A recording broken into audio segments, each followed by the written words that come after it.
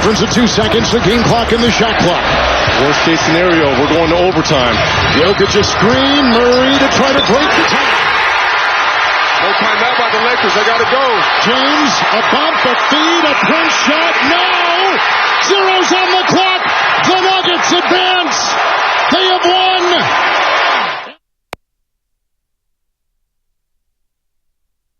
Further confidence in this group. If it stays together, obviously that includes you, but just this group as a whole. No, because we lost. I'm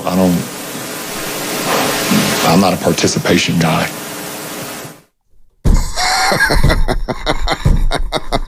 Oh, baby. Oh, baby, the Lakers lose. Their season is over, but a phenomenal basketball game. That was LeBron James. That was Jamal Murray with the game winner. Kevin Harlan on the call. You heard a little Reggie Miller. And just, no, honestly, I'm going to take my Lakers biases aside. Look, you guys know I can't stand the LA Lakers. As we say, good morning to everybody out there getting off their graveyard shift. Ron Hayward, the truck driver. I ain't heard from you in a long, long time. Come on, man. Get those tears out today on the Morning Roast, Big Ron. I know you're out there somewhere, but shout out to YouTube and Twitch and Twitter. Brought to you by First NorCal Credit Union. Upgrade your savings dividend. Open a First NorCal First Class Money Market today. You can now download the Odyssey app directly from our YouTube and Twitch pages as we have added the QR code on both pages. And shout out to the Xfinity mobile text line, overnight dancers, beauty drivers, cab drivers, Uber drivers, you name it. Shasky, Lubman, Spinoni. I'll just say this right off the rip. Before we even dive deep into this game, Shasky, these playoffs have been really good. I've enjoyed the first round. No stress. Taking a step back, kind of eyeing the league. Last night was a phenomenal basketball game. That was grown man basketball. Grown man basketball. You see all the Nuggets. Guys are playing 46 minutes, 43 minutes, 40 minutes. Jamal Murray, questionable with a calf strain, guts it out, hits a game winner. Just a great, great basketball game last night. Jokic had a bad game and had 20 and 20. By his standards. By his standards. Like, he's phenomenal. 25-29, sorry. Just no, I love that. I thought Anthony Davis had a great year, just in general, and I thought he had a pretty good game. Offensively, not what he would want to do. LeBron James, with the left-handed finish in the lane. Look, I know you bring up LeBron, it triggers a lot of people's feelings or whatever, but watching an all-time legend like him attack the basket, he's still one of the best players in the league. And then to see Jamal Murray hit multiple shots down the stretch, he started the game and ended the game. It was just such a bookend. It was a beautiful game. Aaron Gordon, Bay Area zone with some huge rebounds down the stretch. And then Austin Reeves, Spadoni's boy. I thought he played really good yesterday. He did. That was but the Lakers are done. The Lakers are done, and it starts an all season. There's a lot of question marks. We're going to have a lot of questions on this all season here. Jermaine Wiggins, WEEI in Boston, is going to join us at 8:30 because I think the Celtics are in trouble too. All of a sudden, I'm looking at the New York Knicks saying they have a shot to go to the NBA Finals. Oh, my God. It would not shock me if they went to the NBA Finals. Anything could go down. But Minnesota-Denver is going to set up to be a monster second-round series, something I am looking forward to.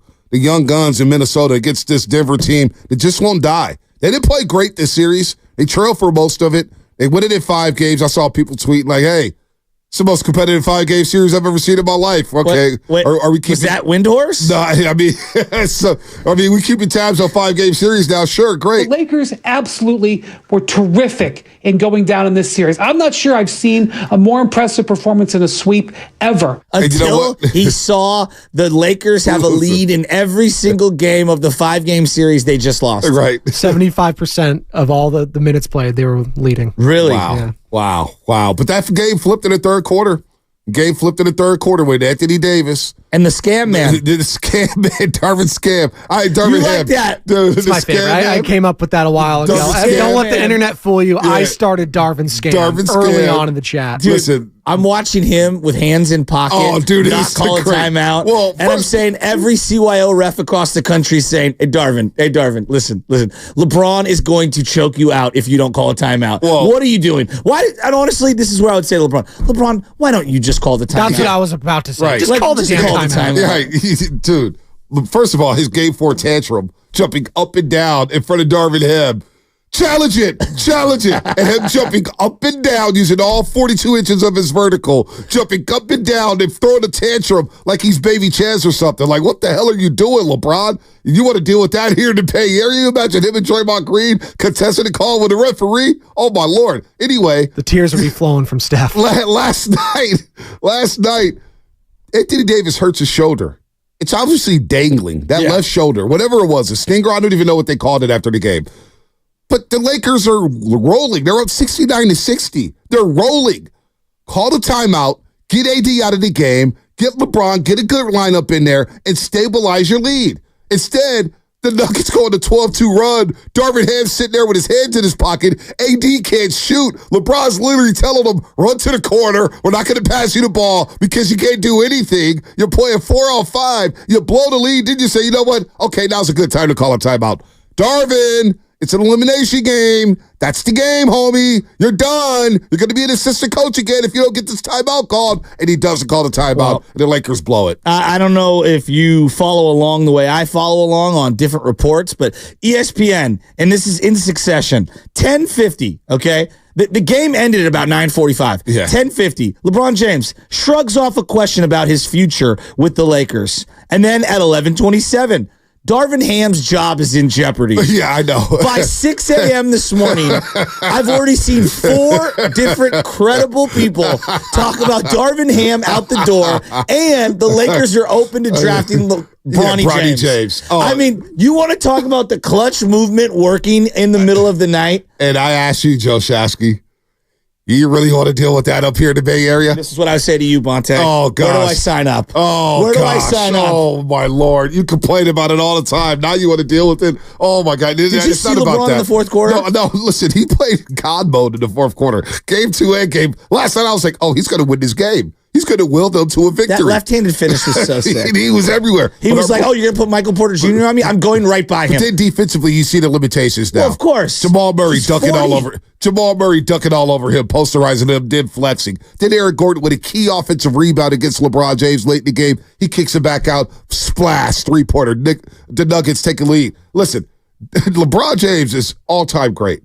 But all the reports, as soon as the game was over, and I'm like, Shams Charania, they're talking about a game in January with the Clippers when they came back from 21 they had or it something. ready to go. Like the story was printed out in 5 minutes. It's amazing. Like the Sun story. Yeah. We didn't talk about this enough.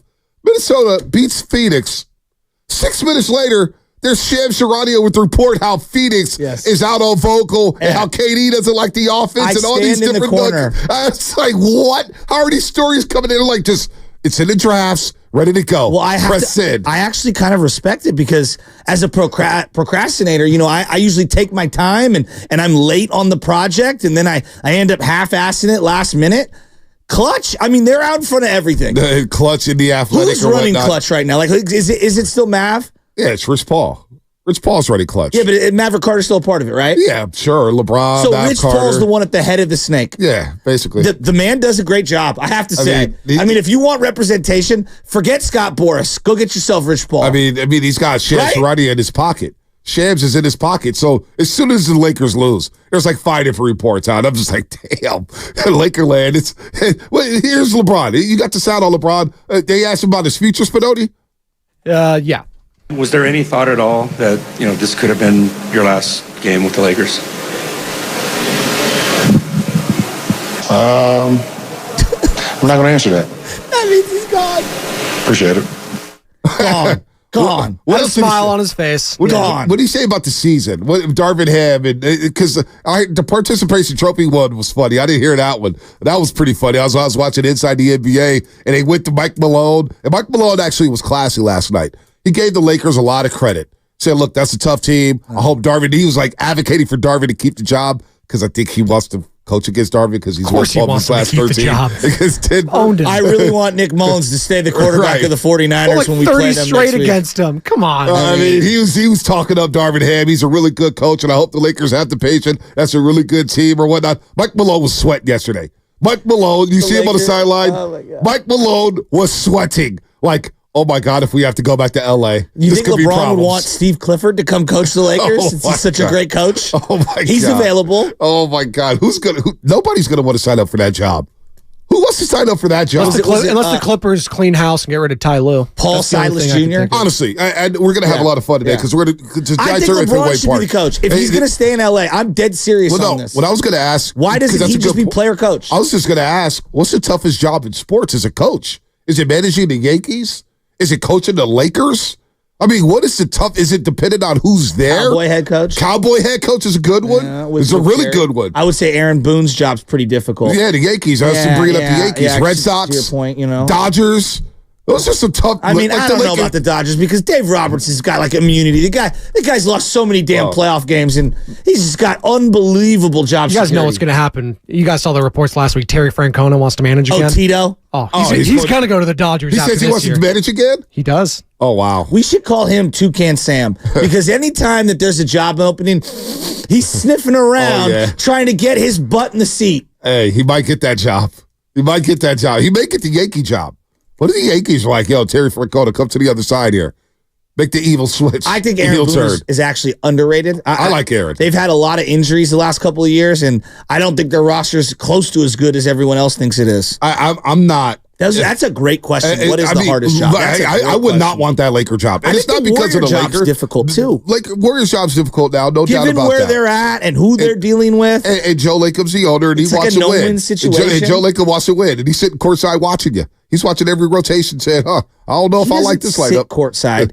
He is staring at you courtside. He's right there. Micromanaging every second. And I kind of respect it. He's having conversations with referees. I seen him game 2. Oh, you were at this game. They're playing the Dallas Mavericks. Second quarter. Draymond's in foul trouble. We see Joe Lacob literally during the timeout having a conversation with one of the referees. It was next level. I was like, this is great. He was birdie from above the rim. We can agree that when you go hardest job, like the White Sox job right now, because they're the worst team in baseball by a country mile. Right. Like, that's really not that hard job. It's not that hard. Like, you're done. There's nothing you could do. You know what I mean? Like, it is what it is, and you're just going to have to take it on the face. So when I look at these pressure cookers, it's like no-win situations. And that's why I think the Warrior job is kind of underratedly very difficult. And this is why I'm a little more lenient on Steve Kerr as the years have gone on. Look, when there were, a champion and you couldn't screw up any of the rotations or whatever, I would be more critical. Now I'm less critical because I think the job's very difficult. It is very difficult. Very, very difficult. The egos are unreal. But the LeBron James coach, I would not want David Blatt, Ty Lue. Of an all-time great. Has he had the most coaches? Yeah, absolutely. Is there anyone even close? Jordan had Doug Collins and Phil Jackson. Okay. Kobe had Dale Harris, Phil Jackson, Rudy Tomjanovich, then Phil Jackson. There for a minute? D'Antoni, Mike Brown. D'Antoni, Mike Brown. Byron at the Scott. End. Yeah, at the end there. Yeah. At the end, it got a little wonky, but they don't have a lot of. Like Magic had Pat Riley. And then he had Mike Dunleavy Sr. Yeah. Oh, yeah, Westhead. Paul Westhead to start, and he got him up out of there. Pat Riley came out of the booth. Yeah, Pat Riley was the assistant, though. Yeah, you want to talk about Toucan Sam in it. I'm sniffing that Stan Van Gundy can't get the job done. Let me come down from the booth. With a title with Miami, got Van Gundy up out of there. No, I would not want to sign up for that job with the LA Lakers. And it's a great job. Like, if you get to coach the Lakers, it's one of the brand names in all the sports. It is. It really is. That Laker logo, it is iconic. I hate the Lakers. Their uniforms are great. The logo's great. The court is great. It's an all-time classic. So I like the Yankee stuff. And I admit that on the front end. But boy, coaching LeBron in AD, and what comes into that. Like, I remember I had a couple of years ago, I had a friend who works with the Lakers, and he was like, dude, when Luke Walton was coaching, Luke Walton, they'd be at practice. They're in the huddle. Luke Walton starts explaining something, and LeBron just cuts him off. Just cuts him off and starts talking. It's just like, what? Well, like, this head coach. LeBron. Yeah, but still. He was probably right. Yeah, he just cuts him right off. It's like, I'm taking over this practice. But this goes back to why if I'm dead serious on this. If I was a random team trying to recruit LeBron, be the head coach. So what? So would you want to be the player coach with the Golden State Warriors? No, I think Steve Kerr is one of the very few coaches in the league that has enough equity to be able to coach him. How many guys have the Spoelstra? Well, Spoelstra almost got pulled out the paint. Pat Riley was there. That was a young Spoelstra. Spoelstra. It was his first job. 15 years later, 10 years later, he's viewed completely different.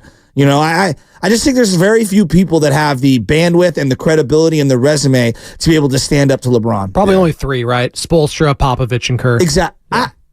You don't think Pop? No. I don't know what Pop would do with him. I don't know. He respects him. They've done like Team USA stuff in the That's past, true. I think, with him. That's true. And obviously, LeBron loved Coach K. Pop wanted nothing to do with that. You think Coach K comes out of retirement, takes that job? Remember Coach K was rumored to be a Lakers coach? I kind of wanted to see him do it. During the Kobe era? He was going to leave Duke and be Kobe's coach with the LA Lakers? Has he finally stopped putting the shoe polish on his head? Well, it was a toupee at the end, right? Hey, you know what? I do love me some Coach K now. I used to hate Coach K. Of course. It's great.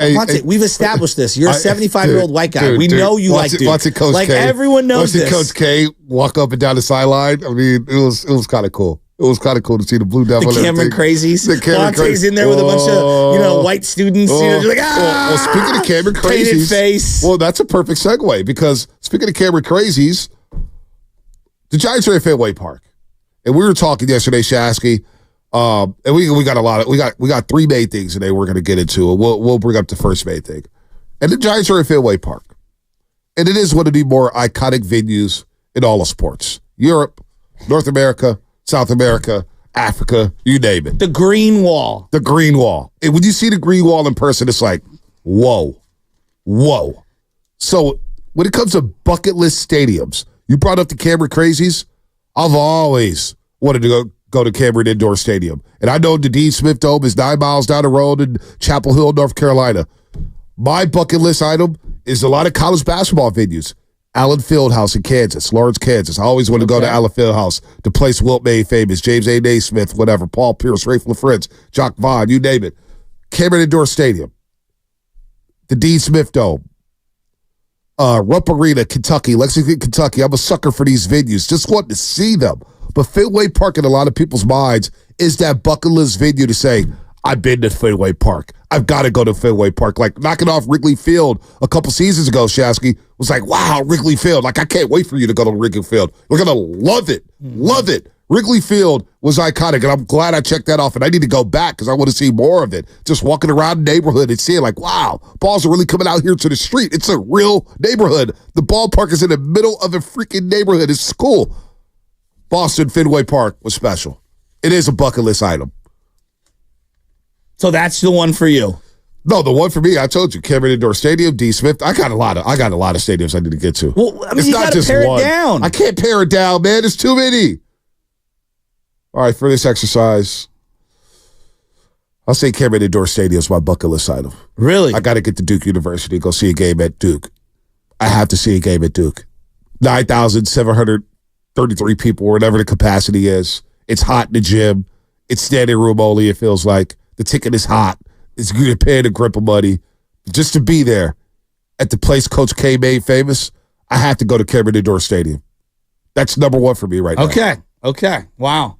Well, if I had to go back in time, because I put a lot of thought into this, I know exactly where I would want, like one of the main bucket list items, Yankees, Red Sox, early 2000s, at Yankee Stadium, the original Yankee Stadium. Now, that's not going to happen. They've torn it down. It's just different. I want to feel the vitriol of the two fan bases. Like, I just want to I want to feel it in the air. Like, that's the thing.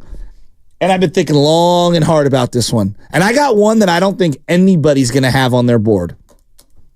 And I know somewhere Dan Dibley's going to be listening to this saying, I birdied the 17th hole. I got to get out to St. Andrews at some point, and I got to play at the home of golf. That is one of my bucket lists. It was one of my things that my dad and I talked about over and over and over and over again. It's something you can experience with family.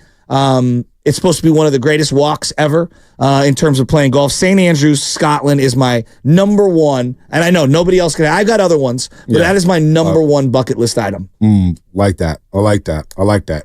Champ Ross, fantasy boxing predictions. Kansas basketball, Allen Fieldhouse. Yeah, I got it because Allen Fieldhouse, they have the windows. And I think the sunlight comes in during the day. Ooh. Yeah, no, it's pretty special. Bucket list items. Spinelli's love it. What is your bucket list item? Bucket list stadium you got to go to. Langford could get in on this too. We were just talking about like playing at the Masters and Augusta, or just like going there and being in like the ambiance and stuff like that. But for like stadium wise, anywhere. It could be anywhere. It could be venues. Let's just say venues. Man, I would go with Wrigley Field. Never been to Chicago. I've always wanted to go there. The Ivy. There's something special about it. I've not been to Wrigley either. Also loved Rookie of the Year as a kid, too. Yeah. Henry Rowan Gardner and stuff like that. That'd be probably one for me. Wrigley's unreal. Like, because there's no football. Like, Green Bay, maybe. Yeah.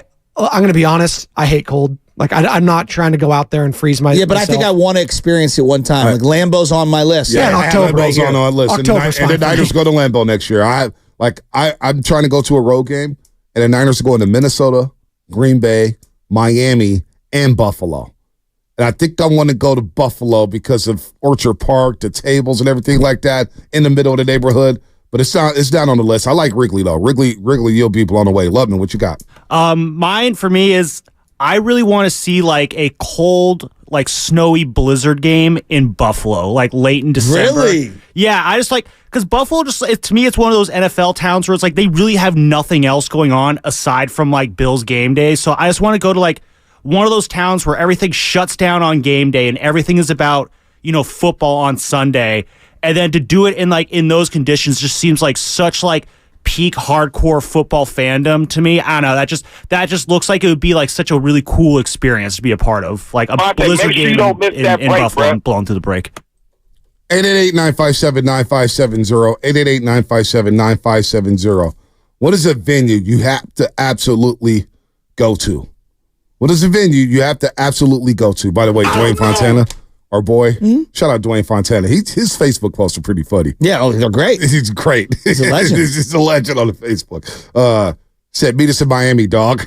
Yeah, my girl's up right now, Dwayne. I'm not going to Miami. I have a story about the Giants' first ever experience in Fenway. Oh, I want to hear during the regular season in 2007. I want to hear it. I was there. 888-957-9570. I would like to go to the Big House. Michigan is a good one. The Horseshoe, Columbus, Ohio. 888-957-9570. Giants are visiting the Red Sox at Fenway Park. What is a bucket list venue you have to go to? What is a venue? Name your top three if you want to. That's coming up, brought to you by Fremont Bank, full service banking, no compromises. The hell was Fedoti of the Lakers?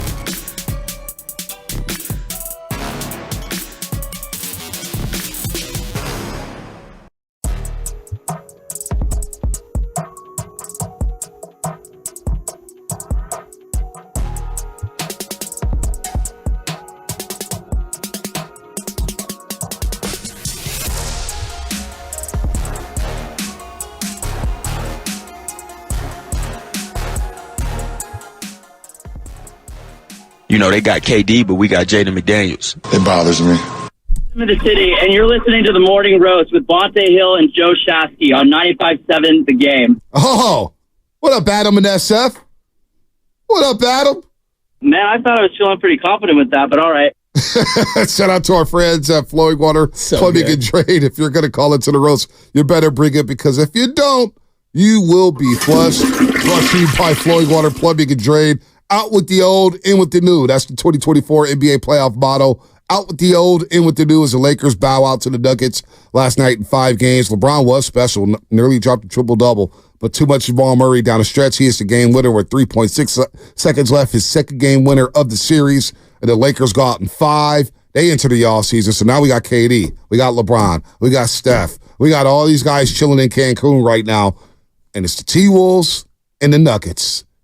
It's the Thunder and the winner of the Clippers and the Mavericks. I was hoping that game was tonight, but Clippers-Mavs Game 5 is tomorrow night in L.A., 7 o'clock. That will be special. The ultimate swing game. I love the swing games. I love the swing games. I love me a good Game 5, especially when the series is tied at 2 games apiece. You got the Sixers and Knicks tonight, Game 5 at the Garden. It's going to be rocking and rolling, and the Knicks have a great opportunity with the Pacers on deck to eliminate the Milwaukee Bucks. Giannis and Dame are going to be at home. What is Milwaukee going to do this offseason? We'll get to NBA scenarios, trade scenarios, who fits with the Golden State. Well, we're going to get to all of that later on in the program. But you were talking about Fenway Parkers. We're talking about our bucket list items, bucket list venues. We're talking about soccer, going to Liverpool or going to Chelsea or going to Wembley Stadium. You guys, I always want to go to Wimbledon. Later on this year, I'm going to go to Flushing Meadows, the U.S. Open. Oh, yeah. It's a venue I've always wanted to go to. Very cool. So you had a story about Fenway Park, because I think we've both been to Fenway Park. Yeah, when the Giants, it was announced they were going to go to Boston, I remember there was this big build-up. Interleague play. The National League never played the American League, and then they finally introduced it, and it was going to be every 4 years you would have the Red Sox come here, and every other 4 years you'd go to Fenway, right? And so the first time ever in a regular season game, Giants-Red Sox. And my buddies had set up this trip, and I didn't have any money. We were all broke. All of us were all broke. And it's one of the greatest trips I've ever been on in my life. To this day, I remember it vividly and very fondly. It's 2007. It's Bonds' final year. Everybody took the red eye Thursday night to get to Boston for Friday, so you can get there first thing in the morning.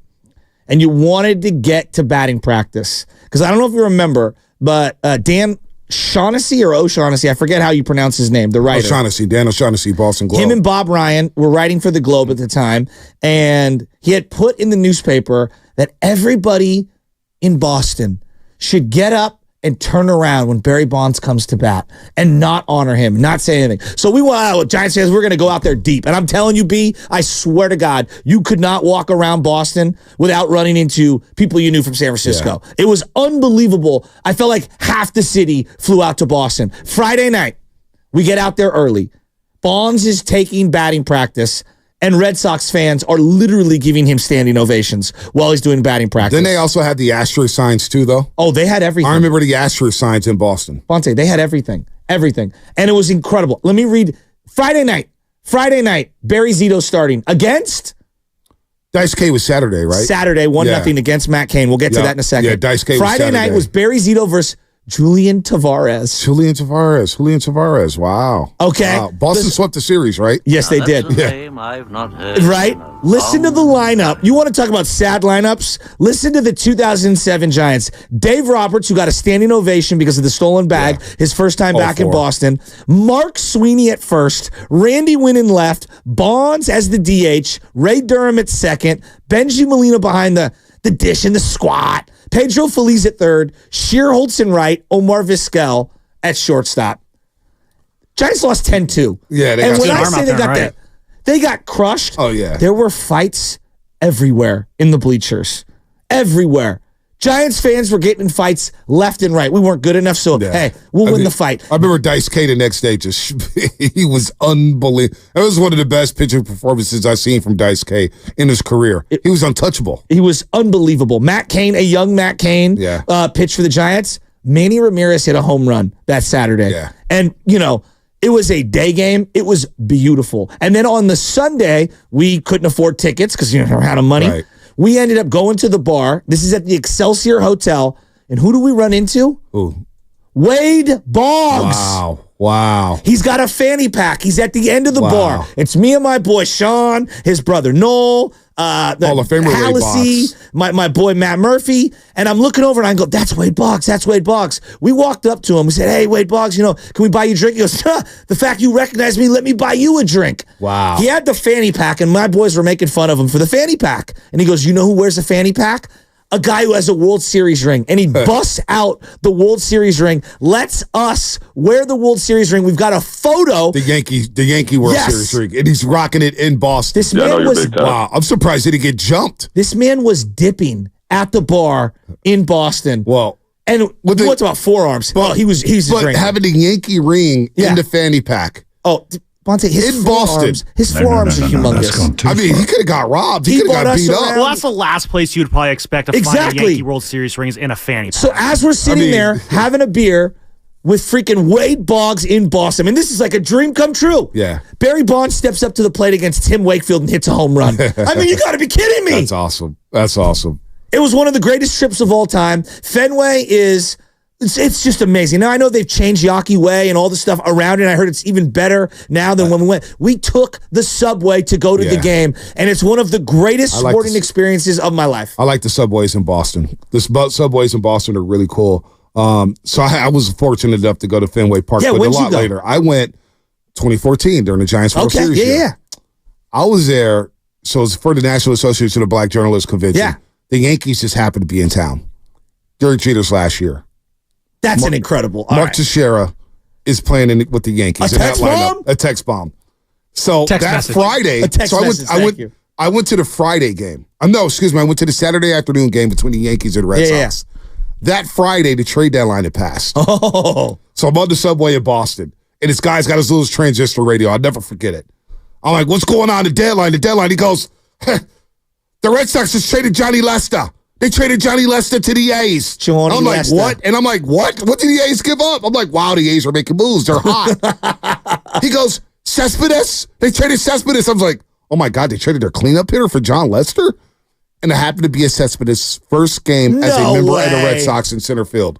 Now, Derek Jeter, this last year with the Yankees, hits one of those classic bloop doubles down the right field line. The inside-out swing. Teixeira hits a home run over the Green Monster. Everybody's singing Sweet Caroline. I buy me this big lobster roll. The Sweet Caroline, it knocks. Hits out there. When you're there, it knocks. I'm not going to lie. It hits out there. It does. It does hit out there. So that game... you got a lobster roll? I got a lobster roll. Isn't it a trip how when you go to Boston, they put the tip right down on the dollars stack up right down on the concessions table where you pay for your money and stuff. It's a totally different experience out there. It was a lot of fun being there. Just being at that, just seeing the Green Monster in person. Oh, the Green Monster. And it feels like it's 200 feet away from you. Yeah, and I was sitting like. Now, the seats are so small. Where did you sit? I sat in the bleachers, and then I sat on the first base side. So I sat on the first base side, kind of like the second set, under the upper deck. Yeah. With the big stanchions right there, the big poles. You got big green poles. Right, big green poles. And Wrigley Field's kind of got the same thing with the big green poles as well. Yeah. Where you can't see, you got obscure views everywhere. Yeah. And the seats were just so small. Oh, yeah. Like I was like, you can't put food, you're angled, you can't sit anywhere. But it was great. It was great to just walk in there and be like, wow, this is Fenway Park. When you go to a place that old, I don't know about you, but like, I feel the ghosts. Yep. I know that sounds... No, I hear what you're saying. Yeah, like you feel like you're in a special place. You feel like, wow, there's Carl Yastrzemski somewhere. Where's the spirit of Ted Williams? It's swirling around here. The one red seat out in right field. Like it's, I don't know, man. It's just the whole experience. The pesky pole. Yes. See a pesky pole right there. Like, damn, look how short it is down the right field line. And the way that they have the bullpen right there accessible where the fans are on top of the bullpen. Just the whole experience of Filibuster Fenway. here, because I got to find this lineup. I got to see who was in that Saturday game. Because there were some big boys in that Saturday game back in 2014 between the Yankees and the Red Sox. But that was Jeter's last year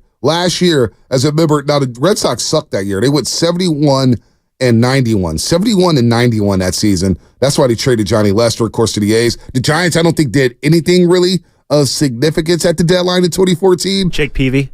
Was it Jake Peavy? Jake Peavy. Was it Jake Peavy? Damn, they did trade for at the deadline? Yeah. Wow, that was a crazy deadline. And then I he remember limped down the stretch, and they gave him a 2-year extension. But he just came from the Red Sox, right? Yeah. Yeah.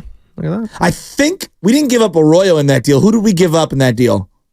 Wow, Saturday, August 2nd was the date. Saturday, August 2nd. Derek Jeter batting. Wow, the Red Sox lineup. Brock Holt at third base.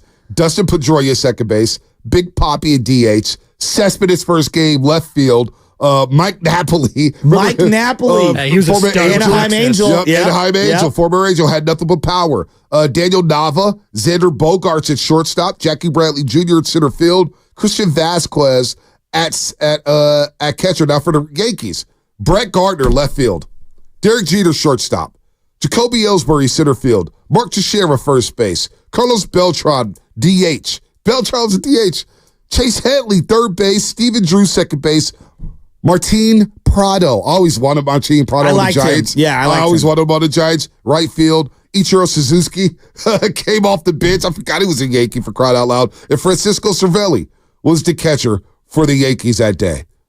But Derek Jeter had one of those classic blue dogs. I was like, oh, wow, this is incredible. Close the loop. Who did Jake Peavy get traded for when he got acquired by the Giants? It was Heath Hembry and Edwin Escobar. Oh, my God. Wow. Now, that's a name I've not heard in a long time. Yeah, I haven't heard it either. I haven't heard it in a long time either. So bucket list items, bucket list venues. I know we got a break, Lemon. I know we got a break. I'm going to break. Sure you don't miss that You want me break, to just Brett? go to break here? I'll just go to break right now. Forget the tease. Forget everything about that. We're just going to talk sports on the other side. Brought to you by Fremont Bank. Full service banking, no compromises. B, I can't argue with you.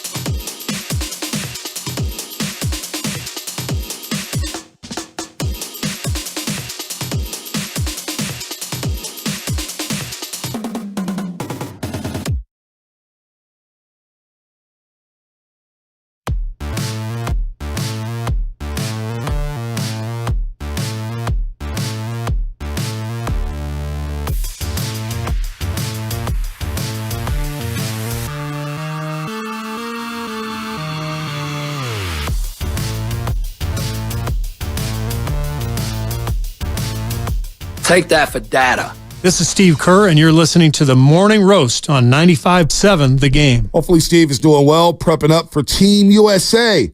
Team USA. These Olympic Games are going to be fun. We're going to be locked in. We will be locked in. Won't be a slow summer around the Morning Roast. We got the Olympic Games. We got baseball. We got a lot going on the roast. There are no off days. Yay! The off season is our season. This is where we dominate.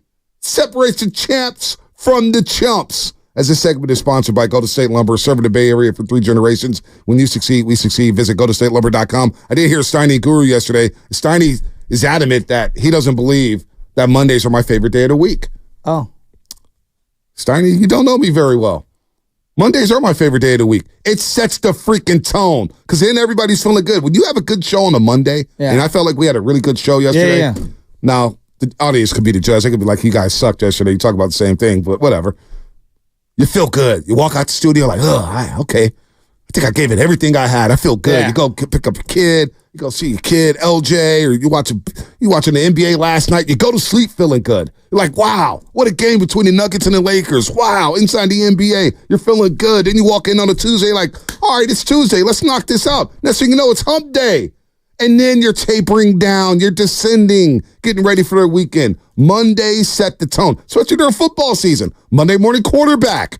Who doesn't like a Monday after football season? I'm happy with Brock Purdy. You can't wait to get to your buddies and talk about the game that you just watched and criticize everybody. It questions Shanahan's decision-making. It questions John Lynch's draft picks. We love Mondays. If you don't love Mondays, I'm sorry. I don't know what to do. I don't know how to help you. Me. All right, can you get the numbers ready? I'm going to go 5-1. I've really put some thought into this. 5-1. All right, the Giants play in Fenway, and I've been to Fenway, but these are bucket list items, sports that I have to do before I die. Venues and sports. Yep. Ooh, Booker T and the MGs. But I'm gonna be honest here.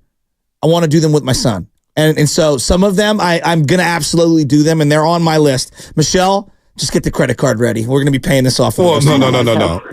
She's not getting the credit card ready. You get the credit card ready. Yeah, that's true. You'll be paying this off. They've had a really good couple years. Nice try, buddy. Yeah, nice try.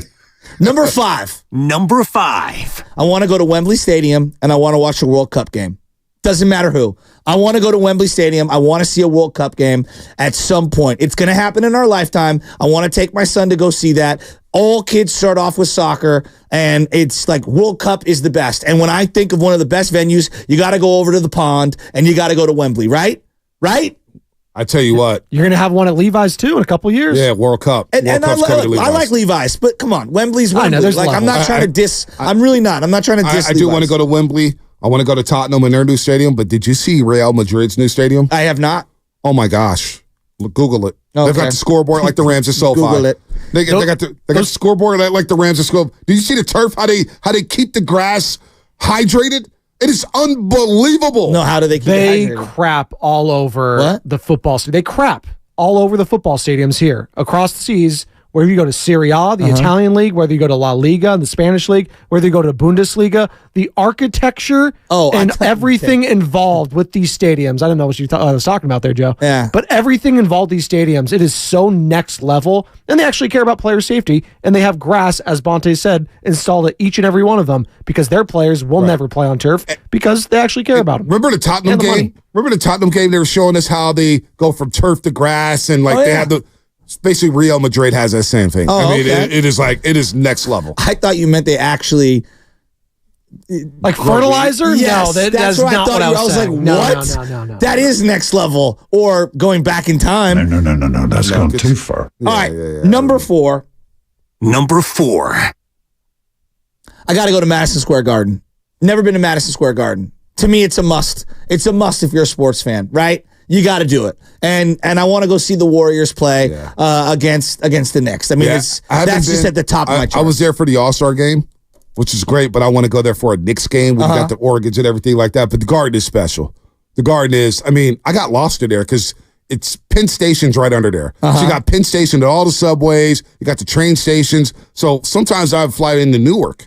And you get off in Newark, New Jersey. You get on a train, and it's 30 minutes to Penn Station right there in New York City. right under the Madison Square Garden. Then you go upstairs, you're like, all right, how do I get to Madison Square Garden? Go this way, go that way, go this way, that way. I got lost so many times trying to find my seat because it's a dump, but it's a great dump. It's like Candlestick Park. It is iconic, and they've done some renovations to it or whatnot, but it's just a garden. When you see the outside of it, it's just like, damn, that's Madison Square Garden. Like, this is the Blint coverage with Marv Albert, Madison Square Garden, Bob, all that stuff. Yeah, but Madison, you got to go to MSG. All right, number 3. Number 3. Niners at Lambeau. I mean, like you referenced it. Now, I'm not going to be able to probably go next year. He's too little. I want him to understand it and like appreciate it, and I want him to be cognizant of it. But that's a trip everyone has to make. The 90s forged my love of the 49ers and my hatred of the Green Bay Packers and the respect for what they have as a franchise and what their impact was on American culture. So I got to go to Lambeau. All right, Lambeau. I haven't been to Lambeau yet. I'm debating. So the schedule gets released what date? Next month, right? Middle of May. And I remember 2 years ago when the schedule got released, I fired on some plane tickets just because. As soon as the schedule got released, let's just book the plane tickets. If we don't go, we can always cancel. It all depends on where that game is slotted. Because they're going to Lambeau next year. They're going to Miami. I always wanted to go to, they call it Hard Rock Stadium now. Mm-hmm. I refer to it as Joe Robbie Stadium, is the one I grew up with.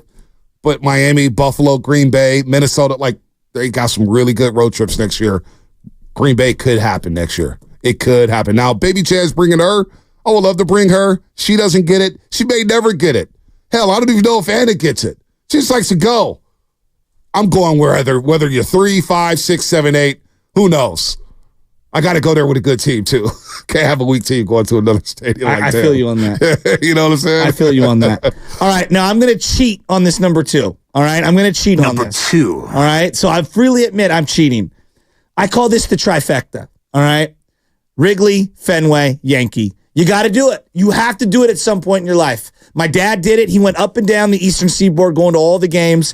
Now, I know, obviously, Chicago's in the middle of the country, but point being is, got to do Wrigley, got to check that off the list. Got to go to Fenway and check that off the list. And even though it's the newer of the Yankee stadiums, you got to go and see a game in the Bronx. You just absolutely have to. If you're a baseball family, these are must-do things. And I already know, we're going to Giants Dodgers. I might go this summer. So I did the trifecta. Now that I think about it, Fenway, check. Wrigley, check. New Yankee Stadium, check. And I was there it was 2016. 2016. Took a nap. I flew into New York. Got on the subway, went straight to the hotel. Took a nap, got on the subway. It's like 20 minutes up to the Bronx. Got off. There's this janky McDonald's there. Kind of like the McDonald's they used to be by Go to Gay Park. Oh, yeah. Reminded me of one of those. That was the worst McDonald's in America. No. The one next to Yankee Stadium might be worse. Really? They say hold my beer. I mean, I didn't go in there. Disgusting. I didn't go in there. That's how disgusting it was. And I was starting McDonald's. Hey, listen. Let me tell you, they could flip a mean Filet-O-Fish though. At the one on Hay Street, the Filet-O-Fishes was good there. I'm sorry. Just start going to the play structure.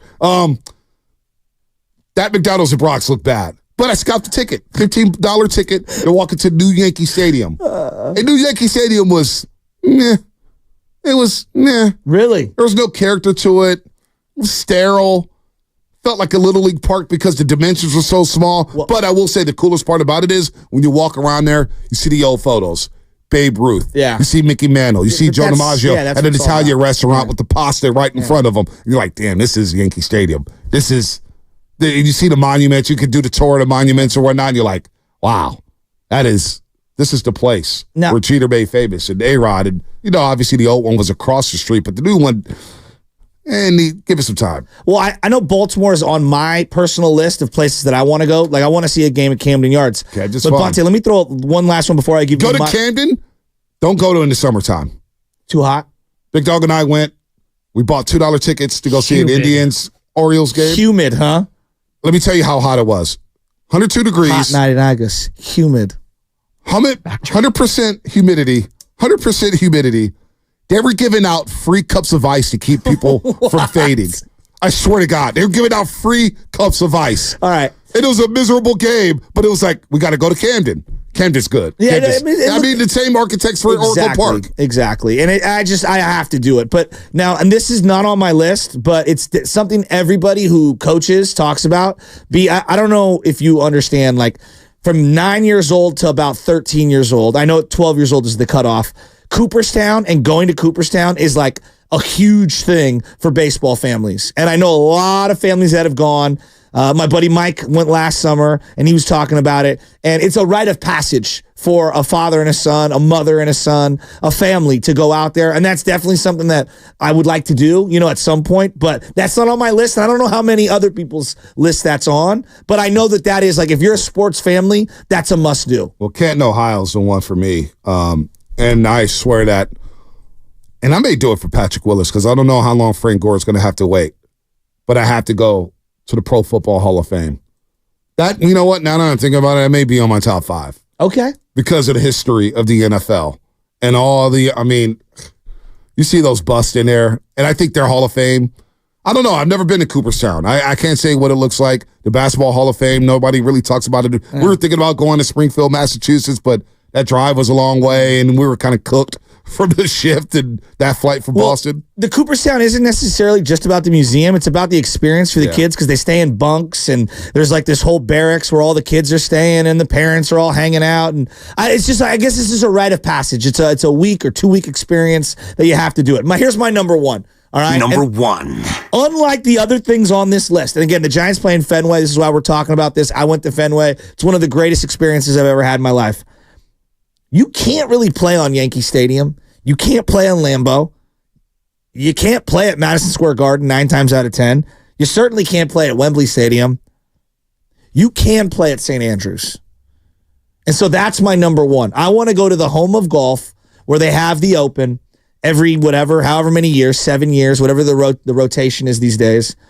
And I want to walk and play St. Andrews, the home of golf. That is my number one bucket list item. I want to be in good enough shape and good enough form in terms of my game to be able to go out there, and I want to experience it with my brother and our boys.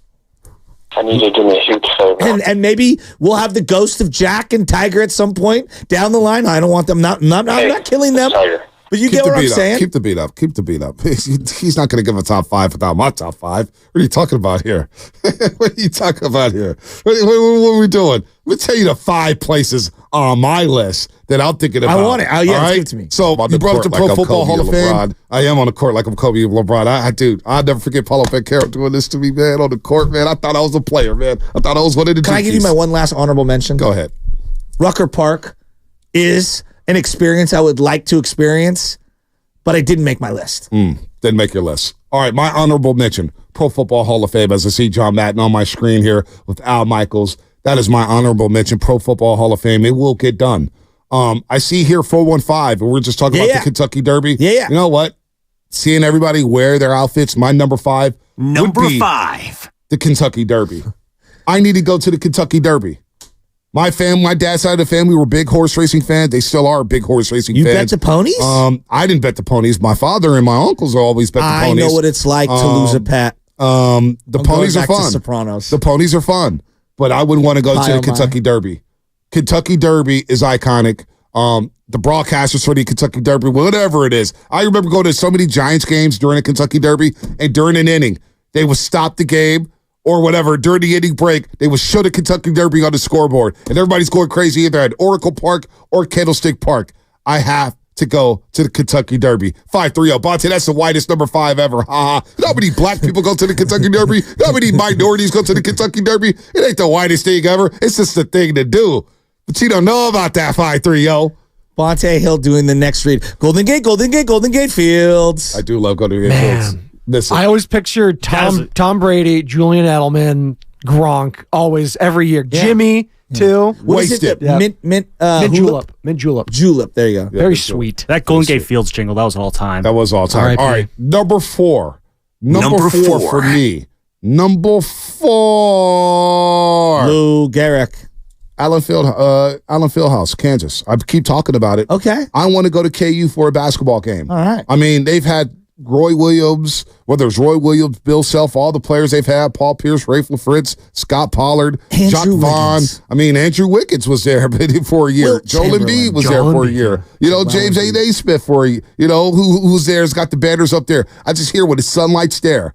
And they're all saying, oh, or they're singing, Christian Rock, Chalk, Jayhawk. And I'm like, wow.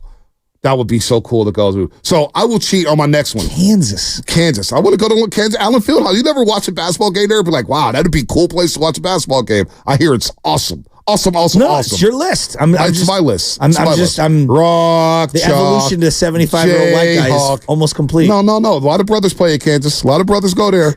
A lot of brothers are at Kansas. It's time for you to do I'm aware of what the basketball team looks like. Hey, listen. All right. So I'll cheat with my number 3. I talked about Cameron Indoor Stadium. Yeah. Number 3. Smith Dome. Pauley Pavilion has always been a bucket list item. Tobacco Road. But you know what? Tobacco Road. Cameron Indoor Stadium, D. Smith Dome. How many games have we watched between North Carolina and Duke? It was hard to not put on my Cameron list. Crazies, right there on top of you. Overrated. It's the best. To see a Dookie play some defense and slap the court and say, let's go. You wouldn't want to be thinking about Dick Vitale calling all those games. Oh, the floor is shaking. Oh, it's a what a shot by Matty Ye. Oh, you wouldn't want to go there? Unbelievable. Got to go there. Got to get there. All right, number 2. Number 2 for me, it's got to be football. Number 2. We've been talking about it all day long. It's Lambeau Field. Yeah, it's got to be, right? It's the house that Vince Lombardi built. Is that the last great football stadium? Old school. Because Soldier Field's going to get blown up, and it's not Soldier the wasn't same. impressive. Yeah, because they put a spaceship over it. Yeah, they put the spaceship over it. I wasn't impressed with Soldier Field. Lambeau Field, that atrium that they have. Yeah. The history. Big Dog City told me about it when he went to go see the Raiders play up there a few years ago, walking through the neighborhood. Because it's neighborhood little stadium. You're like, wow, what the hell is going on here? I'm not joking. I literally saw a house for sale in the parking lot. It's incredible. It's the wildest thing of all time. And they had the $200,000 bleachers for that house. And they had the bleachers. The metal bleachers, so it's old school. Bring your own seat. Bring everything there. Bring everything. Warmers, hand warmers, scarves, hoodies, you name it. Bring it. That is number 2 on my list. Wow. Number 1. I got to get to Wimbledon. You want to call me white? Call me white. But I got to get to Wimbledon. I got to see the all grass courts. I got to see Joker. At center court against Alcaraz. I got to see 5 sets. I got to see the roof open up. Then I got to see the roof close when the rain comes in. Then I got to see the grass turn from go to green to brown by the end of the tournament. I have to go to Wimbledon. So, one thing that my cousins and I were talking about. That's my number 1. And you didn't have this on your list, but to me, and my cousin John's trying to organize this. We're going to pick a college venue to go see. When I think of football stadiums, as we were talking about, Lambeau and whatnot, the tour that I want to do is the college football tour. I want to go to an Alabama game. I want to go to a Georgia game. I want to go to an LSU game. Yeah. I want to go to a Tennessee game. I want to go to a Notre Dame game. I want to go to Ohio State and a Michigan. And that's what but I don't think you could pick just one venue in college football. You can't. I think there's just too many iconic ones. Dude, listen. I mean, I've been to the Coliseum. I've been to the Rose Bowl. Those are amazing. Not for a Rose Bowl. The Rose Bowl game. Oh my God. But the stadium's sweet. Don't even get me started on that. I've been to 2 of those now. I'm surprised at my bucket list. I've crossed off a lot of stadiums within the last 10 years. I'm proud of myself because this has always been something I've wanted to do. Finally made a couple bucks here. But Michigan, so I was up there I didn't go to the game. I actually went to a Lions-Rams game the next day. It was the same day. The Lions-Rams game was the same day that Alex Smith stunk it up on Sunday Night Football against Philadelphia, and Bruce Conrad committed the 3 errors for the Atlanta Braves against the Giants in the NLDS. I was in Detroit for that day. And the day before, I was trying to get tickets for Michigan State. They were both 5-0. Shoelace, what was his name? Shoelace Robinson was a quarterback for Michigan. Remember him? Oh, yeah. They wanted $250 for nosebleed seats at the big house. Wow. I got 2 tickets for the Lions-Rams game for a total of $80. 15-yard line, 20 rows up. Nobody gave a damn about the Lions, but trying to get into the big house and seeing the big house on the outside, because I couldn't see it on the inside, the top of the stadium is ground level, is street level. So basically, you're just walking down into a pit. So it's like SoFi Stadium when you walk down. Amazing. It's amazing, but you get hot, right? It's like, well, it's a little humid in here. I need the Excedrin. Denard Robinson, Shoelace Robinson. Yep, Denard Robinson was special.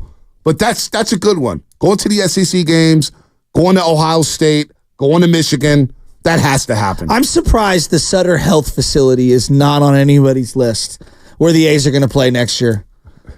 Tell me you're not thinking about going on a road trip up there. Oh, I will. I'll go up there. Yeah, I feel dirty saying it, but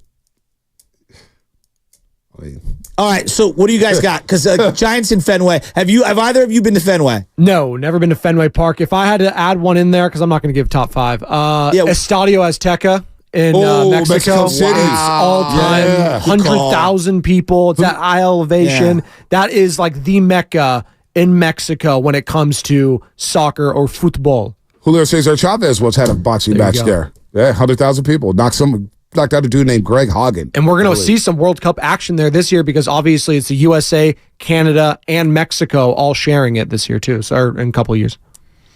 Sammy?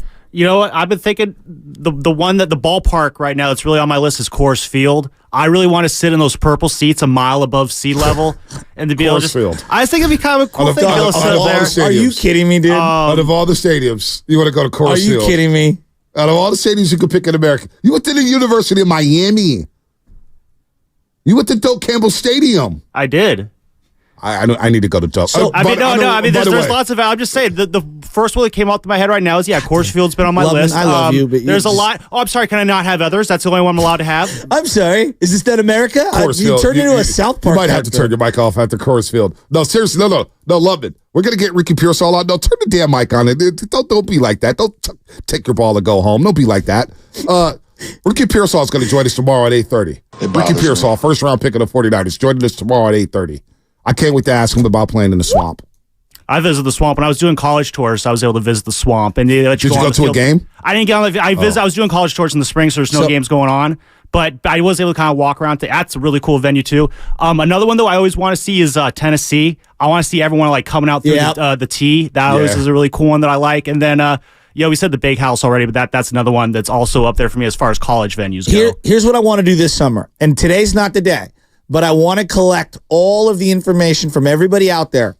What are the non-professional must-see games in the Bay Area? For example, Bruce Mahoney, a Sunken Diamond Stanford baseball game.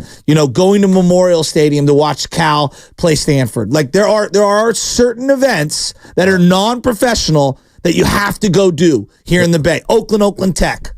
All right, we got to do legal. You're listening to 95.7 The Game, KGMZ FM at AC1 San Francisco, and Odyssey Sports Station. Always live on the free Odyssey app. Don't forget, you can also watch us every single day on our YouTube, Twitch, and Twitter streams. Oh, we got Twitter streams now. Great. Just log on to search 95.7 The Game. Be sure to like and subscribe to the channel while you are there. Powered by First NorCal Credit Union. Upgrade your savings dividend. Open a First NorCal First Class Money Market today. Send it to the Xfinity mobile text line. On the other side, Cal and Walnut Creek. I want to get the place you have to go to. 888-957-9570. What are the venues you have to go to before you're 6 feet deep in a graveyard? 888-957-9570 is the number. What are the must-see venues you have to go to? That's coming up here on the roast. And then we'll get into some football and more basketball here on 95.7 The Game. Things are buzzing in Fremont.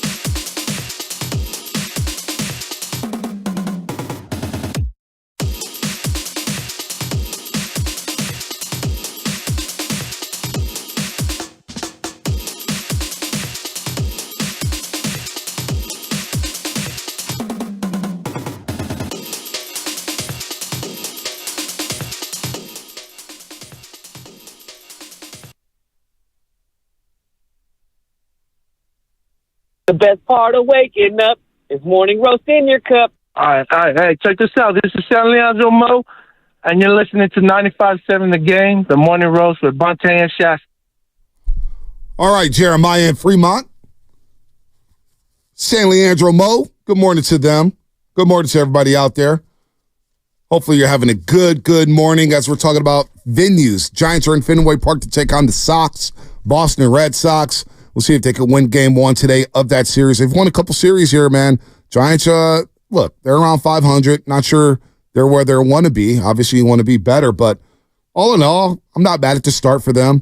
Taking on Boston in Fenway. Logan Webb on the mound against Cooper Criswell, who's pitched well for the Sox this season, 2.38 ERA rate, 1.15 whip. He's only pitched 11 innings, so he's going to be a short guy. They may be going to a bullpen game today, as he is the opener for the Sox. Logan Webb has been dynamic. He has been, in my opinion, the best pitcher in the National League. Maybe a little biased there, but he's been electric on the mound. And not electric in terms of heat, throwing gas, just getting people to ground out and just pitching a fast game, just mowing dudes down like he's Greg Maddux or something. Logan Webb, off to a terrific start. You know, I just got a very interesting text message about our conversation regarding sports venues, and you bring up the San Francisco Giants. I think if you removed all of the people from the Bay Area and you went out of the Bay Area and you asked people, what are the best sports venues? Where do you have to go? What do you have to do? AT&T Park, a.k.a. Oracle, a.k.a. Pac Bell Park, is going to be at the top of a lot of people's lists. A.k.a. SBC. SBC, exactly. Is it not? Might be. Because when I see all these pictures of like PNC Park, which is the Pirates Park, at night, like it looks amazing, and I want to go. Petco, I've been there multiple times. Awesome, amazing, love it, love that sim. I think a lot of people look at, Oracle Park currently, that's what it's called, and they say, I got to go to a game out there. Yeah, that's not bad. Probably. It's one of the best stadiums. Every time you hear people say, oh my God, you guys get this stadium all the time. Film on Mike's section. College Station, Texas A&M. See, that's a good one. I think college, like we've realized that college is its own category. Right? Yeah, you can't. It's there's too many. Cowboy Stadium, Jerry's World wasn't bad. Okay. Not a bad seat in the house. I loved everything around it. The accessibility of Jerry Jones did a really good job. So what makes? I guess Spadoni was asking, like, what makes a great sports venue?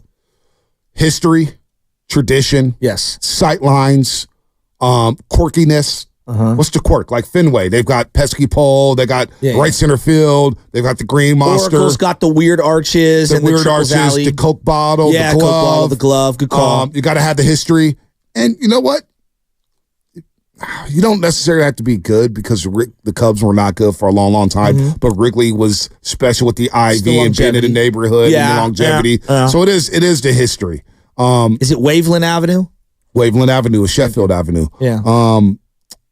The Orange Bowl. I get disappointed that I never got to go to the Orange Bowl back in its heyday when Miami was rolling. Like that stadium, they tore it down and they built the Marlins Park right there. But the Orange Bowl was like, you think about all the great games, all the great bowl games, all the great players. You say the Orange Bowl, I think a Candlestick. Why do you think a Candlestick? Because I think of places that people wanted to get rid of, and they said it was old and decrepit, which it was. Yeah. But they also, like, the minute it went away, we're like, oh, damn it, we just lost all our history. All the history, all the iconic games, all the games Matt and Summerall called at Candlestick Park, Vin Scully called at Candlestick Park. I mean, the grass being different colors by the time January rolled around. Yes. I mean, it was you had to wear different cleats every single quarter. But that, in my opinion, is what makes a stadium special. What about you? Yeah, the ambiance is absolutely one of the top, criteria. But like, it doesn't have to be old. Like, I think that's one of the things when I think of AT&T Park, Oracle. It's not that old, but it does have a ton of history. Bonds chasing all those records, them playing so many playoff games, perfect games, no hit. Like, they have a ton of history in 25 years, right? A ton of history. I look at, like, the Golden One Center, right? Not a lot of history. You could make an argument the Steph Curry Game 7 is one of the bigger games that's been played there in that stadium. And I'm sure Kings fans heads will explode. Play in. But that is a really cool stadium. It's a cool venue. Would it be at the top of my list? Probably not. Probably not. Like, but it's a really cool stadium, and I think it's a really good one. I like Manuel Rodriguez. The minute I walked into SoFi Stadium, I knew this is one of the best sports venues I've ever been just to. walking into. It was incredible. Think about the walk up into it. You got the waterfall. You're walking up the stairs. In a neighborhood. You're in a neighborhood in Inglewood. Yeah. First of all, the Forum's right there. Right we're walking there. by the Forum. We're like, Yeah. wow, that's the Great Western Forum. Yeah. That's where Magic plays. Which is It's what a Korean Fenway Forum. has. Right. Which is what Wrigley has. Like Yeah. certain, But the Great Western Forum's right there with those. It was like, wow, that's the Forum. And then you walk over to SoFi. And you're walking in. There's so many different entrances. But you walk in where we walked in at, there's a waterfalls, right? There's the stairs. You look to the right, there's Pretty a incredible. fat team store. Huge team store. Then they got like these tubs of beer and water and soda, whatever you need, and you just go slide your credit card right in. Oh, it's so good. It's so efficient in terms of getting in and out and getting your beverages. And then you walk in, and you're in the middle of the second and third deck, and you're looking down at the stadium, and you see the scoreboard. You're like, oh my, this is legit. It's one of the greatest venues that money can buy. It is legit. And they nailed it. Like ambiance, aesthetics, experience. It's the full package, and they have a parking lot. They do have a parking lot. I think the tailgating is part of it. Now, I don't know how efficient it is in terms of getting in and out. That we didn't experience. But I will say, this past season, when I went down there for the second game of the season, and then I walked out the stadium, we're able to get a cab in 10 minutes. We're at our hotel in 15, grabbed our luggage, was at the airport another 10. So it was like 40 minutes I'm at the airport, basically. It's like, wow, that's pretty cool. Now, we got a little lucky. Mm-hmm. There's taxis right there. I'm seeing some things here. Since you said I'm morphing into a 75-year-old white guy, some folks are saying, you're missing Talladega Nights, Bonte Daytona 500. But you know what? I do want to go to Talladega. I do want to go to the Daytona. I do want to go to the Daytona 500. I love how the Florida came out of Sam immediately. Hey, listen. That's actually a big regret that I have from my 4 years in Miami is that I never got out to Daytona. Break that down to me. Honestly, why would I want to go there? Well, honestly, just real quick before we get to the calls, Kyle and Muna, hang tight. I remember watching the Daytona 500. Wasn't that the race where Dale Earnhardt Sr. died? I watched the entire race because it was like Dale Earnhardt's trying to win it. He was in the race and his son ended up winning it, right? And then Michael Waltrip was right there. All his buddies. There was nothing on TV. I was like, you know what? And I used to play the video game NASCAR because I thought it was kind of cool. Daytona 500. Hell, Team Jordan just won Talladega. Team Jordan. He was jacked out of his mind. They won Talladega. Unbelievable. So that is a good bucket list item. Daytona 500. And that here, the tailgating. Oh, I'm sure the crowd there's got to be so much fun. I mean, first off, it's a NASCAR crowd plus a Florida crowd. That's a great call. Have you ever done Sonoma Raceway? Yeah. I've never done it. It's all right. It's all right. It's not bad. Because I know there are a lot of loyalists that love it. Yeah, it's not bad. It's only a road course, though, so yeah. It's not bad. Sam, I didn't know this was your wheelhouse. I used to, back in high school, I was kind of a NASCAR redneck, so I got into it. It was fun. Yeah, the road courses. What is it? Interesting. Watkins Glen and then Sonoma. Yeah, I think those are the two on the NASCAR track. Sam, I learned so much about you. I did not know I know this much about NASCAR, actually. No. And Bristol, what about the Bristol 500? Which one? Bristol. Vontae's unloading all of his You might have you on that one. I would watch Bristol, that one. It's a quick one. It's like the quick oval, what was it? Pocono, too. Pocono, the triangle. Yeah, I always like Pocono. That's a good one as well. What is that? Where is that? Pennsylvania? Is that Pennsylvania? Correct. Poconos? Yes. Yeah. What is going on here? Hey, our NASCAR. The most NASCAR talk ever on 95.7 When I say I'm well-rounded, folks, I mean it. I'm well-rounded. Jeff Gordon, baby. Vallejo. Stop! I covered a NASCAR press conference one time at Ghirardelli Square.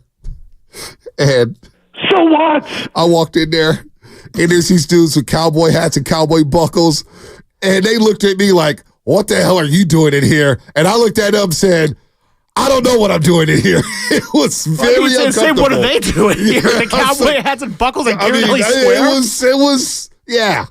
Yeah, it was a place that I probably... Don't talk about that. Let's just go to Kyle and Walnut Creek. If you guys know, Hi, Kyle. What's going on, guys? How are you? I'm good, Chilling. Kyle. Big chilling. Having some fun. How are you? Bonte, you mentioned Madrid earlier. Yeah. I was very, very lucky to be able to go to El Clasico last Sunday. Wait, you were in El Clasico? At that new stadium? You were there? Yeah, at the new stadium. We were 6 rows behind the goal. I could see Antonio Rudiger's he could if he were looking in our direction, he would be able to see me or anyone. We were that close. It was absurd, man. So can I ask you? Can you explain? Can you explain to Yastrzemski the scoreboard, the stadium, the grass, and everything like it? Because it is unbelievable. It looks unreal. Dude, if you're a soccer fan or not, like, you walk into that stadium and you don't even have to understand the history of Real Madrid to just have your jaw drop. Like, it is absurd how many people are there. It's 6 stories high. They build up, not out, in that stadium. So you got people stacked on top of each other. Like, and then on top of that, you get to mix it up. They're playing Barcelona. I mean, think of the biggest rivalry you can think of in American sports and multiply that by 50. Like, the fans in Madrid are unreal, and you can't. This is something I didn't know until I got there, but in Spain, in La Liga, you aren't able to drink inside the stadium, so you have to drink before. And you have thousands and thousands and thousands of fans at like 20 or 30 of these bars around the stadium just going nuts before they all walk in, and then it's just all about football. It was unbelievable. So if you ever get the chance, go to the Bernabeu if you ever end up in Madrid. It was a life-changing experience. Oh, my gosh, Kyle. I'm so jealous. You got to, Shasky, you got to Google the stadium. The stadium looks unreal. Unreal. Good call, Kyle. Let's go to Muna in San Francisco. Muna has a venue that I love. Muna, what's happening?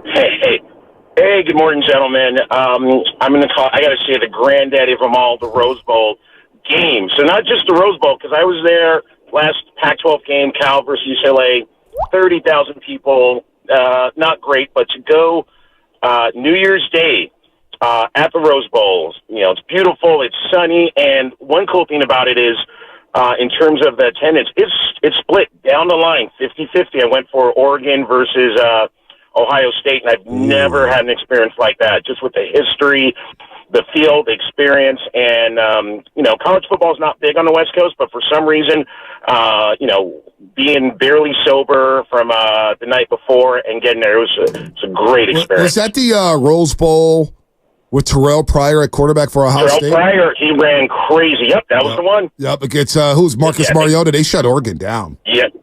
Oh yeah. So I was going for Oregon, but it was a great game, and it's just a great experience. And it's sad that we'll never quite have that again with the Pac-12 and the Big Ten. But it was a great experience. I love that. What are you laughing at? You bring up Terrell Pryor, and it's just as a thrower of the football, he just wasn't there as a quarterback. I just think of him and that quarterback option he had in the very first play from scrimmage against the Steelers. And Polamalu bit so hard. He ran like 90 yards. It was the longest ever. I think Cam Newton might have broken it. I actually thought he was a decent receiver. No, he was. I thought he had a lot of talent at quarterback. If they just worked with him. He got jobbed at Ohio State. He did. The whole suspension was ridiculous. Remember, looking back at like how the NIL is now, the kid got some tattoos. I mean, what are we doing to Jim Tressel? Remember Drew Henson, how he was like this high school phenom, and he goes to Michigan, he's baseball, football. I remember when Terrell Pryor was a senior, I think it was Jeanette, Pennsylvania is where he played high school. Jeanette, I could be wrong. You want to look this up, Spadoni. Jeanette, and they were wearing like all blue, Jeanette, PA. Terrell Pryor was like the guy coming out of high school. And I think his final two were like Oregon and Ohio State, may have been Penn State on the list. And he was supposed to be that dude. That dude. He was on the cover of Sports Illustrated in high school, wasn't he? Yeah, he was like the guy. The guy. I thought he was going to be a Hall of Famer. Like, just from reading about him in high school to watching him in college, I thought he had all the tools to be an all-time great. I'm hearing everybody's stories, and I'm listening to all this stuff, and I'm seeing places that you got to be in at points in time. I think there was an argument you wanted to go see the big three at either Oracle or at Chase Center in their primes. KD, Steph, and Clay? Dre, Clay, and Steph. I think for a lot of people. Big three. Yeah. No, it's been some good times here in the Bay Area. Because in my mind, like I'm thinking about like, I'll go to the United Center and see Jordan, you know what I mean, and Pippen in their prime. I don't even go to United Center. I go to Chicago Stadium. Okay, fine. Mike Kolsky, our good friend Mike Kolsky, used to tell me stories. His dad used to take him to games at Chicago Stadium, and the players would come from under the court, kind of like Minnesota, the barn, where they come upstairs. And Kolsky, it's the loudest venue he's ever been to this day. Wow. To this day. Now, you brought up, I'm surprised we haven't even brought up the Super Bowl, maybe because the Niners lost. But just being at the Super Bowl. But see, the Super Bowl, it's a corporate crowd. And I think it's a disservice to the fans who spend all their money, all regular season, all playoffs, and they don't get to attend the Super Bowl because of the outrageous prices. I don't even know if this, it's up there. I don't even think it's a top 4 or 5 Niner game I've been to, and they lost in overtime in the Super Bowl. And that's an absurd thing to say. I know that sounds absurd, and I'm not trying to, I've been very lucky and very blessed to be able, I had season tickets forever to go to lots of games, and they lost in overtime. And in terms of experience, the Lions game was better. Coming back from 24-7. Yeah, that one was. I was gonna go. I've been to way better games for the Niners. In terms of just the atmosphere being different, and it's to your point about the corporate crowd. Yeah, it was frustrating because it feels like the real fans aren't allowed in, and money gets the cash, the casual fans in there, and it does stink. We've been fortunate watching the big three, not only at Oracle or Chase, but what about in Boston and Toronto?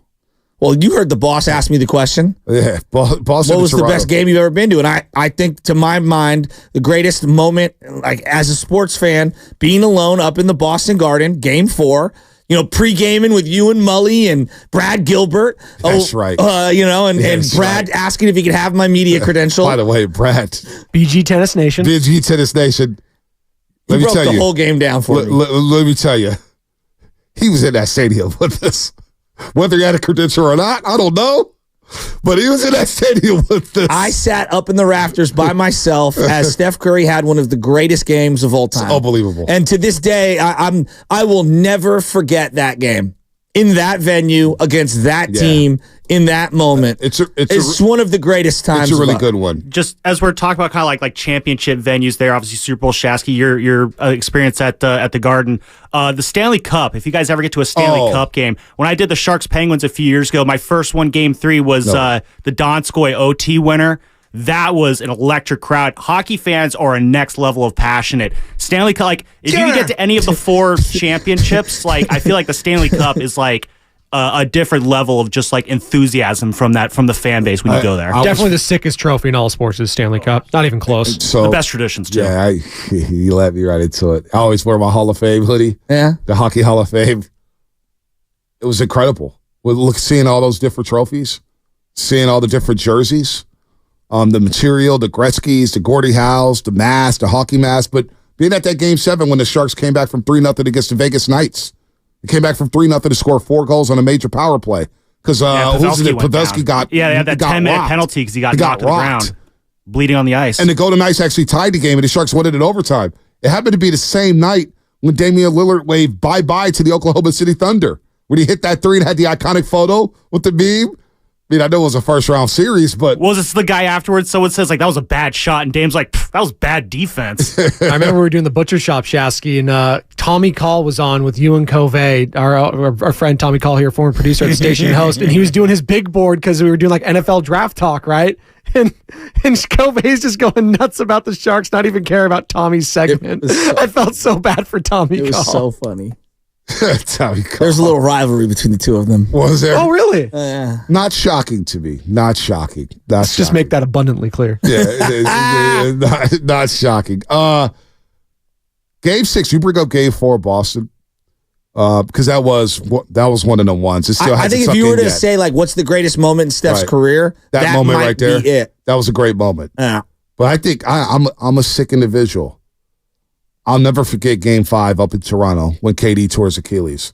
And that scene and the vibe of when he walked off that floor being helped off by Andre Iguodala, Dr. Rick Celebrini, Stephen Curry's walking behind him. And it's like, yo, you're about to get eliminated, Dubs. And I get it. And DeMarcus Cousins, nobody ever remembers. He comes in and has a great spurt in the second quarter. And then at the end of the game, Kawhi hits the 2 threes. You're like, oh, Toronto's about to win it. And then Clay, bang, bang, bang. You're going back to Oracle in Oakland, California. You're like, wow. But that whole scene of watching KD warming up, KD coming back, KD hitting the threes, KD getting hurt, and the Warriors still somehow, some way finding a way to win that game, just in terms of environments, that was just surreal. Because the Toronto Raptor fans thought they were done. When they saw Kevin Durant, he hit those threes. That crowd was so quiet. And they were rabid the first 2 games. They were looking around each other like, oh no, we're not going to win the championship. So that was I'm just thinking about moments. It's like that was surreal. That was surreal. Speaking of Kevin Durant and the Phoenix Suns, what the hell are they going to do? What the hell are the Suns going to do? So they don't have a draft pick until 2030. Yeah, no first round picks, no second round picks. And I'm glad you're getting into this because do want to get into this. LeBron lost last night, and this obviously I've been chanting about LeBron to the Warriors for a long time, and people might be nauseated, but like look at the options. The Warriors don't have a lot of options when guys become available. Now, I'm looking at an article from Marcus Thompson in The Athletic where he brings up, and I'll just rat-a-tat-tat some of the names that he references. Zach LaVine, Brandon Ingram, DeJounte Murray, Miles Turner, Lauri Markkanen. Then he gets to I call the big boys. Paul George, Kevin Durant, DeMar DeRozan, who I still believe is more of a, tick down from these guys, and LeBron James. So I guess I have a question to you, Bonte, and the Warrior fans that are out there. You get one of these guys. We all agree they're multiple moves away, but you could start with one of these guys. Who's the guy you want and why? I'll even add some names. I'll add Joel Embiid, and I'll add Giannis Antetokounmpo in there.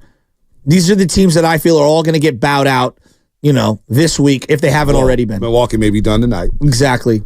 So, if Kevin Durant's out there, the Warriors should sniff on it. Even though he's not what he was, just 4 or 5 years ago. I would still be sniffing around that. LeBron James wants to come here, I'd be sniffing around that too. My number one of the old guys, Paul George. I think Paul George is the guy I would want. I think he's got the most left in the tank, and I think he fits defensively, offensively, as a off-ball shooter, as a playmaker with the ball in his hands in the half court. He could guard a lot of the primary options that are out there. He's a rebounder. I think he's a winner. He'd be perfect. Bless you. Kevin Durant this year, 27 points, 6.5 rebounds, 3 assists. Complained after the season, or apparently complained that, he was just being relegated to the corner of the offense to try to get Bradley Beal going and try to get Booker going. I noticed the offense wasn't a fluid offense, and Grayson Allen yesterday was talking about their point guard position. Nah, we don't need a point guard because that took the ball out of the heads of Booker and Bill, and I disagree with that. Apparently Vogel wanted a point guard. He was adamant about getting a point guard. They didn't do it. So you bring up Embiid, Giannis, LeBron, KD. My question then would be to you, who's the best fit with Stephen Curry?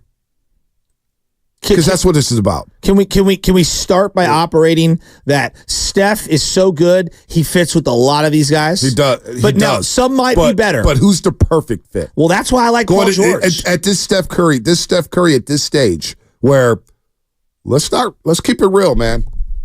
He played great. Steph's an all-time great.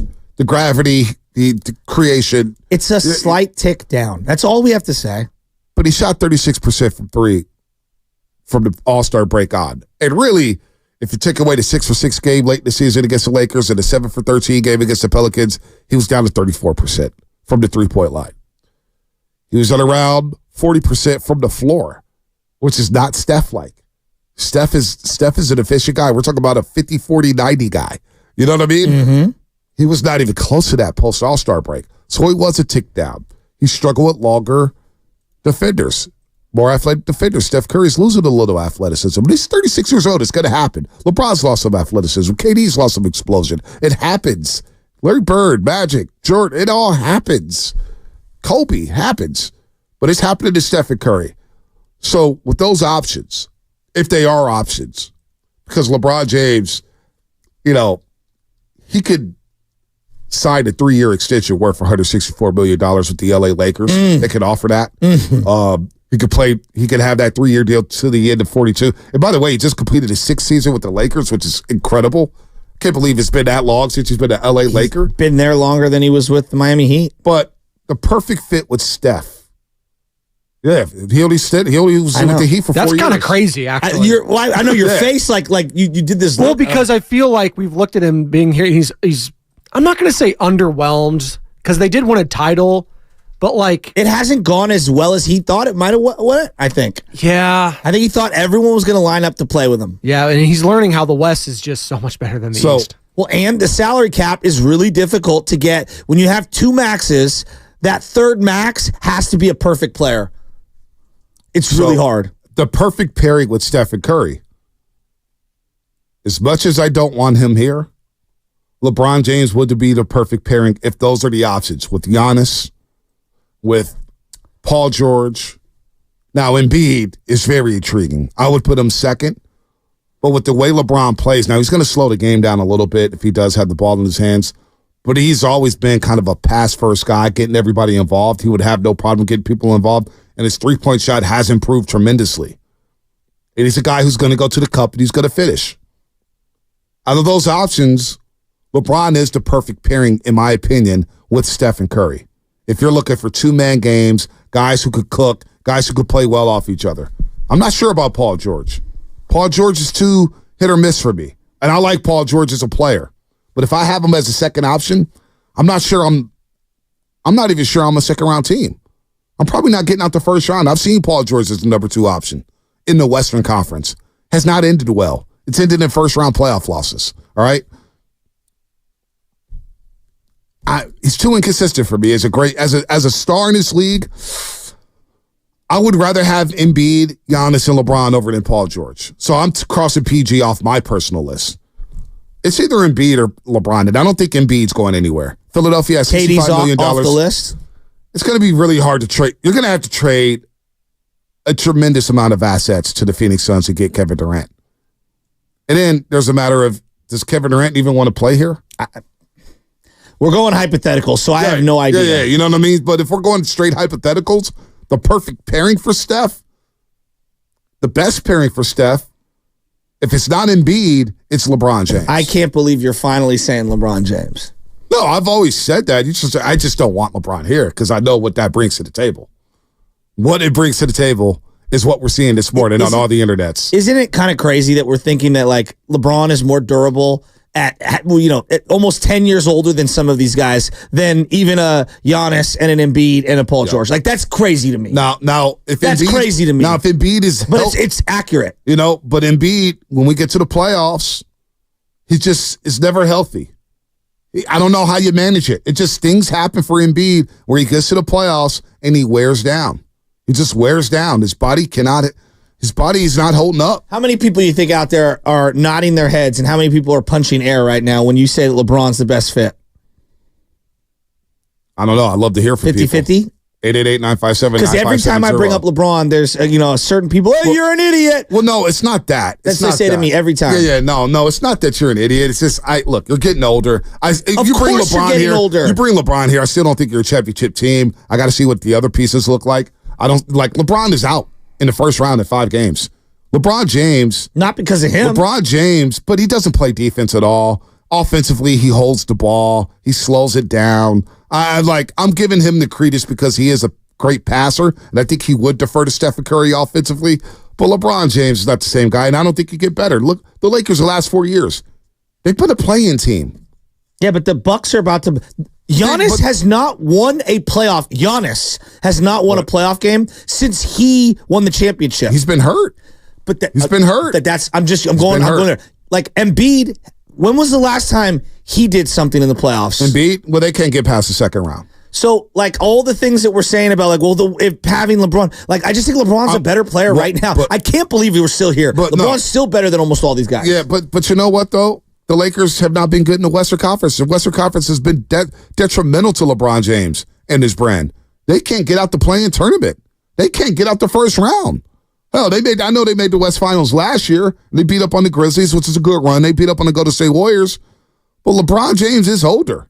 So, these options that we're talking about, and these are all hypotheticals. Yeah, we're all hypothetical. Trust me. Yeah. I don't want LeBron James on the Golden State Warriors. Me personally. Then who do you want? I don't want LeBron. But then is what I don't want. I don't know who's available. Well, I want I'm a comparable allowing you team. to have whoever you want. I want a comparable team. You know what I'm saying? I don't want LeBron because of everything that comes with LeBron James. We're watching it play out in real time. So, okay, of the guys Levine, Ingram, DeJounte Murray, Miles Turner, I'm just throwing out the names who could be available. Lauri Markkanen, Paul George, Kevin Durant, DeMar DeRozan, LeBron James, Embiid. I would probably lean Embiid.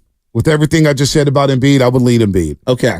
Because of his screening ability, his ability to go down to the cup and just get buckets, his ability to get to the free throw line, the ability to hit the three, his ability defensively. Now I got a big to go up against the Minnesota Trees, to go against that Joker in Denver, Nikola Jokic. I got another big who can go up against DeAndre Ayton. I got a big who could shut down Derek Lively the second and Daniel Gafford down in Dallas. I got a big who could shut down Şengün down in Houston. I need a big. Does Embiid? I feel like Giannis commands the most, but does Embiid command the second most in a trade? Probably. In terms of what you're giving up? Probably, yeah. Probably. But that's why I like Paul George, because you could do a sign and trade. He's a free agent. If he chooses you, the leverage becomes all in your favor. Same thing with LeBron James. Like, the leverage is all in your favor. It's still going to cost you, but it won't cost you as much as someone who's locked into a 4 or 5 year deal. Gosh. You know, like, I think Brandon Ingram's an intriguing player. I think he has flaws. Brandon Ingram was put up in the torture chamber, and he is still locked up. He was not. All these guys have a flaw. He said last night he did not have a good year, and I totally agree. Brandon Ingram took a step back. He's got 1 year left on a $36 million deal, 27 years old. I'm looking outside the box, and I'm trying to find different fits that are out there. And when a guy becomes available, it's because they have a flaw. We're just having a conversation. That's all. No one's giving up, SGA or Luka. Brandon Ingram would be intriguing because New Orleans does have to make some changes. Can Draymond play with Embiid? Well, that's a great question. I think he could. How about Draymond with LeBron? LeBron's going to have the ball in his hands a lot, and he wants to go downhill. I don't know. I don't like Draymond's fit with LeBron, because you got to have shooters around LeBron, I don't know if I love and then like Embiid. I got to kind of see that. I think it can work, but I got to kind of see it. I think Embiid is probably a better fit alongside Draymond than LeBron. That's an enigma. That is something that you have to build your team. You have to build it in such a unique way. You have to bake that into where, okay, Draymond in a half court is going to have that ball at the top of the key.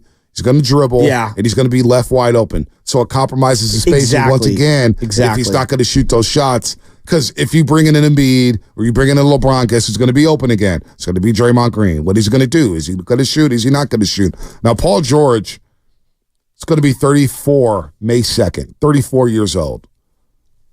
Very solid piece. Can he be a second piece on the check? Because the way my mind is working right now, Shasky, is how do I get back in the championship contention with Stephen Curry? And it feels like with Minnesota and OKC and the way they're playing right now, it's like, boy, it's going to be a challenge. Denver's not going anywhere. They have to improve their bench, but they're not going anywhere. I don't know. I do not know. With this Kristaps Porzingis injury, I'm looking at Boston, and I'm saying to myself, boy, Boston, if you stub your toe and you end up losing in the playoffs, are they going to just roll it back again? Like, they were phenomenal this year. Are they going to roll it back, or are they going to make moves? Could you get a Jaylen Brown? Could you get a Tatum? Speaking of Embiid, he is now listed as questionable today with a migraine. He's not at shoot-around. Poor guy. He's had a rough He's got Bell's palsy. He's got a knee injury.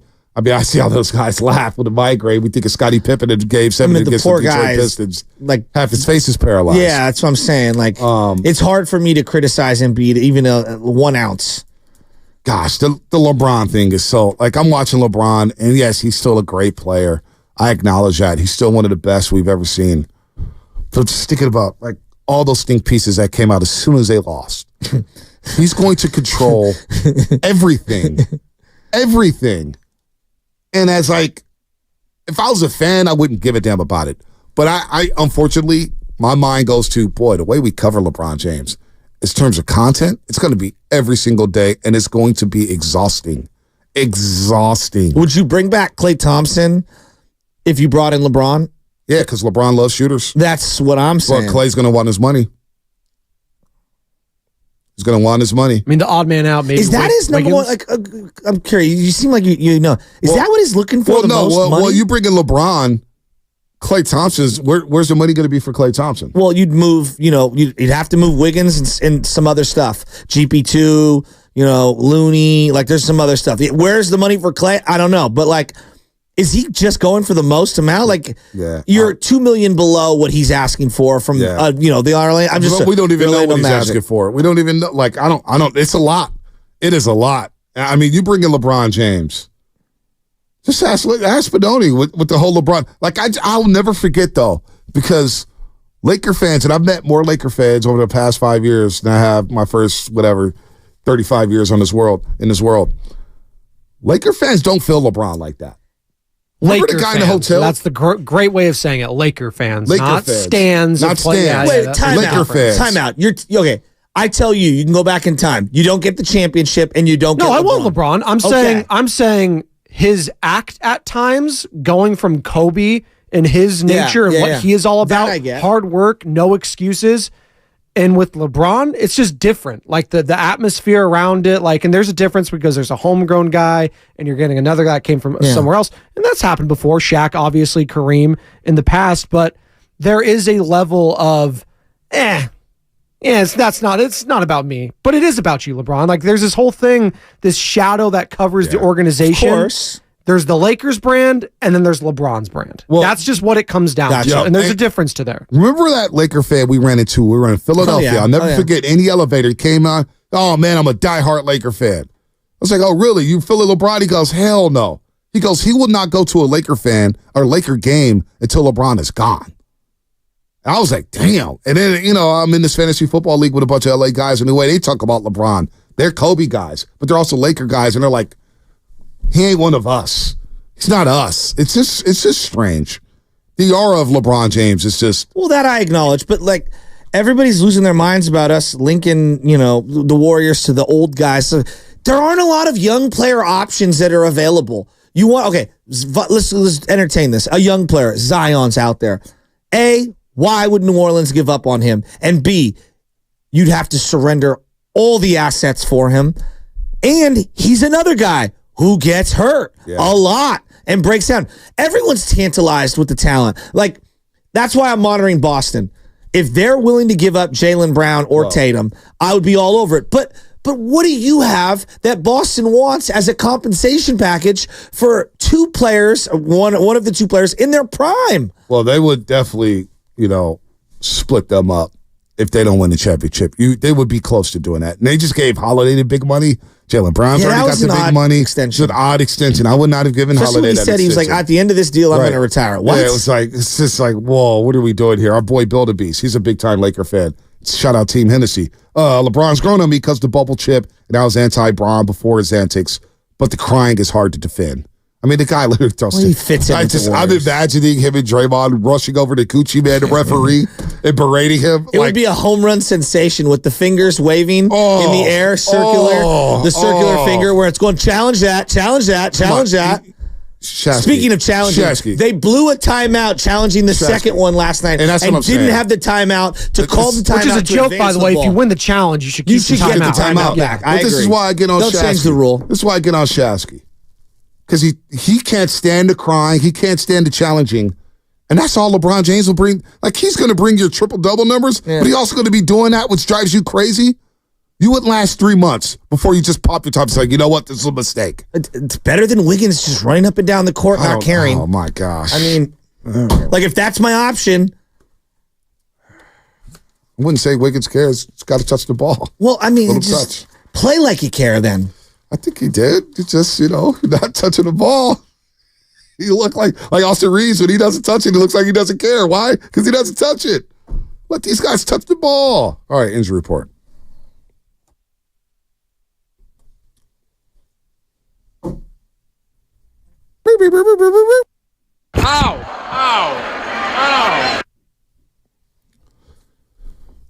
Oh, the Oakland Athletics.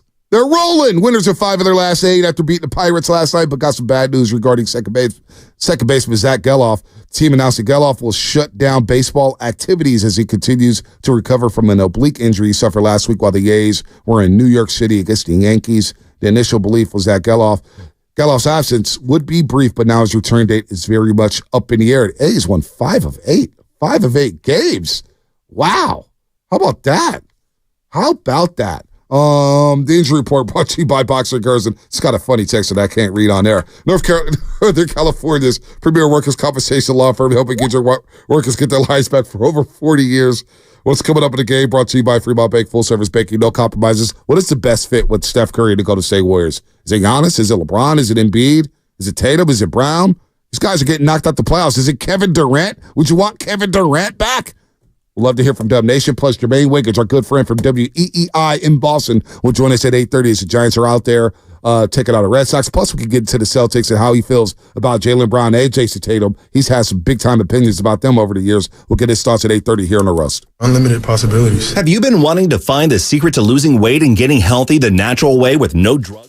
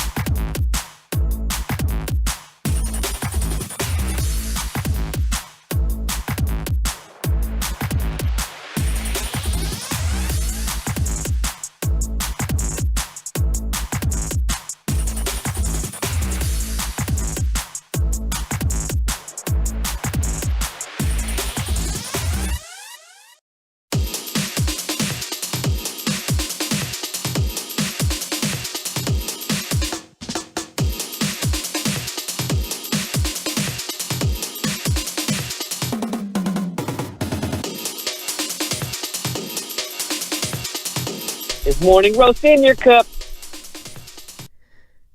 Good morning. Is that what she said? Good for you. Yeah, she does his voice to the baby. Good morning. I'm like, you never do that for me. Take the dogs out to the potty. Damn. I'm trying to think when I say good morning to baby Chaz. Change the diaper, Genie. You do a certain, and it's different for boys versus girls if you ever have a boy Bonte, but every time I get home, hey, baby girl, every single time. You have to just do it. You do it. Come on. My baby. Give him a little fat kiss on the cheek. I thought you were going to go, my baby back ribs. I thought you were going to bust out into that. My baby back, baby back, baby back. Right now. You know, Chef Tyler from Miller Lux sent me this video. Okay. Where's Paso Robles at? Paso Robles, isn't it south? South? How far? I think it's between here and San Luis Obispo. I could be wrong. Dude. Is that correct? I could be wrong. Dude, Chef Tyler's got like... It's off the top of my head. There's like this barbecue festival. Okay. And I want to talk about barbecue. It's happening in May. And I'm like, wow, that's dangerous. I haven't had any good barbecue in a very long time. Very long time. I could use some good barbecue. Our boy, man, what's my guy's name? He works at Chase Center. He's been wanting to bring barbecue here for the longest time. You know who I'm talking about. I always see you in the media center. I always see you walking around. So, Paso Robles, take 101 all the way down. And yes, it is on your way to San Luis Obispo. This was a bit of a drive. Yeah. Can we take a private jet there? Hey, Paso Robles, there's a lot of farms and stuff out there. Yeah, there is. If you were courting LeBron, would you start with Paso Robles? It's a joke. I got another text from a Laker fan. Our boy Lee Hubbard. I am a Laker fan. It's not the LeBron era. Too prissy and pretentious. Great player, but too much stuff is going on around him. The aura. I'm telling you, man. I'm telling you. We want them problems. By the way, good morning to everybody out there. Oh, baby, oh, baby, oh, baby. Shout out to YouTube, Twitch, and Twitter. Wait, we're on Twitter too now? Oh, that's dangerous. Let's not look at those comments. Brought to you by First NorCal Credit Union. Upgrade your savings dividend. Open a First NorCal First Class Money Market today. And you can now download the Odyssey app directly from our YouTube and Twitch pages. We have added the QR code on both pages. Shout out to the Xfinity Mobile text line. By the way, Spinoni trying to send me a tweet last night. When they did challenge that AD play, there was 3 different fouls on that play. Yeah. The body, the hack, the body again, and they call it minimal contact. I mean, Jokic got mauled there. And I don't know if you heard Mike Malone after the game. He goes, yeah, Jokic had a great game. Went 0 for 0 from the free throw line. Basically mocking the referee, saying, how does my big not get fouled to get 1 free throw attempt? Well, you know what time it was. Just didn't want it as much. That's what really did the Lakers in. If they just made their free throws, they won the game. They couldn't do that. It's tough. Spencer Dinwiddie. Or D'Lo, pretends to show up. Well, he's checked out. Did you not see the last game where he was on the bench on the side? He's done. He's gone. Maybe he'll be a Warrior. We've gone down that road before. Yeah, I'm cool. I'm cool off him. It worked out in the end. Yeah, we got a championship at Kuminga and Wiggins. And what did he last 4 months with the Warriors? Yeah. It was a fun game. Boy, that was a time. It's always a fun game. Let's go to Shasky's favorite guest, Brian at Palo Alto. Ooh, BPA. Right. Hey, we let him out. We let you out on parole, BPA. Hey, raise the intelligence of this show. We let you out of parole. We let you. You're good. You're good. You're good today. Yeah. Thank you. I'm staying calm and control and reasonable. So look, the narrative sort of coming out on sort of the Warriors stance, I don't know how accurate it is, by the way, but it's coming from people that claim to be Warriors insiders. It's sort of it's over. Let's just kind of run back the nostalgia play and not embarrass ourselves, right? That's literally been written by Kawakami and others, that's the new strategy. That's the new light year strategy. Let's not embarrass ourselves. And so I think it'd be a good idea for Lake Up to come out, and state what the plan is or the mission, because that does not sound like him. I can't imagine that Joe Lakeup is saying, let's quit and just not, fall on our face and embarrass ourselves, right? and let's die with dignity. I can't imagine that. And so I looked at like their cap position, and like if you take CP3 and Looney out, neither of which are guaranteed contracts, you don't have to pay them a dime as far as I know. They only have $132 million committed from a cap standpoint next year, right? If Clay walks, yes. Yes. Okay, got it. But like you know, I think the first apron's 172, the second apron's 190. They're in a lot better position than any other contending team from a cap standpoint. They do have assets. They do have draft picks. Like, there's a lot of optionality on the table, and I don't think setting a message of we quit, let's die with dignity is a great strategy for them. And it's, you know, that's the creeping assumption. Well, and so I think it'd be a good idea to say, hey, like, I mean, did they even have, on a good team, did they even have a third option last year? No. Like, I guess maybe Kuminga's a third, Clay's a fourth. And so, like, just could we try and get him a second option? And like, it's very possible that you could. Could you get Giannis? You believe they could get Giannis? I don't know. Like, obviously, like that would, to me, Giannis is ideal, right? Because Giannis can just, you know, like, if they're going to go out and extend Steph and put 2 and 3 guys on him, Giannis will absolutely punish people for doing that, right? And so, but I mean, all of those options, LeBron, KD, they're all infinitely better than what we had, right? Yeah. Listen, BPA, I can guarantee you this, BPA. Look, as the Warriors, their goal obviously is to slash a little payroll and try to get under that tax in the first and second apron. If there's a deal on the table to make the Warriors better and get the Warriors back in contention, Joe Lacob will make the deal. At the end of the day, Joe Lacob wants to win. Best believe that, so don't get it twisted. Don't get it twisted. Whatever you read, whatever you hear, I can guarantee you this. I'll put my bottom dollar on this one, Shasky. Joe Lacob, if there's a move out there to be made, he will make it to try to make this team better. The goal is to win. Win, win, win, win, win, like J-Rock. Win, win, win, win, win. Joe Lacob wants to win. I don't think whatever, I know there's people that are writing certain things and they may have some information or whatever. I'm just going off the track record of the team. I don't think staying stagnant is something that they're going to do. No. I don't think rolling it back and dying with dignity or whatever phrase BPA was alluding to. And I'm not mad at BPA because I get it. I read the same things he's reading, and I'm kind of roll my eyes at some of that stuff. That's just not how they operate. No. That's not how they operate. And I think this last year was the nostalgia tour to see if they could grasp it, and they earned the right to run it back. And they've only lost one time in the Western Conference to that point. And well, now it's 2 times. You know, you've been fully healthy 2 times, and you're older. They know the Warriors aren't dumb. Now, it takes 2 to tango. There might not be a trade out there that they can execute. There just might not be something out there. Well, now, that's a totally different conversation. And if that's the case, you know, you and I have kind of kicked this around, and like, that's where maybe, you know, shredding for the wedding might come up. Meaning, like, let's lose some LBs. Wow. I could use a few. I could do that as well. Use a few more LBs. But you know what? That leaves me to Kuminga. Okay.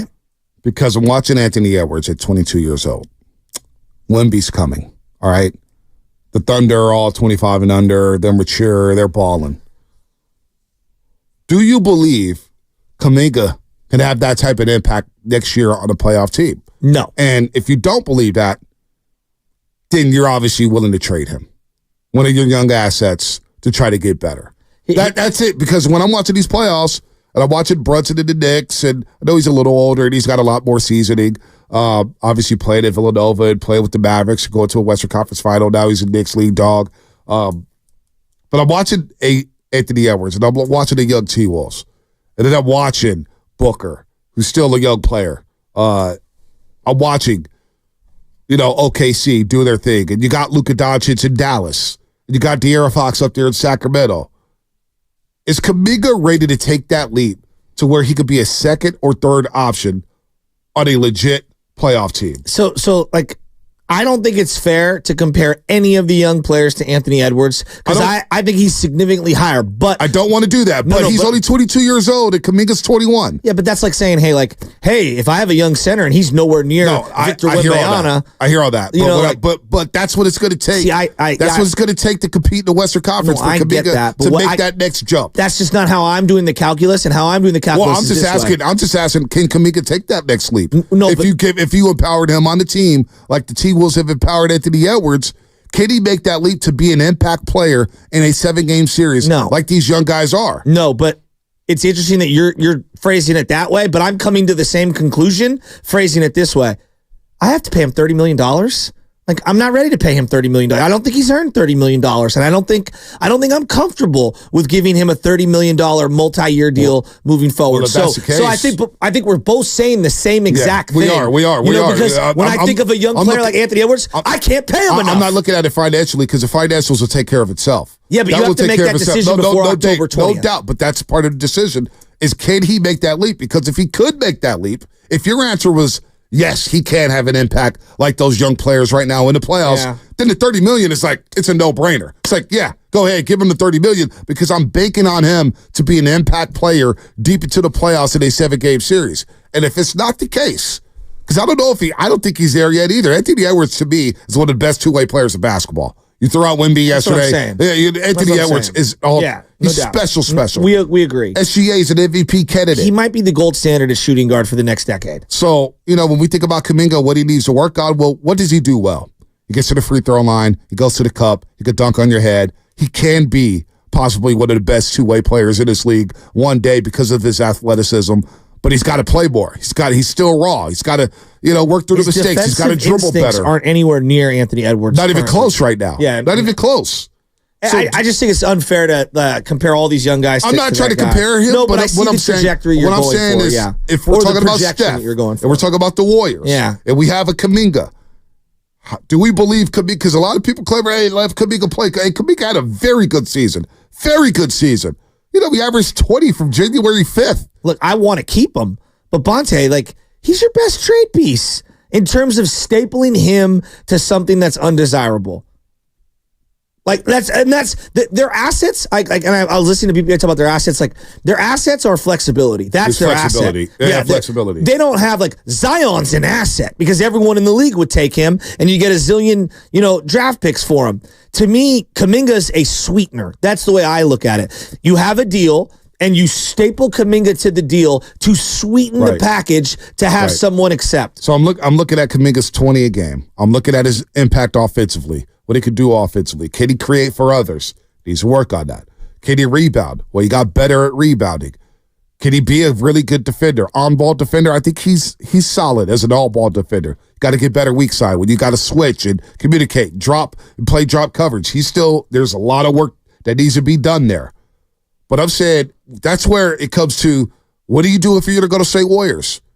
Do you actually have to package Kuminga to get better? Yes. You may have to. I think you have to. You may have to. I'm coming to that conclusion. I'm the biggest Kuminga fan out there. I don't want to trade him. But I think But you want to maximize Stephen, because this is what it's about. You have to maximize the best player in your franchise's history, Stephen Curry.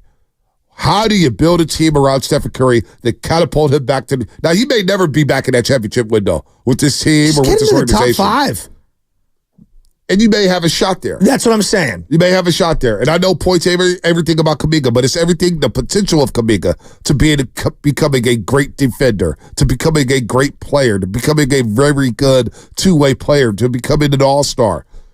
How long do we have to wait for that? And that's why I was just asking the question. And we're coming in without the financials. I'm looking at it from just strictly basketball. Yeah. And I'm looking at these young players right now playing in these playoffs.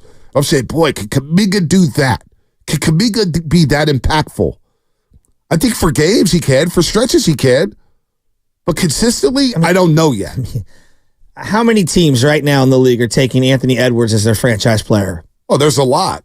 There's a lot. 20? But when I'm looking at these teams, though. Franchise player. I'm looking at these teams, though. When you look at Denver, right? Michael Porter Jr., Aaron Gordon, obviously Jokic, KCP. You look at OKC and all their length. We haven't even talked about Jalen Williams, Josh Giddey. You got Chet, obviously. You got Lou Dort, the torture chamber, who's shutting down everybody. All right? You got the Mavericks with their length and their young assets and their young centers. And then, of course, you got Kyrie and Luka. And then you got Minnesota and all their length and all their size Paul George and all their and the athleticism. The Clippers have size. I'm not sure if they're the most athletic now, but they definitely have Paul length. George. Zubac is you got to guard him too. That's why I'm hesitant to move Kuminga because he's one of my guys who could play, who's long on the wings. Yes, but if Kuminga, you keep him, again, you're going to have to pay him. But no doubt. But if you trade him, you best get some size and some length. That I agree with. You can't get smaller. You can't get older and unathletic. But this is kind of like right now it feels like a fork in the road situation for the Warriors. It's either we're shredding for the wedding, as in us trying to marry ourselves to another young player down the line, or we're doubling down on old and we're gutting everything to get one other significant player and then retinker the rest of the roster on the fly. Yep. Like to me, it's one or the other. Standing stagnant is not an option. It's just not.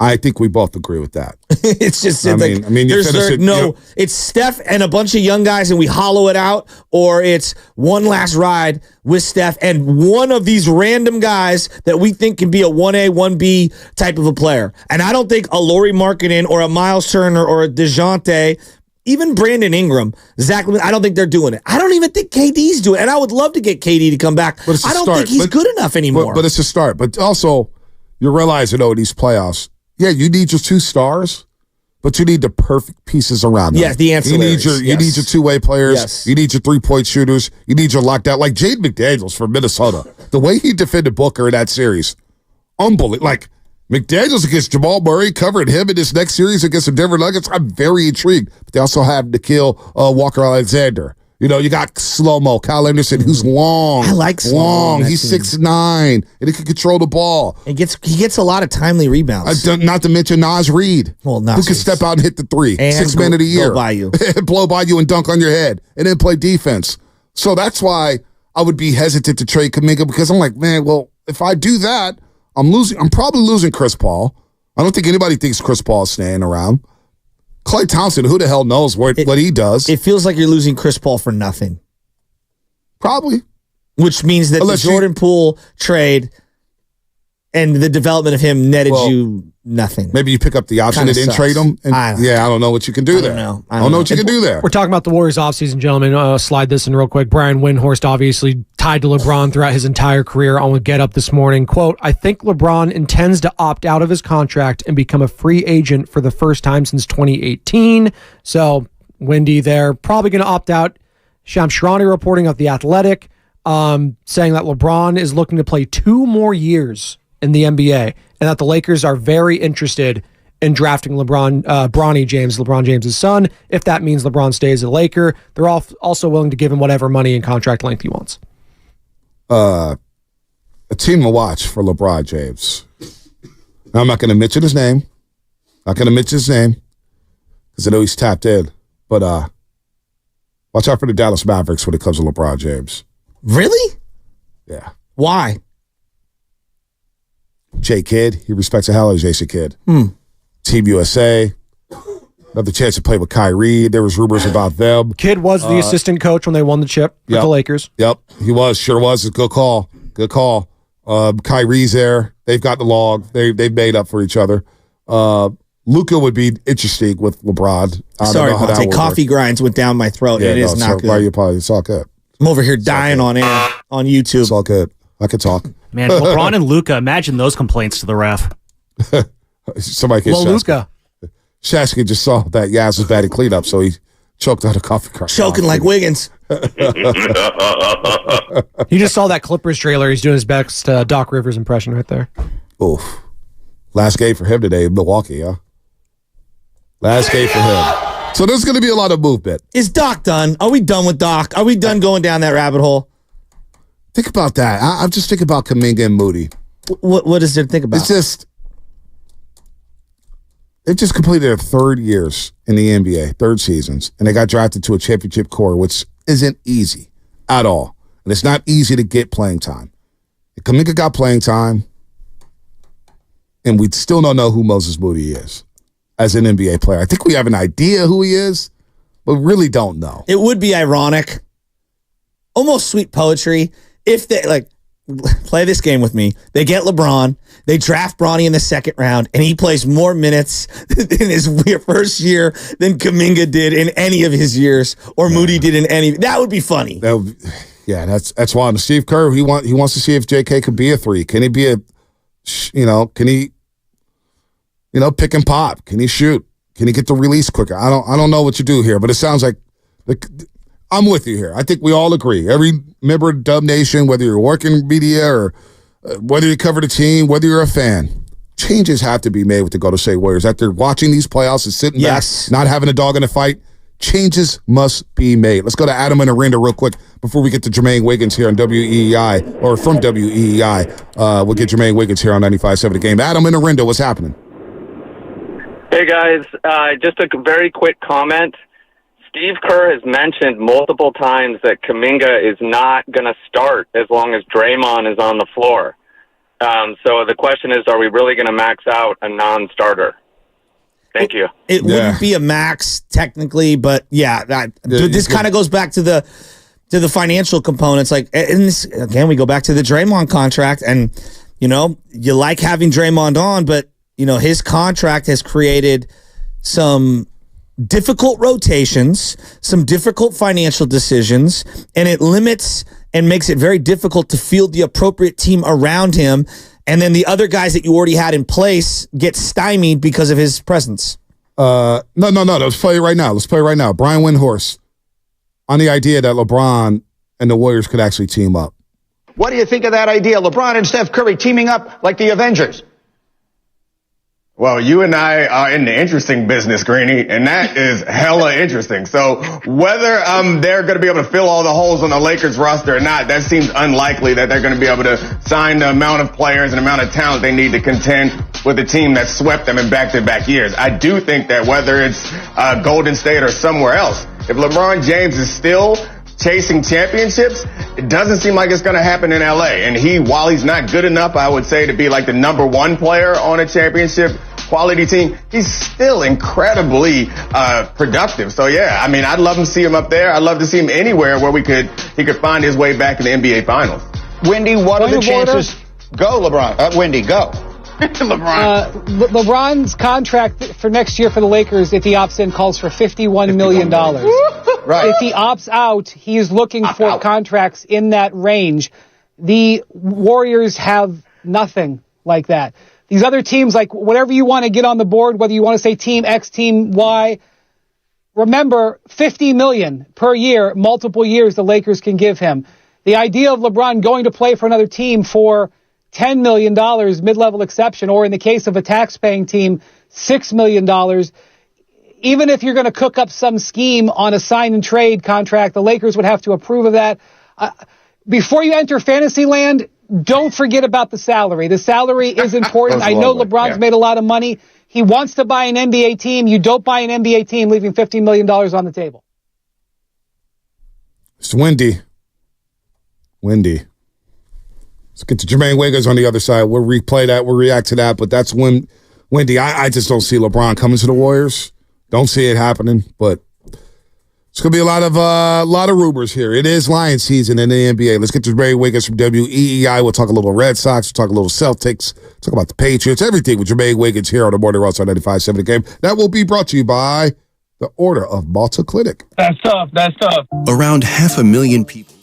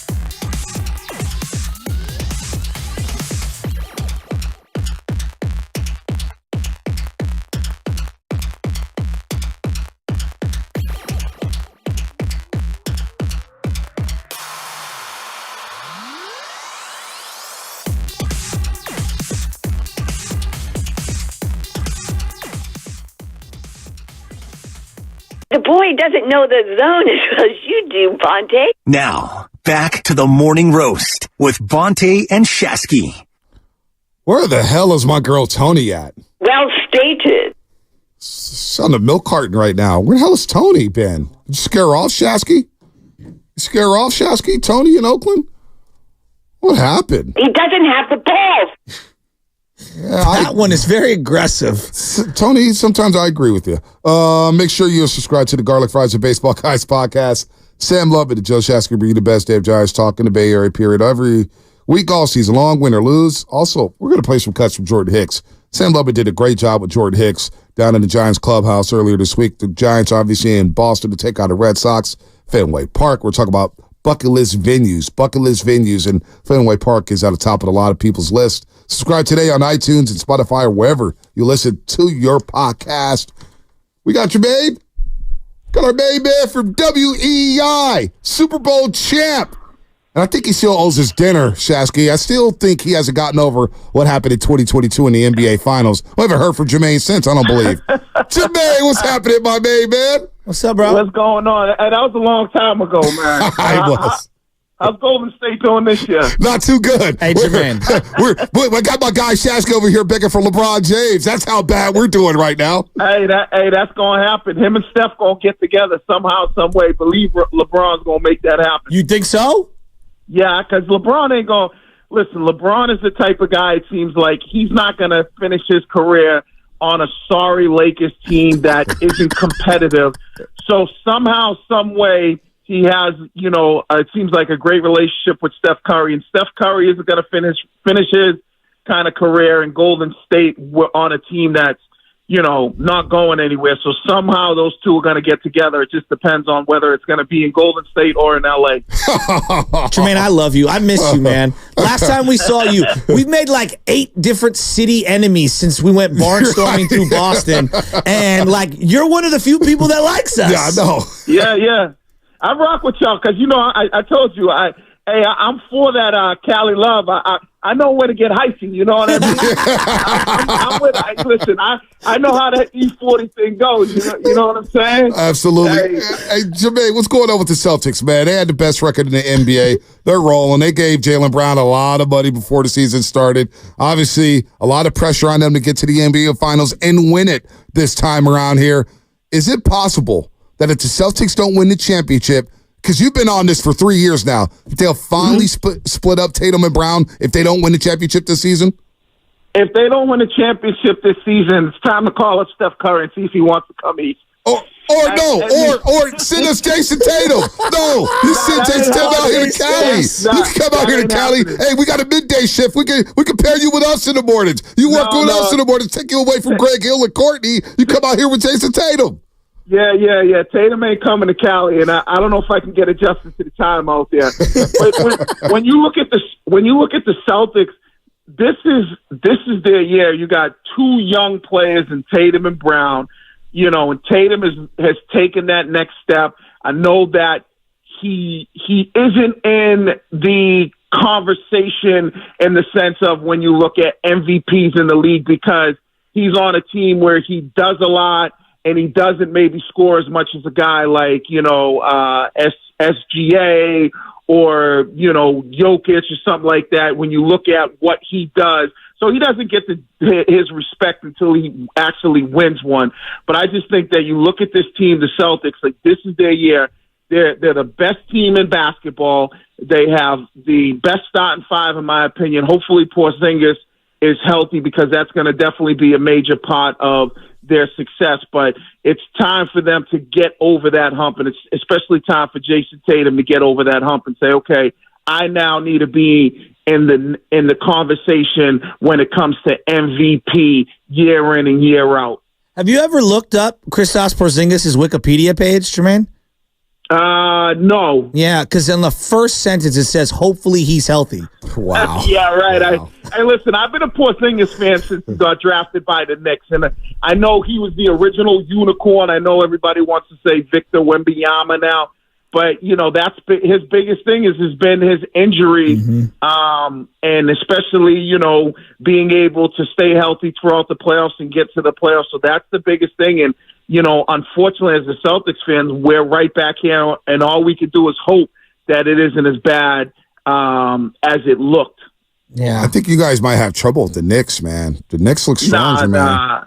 Nah, we're not worried about the Knicks. Listen, I love Jalen Brunson. I think he's a tremendous player. Obviously, his dad is from around this area. His dad was an unbelievable basketball player in high school, and then had went on to have a really good college career. So everybody knows Rick Brunson around here, and I think Jalen's doing a great job. But, they're not the same team without Julius Randle. They're a scrappy team. They're going to work hard. But if the Celtics do what they're supposed to do, there's not a team that's going to get in their way in the Eastern Conference. Their toughest task is probably going to either be Minnesota or Denver, whatever one of those teams comes out of the West. I want you to let everybody in the New England area, Massachusetts, Boston, just let everybody know. I got a bone to pick with y'all. You guys traded away one of the greatest baseball players I've ever seen in my life in Mookie Betts, and he's been a thorn in our side. I can't believe. I'm telling. My dad said he's the closest to Willie Mays in terms of running the bases, arm strength, the talent at the plate to hit for power, contact. He is a complete ball player. Now he's playing shortstop, for crying out loud, at a high level. Right. That's one of the worst trades in baseball history, and you guys traded away Babe Ruth, for Christ's sake. Well. If you really go back to the Mookie Betts trade, let's give a little kind of timeline of how it broke down. The Red Sox supposedly offered him $300 million, and at that time he didn't want that, and I think he ended up signing with the Dodgers for like $350. So it was a dumb move on the Red Sox part, not giving him the extra $50 million. But I guess if he really wanted to stay here, maybe he might have took the $300. But I agree that you should have never let him get away. But the biggest problem in baseball, and it's hard to see these players, and most of them, you get through a 10, 11-year contract, and then after year 5 or 6, you end up paying $40, $50 million a year for a guy who's not giving you the same type of production. And with a guy like Mookie Betts, he's not the biggest guy, and when he gets later in his career, you can't really move him to DH. It's not like a Shohei where you can kind of move him to DH and you can kind of get your money's worth for it. So I think that was part of the Red Sox issue in going maybe to $350. But yeah, he's done a tremendous job for the Dodgers, and he's arguably probably one of the best baseball players right now in the MLB. No doubt. We're talking to our main man, Jermaine Wiggins from WEEI in Boston, part of the Craig Hill Show. Does a great job out there. Super Bowl champ with the Patriots back in the day. Their first Super Bowl championship, of course, with Bill Belichick and Brady. And Jermaine, just overall, before we shift to the Patriots and what they did and whether or not they were interested in Brandon Ayuk, what is the state of the Red Sox? We're 2.5 back of the Orioles. It's very early in the season, but we haven't heard much of Boston over the past few years. How are people feeling about the Red Sox? Because I felt like a lot of Red Sox fans were down on the franchise, but they got some players. Devers is a really good player. I think they have some young talent. How are people feeling about the Sox this year as the Giants are in town to take you guys on?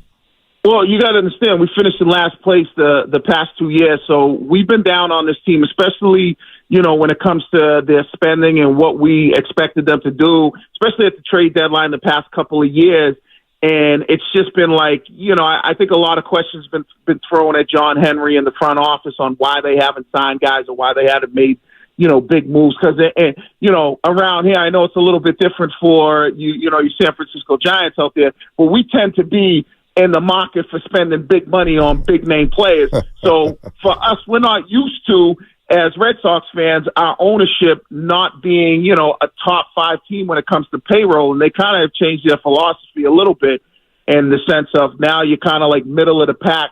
And I think a lot of Red Sox fans, especially the diehards, were wondering what's going on with the starting rotation. That's been the biggest problem with the Red Sox. And luckily for them this year, it's worked out pretty good because they lead Major League Baseball in ERA. So the starting rotation has been pretty good, even though there was a big push for like guys like Blake Snell and Jordan Montgomery in the offseason. But it's working out well for them. We play in the hottest division in baseball in the AL East. So, I don't think the expectations are World Series. I think it's more about be competitive and see if you can make the playoffs. And then come trade deadline, let's see what the team does if they're competitive. Yeah. We were talking earlier today about like just the greatest venues. I got a chance to go to Fenway in 2007 when the Giants went out there for interleague play, and it's one of the greatest venues of all time, just hands down. We were talking about different times to be and places to be and games to go see. You're part of that Tuck Rule game. You were part of that dynasty for the Patriots, and I watched the Apple Plus doc, The Dynasty. Did you watch that, man? Did you? Because I got some questions. I did. It was spectacular through like the first 3 episodes. Okay, so you're with me. I got a lot of pub in those episodes. Yeah, but here's what I don't understand. Like, Jermaine, I thought they were hating on Belichick. Like, it really pissed me off. And they blew over multiple championships like it was nothing. And I just, it didn't sit well with me. And I'm watching Kraft's kid throughout the entire thing, and the way he threw him under the bus, Belichick, for the whole Aaron Hernandez thing. I thought they did Belichick dirty. And for a guy that gave so much to that team, that franchise, it didn't sit well with me. It really pissed me off. As a guy who played on that team, what were all your takeaways? Yeah, I think it was definitely you're spot on about the Bill thing. But we had the director of it on, and when you make something like that, we in New England, we love all the 03, 04 and all that other stuff. But, you got to understand, like, I'm a big, love and hip-hop reality fan, Real Housewives of Atlanta, Love and Marriage, D.C. and Huntsville. People love drama. People love drama. So you have something like that. I don't know if the director, and I think they did a bad job on it, but I think their biggest thing was, we feel like in order for it to be a hit nationally, people are going to want to see the drama, right? Yep. People in San Francisco don't care about, the 03, 04 season. They care about what happened with Hernandez. They care about, the Brady and Bill kind of controversy. Like, that's what people like. And it does paint Bill in a bad picture, a bad light. And unfortunately, I think what Robert wanted from it was to kind of show how the team was able to overcome all these things. But actually what it really did is it made him look like the bad guy in the fact that this was something that he had a hand in, and it did paint Bill in a bad light, and all his former players and people, anybody who played for Bill was like, man, why would you do a guy dirty who helped you win 6 championships? So it's kind of gave him a little stain, and I guess his just legacy. I bet he's thinking about, like, damn, if I could do it all over, I would have never came out with this thing. Especially now because everybody's talking about Bill Belichick and his work on television this past weekend at the NFL draft. And I always thought Bill Belichick had potential on television, watching the top 100, him breaking down the greatest players in NFL history, and then the Bill and Bill documentary, the 30 for 30, and, of course, his documentary with Saban. He made Bill look even better. Now everybody can't get enough of Bill. And now the Patriots, we're looking at them saying, Drake May? Really? Drake May? How are you feeling about that Patriots draft? And also, Jermaine, not to add to actually, let's start with Drake May. How you feel about the pick there at number 3, Drake May? I like the pick because, you guys see it. In order to be successful in this league, you need a quarterback. Yeah. No matter how good your team is, no matter how good your defense is, no matter that you have the best running back in the game, it's about your quarterback. And if you don't have a franchise quarterback that can rise to an elite status, you're not going to win a championship. And when you're sitting there at number 3, you have to roll the dice on getting a quarterback and potentially hoping that kid is going to be the franchise quarterback for the next 10, 12, 13 years to get you over the hump and be in that elite category. I mean, you guys see it in San Francisco. Say what you want. Everybody talks about how talented San Francisco is on paper, and I think Brock Purdy has done a tremendous job. But he's not been able to get you over the hump. Yeah. That's why they picked up the phone and called Tom Brady. And I wouldn't be surprised. I mean, if I'm San Francisco, I'd be picking up the phone again and saying, hey, Tom, what do we got to do to get you here? Because, I mean, how long is the window going to stay open for the 49ers before they decide to say, okay, yeah, you're good, but can you win one? Dude, that's great. And the report came out this past offseason that Shanahan did tell Brock Purdy, hey, there's a chance we could get Brady, and if we do that, you're heading to the bench, and you can learn from Brady. So they were still dancing around that topic last season, Jermaine. Speaking of which, Brandon Ayuk, you heard all the controversy about our wide receivers, Debo, Ayuk being on the block. Patriots were linked to him. Were the Patriots linked to him, and were the Patriots invested in Brandon Ayuk? And what do you think about Brandon Ayuk as a wide receiver in this league? I'd be all over it. I mean, I think that you kind of look at. There's been some issues in the sense of like he obviously wants to get paid. Debo got his money. Brandon wants to get his money. He was kind of he was uncomfortable in his role in the last game of the year. When you kind of looked at in the Super Bowl, they didn't really utilize him like he would have liked to been. Just based on from watching it. And then, nowadays everybody takes to social media, so you really get to know how people feel. And I'm all over it. To New England fans, we're looking for that number one wide receiver, that guy that we could say, okay, here's our number one, here's our elite guy. Defensively, teams have to know where this guy is at all times. Right now, the Patriots don't have that. And, I know they drafted the kid Polk in the second round, but Brandon Ayuk is an already proven commodity to be one of those guys that's on the rise. So I was on board for that, and I don't know what's going to happen there in the sense that it looks like he's not going to be reporting to camp or something like that. He wants a new deal, right? Yeah, he wants that new money because he has a fifth-year option, but he's not coming back unless he gets that new money. He was the second-team All-Pro last year, second in the league in yards per catch, seventh in the league in receiving yards on a run-first offense. So, yeah, he wants to get paid. So if he doesn't get paid, he would not be a trading camp, Jermaine. You know how that goes. And I would be all over the Patriots to trade for a player like that all day long. I'll take either one. Whichever one you guys don't want, whether it's Debo or Brandon Ayuk, we'll take either one of those two. And that's the biggest thing. You need an elite quarterback and you need an elite wide receiver, and that's the thing that I think the Patriots, they're looking for with the young kid, and they're still looking for that. And a guy like Brandon Ayuk would be, the San Francisco would be stupid not to sign him, but they got to, I guess they got a ton of money elsewhere. And, I'm kind of disappointed that the Patriots didn't make a move on whether it was him or T. Higgins, because it seemed like you could probably get one of those guys. You probably get Brandon Ayuk for a second-round pick based off what you saw Steph Diggs go for. Yeah, yep. The boss was asking us questions. We're doing these videos today. What's your favorite sports venue? And what's the best sporting venue or game that you were ever at? Obviously, you're going to go with the Tuck Rule game. You had a double-digit catches in that one, right? Like, what if I asked you those same questions, how do you answer them? I would say that obviously the Super Bowl number one on my list because, it's like, I don't know if you've seen any great movies that have sequels, whether it's The Godfather, whether it's, Die Hard. There's nothing like the original. And so the first Super Bowl, being part of helping stop the dynasty and being on that first Super Bowl team, it's like, I try to tell, my claim to fame is that, listen, everybody knows who Tom Brady is, but if it wasn't for me in the Snow Bowl, you might not know Tom Brady. Thank you. So that's I like that.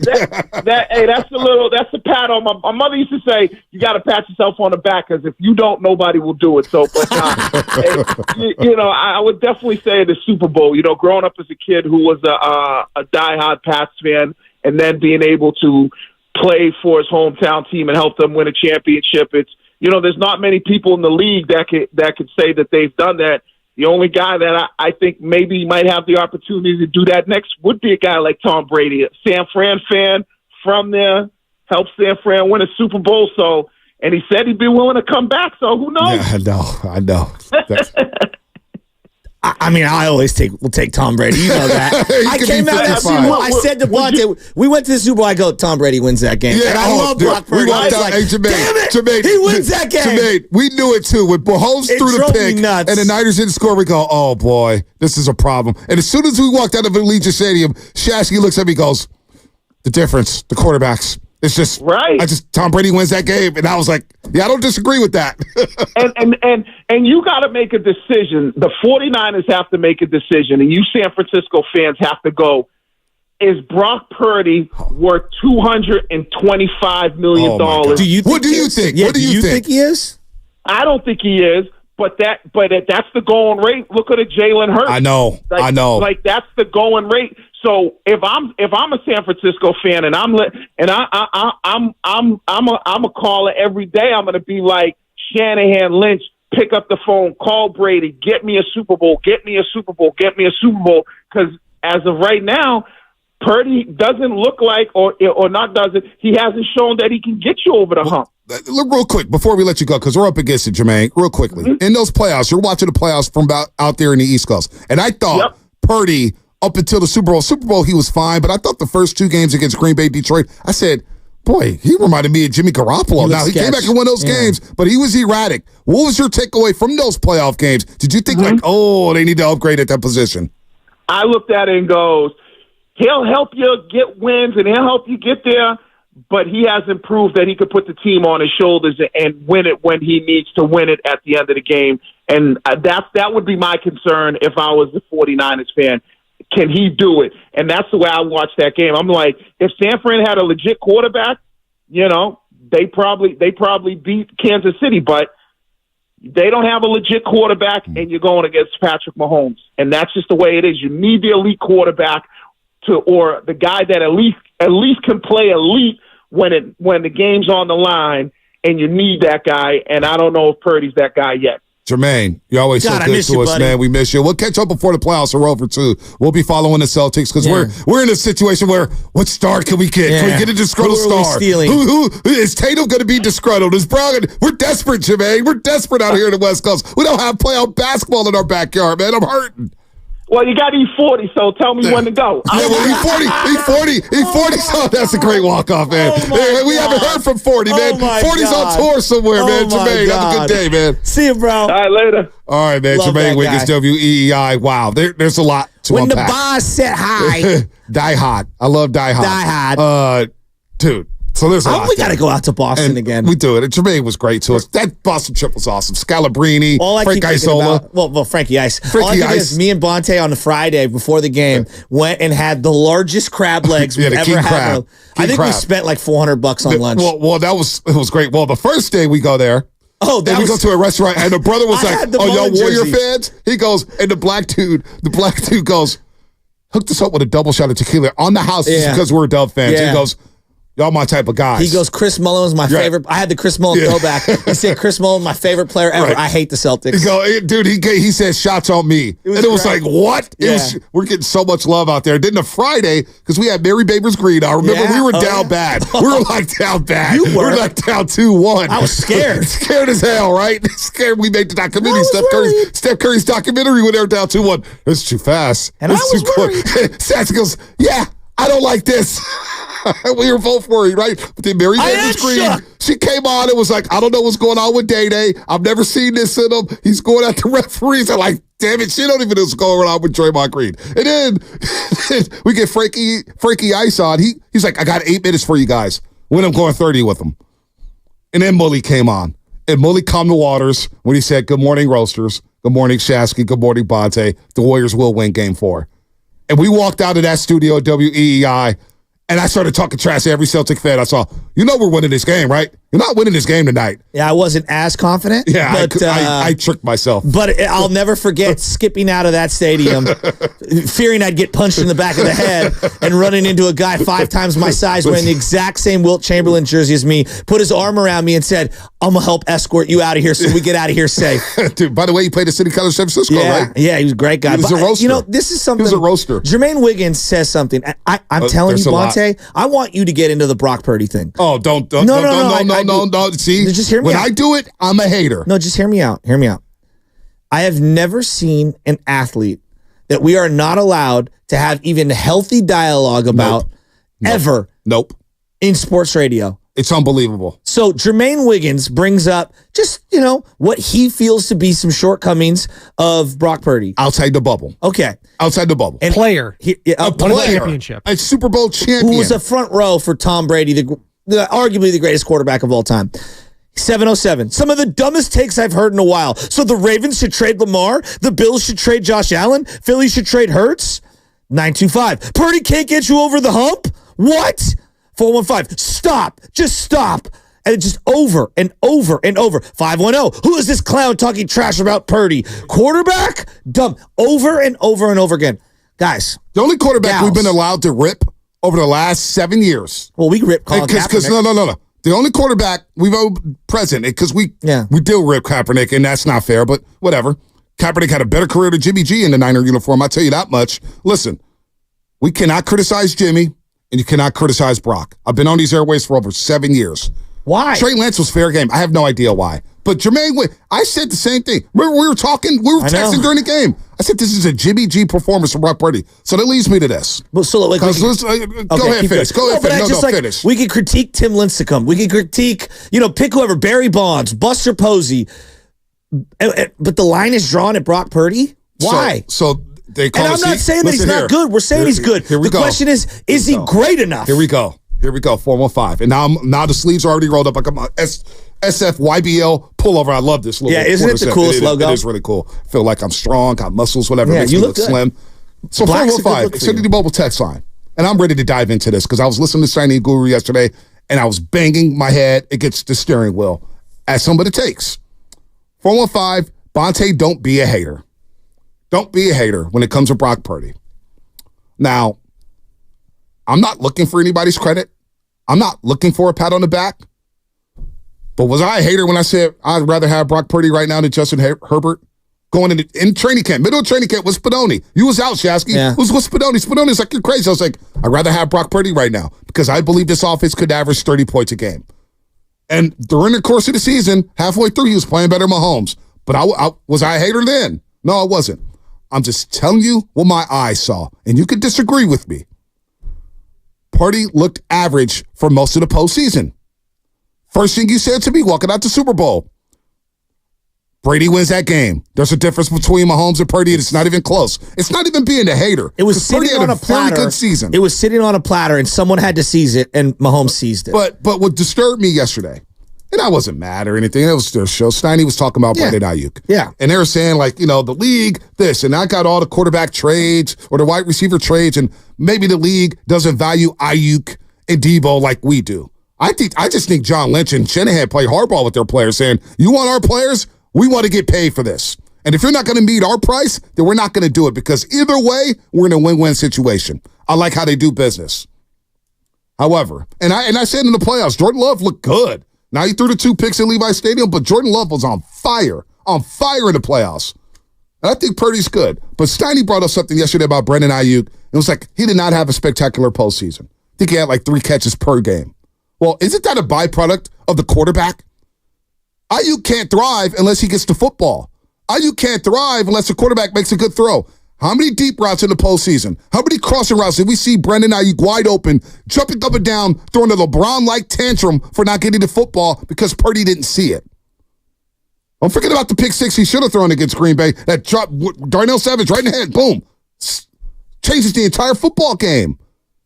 So that's Jermaine Wiggins. So I knew as soon as he said it, I said, here we go again. We're going to be called haters. But Ayuk struggles. The reason why Ayuk was really disturbed because he wasn't getting the football. He wasn't getting targeted. And he's the best wide receiver on the team. And we saw the deep routes where Purdy was inaccurate. Hell, he saved an interception on the miracle against Detroit late third quarter. So that's why, but what disturbed me about the conversation, Shasky, I know I'm long-winded here, was that Guru and Steiny were talking about Ayuk and whether or not they're valued and whether or not Debo, not one mention of the quarterback.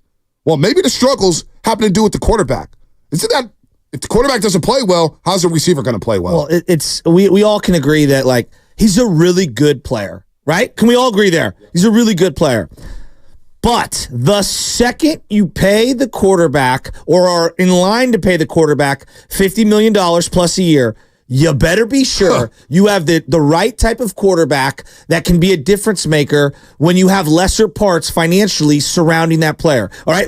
I think we can all understand that component. Now, he's a young player. I'm hoping him to get better. I think he's going to grow. I think his familiarity in the offense is only going to get better, But these are the real equations that you have to have set up. Now, as we were going through this trade, who you're going to trade, who you're not going to trade with the wide receivers, what was the number one skepticism of people that were like, don't trade Ayuk? It was, I'm not sure Brock Purdy can elevate the next man up. Because he's very young. What did Jermaine Wiggins just say? He asked the same question. He said, I'm not sure Purdy can carry a team. So that's the question that I have for the audience. We all think he's really good. I think if you took the money away, most people would think Dak is really good. But the minute you pay Dak the money, now you can't afford Amari Cooper. Now you can't afford that left guard. Now you can't afford a defensive player, right? Because you're paying that guy $60 million. In a vacuum, I like Dak Prescott. I hate paying Dak Prescott $50 million. I certainly don't want to pay him $65 million, which is what he's looking for. So do the same equation and remove emotion for Brock Purdy. We can't. I love Brock Purdy, but paying him $50 or $60 million, if you're not a little hesitant, I think you're being unrealistic. Well, we can't do it. So that's why I don't. Three quarterbacks in the league. I don't blink when I want to pay $65 million. Mahomes, Josh Allen, and I would throw Joe Burrow in there. Some people won't. Some people may say there's only one, and it's Patrick Mahomes. Why wouldn't you have a little pause with Brock Purdy? And I like Brock Purdy. I look at the 3 games with Jermaine Wiggins. Just a little pause. Jermaine Wiggins, what he said there, is he capable of carrying a team? Well, in only his second year, and I give him a pass for that. He wasn't ready for that this past season. I totally agree. And I said it in real time, agree. That's okay. Yeah. He's only in his second year. It's his first time starting from day one. I'm okay with that. I'm okay with him not being able to carry a team, which is why I don't want to trade Ayuk and Debo, because I don't know if he's ready to carry a team. All right? We don't know that yet. We saw the 3 games without Debo and Trent Williams, and they scored 17, 17, 17, and they struggled mightily offensively. And he threw a lot of picks. What did he throw? 5 picks during that 3-game stretch? 5 picks? That's it. Purdy's fine. I have no problem with him being the starting quarterback with the 49ers. But I truly believe right now you need to surround him with plenty of weapons. Even when Brady first started, we're talking about Tom Brady. They were a run-first team, and they played defense first. Yes. But now with the 49ers, that defense has lost a little bit, and they're not the same defense. So now you need the offense to carry the defense at times. And the offense, look, they stepped up in the second half against Detroit, coming back in that football game. You get credit for that. Brock gets credit for that. You get credit for coming back against Green Bay. They get all the credit for that. But that's an outside perspective about Brock Purdy. And you don't think those same thoughts? Come on, man. We want Brock Purdy. We're desperate for a franchise quarterback. Desperate. But I do step back a little bit when Jed York says, Brock Purdy's going to reset the quarterback market. I'm like, whoa, wait a minute. Wait a minute. Hold on now. But because the expectations get raised. But not only that, and I look at, people are like, well, he's only making $900,000 this year. Yes, but the team is now making moves. You're watching it right now. They're making moves preemptively to set themselves up financially to be able to afford that, right? So this is the year now where you're going to start to see, why is this Debo's last year? Most people agree. Why? Why is it? It's not because they don't like Debo. They like Debo. They know they can't afford Debo if they're paying Brock Purdy. And they can't afford Ayuk. And they can't afford Kittle and CMC. You can't afford all of them. If the quarterback is going to stay on $1 million contract, yeah, you can afford a million different things. That's the whole reason why they drafted Trey Lance and made the moves to go get Trey Lance. To reset the quarterback room and get off the money and keep all the players around Trey Lance. So, again, let's start with the conversation here. And you're doing it appropriately.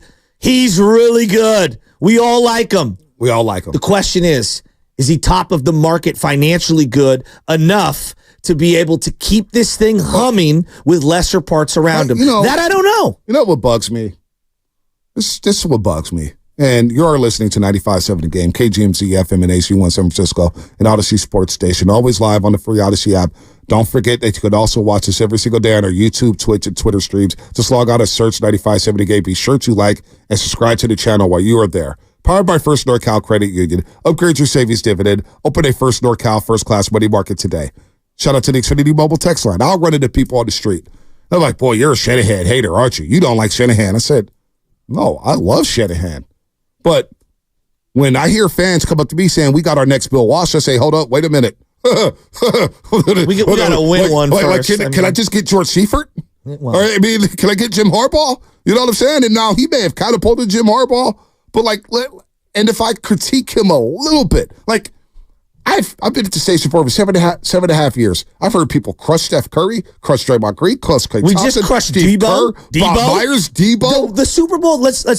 Debo is getting absolutely blasted for the Super Bowl. Like he didn't carry this team in 2021 and drag them to an NFC Championship game. Like he didn't have 8 catches and 89 yards against the Detroit Lions in the NFC title game. He ran some damn good routes in that game, didn't he? But we could crush these Warriors who've won banner after banner after banner, 6 finals appearances. And we crushed them. Bob Myers. I'm still seeing people crush Bob Myers. Steve Kerr on his rotations. Brian Sabian, the architect. But if you go near Brock Purdy, If you go near Brock Purdy, I'll admit this, everybody, all the roasters, everybody listening to car radios, I'm scared to critique Brock Purdy. I get petrified because of the things that hit my DMs and the things I hear on Twitter, and we get labeled as Brock Purdy haters. Like we root against Brock Purdy to prove a point. No, we want Brock Purdy to be great. But what it is, this is what it is. I think he's a really good quarterback. Is he ready to carry the team? Probably no, not I don't right think now. so. Probably And not right now. do I feel comfortable? Do I feel comfortable giving Brock Purdy generational, like resetting the quarterback market? No. I get a little scared about that. I mean, but if you found out, like, hey, he wants $25 million a year, everybody would be like, sign me up. Sign me up for that. Sign me up. You get to 40, 50, 60. So, like, let's talk about Tua. Tua's had a couple of really good years back to back. There's no way in hell I want to pay Tua $60 million. Do you? I don't. No. Like, no. And I think Purdy's better than Tua. But I think the same type of metaphorical question remains, and Miami's having it right now. Damn, you're going to let Christian Wilkins go because you have to pay Tua down the line? Damn, are we going to have to lose Waddle or Hill because we have to pay Tua down the line? Right. A lot of people don't want to do that. Like, I remember last season, and even when Josh Allen was struggling, I was saying, I'd rather have Josh Allen than Brock Purdy. It's not criminal. Josh Allen's a top 5 quarterback. Brock Purdy's probably a top 12 quarterback. And that's okay. But if I say that, and when I say that, it's you're a Brock Purdy hater. Get off my airways. You suck, Bonte. It's so unfair.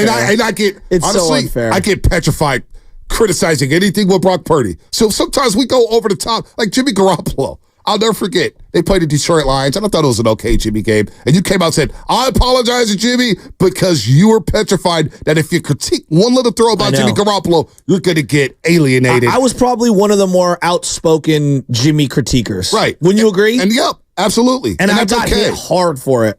And that's okay. So, like, the Josh Allen thing is a very interesting one. We see this with Lamar. I want you to just take a step back and put your Niner hat on the ground for a minute, okay? Gals and guys out there. Do you really think, all things being equal, any GM in the league is taking Brock over Lamar or Josh Allen?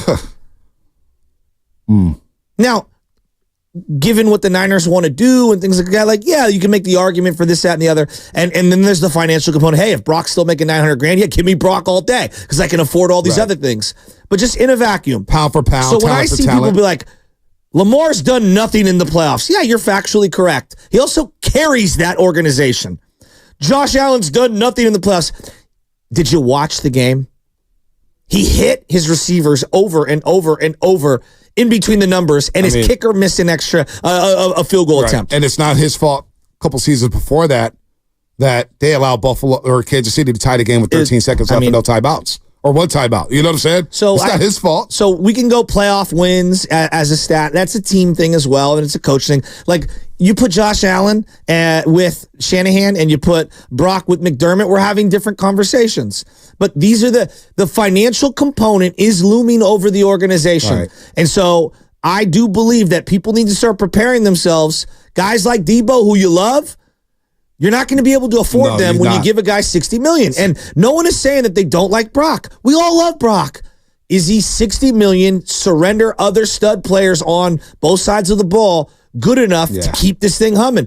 I don't know. We'll find out. That's why this year's big. Yep. JJ San Jose, real quick, spent $5 on YouTube. Thank you very much. There's literally 0 quarterbacks who can carry a team. Enough with these ridiculous standards. What's Mahomes without Kelsey? All right. Maybe Mahomes isn't the Mahomes we know. But he does have Kelsey, and he maximizes them. But that's one that's one tight end. Could you name his other wide receivers? I mean, he just did it. He just did it with a bunch of no-namers. I mean, anyone could have had McCole Hardman at the deadline. The year before. Yeah, Juju Smith-Schuster, dog. I mean, who signed a 1-year deal or a 2-year deal after that? They beat the Eagles, who we saw up close and personal, and I thought the Eagles were going to blow them off the map. But they didn't because of Mahomes. Yeah. Mahomes is special. We get it. Is Brock Purdy special? I think Brock Purdy's really, really good. Is he special good? I don't know yet, and that's okay because he's only entering his 3rd season at quarterback. But if you say that, oh, you guys don't believe it. Brock, you're a hater. We got our guy. Okay, well, we'll see. We shall see. But that's where it leads me to the Ayuk and Debo thing. I'm so thankful that they trade them because we don't have to find that out this season, Shasky. He has a full complement of weapons. Don't have to find it out yet because I'm afraid that if we do find out, there's going to be some people losing jobs around here with the 49ers. All right, we'll pick up this conversation on the other side. Brought to you by the Alameda County Probation Department. Want a career with purpose, great pay, outstanding benefits, and a promising...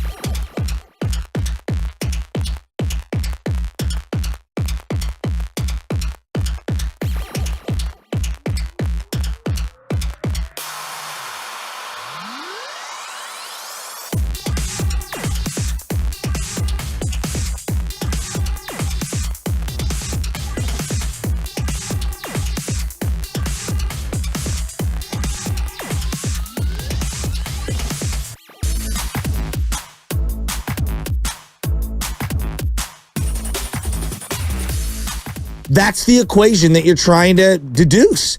Now, how many of those guys are in the league currently? I think that's a fascinating question. Some people would say Lamar Jackson. Other people would not, based off the playoff record. I think everybody is saying absolutely Patrick Mahomes is. I believe Josh Allen to be, but I don't know how many other people out there agree with me. Joe Burrow, I believe to be, but I don't know how many other people agree with me. I do not think Tua is. I definitely don't think Kirk Cousins is. I have major question marks about Herbert, though I understand why that organization gave him that kind of money. So these are the conversations that front offices are having. These are the calculations that they're having.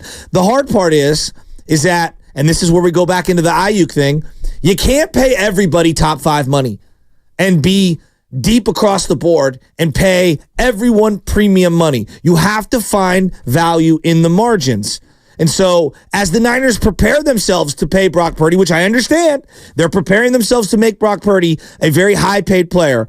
They are now doing the financial juggling of who they can afford and who they can't, and where they can spend money and where they can't. And so not everyone can get the bag, Bonte. Trent's getting the bag. I think CMC's going to get broken off a bag at some point, and everyone, stop bugging watching. No. Salary cap, you better have your monocle out, and you better be like Monopoly, and you better figure out who you can afford on Boardwalk and who you can't. And so I think they're making these calculations as we speak. Man, I'm just flabbergasted here because Jermaine Wiggins played in the NFL, and we got people crushing him on his opinion when he played the game. We asked him about Brandon Ayuk because Brandon Ayuk has been a topic of conversation around the Bay Area for the past couple of weeks. Obviously, he wants it back. He wants to get extended. He's not coming to training camp without new money. Hopefully, they figure it out because I think he's a damn good wide receiver. Is he the best wide receiver in football? No. But we had 3 people on. And I was thinking about this during the Jermaine Wiggins interview. And we got sidetracked a little bit here. Mia O'Brien, Jacksonville Sports Radio, when the rumors first started swirling about Ayuk to Jacksonville. And how Jacksonville viewed Brandon Ayuk. Mm-hmm. How did they view Brandon Ayuk? Oh, they really, really, really, really like him. Okay. So my assessment is B+, A- type of a player that they would want to acquire. Good, cool. Save that for a second. But let's go down the list here. So Mia O'Brien, Jacksonville Sports Radio, and everybody in Jacksonville loves Brandon Ayuk. Yes. Willing to do whatever they got to do to go get Brandon Ayuk. They didn't do it. Maybe the asking price is too much. And a good Brian Thomas Jr. from LSU, who, during the pro day at LSU, Cameron Wolfass, he goes, Brian Thomas, I was just talking to an executive, and they believe your game is comparable to Brandon Ayuk. All right, so that's me, O'Brien. And then think about Andrew Filipponi, Pittsburgh Radio, 93.7. He was on with Willard and Dibbs yesterday. Mm-hmm. He was on with us last week. What did he say about Brandon Ayuk? Do we still have the cut? He said, Justin Jefferson was hurt. And he said, arguably, outside of Tyreek Hill, Brandon Ayuk was the most productive wide receiver in pro football. That's Pittsburgh. So now we got Jacksonville in Florida, South. We got the East Coast of Pittsburgh. Andrew Filipponi, who seems like he is tapped in because Pittsburgh seems like they're still interested in Brandon Ayuk. Mm-hmm. And now we got Jermaine Wiggins, Northeast.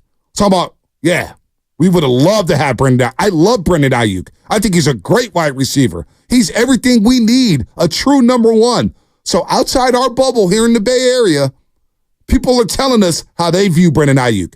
And they think Brandon Ayuk is a very good player. A very good player. So that's why I always think like, damn, do we underrate Brandon Ayuk? And I look at the numbers, and we watch these games every single week. We go to the games every single week at Levi Stadium. We see it. We see the numbers. We know what this offense brings to the table. And you look up, you're like, damn, Ayuk open the season catching 8 passes on 8 targets, wide open. Now you can say Shanahan schemed, no, you still got to run the routes. You still got to get yourself open. You still got to catch the football. We saw in the playoffs how many times he was running wide open. He's jumping up and down. Playing the Super Bowl. Baldy keeps talking about it. You had Brandon Ayuk wide open after he just absolutely dismantled L'Jarius Sneed at the line of scrimmage. So they're telling us Brandon Ayuk is pretty damn good, and they want him. So, okay, I like this conversation, and now I'm just winging this on the fly. So bear with me here. Let's do this exercise. Can I play this cut before you start? Yeah, please. Just because it may add to your conversation and your exercise. Andrew Filipponi, here's what he thinks about Brandon Ayuk.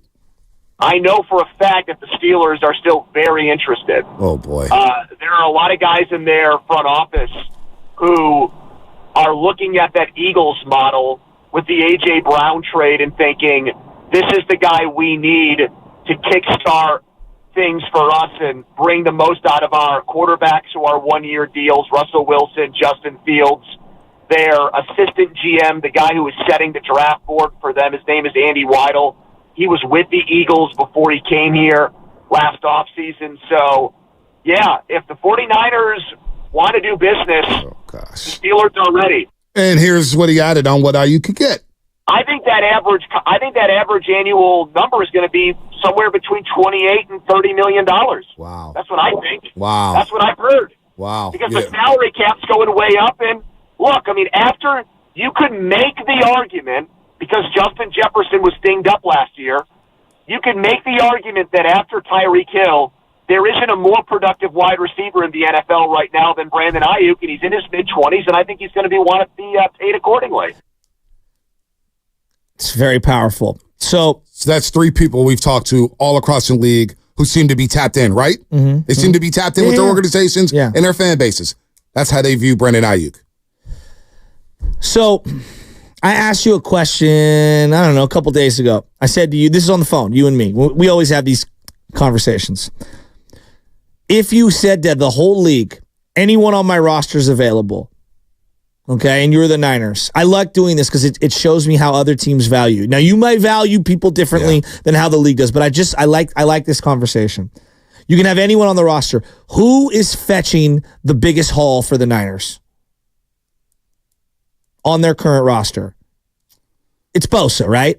Probably Nick. Yeah, I think I said Nick Bosa, okay. Right? So let's just go to the offensive side of the ball. Who is fetching the most in return if all of the offensive players, given their ages, their money now, and what they would have to pay them down the line, who is next in line on offense that would fetch you the most in a trade haul? Just doing the exercise. I go C-Mac and Ayuk first, too. Running back? You'd say the age. Okay, no, that's why I'm asking. Age, okay. The contract. CMC. The contract. The productivity. Ayuk. All right. Okay. $14 million a year. Everybody's looking for 3-down running backs now. You see the running back explosion this past offseason. All of a sudden, running backs became important again. Who knew? Running backs are important. Trent would be top 3 because star left tackle. We're always looking for linemen. Okay. So you don't think Brock Purdy would net them back? Just your thoughts. You don't think that Brock Purdy in a trade would net back more than CMC, Ayuk, or Trent?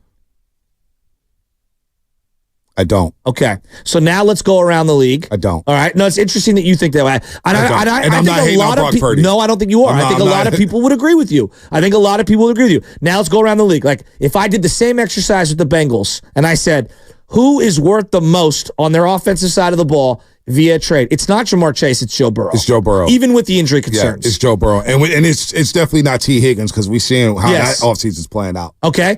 If I did the same exercise in Miami, the answer is Tyreek Hill over and then Jalen Waddle. And then Jalen Waddle over Tua. Yep. Do you see where I'm going with this? I see exactly where you're going. Okay. So now my question to you is, as we're making these decisions, if you could go back, hypothetically, knowing everything you know now, if you can go back to the drawing board at quarterback and keep all your weapons or ride with Purdy and retinker the weapons around him, I'm making you choose between one or the other. Which one are you choosing? Because I know what I'm going to do. So you're saying either move off the quarterback, keep your weaponry, or tinker with your weaponry, keep in Purdy. This hypothetical, this vacuum conversation.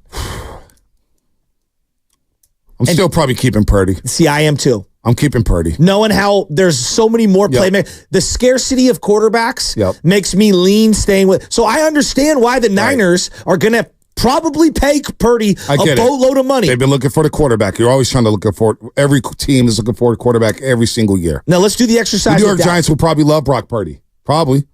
I would think. So let's say Dak Prescott on the Cowboys. We're looking at the Cowboys. Who fetches you the most? Probably Dak CeeDee Lamb. or CeeDee? CeeDee Lamb.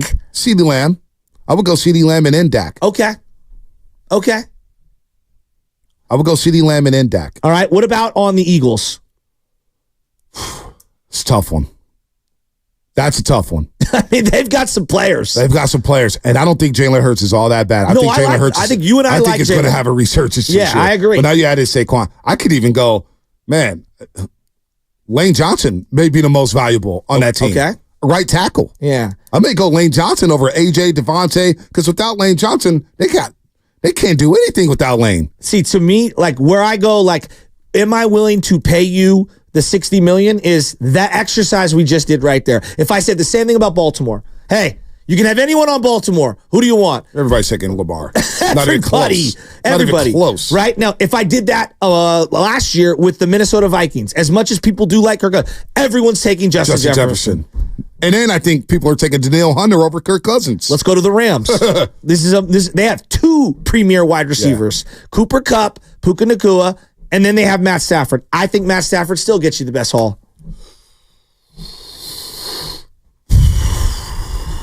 At the stage of his career, I think Cooper Kupp would. Okay. So I'm going to go Stafford. I still think a team that's vying would go with Stafford. And then if you look at Seattle, another team in their division, isn't everybody taking DK over Geno Smith? Hands down. Yeah. Hands down, not even close. So this is the algorithm of how I go about thinking about the contracts and how we give them out. Well, I also think it's people harder to find quarterback than wide receiver. I also think people will take Kenneth Walker III over Geno Smith. Because how people view Geno Smith. Yeah, you might be right. Going to Seattle. You brought up Geno in Seattle. Yeah. We had Dick Fan on from the Softy Mahler show. Softy and Dick show up there in Seattle, KJR Radio. They do a great job up there. Remember how he talked about Brock Purdy? He believed that if you inserted Geno Smith, there will be no drop off of that offense. Well, that I disagree with. We all disagree with that. I don't agree with that. But that's just how they view. Yeah. People still look at Brock Purdy, and I think he's better than Jimmy Garoppolo. I think he had a better year than Jimmy Garoppolo ever did. I think he's a better quarterback than Jimmy all around. I agree. I think everyone agrees. I think a lot of people agree. However, just the sense I get nationally is that they're still viewing Purdy with the same type of question marks that they had with Jimmy Garoppolo when he was in his prime with the 49ers. And again, I'm not saying Purdy is Jimmy. Bonte Hill, believe Brock Purdy's a better quarterback than Jimmy Garoppolo. I think he does a lot more. I think he processes better. I think he throws a better ball. I think he's more mobile. He can extend plays. Jimmy couldn't do it. However, I just remember the conversations nationally when it came to Jimmy Garoppolo. Like, you guys need to upgrade the quarterback. If you had a better quarterback, you win the Super Bowl. And then Jermaine Wiggins from WEEI comes on and says, I don't think Brock Purdy's a legit quarterback. I think you need a legit quarterback. He's not legit. I think you could upgrade there. I think you still go out there and get Tom Brady. I get the same sense that nationally, they still view Purdy the same as they view Jimmy Garoppolo. Maybe they think Purdy's a little bit better, but the uncertainty is still there. Like they had with Jimmy, it's still there with Brock Purdy. I think the body of work in the playoffs is infinitely better for Brock Purdy, especially in second halves of games when games are won and lost for Brock Purdy than Jimmy Garoppolo. I mean, we can go to the Dallas second half where he executed a couple of drives late, going back a couple years ago. His second half against Seattle was unbelievable. Obviously got hurt in the Philly game. This year, I would say the fourth quarter against Green Bay was so much better than anything we've seen from Jimmy in the fourth quarter. And then the second half against Detroit, it was the Brock show. You know what I mean? Like him and the defense, they completely flipped that game. I think in the Super Bowl, I think that their production was similar, but I thought Brock was better in his Super Bowl than Jimmy was in his. Yeah, I'm with you there. I could be. I think he was. And you know what? Through three quarters, Jimmy was really good. No, he was. That's the thing. But the fourth quarter, he just the fourth quarter is the fourth quarter. It fell apart. It was a team wide meltdown. Let's go to Milton and Burlingame. Wow, I didn't think we were going to be talking heavy Niners today. Milton, what's happening? Hey, guys, thanks for taking my call. I personally think that we talked about the Jaguars. I think that they personally would give up Lawrence and a pick for Purdy, and I even think that the Chargers would give up Herbert and a pick for Purdy. I think that's how good he is. Because it's just that you got to look at efficiency. And, yeah, maybe he was boring during the postseason, but he didn't make a lot of errors. And, I mean, he even got a ton of praise from the Chiefs defensive coordinator saying that he had ice in his veins and didn't flinch. I mean, that's kind of the type of player you want during that crunch time. I just feel that, the Chiefs had been there before, and Patrick Mahomes is just better. That's all there is to it. They lost to a better player, but I just feel like after Mahomes and Purdy just doesn't really get much better with efficiency, hard work, and results. Hey, Will, you seriously wouldn't, Milton, you seriously wouldn't trade Brock Purdy for Justin Herbert or Trevor Lawrence? No, not even close. Trevor Lawrence was terrible. Yeah, I would take Brock over Trevor Lawrence right now. Trevor's been underwhelming. Herbert, I think this is a huge year for me to make a definitive decision on Herbert. I think his coach has been so bad. I don't believe it. That was definitely Willem Morehead, right? Yeah, 100% Willem Morehead. I love Willem Morehead. He hung up real quick, too. There's no Miltons walking around here. Milton is a name when he called in, he's like, "Hey, it's Milton Burlingham." I was like, "You sure about that?" It's like Bradley. Yeah, it's like you sound like another one of our callers. Oh, which one? Willem Morehead. Oh, nope, I don't know who that is. I'm like, sure. What do you want to talk about? Herbert, isn't this the year to make a determination on Herbert regarding his elite status or not with Harbaugh? Absolutely, especially with the weaponry. Well, and let's play the exercise there. If the Chargers were to trade anyone on their current roster, he's fetching you the most, right? I mean, you just saw what Keenan went for. Yeah, receivers are not going for a lot these days. No. And that's why I don't think that the league, we were having a conversation yesterday, it led to Steiny Guru too, when they were talking about the league doesn't value Ayuk and Debo like we do. I just think the league looks at everything and they say, well, Diggs just went for a 1 second-round pick in 2025. Yeah, and you had to give up and you had to give up 2 picks for that, a 6th-round pick this year and a 5th-round pick. When Diggs was first traded, Buffalo gave up a 1st, 5th, 6th, and a 2021 4th-round pick. And teams are saying, yeah, we're not doing that. They watched Kansas City win a Super Bowl without Tyreek Hill because Kansas City traded Tyreek Hill, and they were able to get a 1st, a 2nd-round pick, a 4th-round pick, and then a 4th and a 6th the next season, and saw Kansas City win the Super Bowl and say, you know what? Yeah, we're not trading multiple picks for wide receivers because it's been proven that you can win without premier wide receivers. It has been proven, Kansas City, but they have an all-time quarterback. There's an exception to the rule. Does Jalen Hurts make the Super Bowl without A.J. Brown? Well, Philadelphia traded for A.J. Brown because they got smoked by Tampa Bay the year before. They say, you know what? We need more. We need Dallas Goedert, Devontae Smith, and A.J. Brown. And hell, that wasn't enough, so they went out and signed Saquon Barkley. I don't think, now we're doing this conversation, I don't think Philly today would trade Jalen for Brock. I don't think so either. Not that offense. No. Because honestly, I don't think that teams, I think they value Ayuk and I think they value Debo, but I think the Niners' asking price was like, I don't care what these other teams traded for. Yeah. Like DeAndre Hopkins, remember him? He's getting flipped for nothing. Yeah. Right? So I think teams are saying, you know what? We're not going to give you what you want. And then the Niners are saying, well, if you're not going to give us what we want, we're in a win-win situation. So we trade Ayuk for multiple first-round picks or top half of the NFL draft. We're good. But if you don't give it to us, well, we know we could pay Brandon Ayuk, and we're good with that moving forward. I just look at it as like supply and demand. There's less elite quarterbacks than there are, elite wide receivers. Mm-hmm. There's less of them. It's harder to find quarterback than any other position in sports. So if you find one, most teams are going to stick with that guy. And wide receivers, they're going to devalue them because there's so many good ones in the league right now. By the way, the odds for LeBron James' next team has been released. Give it to me. Leading the way, Golden State Warriors. 4-1 odds. Are you kidding me? To Golden State Warriors. 5-1 odds. Into existence. 5-1 odds. He goes back to Cleveland. Where Shasky was right. 5-1 odds. He's just odd, Shasky. He hasn't signed with the Warriors yet. 5-1 odds. When it comes to the odds. 5-1 odds. He goes back to the Cleveland Cavaliers for his 3rd stint there in Cleveland. 6-1 odds. He goes to the New York Knickerbockers. I can't. This Brock conversation. Why is everyone so sensitive when we're just talking? Why is everything filed under slander? I don't know. You know how much praise I gave Brock Purdy last year? And the minute they went on a 3-game losing streak, I say, well, he threw 5 picks. He threw 2 in the 4th quarter here, he threw 2 in there, and everybody blamed the concussion. Everybody wanted. I'm not blaming Brock Purdy for losing any games. Especially not in football. There's so many plays, and there's 53 guys, and there's a coach, they're play calling situations. I didn't blame Brock Purdy for the Super Bowl loss. No, McCaffrey fumbled. The defense crumbled. The special teams let him down. There's a million different things. Deebo Samuel couldn't uncover the Super Bowl. Yeah, the offensive line. Trent Williams had a horrible game. Trent Williams is not good in that Super Bowl, especially in the first half. But also, nobody's blaming Brock, but He did miss throws. Yeah, well, I was going to say, just because the teams win and lose doesn't mean individual players don't have good and bad games. Right. And so that's all. You just critique a little bit here.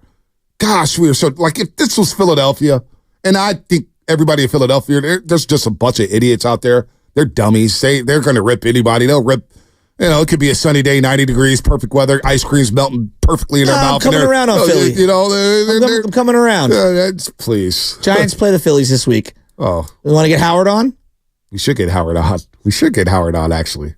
Yeah, we should get Howard on because the Knicks are going to eliminate the Sixers tonight. Wait, give me that one again. Just deal with me, you nitwit. I have style. I have style. Listen, we got Kitty back there with the Knicks hat on. Yeah. I tweeted this last night, Kitty.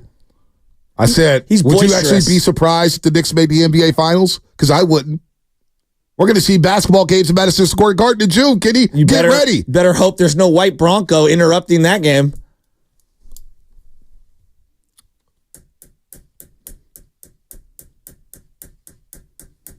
Jimmy and baby. I just wanted to let that breathe for a second. Just let it breathe. I didn't say it. Dude. Hey, guys. Great show. Thanks, Jimmy. You guys were talking about, quarterbacks being Super Bowl, capable.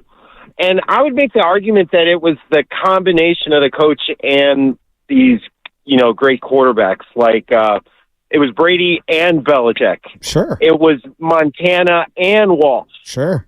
It's Andy Reid and Mahomes. So good point. With Brock, I really think Shanahan needs to step up. I think he might be the weak link, not Brock. That's all I wanted to say. Why do you say that? He's not calling the plays. Yeah, I want. Can you elaborate more? I think there are a lot of people who actually agree with you. Well, Brock's 24. He was the last pick in the draft. If Shanahan's calling bad plays, Brock doesn't have the capability to say, hey, I think we should go this direction. I'm sure he's learning that, after Super Bowl loss, that, he's going to take the heat, so he might as well do what he wants.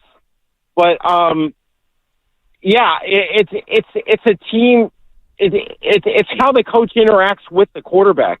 And I think Shanahan, over time, needs to relinquish some responsibility to Brock, because Brock's a smart, and he's going to learn. And I think the whole team showed up unprepared, and that goes on Shanahan. They looked out of shape. They look like they've been in, Rio for 2 weeks. Yeah. People getting hurt because, I don't know. But I don't think it all falls on Brock, and that's all I wanted to say. No, it doesn't. It really doesn't fall all on Brock. Good call there. Good call. It doesn't fall all on Brock. It doesn't. Brock's solid. And I'm kind of with them. I would like to see Shanahan relinquish some of that power, some of that control that he has in the offense, and let Brock cook. Let Brock cook. You know what I'm saying? I'm cool with that. I thought he did. I thought he did let Brock cook to some degree. They went empty set a lot in that second half. I mean, and Debo was in and out of the lineup, and I don't know. I thought that was just such a margin of error game where it's just the ball bounces one way, and it go like Richie James Jr. fumbled. And picked it up and ran for another 6-7 yards. That could have easily been the Niners' ball. The Niners fumbled, and the defense gave up a touchdown on the very next play. They intercepted the ball. The Niners did, and had it in field goal range, and they went backwards and couldn't kick a field goal. Like, it's just so many little things. It was a literal one play here, one play there game. Yeah, no doubt. God, that loss is going to hang over me forever. Now listen. When it comes to Brock and the money and whether or not he's elite or whatnot, I'll say for myself, the whole 7th round pick, Mr. Irrelevant, that just adds to the story. I'm over that. That's just a misevaluation. When we say it, I think it's a misevaluation on every scout. I agree. You know what I'm saying? Like, it also dilutes what he is. Like, well, he's only a 7th rounder. Like, no, his talent is proven. He shouldn't be taken in the first round. He's a first round talent. I just want to make sure that when I evaluate Brock Purdy, it has nothing to do with where he's picked or how he was picked. The fact is, he came in and he ran with this opportunity, and he showed that, hey, I can lead an NFL team and win some big damn games. And I don't want to take that away from him. He's won Monster games for the 49ers. Huge games. But Bonte, we don't do this with Debo. Like, Debo came up short in the Super Bowl because he's only a second-round talent. You know what I mean? Like, so, like, I'm with you. Right. He'll fog up this stat tackle, but you know what? He was a 5th, 6th-round pick. Drake Greenlaw, one of the best linebackers in football, but he really was a 5th-round pick, so we got to, we don't do that. I think now we can all agree, if there was a redraft, he's a first-round player, period. Like, there's no debate. Like, that's what he should have been taken in. But look, now that you've seen him play. But look, in the playoffs, things get tight. They do get tight. And Brock got tight. I heard the play-by-play voice of the 49ers basically saying on that post-game show, in my head, I thought about, man, do we go to Sam Darnold here? This is the divisional round game against the Green Bay Packers. All right? So but that doesn't come from anywhere. That doesn't come from anywhere. That doesn't come from anywhere. Shanahan and Patience don't get along.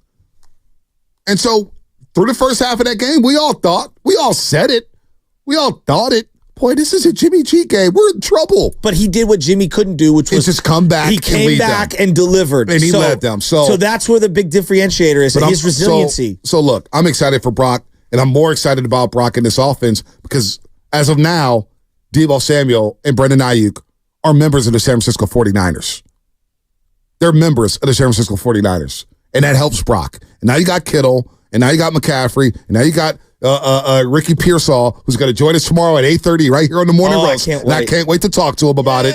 He's a Florida Gator, so there's going to be some beef there, but I can't wait to talk to him, and we'll educate him on slang in the Bay Area, where to eat, where to go, the club scenes, and, that we're a little older, so I'm not going to tell him where to go there. But in terms of food spots, I think we got that covered. Well, I don't know if you heard on the latest Garlic Fries and Baseball Guys episode, but Sam Lubman was talking to Jordan Hicks, and he goes, Jordan, do you like to make your own food? No, I don't cook. What do you like to eat? Well, I do Uber Eats. He does a lot of Uber Eats, right, Sam? That is true. He did say that. And then they asked him, and you have to ask follow-ups. He said he ordered a breakfast burrito. And then he said he likes burritos. And instead of asking, what do you order when it comes to your burrito, you asked about the restaurant. He didn't know because he ordered it online or whatever. I want to find out what is Ricky Pearsall's go-to? If he's from Arizona, he's eating burritos, right? What's he eating? Is he a carne guy? Pollo? Carnitas? What are we doing? Well, he's in pretty good shape, too, so I don't know how many burritos he's crushing. Yeah, I mean, they're not like us. Yeah, you got dad come on, bods. dog. I mean, they're also working out you guys got dad bods. When the last time you had a 2-pack? Like, it's been, two-pack? Yeah. The double disc CD in 1995. I mean, are you kidding me? Dude, it's been over 20 years, man. Come on, man. These guys ain't eat like us, man. They eat top of the line. It's coming hard. Yeah, my body said that 10 years felt ago. in a decade. I won't lie there regarding how I'm feeling, but no, I've never had I feel great too, but then I'm looking at my buddy. Everybody's talking about summer body. I'm like, yeah, it's not happening for you, boy. Here's the summer body. Some of my body parts are hurting. Some of them aren't. Oh man, what a show! Back to soda, what's Dan Dibley's weight loss? What's his weight loss going on? Down 2 pant sizes. He says 1 pound a day. Yeah, what is the name of that? Maybe I need to try that. And what is it? You got to Google it. You got to Google it. Thanks, Trent. Dibs, where you at? Because I know you're listening. Lane ripping farts at a podium. Thanks for that education there, Trent. Dan Dibley, I know you're out there listening. What is the name of your weight loss program? Oh, Dan is always in the weeds of the YouTube chat. Oh, because he's looking for the sneak dissing.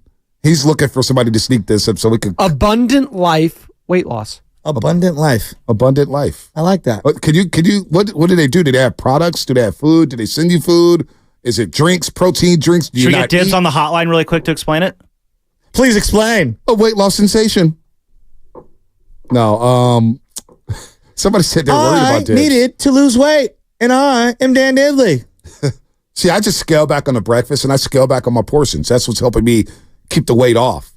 No, because also when I got the suits tailored for this upcoming season, because I lost so much weight, I was like, I can't fit my suits. Yeah. Got to get them all Shout tailored. Shout out Soda, SOTA, weightloss.com. State of the art. Different weight loss thing. Yeah. But also shout out AbundantLifeWeightLoss.com, and I'm on their website right now, and they have how their program works, and they find a program to fit your lifestyle. Just every like soda. person and every family has different needs, different schedules, and different styles. Here's my lifestyle. I love Jack in the Box at 10:30 at night. Yeah, see, I don't do that no more. Sourdough Don't Jack do that. hits. You know, let me tell you what. This is probably even worse.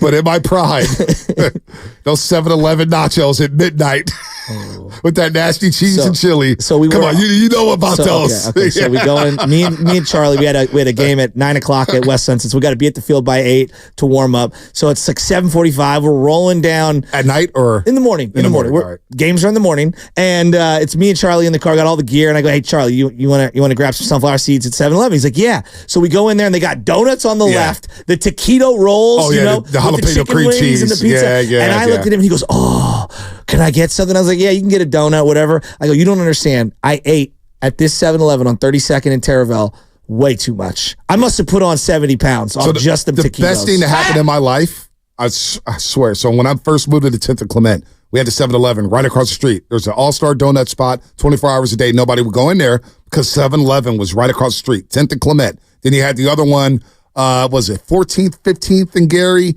right there, right across the street, right across from Park Presidio. And I would be in there whenever I would go to Big Dog's house. I'm like, I'll be right back, going to 7-Eleven and get 7-Eleven nachos. Now, when I moved to 10th and Clement, they were giving out free candy at the 7-Eleven. I was like, here you go. I was like, why are you guys giving out free stuff? And they were like, we're closing down in a week. And I was depressed. But it happened to be the best thing that happened in my life because I'm not a big donut guy.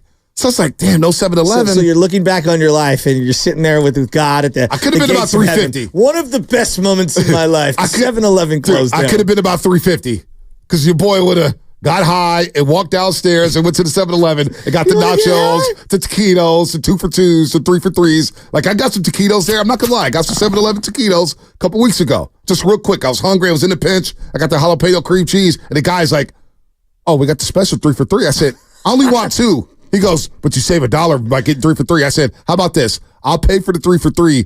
You eat the last one. I'm only going 2. I'm not going 3. I'm not crushing 3 jalapeno cream cheese taquitos from 7-Eleven. I'm sorry.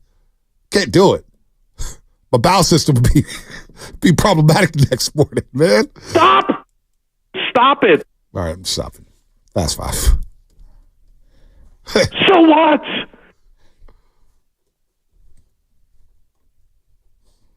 It bothers me. Yeah, we got some bad eating habits.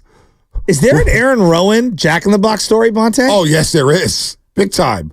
Oh, my boy Nick Palm went to City College San Francisco with him. We're in the journalism department together, writing on the same school newspaper. And he sends me a picture. I wake up at 2:45, and it's Aaron Rowan in Jack-in-the-Box, the TL one, right by Ruby Sky, down the street from Ruby Sky, and he's wasted at Jack-in-the-Box. By the way, I just cut one. Excuse me. Trent Balky here. You guys you only got 2 more left. What is going on here? Aaron Rowan, Jack-in-the-Box, wasted at 2:45. And he sent me, remember the old flip phones? You get the pixelated pictures? He said, like, that's Aaron Rowan, bro. And he is cooked at that Jack-in-the-Box. It looked like a Rorschach test. And maybe he had a long night. That's Aaron Rowan, I swear. Maybe he had a Can't you tell by the way he's holding that sword sitting on the throne? Hey, man. Does he eat his late night burrito the same way he used to bat? Oh, boy, that munchie meal did him in. Maybe it was a long night at Ruby Sky. I don't know. My final thought is, folks, when you get older, eat better. Just eat better. Don't be like Shasky and myself. Eat better. My final thought is this. You know, yesterday coming out of the park at West Sunset, we had a really beautiful game yesterday. Well-played game. Town played amazing. And I started taking some pictures of just the field and stuff. I posted it, not knowing that one of the dads, DeJuan Fields, was also taking photos of everybody. And then he sent a bunch to me, and I was like, you know what? I'm going to post these online.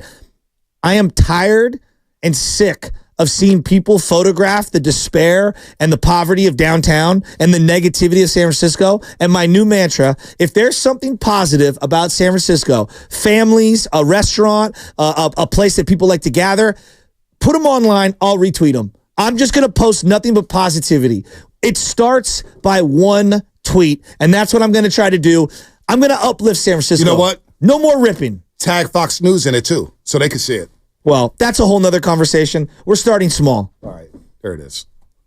Spinotti, love it. What you got? Hey, Kenny, don't say nothing. I see you with the Knicks hat on. Chill, dude. They won a championship since 73. Relax. Man, imagine taking shots at Knicks fans. You just said they were going to go to the finals, maybe. Yeah, but they'll lose. Okay. Anyway, on that cheerful note, go check out the latest episode of Garlic Fries and Baseball Guys that Shasky and I recorded yesterday. And then you'll also find out who the next Giants player I talk to is. So, lots of cool reasons to listen. Surprise, surprise. Ricky Pearsall tomorrow, 8:30. Ricky Pearsall. Let's go. And maybe someone else, but I don't know, I'm working on it. Oh, that's a tease. I can't wait for that one. Just, you know what? Shameless plug. Pre-game show, Monday through Friday, 5 to 6 a.m. with your boy. If you get up early, if you work late. No. Hit me up. I'm on Twitter really your now. final thought. Yeah, come on, Lakers. What's your final thought? My final thought is, I already told you guys what's going to happen this offseason. Everyone's talking about LeBron going this place, that place. They're going to get Bronny. They're going to keep LeBron. And you know the name I've been throwing out there, and I'm not thrilled about it, but it keeps on popping up. Brian Windhorst was talking about it this morning on Get Up. Trae Young is going to be a Laker. Oh, gosh. And they're going to try to do Trae Young. There goes my dream. Steiny does not like Trae Young. He does not. He's not a fan of his game. He used to be comparing him to Steph Curry all the time. It was like, dude, like, relax. Shout out Travis Schlenk. Travis Schlenk. Shout out to Travis Schlenk. Shout out to Darvin Scam. Darvin Ham. I get what you went through the last 2 years, Spadone. I get it. All right, that was Fast Five. Brought to you by Xfinity. What up, Kenny? What's going on? Beat Philadelphia. We love New York taking over Philly. That sorry-ass fan base in Philadelphia. How do you let Nick Fez take over the Wells Fargo Center and yell FMB? You frauds. You lames. I love it. Screw Philly. Till the day I die. That was Fast Five brought to you by Xfinity. At home or on the go, you get the fastest internet to all your devices. Have a good day, everybody. Was there any thought at all that, this could have been your last game with the Lakers?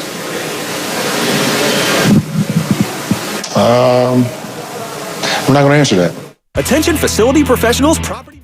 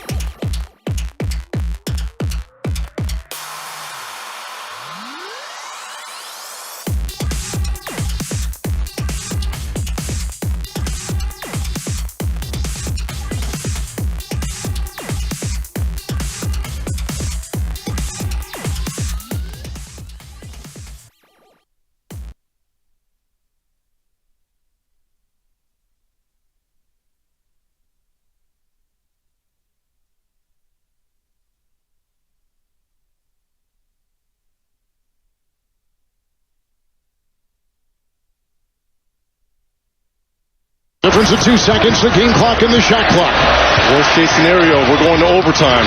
Jokic a screen, Murray to try to break the tie. No timeout by the Lakers. They got to go. James, a bump, a feed, a punch shot. No! Zero's on the clock. The Nuggets advance. They have won. How about if I start today with an unbelievable statistic? Kevin Harlan, TNT. Evan Giddings, in for Darryl the Guru Johnson. Guru's got some family stuff to take care of. How about this stat to start the show? This is the first time since 2005 that neither Steph Curry, LeBron James, or Kevin Durant did not make the second round of the playoffs. It's pretty unbelievable. I mean, I'm not breaking any news here by suggesting that there's a changing of the guard occurring in front of our eyes in the NBA right now. And the question of today is, what does it mean for the Golden State Warriors, who won 4 titles over the span of a decade, but finds himself in a little bit of no man's land right now? Evan, good morning, buddy. How you doing? I'm doing good. Love out to Go and his family. Hope he's doing well. Looking forward to seeing him tomorrow. But we are looking at, and we've talked about the transition that the Warriors ideally are going through, not just this season, this summer, in the near future. The whole league is going through a transition. And I think that's what we saw in the first round, because the league now more than ever is about young, up-and-coming, rising, established stars. The fading stars, LeBron, Durant, Curry, we'll see what happens with the Clippers. Their time is no longer. Steiny, the era of the big three is dead. It's over. It's about the Doncic's, the Tatums, the Jokic's, the SGAs, the Anthony Edwards. It's not about the players in their mid to late 30s anymore. And that's the reality that I think a lot of people have been hit with by watching this first-round series. And I'm sure the reality that the Golden State Warriors are trying to wrestle with as they figure out how they want to embark upon this summer. Yeah, and that's the question of today. Well, there's not one. And one of the things I'm hoping for today is we just and talk about all these aspects of where the Golden State Warriors are right now. And, you know, we talked about this team for 6 months, and some thought they were better than they ended up. Some didn't think they were as good as they ended up. But where they go for now, or from here, I should say, is just, it's going to be fascinating. And, you know, I'm just going to be throwing out some questions for Warrior fans and just want to get into a discussion on where they are, where they want to go, how far they could go in an off season, and whether it's reasonable or feasible to get back into the top tier of the NBA. And I want to know, Warrior fans, if you've been watching the playoffs, if you can remember how you felt when the Warriors got beat against Sacramento and everything you heard from the team, and the idea that maybe if you would have won a game or two, you could have played Minnesota or gotten a shot at Denver or maybe even played the Oklahoma City Thunder. For all the people out there that thought the Warriors, if they got into that spot, could have done damage, I'm wondering if after you've watched most of the first round play out, if you still believe that the Warriors would have given any of the top 3 teams a series, whether it's Denver, whether it's Minnesota, or whether it's Oklahoma City. Because that to me is a starting point. Because if we're still in the mindset that we could have been in these playoffs and competed, to me, it suggests you go down one avenue.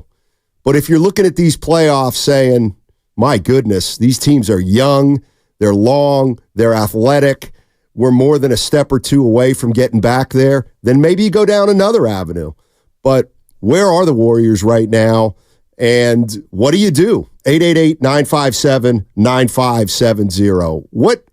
What's hit you the most, let's say, in the last 2 weeks since the Warriors were beaten by the Kings and watched the playoffs so far? Well, watching the first round, I never felt like the Warriors would beat any of the top 3 seeds. So that's OKC, Minnesota, Denver. I personally just didn't think that they'd beat them 4 out of 7 in the first round. But what was disappointing to me about them not making the playoffs is to get a literal gauge of how far you are away. Right. Because we still don't technically know that. I know you can make the comparison of, well, the Warriors lost to the Kings lost to the Pelicans just got swept by the Thunder. That to me is a little unfair. I can't make that sort of leap. But it does mean that you're in a tougher spot in regards to gauging how far you feel like you are from whether it's contention or I think, honestly, it's kind of just the playoffs. I mean, we're going to hear some sound from Curry in just a moment about what he thinks that this team can do this summer or what they need in order to get into the postseason. But to me, Steiny, it's really the Warriors moving forward. It's about trying to remain relevant and competitive. And what we're finding out from the Western Conference, the East is in a completely different situation. But in the Western Conference is, if you're going to make a drastic move, and there's a couple players whose names have been floated due to their first-round flameouts, LeBron James, Kevin Durant, Paul George perhaps. There's some trade candidates on the market that are viable. Do the Warriors go out and make a drastic move to try and improve themselves, or do they make a drastic move to tear this thing down slowly? Or do they just remain in the same position they were and they'll try and figure out and hope that they're 3 wins away from being a 6 seed next season? I mean, I do think there are so many avenues for this team to move down. In a way, they have the freedom to do whatever they choose. But the issue is that I don't think whatever they do this summer is going to make up the kind of ground that we just saw the Denver Nuggets establish against the Lakers, the Thunder establish against the Pelicans, and then the Timberwolves establish against the Phoenix Suns. I'm not sure how many teams are getting worse in the Western Conference. And the Warriors right now are kind of in limbo. Yeah, and the place I think we got to start, and stop rolling your eyes if you think you know where I'm going, but the reality of the situation is that Golden State Warriors owner Joe Lacob made a phone call to the Los Angeles Lakers at the trade deadline, asking about LeBron James and if he were available, according to reports. Lakers said he's not. But that was in the middle of the season, and the Lakers have just been eliminated. So where I want to start is, what's up with LeBron James, who's got an opt-out in his contract? Was there any thought at all that this could have been your last game with the Lakers? I'm not going to answer that. Appreciate it. There it is. So maybe LeBron has played his last game with the Lakers. Is he on the table for the Golden State Warriors? And even if he's on the table, what are the avenues to get him? Boy, are they going to be complicated. They're going to be constraining financially, and they're probably going to take a pound of flesh out of you if you're the Golden State Warriors. The Phoenix Suns have been eliminated. Kevin Durant is not going to the second round. So what do you do if you're the Golden State Warriors? And a lot of this too, we can just talk hoops. I mean, when you watch Minnesota and Denver, what's the biggest need for the Warriors? I mean, what is it? Is it simply to get younger? Is it to get more athletic? Is it to switch up the personnel so the pieces fit a little better? A lot of questions. And then lastly, and I threw this at you before the show, because this is just how we're starting it by kind of spitballing a little bit. What's the biggest priority for the Warriors this offseason? Just their biggest priority, the biggest decision. What do they got to do? In terms of a player, a theme? Yeah, a move. Yeah. So, okay. Yeah, exactly. So, I think that's also reflective of the position they're in. It's yeah. I mean, everything is right. Sure. I don't know. But I think the biggest thing for me, and I guess I'll, in the words of Curry, tweak my answer from a couple weeks ago. All right. I thought it was to get younger, and I still do think that's a priority. I mean, the average age of the roster needs to come down. You got to find more players that are in their 20s, that are in their 30s, that are going to be difference makers in this team. But it's not just getting youth or getting younger. It's getting more mature and not experienced. I'm not talking about bringing a grown-up in the room like they did last summer with Chris Paul. There's a lot of immaturity on this roster from both young and old players. I don't think Draymond Green is an extremely mature individual.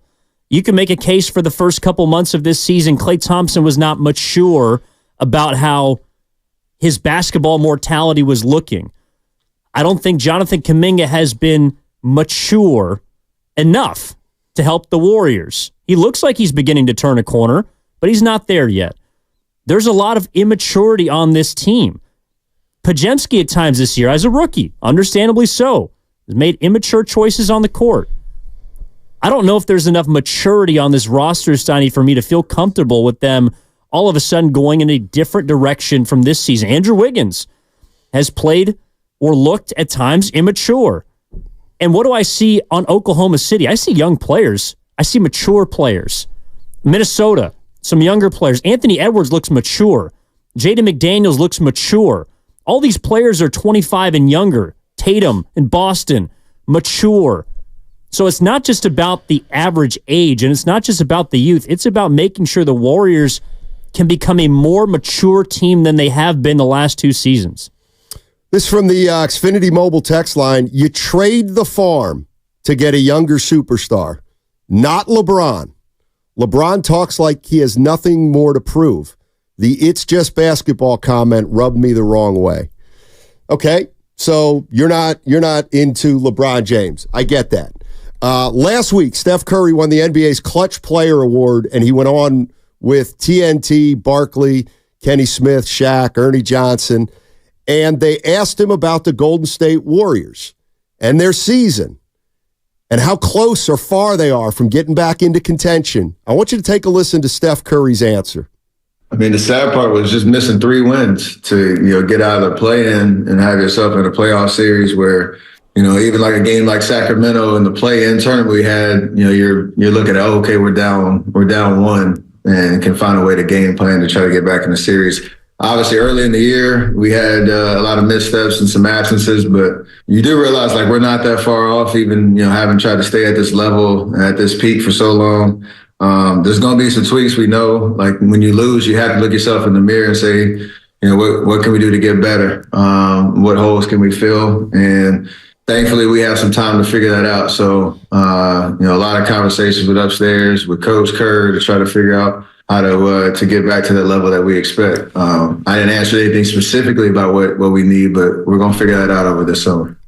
All right, so couple things there. And listen, Steph is a great spokesman, and he knows how to talk on national TV, and he knows what not to say that could get him not into trouble, but be a little bit controversial. But the reality of the situation is, he harped on a few things, and one is that they were 3 wins away from being a 6 seed, okay? He said, we're not that far off. And he also said, we know that a couple tweaks are coming. All those 3 things suggest that the Warriors won't make, let's just say, dramatic changes. But here's the biggest problem I have with what Steph said. And again, he's trying to speak positively and in the right way. So he might not be telling the whole truth and nothing but the truth. All right, he's got to be a diplomat here. There's no doubt about it. By the same token, Warrior fans and Curry and Kerr continue to harp on, with a few more wins, we would have been a 6 seed. Okay, 3 more wins gets you a 6 seed. But don't we now know you were going nowhere against Denver, Minnesota, or Oklahoma City? I mean, you were not going to beat those teams. So, I don't know, I have a million thoughts going through my head. One is, if we're talking about a few tweaks to get back up to 6, well, then let's acknowledge the idea of another title is over. The next step next year would be to get into the playoffs without the play-in game, see where we're at that point, and reassess. But, I don't know, the idea that 3 more wins would have made a dramatic difference. Would it have been different? Let's say, theoretically, was there a difference between losing to the Sacramento Kings in the play-in and let's just say getting beat by the Minnesota Timberwolves in 5 games? No, but how many people are still thinking about the Warriors as a championship team? I think there are still a large percentage. I think there's a lot of people that want them to compete for a title, but I think our fan base is pretty educated, is pretty smart. They're intelligent. They're not looking at this team like they're just going to flip the script and run the table next year. And I don't think they thought that was going to happen this season. Why? I don't know about that. Like they thought that they were going to be a finals appearing team coming off a second round flameout last year. Well, I mean, I would just tell you what Guru was pounding into my head for 6 months, that when Joe Lacob came into this studio before the season, love the team, we can make a run, we have the pieces, this, that, and the other thing. I would assume he was talking about a championship. But listen, I'm with you. I think I don't know what the percentages are of where the fan base is in terms of the realisticness, if that's a word, of winning another title. But there still does seem to be, Evan, out there, a lot of everything for Steph or and I don't want to make this about whether it should all be for Steph or not, but it's about, to me, as an organization, you've got to acknowledge that you're further away from a title than maybe you thought, or you're further away than is realistic to make up in 1 year. I guess what I'm saying is, if we stop talking about title or bust, it makes the future look like it could be way more positive than if those are the limitations you're putting on this team. See, I think you're confusing title or bust with just general fan optimism. Like, I don't know what you expect fans to want or to approach the season with outside of optimism. I mean, that's just what they do.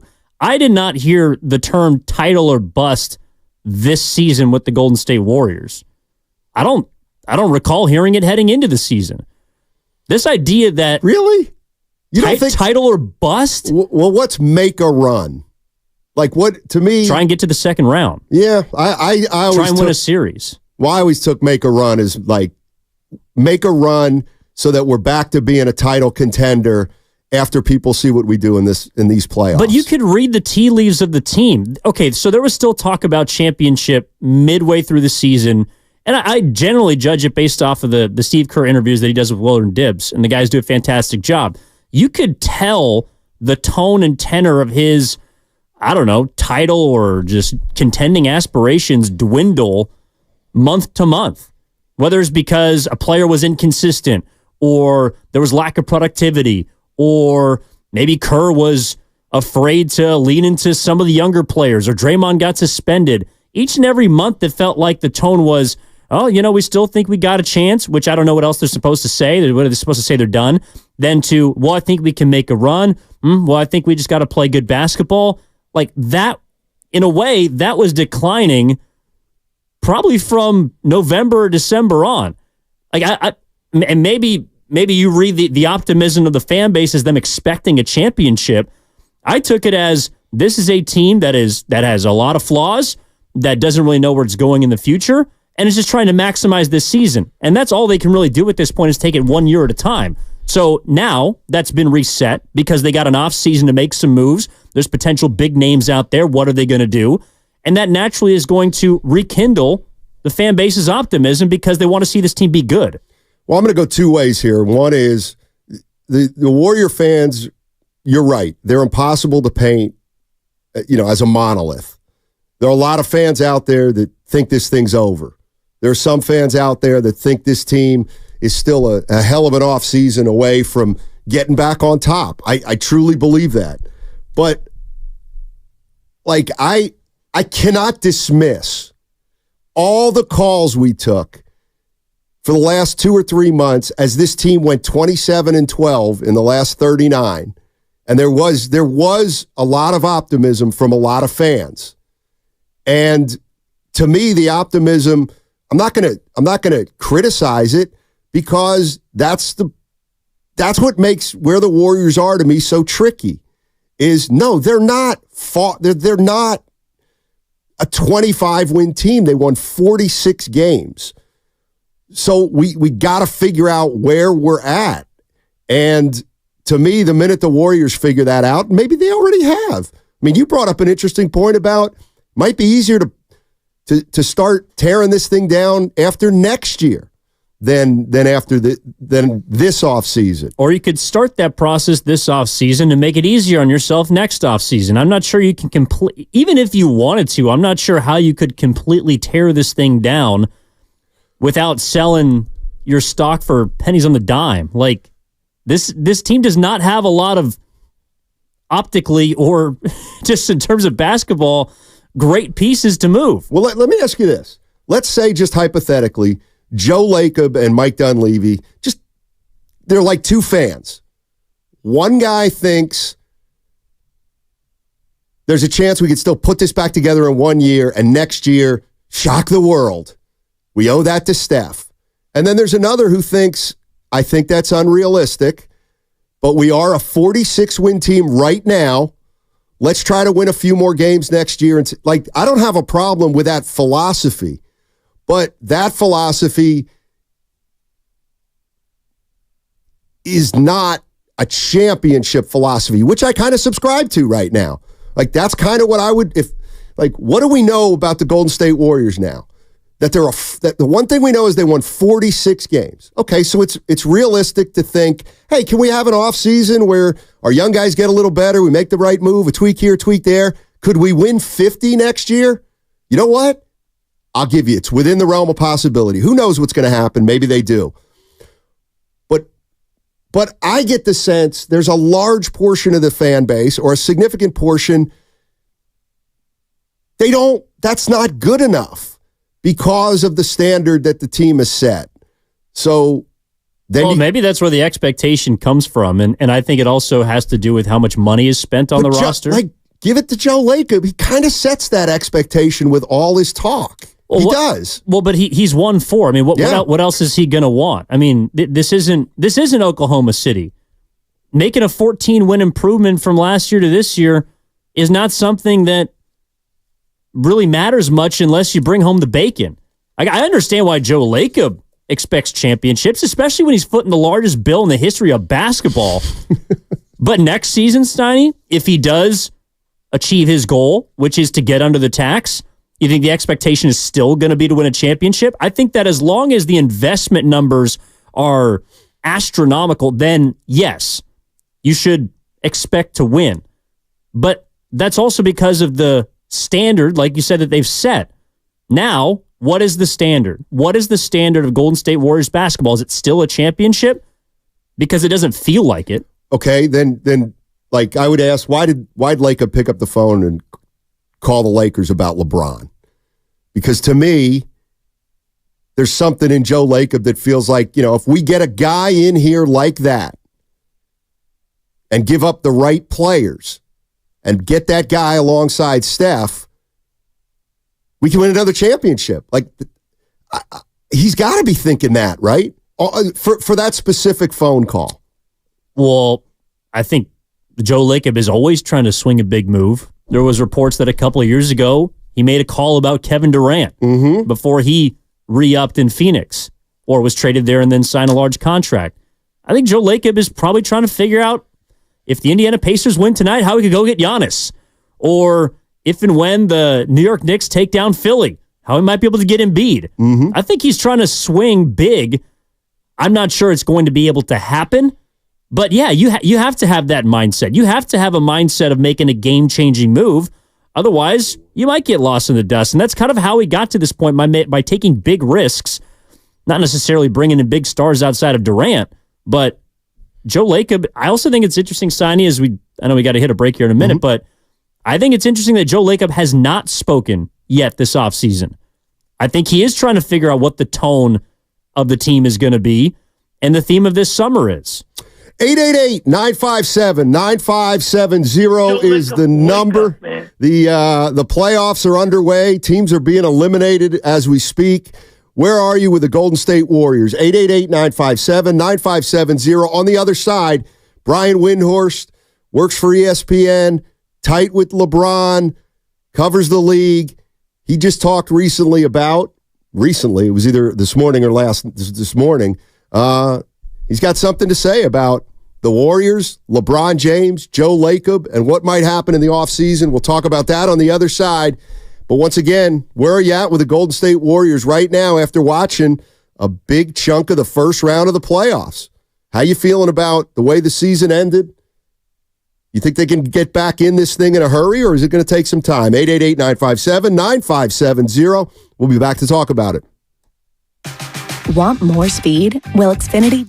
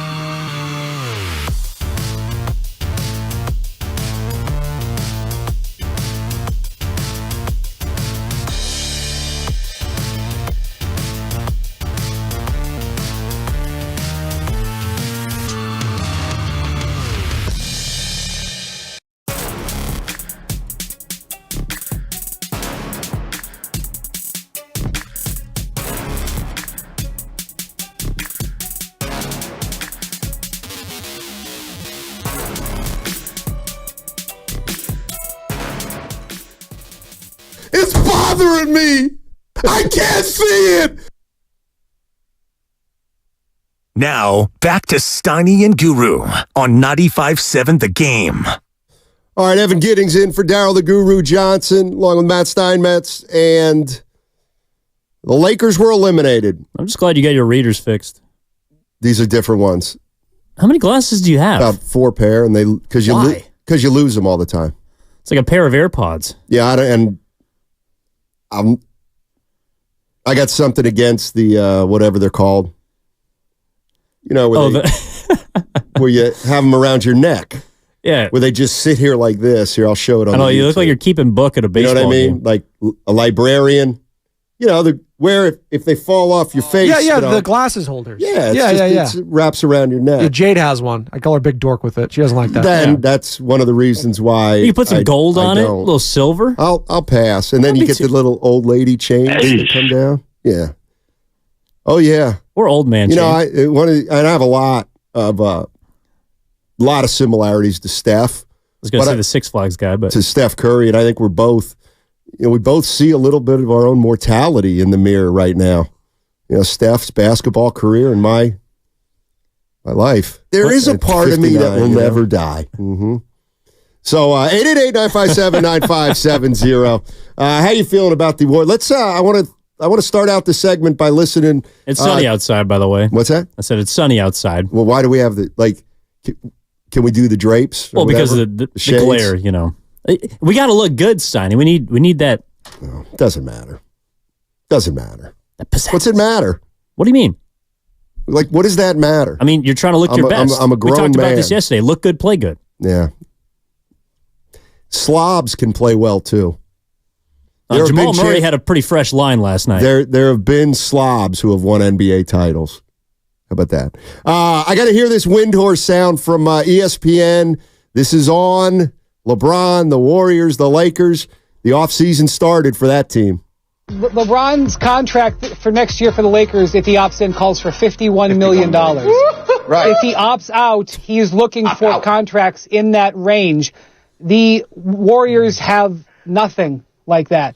These other teams, like whatever you want to get on the board, whether you want to say team X, team Y, remember, $50 million per year, multiple years the Lakers can give him.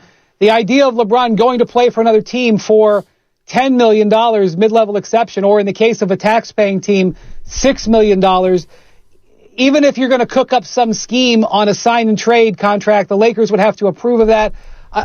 Before you enter fantasy land, don't forget about the salary. The salary is important. I know LeBron's made a lot of money. He wants to buy an NBA team. You don't buy an NBA team leaving $50 million on the table. That's Brian Windhorst of ESPN. And that's just about the idea of sniffing around LeBron James. I know that probably is something that divides the fan base to some degree, whether you even want LeBron James coming in here. But you know, I'm looking at the Athletic, and we're going to jump into some calls in a sec, Evan. You know, I'm looking at the Athletic, and Marcus Thompson of the Athletic a day or two ago, he actually threw 10 names out there of players. They're either on another team's roster or they're going to become free agents. Zach LaVine, Brandon Ingram, DeJounte Murray, Miles Turner, Markkanen, Paul George, Kevin Durant, DeMar DeRozan, and the guy he didn't put on there was LeBron James, somebody that the Warriors owner called about. So they got to figure it out. Yeah, I mean, if you kind of separate them into the categories of trade versus actual free agent acquisition, but you'd kind of need to sign and trade with, it sounds like LeBron, Paul George, and I guess KD would be a straight-up trade. But you know, DeMar DeRozan's going to be a free agent this offseason. LaVine you'd have to trade for. Murray you'd have to trade for. Turner and Markkanen you'd have to trade for. Of the names on that list, Steiny, which one do you feel like is the most likely to be a savior? Oh, boy. A savior? Well, I know, again, or the best. You know, make the Warriors as good as they can be in the short term. Exactly. Fair. To reach their potential. Well, I'll tell you right now, Paul George.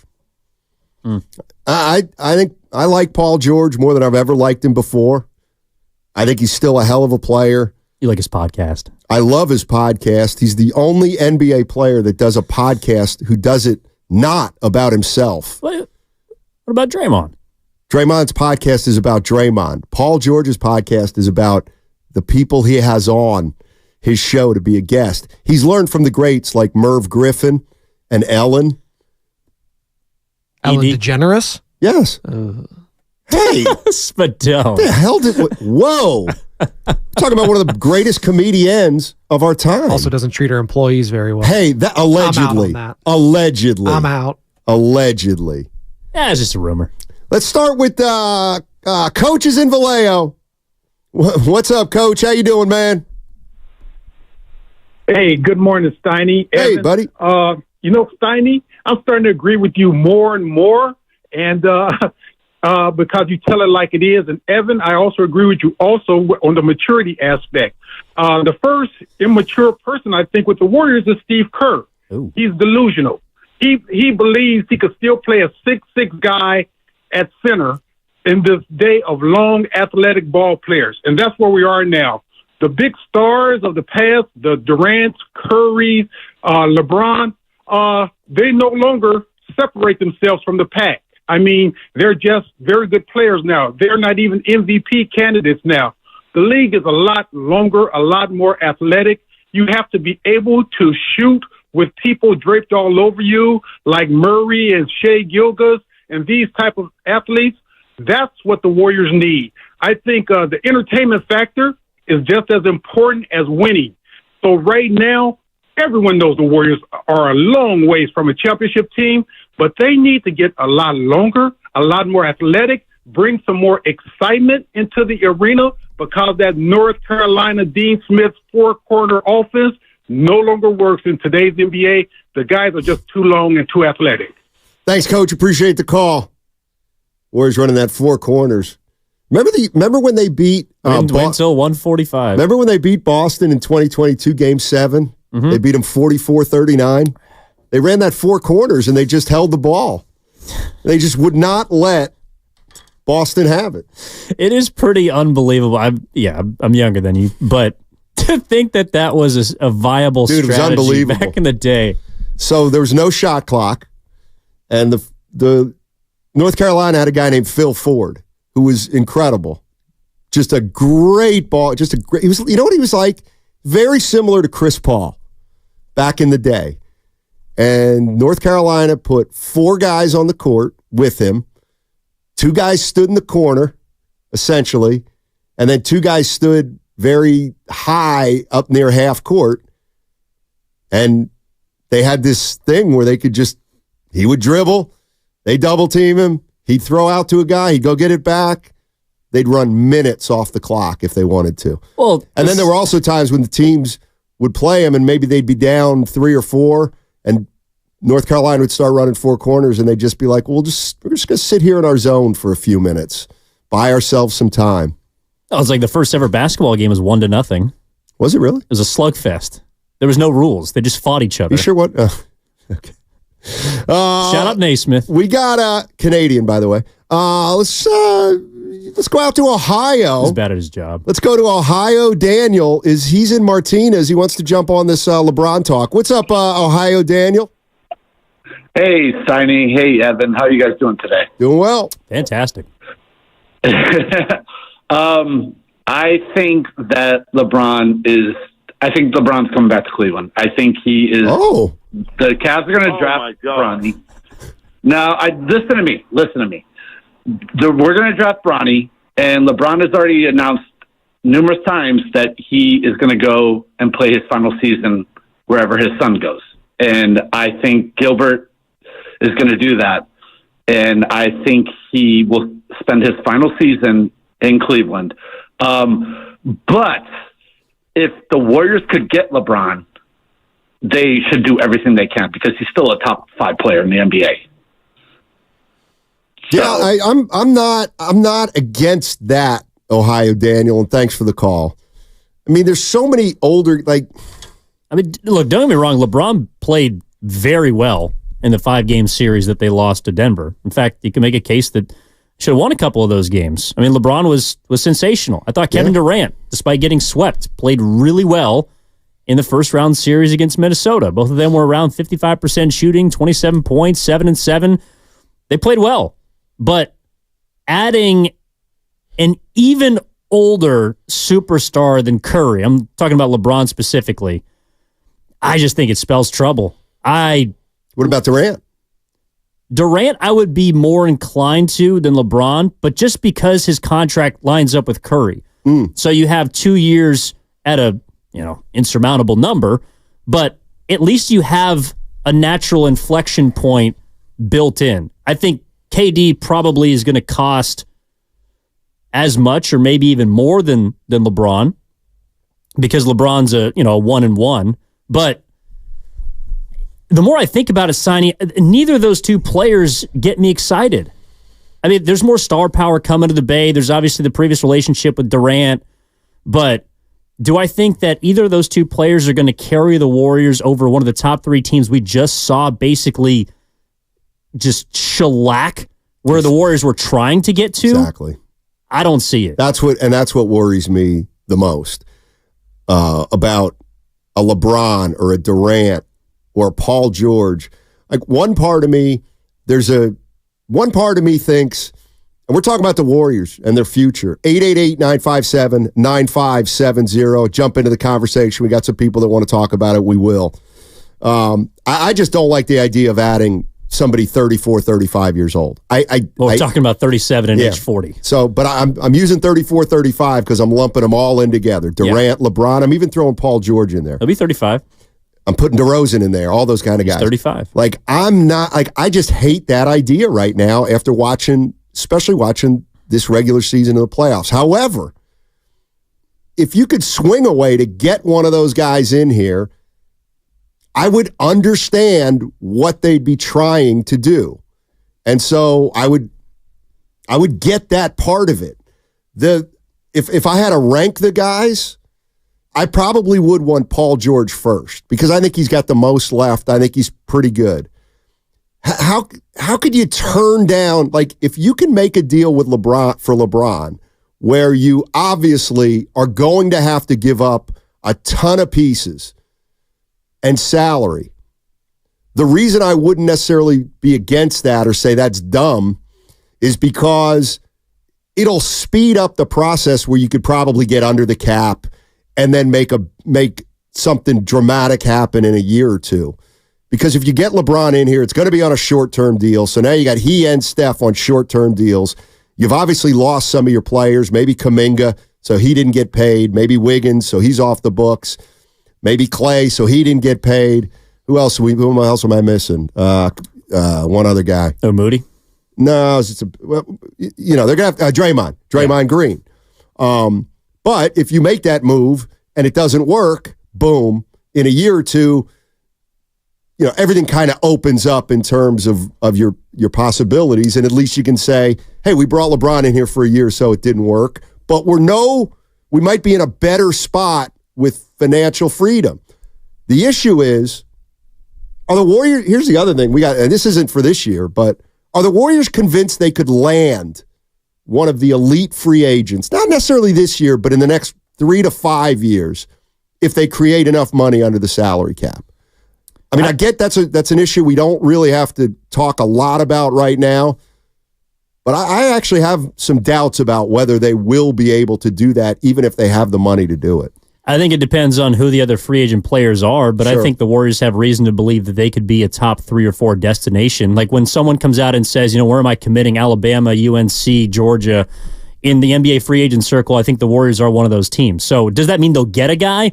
I'm not sure, but they're right now still a marquee franchise, I believe. So that's for further down the line. I think if we're looking at the shopping list of players that we're talking about, yep. I think for me, first, it would be Durant, just again, because of the alignment of his contract. I also think of the 3 players, LeBron and Paul George, the other 2, he's the most durable of the 3. He's played the most minutes in the postseason in recent memory, and he's still playing at a high level. LeBron would be second because of the short-term contract, and I know that Paul George is the youngest of the 3 and might be the player you like the most, but you're going to have to give him a new contract. Mm-hmm. And the one thing I don't want to acquire this offseason if I'm the Warriors is another 4 or 5 year mega deal, unless I'm paying a younger player that. We could talk about Kuminga and what he's worth and what he's not, but I'm more inclined to give Kuminga a longer deal to see what he is than to go out and get Zach LaVine or to bring in, I don't know. Look, I'm not sure who else has a large enough contract, but Levine's got like three or 4 years left. Paul George, you'd have to probably give a 3 or 4 year contract to. Those players, to me, I don't want any part of because I'm afraid we're going to end up in this same spot signing next offseason of looking at these guys and saying, you didn't perform up to your contract. How do we get off of it? Yeah. And the Warriors cannot set themselves up to get off of Jordan Poole last offseason, get off one of their albatross contracts this offseason, and then continue to look forward to getting off of big deals in the future. I just think that sets them back even further. You know, it's interesting. I threw this out there. And feel free to jump in at 888-957-9570. But what is the top priority this offseason for the Warriors? And, I guess the number one priority would, in theory, be acquire a superstar. Well, I'll second that. Yeah. Like, okay, that would be the number one priority. But Brian Windhorst is saying that's pie in the sky. Okay, so of all the moves that we're looking at this offseason, what would be the biggest priority for you, Evan, with just the guys on the roster? Like just the guys on the roster. Not let's see if we can go get Giannis or let's see if Paul George because Joel Embiid. Or Joel Embiid. Like no. I'm talking most about let's go through the Warrior roster. Chris Paul is essentially a free agent. Yeah. Klay Thompson is a free agent. They have Wiggins under contract. They got Steph under contract. They got Kuminga poised to be paid, but doesn't have to be right now. But all indications are they can go that route. They got Draymond under. Like what? Using the guys on the roster, and I'll ask this to Warrior fans at 888-957-9570. What's the first priority? What's the It's Andrew Wiggins. The biggest priority. For me, it's moving off of Andrew Wiggins' contract.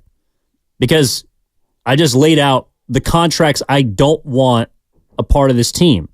I don't want long-term, underperforming, inconsistent deals. Andrew Wiggins has been the epitome of that now for 2 seasons. I also think the second reason is because he's a stopgap for a lot of your up-and-coming players.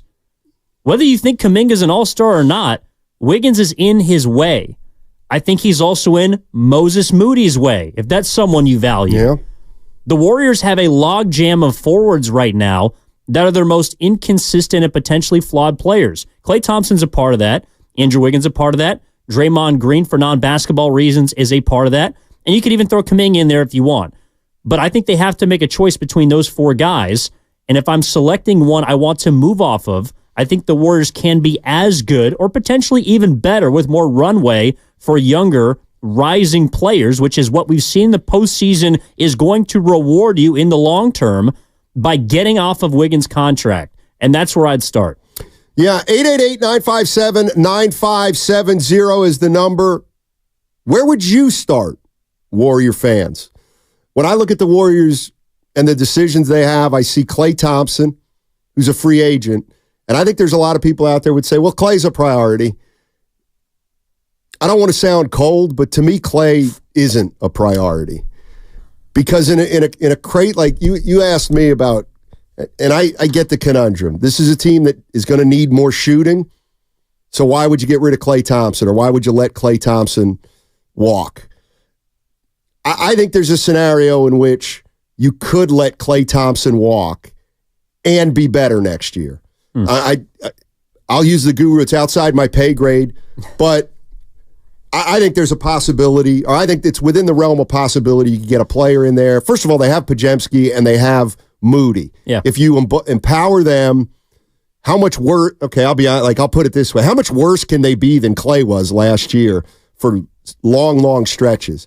And they'll be better defensively. Like I actually think, in conjunction with another move or two, you could lose Klay, get a different kind of 2 in here completely. Maybe even a defensive-minded 2, and you could be better. You could be better. Now, you're going to have to do some other things.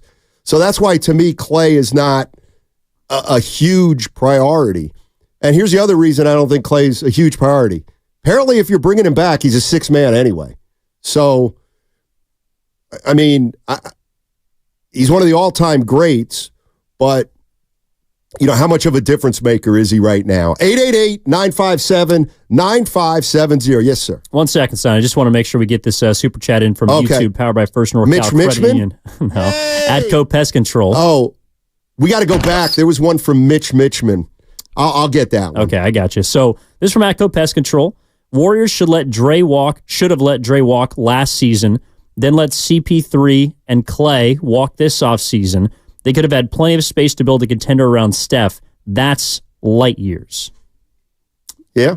I mean, and that's the one thing when we were talking about priorities and Draymond Green's name came up and I said, yeah, I'd probably look to move him. And he's going to be tough to move because only a few teams are going to want him. And he's tough to replace. But, to me, I think we're at that time. I mean, if the goal, here's the other thing that I think. Let's do it practically, where you say, Steiny, there's not as many unrealistic people who think this team's going to win a title again as you. You think that's half the fan base. It's not actually. Well, it's dwindling by the minute. Sure. So if a few tweaks gets you back to 49, 50 wins, and a 6 seed, and that's the new normal, I absolutely believe you could get there by making the right trade for Draymond Green. Absolutely, I believe that. Again, is it going to be challenging? Yeah, but you got to look at all the avenues. Junior's in Pacifica. What's up, Junior? How you doing, man? Fine, thank you. Good discussion, gentlemen. I don't think Clay is a must for the Warriors, but I think he's a preferred option for us. I think that the thing that excites me most, I don't see a way that the Warriors get to be a championship team again during Steph's years. He's very slowly, bumping down a little bit in his play. His turnovers are not dropping with his production, so that's a negative against the slowly declining positive. I think that Kuminga might improve as fast as Steph declines, but the combination of the two of them doesn't ever get to amazing, I believe. So to me, the most exciting option is to bring in KD. We would have to trade Kuminga to do that for the reasons that you guys were saying. So KD and Steph finish up at the same time, and then you're open for a rebuild and a new approach to basketball than the Splash Brothers brought all these years ago. I think it would be entertaining, fun, successful, not championship successful, but you get people in seats, and it would be enjoyable. It would be a great story as well, and be respectful to Steph, giving him every chance to do something amazing like they did a couple of years ago. In retrospect, that was a pretty amazing title. Maybe there's one more of those, but we can't count on it. Maybe we can hope for it, and I think KD's our best bet to get in that range. Appreciate it, Junior. That's Junior in Pacifica. I mean, when we talked about the 2022 championship, nobody would ever, ever, ever give that up. That championship is what is going to be a great legacy separator, I think, for Steph Curry. Not that he wouldn't have been remembered as an all-time great with 3 rings, but that number 4, that slammed the door shut on any kind of criticism or any kind of, let's say, maligning of Steph Curry as one of the all-time greats. There's no doubt about it. But I think we also got to acknowledge that winning that title caused this team to go in a little bit of a different direction that they might be paying the price for now had they not made that run. But I get it. And it's okay, great statement, Stein. I'd say they would have been better if they wouldn't have drafted Wiseman. Or they wouldn't have re-signed this guy or that guy. So maybe that's just kind of sour grapes on my part. Well, no, I mean, I think the ending of the 19 finals is probably where the thing went incorrectly or in the wrong direction. Right. I don't know if the 2022 finals or the championship has necessarily set them back I don't view that championship as setting them back because I honestly think if they hadn't won it, they probably still would have tried to keep the big 3 together. I mean, Klay Thompson had just come back from injury. I guess Draymond Green, the next year was in a contract season, but was still productive. I mean, if Draymond had played 74 games in a contract year, even if they hadn't won the championship, but they, I don't know, let's say got to the second round of the conference semis, or the conference finals, I still think they would have probably leaned into the big three. I mean, at the end of the day, you have the most unique dynasty from the fact that the three guys have been together the entirety of the time. And I just don't know if they were willing to give up on that. Right. I just felt like, I mean, maybe it's now 2 years later, you're under the reality, you're under this idea that you can't just kind of retool around them. Like in 2022, they lucked out on a couple of really good veteran mins, and now they're going to figure out how to try and move forward in the same direction. All right, 888-957-9570 is the number. Warrior fans, you thought they were either close or far after the elimination game against Sacramento. You feeling the same way now? Do you feel like they're just a tweak away, or do you feel like something more dramatic has to happen? And if something dramatic happens, what's the most dramatic thing you'd like to see happen? 888-957-9570 is the number. Steph Curry, Kevin Durant, and LeBron James. First time since 2005 that none of those players are playing in the second round of the playoffs. He's too old. So, after you lift weights, your body keeps...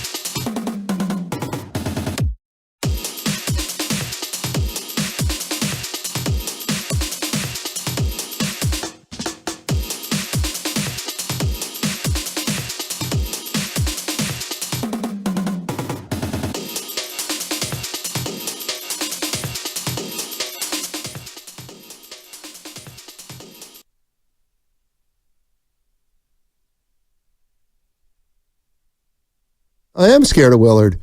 It's okay to acknowledge things. I'm scared of Willard. It's the Guru Steiny show. Let's go. All right, Evan Giddings in for Darryl the Guru Johnson. You know what? Here's what I'm sick of. I'll tell you what I'm sick of. And I love the guy, and I've made my fondness for him known. I love Lucas Alexander. But I'll tell you what. There's always a but. You know, fight on. I got this reputation as doom and gloom. Yeah, he comes in here. No. He comes in here under the guise of being a Warrior fan. He starts talking about the Warriors, and then on the way out, he goes, boy, they're effed. You know what I mean? Like, I don't even say that. He was talking about the Suns. He was not talking about the Suns. He just said you can't trade Bradley Beal. He's making $56 million He's not next talking year. about the Suns. Was he? He's talking about, well, he's probably talking about both of them. Dude. He said Phoenix. God love him. I'm able to look at this team and say, we milked the core for 10 years, and now we actually have some young players. Can we keep that going a little?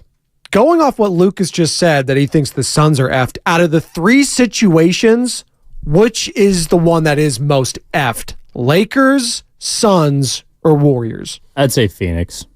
I would not say Phoenix because they have the youngest superstar of all the teams. How old's Booker now? 28, 29?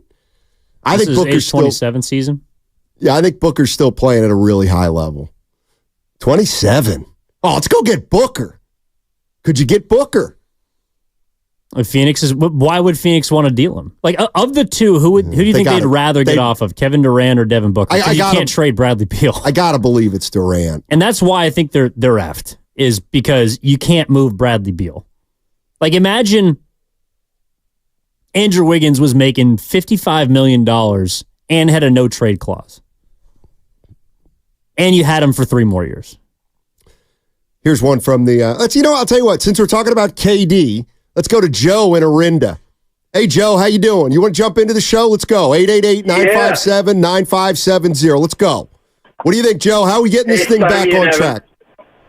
Yeah, I think it's a two-part deal here. I think, everybody thinks about the Warriors' heyday as just being this high-flying offense, but what we overlook is the defense. And we used to have smothering defense. I think that left when Mike Brown left. So it's really a two-part play that we have to make. It's not just bringing in a savior. And, LeBron's two-way, super impactful player. I think it's a long shot that we get him.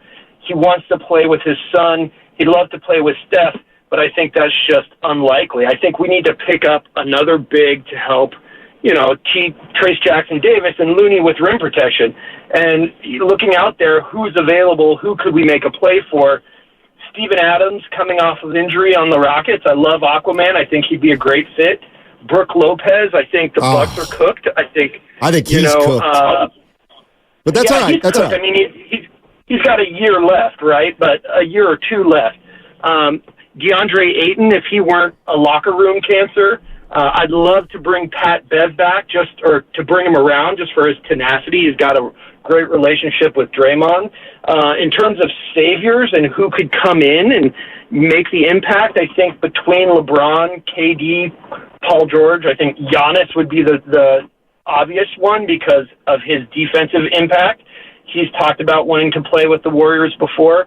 I think the Bucks are done. You guys were talking about Phoenix being cooked. I think the Bucks are kind of facing the same reality now.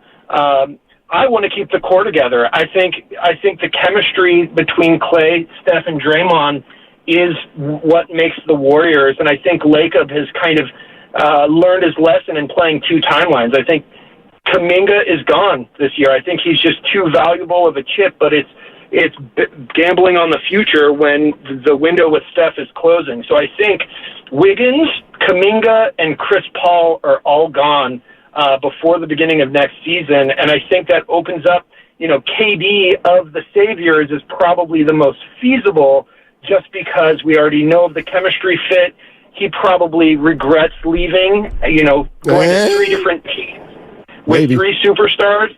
And he said that, in his little kind of cryptic way, what he didn't like about the Warriors and why he left was, the handling of his arguing with Draymond, and that really came from Bob Myers, and Bob Myers is gone. Right.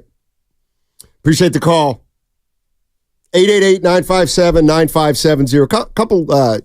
Couple things I was thinking during that call. By the way, this is a super chat from YouTube. Again, from Matco Pest Control. Steph, KD, and LeBron fits under the cap if they trade for them.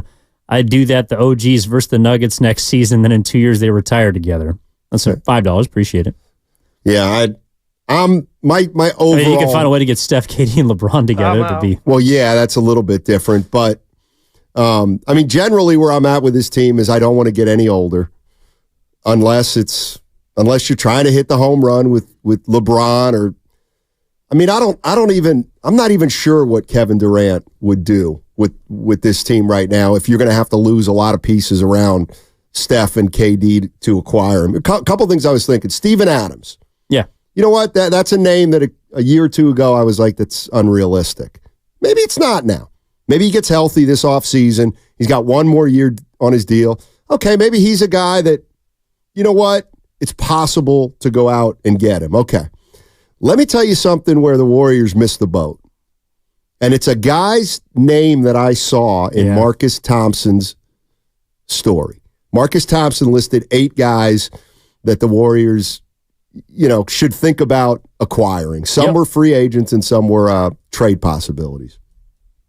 And the name is Miles Turner.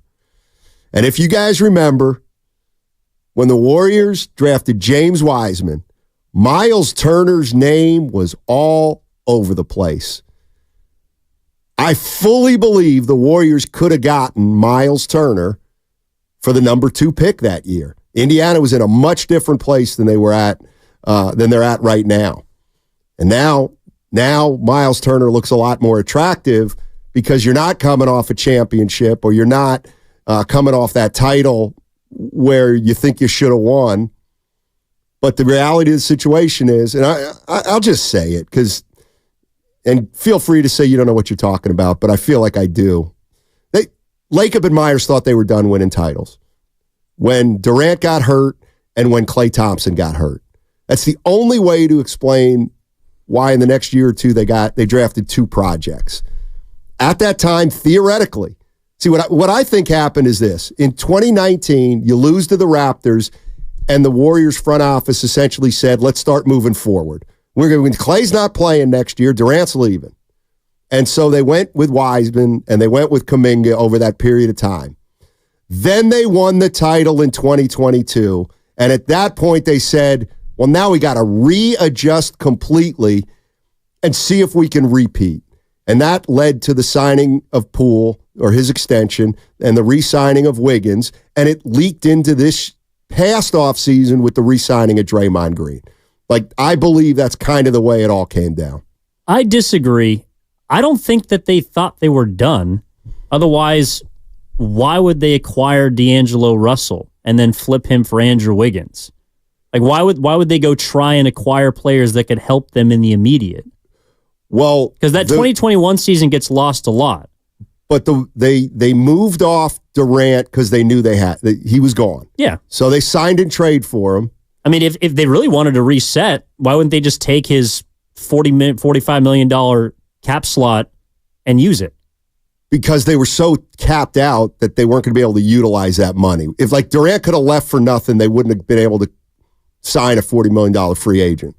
So what I think is they made the move for D'Angelo Russell and a pick. They got D'Angelo Russell in here knowing that they were going to move him as soon as they could. And they did for Wiggins. And to me, that trade was obviously a really good trade at the time. But I don't, why did you draft Kuminga? And you drafted 2 guys in consecutive years that you should have known were not going to help you for 2 years. And that's why I think they kind of gave up on the title thing, because that's when they said, you know what? No. Let's not try to get right back in this thing. Let's draft 2 projects who right about now they would have been exploding. Like Kuminga's kind of starting to explode, and ideally Wiseman would have exploded. And at that point, I think the scenario for this team is drastically different. I think they just underestimated how much time it was going to take for both of those projects to come around. I think they thought that by this time, Kuminga would have popped. Wiseman, who would be in his 4th season, would have popped. And then you have your heir apparent to whatever the throne is that Curry, Draymond, and Klay is going to lead. Because, again, Curry had already signed the contract extension. He's going to be up in a couple years. They knew Klay Thompson, after giving him a deal despite tearing his ACL, was going to be coming up this season. I don't think they thought that they were done, but they probably thought things were not going to be as clear. I mean, when you have Kevin Durant along with 3 other Hall of Famers, you're going to win championships, or you should be winning championships. That wasn't the case after he left and Klay got hurt. But as long as you have Stephen Curry under us, like I think it's funny, Steiny, that now we're talking about leaning into Curry or trying to maximize Curry. You can make a case that if the front office thought that they were done winning titles, that's almost an idiotic message to send to Curry at that time, who was only 30 or 31 years old. You still had an all-time performer in the midst of his prime. But remember, there was some dissatisfaction among the veterans with how the Warriors handled those 2 drafts. Remember, Iguodala talking about the 2 timelines, and they act like we can just get these guys in here, and in 3 years they're going to be champions. So there was some internal stuff going on at that point. There was questions. Yeah. I'm sure there was, but I also think that the Warriors in 2021, maybe unexpectedly, saw that they might have a chance to compete in 2022. I think the emergence of Jordan Poole at the tail end of that season was a big part of it. Yeah. I think trading for Andrew Wiggins and getting him in here was a part of it during the pandemic season, and getting him a full season. I think the fact that they had Klay Thompson coming back, that Draymond and Steph were still performing at relatively high levels, Curry more so than Draymond.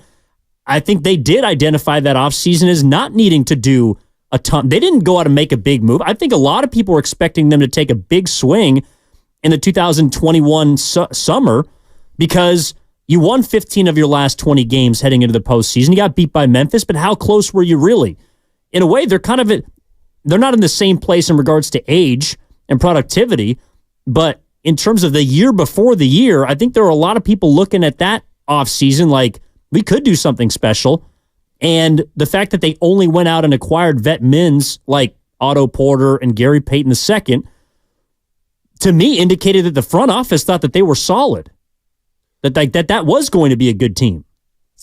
888-957-9570 is the number. There's a lot of sentiment that is similar to this from the 925 on the Xfinity mobile text line. Why are fans so obsessed with getting older guys and dumping the younger guys? What does Golden State do after what do they have to do to start over? And I think there's 3 ways to look at it. Like get older and keep pushing right now, total rebuild or tweaks. And I think they're looking at tweaks is what I believe. And you know what? They might be looking at tweaks, Evan, because that's all they can do. That might be all they can do with this team. Let's quick go out to Murillo in Petaluma. What's up, Murillo? How you doing, man? 888-957-9570 is the number. Jump in if you want. We're talking Warriors. What's up, guys? Been a while. Hey, good to have Evan on. Always knocking out of the park. Guys, I'm a big fan of the Warriors, and I'm very grateful for what happened. But my eyes are watching something different here. There ain't no savior, Steiny. You know this. Stop pretending. There's no savior. Did I say there was? The only savior. Woo. The only no. But just teasing with this question. Let's get to the point. The only savior maybe out there that might be available is Giannis, because he would fill up a lot of check box on our list, but that's a long shot.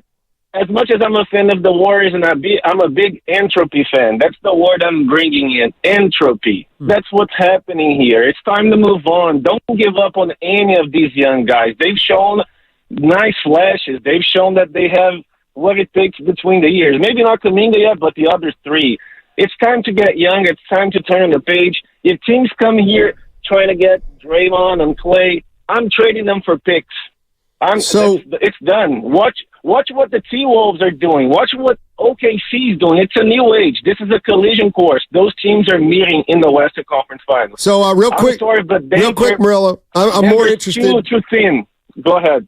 Entropy, the lack of order or predictability, gradual decline into disorder, a marketplace where entropy reigns supreme. That's what entropy means. Ooh, that's scary. I'll tell you what. That's the harshest thing I've heard about the Warriors. It's a good thing nobody knows what that word means, including me. I had to look it up. Thanks, Murillo. Always appreciate you, buddy. Oh, you're talking earlier about declines from everyone. I mean, I think you're essentially just defining entropy without knowing the word. Well, I actually had to look it up. A general move towards uncertainty, disorder, and death. Oh, death? I didn't see that. $5 super chat at Go Pest Control. Have you guys been watching Jaden McDaniels? Yes. He got 4 years, 130. Kuminga is not better than him. No way I pay Kuminga $30 million trade. $30 million. Thanks, Ant. I mean, that's the other thing that's, and I just feel like where the Warriors are at right now, I hate every decision they have. I really do. I hate it. Like, no, you don't. Yeah, I do. Like, I mean, okay, what do we do with Clay? Well, you bring him back. That creates challenges. Or let's just say there are issues with that. You let him walk, there are issues with that. Okay, what about Kuminga? Okay, you got two choices. You can not pay him and bring him back on his last year. I'm not crazy about that. Or you pay him $30+ million a year. I'm not crazy about that either right now for him. Oh, what about Draymond Green, Steiner? You don't like Draymond Green. No, I'm not crazy about Draymond Green, okay? So I want to move Draymond Green. That, as much as I might want to do it, comes with challenges because who are you getting back here that's better than Draymond Green? Okay, we won't trade Draymond Green. He'll be here for the next 3 years. I don't like that either. So all I'm saying is you've got to, it's really hard to turn these really difficult decisions into home runs, each and every one of them. It's just going to be really hard. Well, this from Dave Parker. Shout out our YouTube chat. Powered by Pittsburgh Pirates, great. Union. Yeah, perhaps. Greatest arm possibly in Major League Baseball history? We could go through the greatest arms ever. He's up there. Did you see the throw Dave Parker made in the All-Star game? Yes, I have. Thank you. He's no Cespedes. He's no Vlad Guerrero. Please. Well, Cespedes had that one great play, too. Didn't he throw a guy out at third? It was incredible. Yeah. Okay. Pretty sure Jose Guillen threw a guy out in Colorado from the right center field wall out of third base. I thought you were going to say Guillen threw a guy out in Colorado from Wyoming. Oh, I think the ball might have traveled that far. But he donated $2 to chime in and say the exact same as the 2021 season. I'm assuming he's talking about the Warriors, just with more competition. I also like this from Ray Brennan on YouTube. Steiny, entropy's overrated. Randomness created life. No, he means... Well, I think he's saying entropy isn't necessarily a bad thing. Disorder and chaos. And if that's what he's saying... Randomness can produce I'm with him there. Great things. I'm with him there. Oh, God, we got to get Raul Mondesi. Great arm. I wouldn't put him up there with Dave Parker, though. That's just me. Let's go to... Wait, sorry, there's another one. Atco Pest Control. Man, God, this guy's... Atco Pest Control, cutting the checks. I mean, yeah, one way or the other. Putting the rat on the table. If I were GM, only way I keep this together is if I can get a star this offseason. I'm not trading the core plain and simple for picks. You might have to attach picks to some of them. That's another Mainly thing I'm Wiggins. not crazy about if I'm the Golden State Warriors. Let's go to Jonathan. He's in San Francisco. What's up, buddy? How you doing, my man? Hey, what's up, Scotty? What's up, guys? I just want to say, man, there's only one thing the playoffs are telling me right now. Yes. Shortcuts ain't going to do it. Super Team 1, Phoenix Suns, just got swept. Super Team number 2, the Lakers, gentleman sweep. And look, the Clippers, another put-together super team, I don't think they're going to make it. It's not so much about us, the Warriors. It's about who's on the top. And if you look at them, you got to be proud, man. They're put together like the Warriors. Through the draft, sprinkle in a few, free agents here and there. It works together. And now they're all complete and prime, ready to go. And not only that, Steinmetz, bro, how old is Jokic? 27. Dude. 29. He's in his prime, man. Hey. All these guys are in their prime. And busted the door. Shea and his guys, they're all growing up together. They're now ready too. We got to weigh out this storm, man. So blow it up now and then put together a team that hopefully in 5 years we'll be ready to compete. Because there's going to be no shortcut, man. That 3 teams in the West, it's going to be like Game of Thrones, man. They're gonna take turns ruling the West in the next 5 years because they're put together right, and they're super talented, man. I mean, I'm a Warriors fan, diehard, but I'm still happy because, hey, we already won 4 chips, man. You got the titles in your back pocket. You're absolutely right, Jonathan.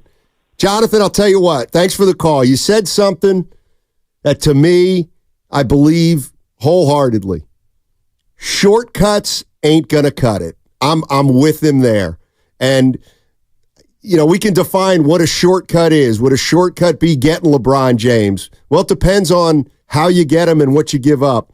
Is a shortcut finding a way to bring Kevin Durant back? I'm for the most part, I'm absolutely with Jonathan. It's not going to be enough. Well, along those same lines, I apologize. I guess I misread the super chat. Atco Pest Control was saying, if you can't get a star this offseason, I'm trading the core for picks. So it sounds like that is not a shortcut. I mean, if you're moving off of that isn't Clay or Draymond or even Curry, like you're putting this thing in full rebuild. You are resetting this thing, and you are digging it into the ground, and you're going to try and plant the seed, and hopefully that's going to turn into some sort of fruit tree. But I don't think there's a shortcut either. The question is, how do you allow this thing, this franchise, whatever the Warriors are right now, to age gracefully, competitively, and maybe you do have one more big run at it. I'm not sure if it's this upcoming offseason or next, but I don't like the idea of pulling the plug completely. I just don't think that you can lean any more into the top half or the older part of this roster. I think that's fair. But in terms of giving them help, like if Clay's on the team next year, that's one thing. If he's relegated to a bench role, I think that's his best spot. But them going out and trading heavy capital and moving off of the few young pieces that they have, no matter how good you think they are, I think this just turns the clock back even further. It's a legitimate point. I do have a counterpoint to that on the other side. 888-957-9570 is the number. What are we talking about? We're talking about the fact that Kevin Durant, LeBron James, and Steph Curry are not playing in the second round of the playoffs. It's the first time since 2005 that none of those 3 guys are in the postseason. It's a new day in the NBA. If you've been watching Minnesota and Denver, Oklahoma City. So what do you do if you're the Golden State Warriors? You got an older core. How do you get back in this thing? 888-957-9570. What's coming up next on The Game is presented by Fremont Bank, full-service banking, no compromises. They run players through there like Grand Central Station. What's up? It's your boy Guru. Prize Picks is America's.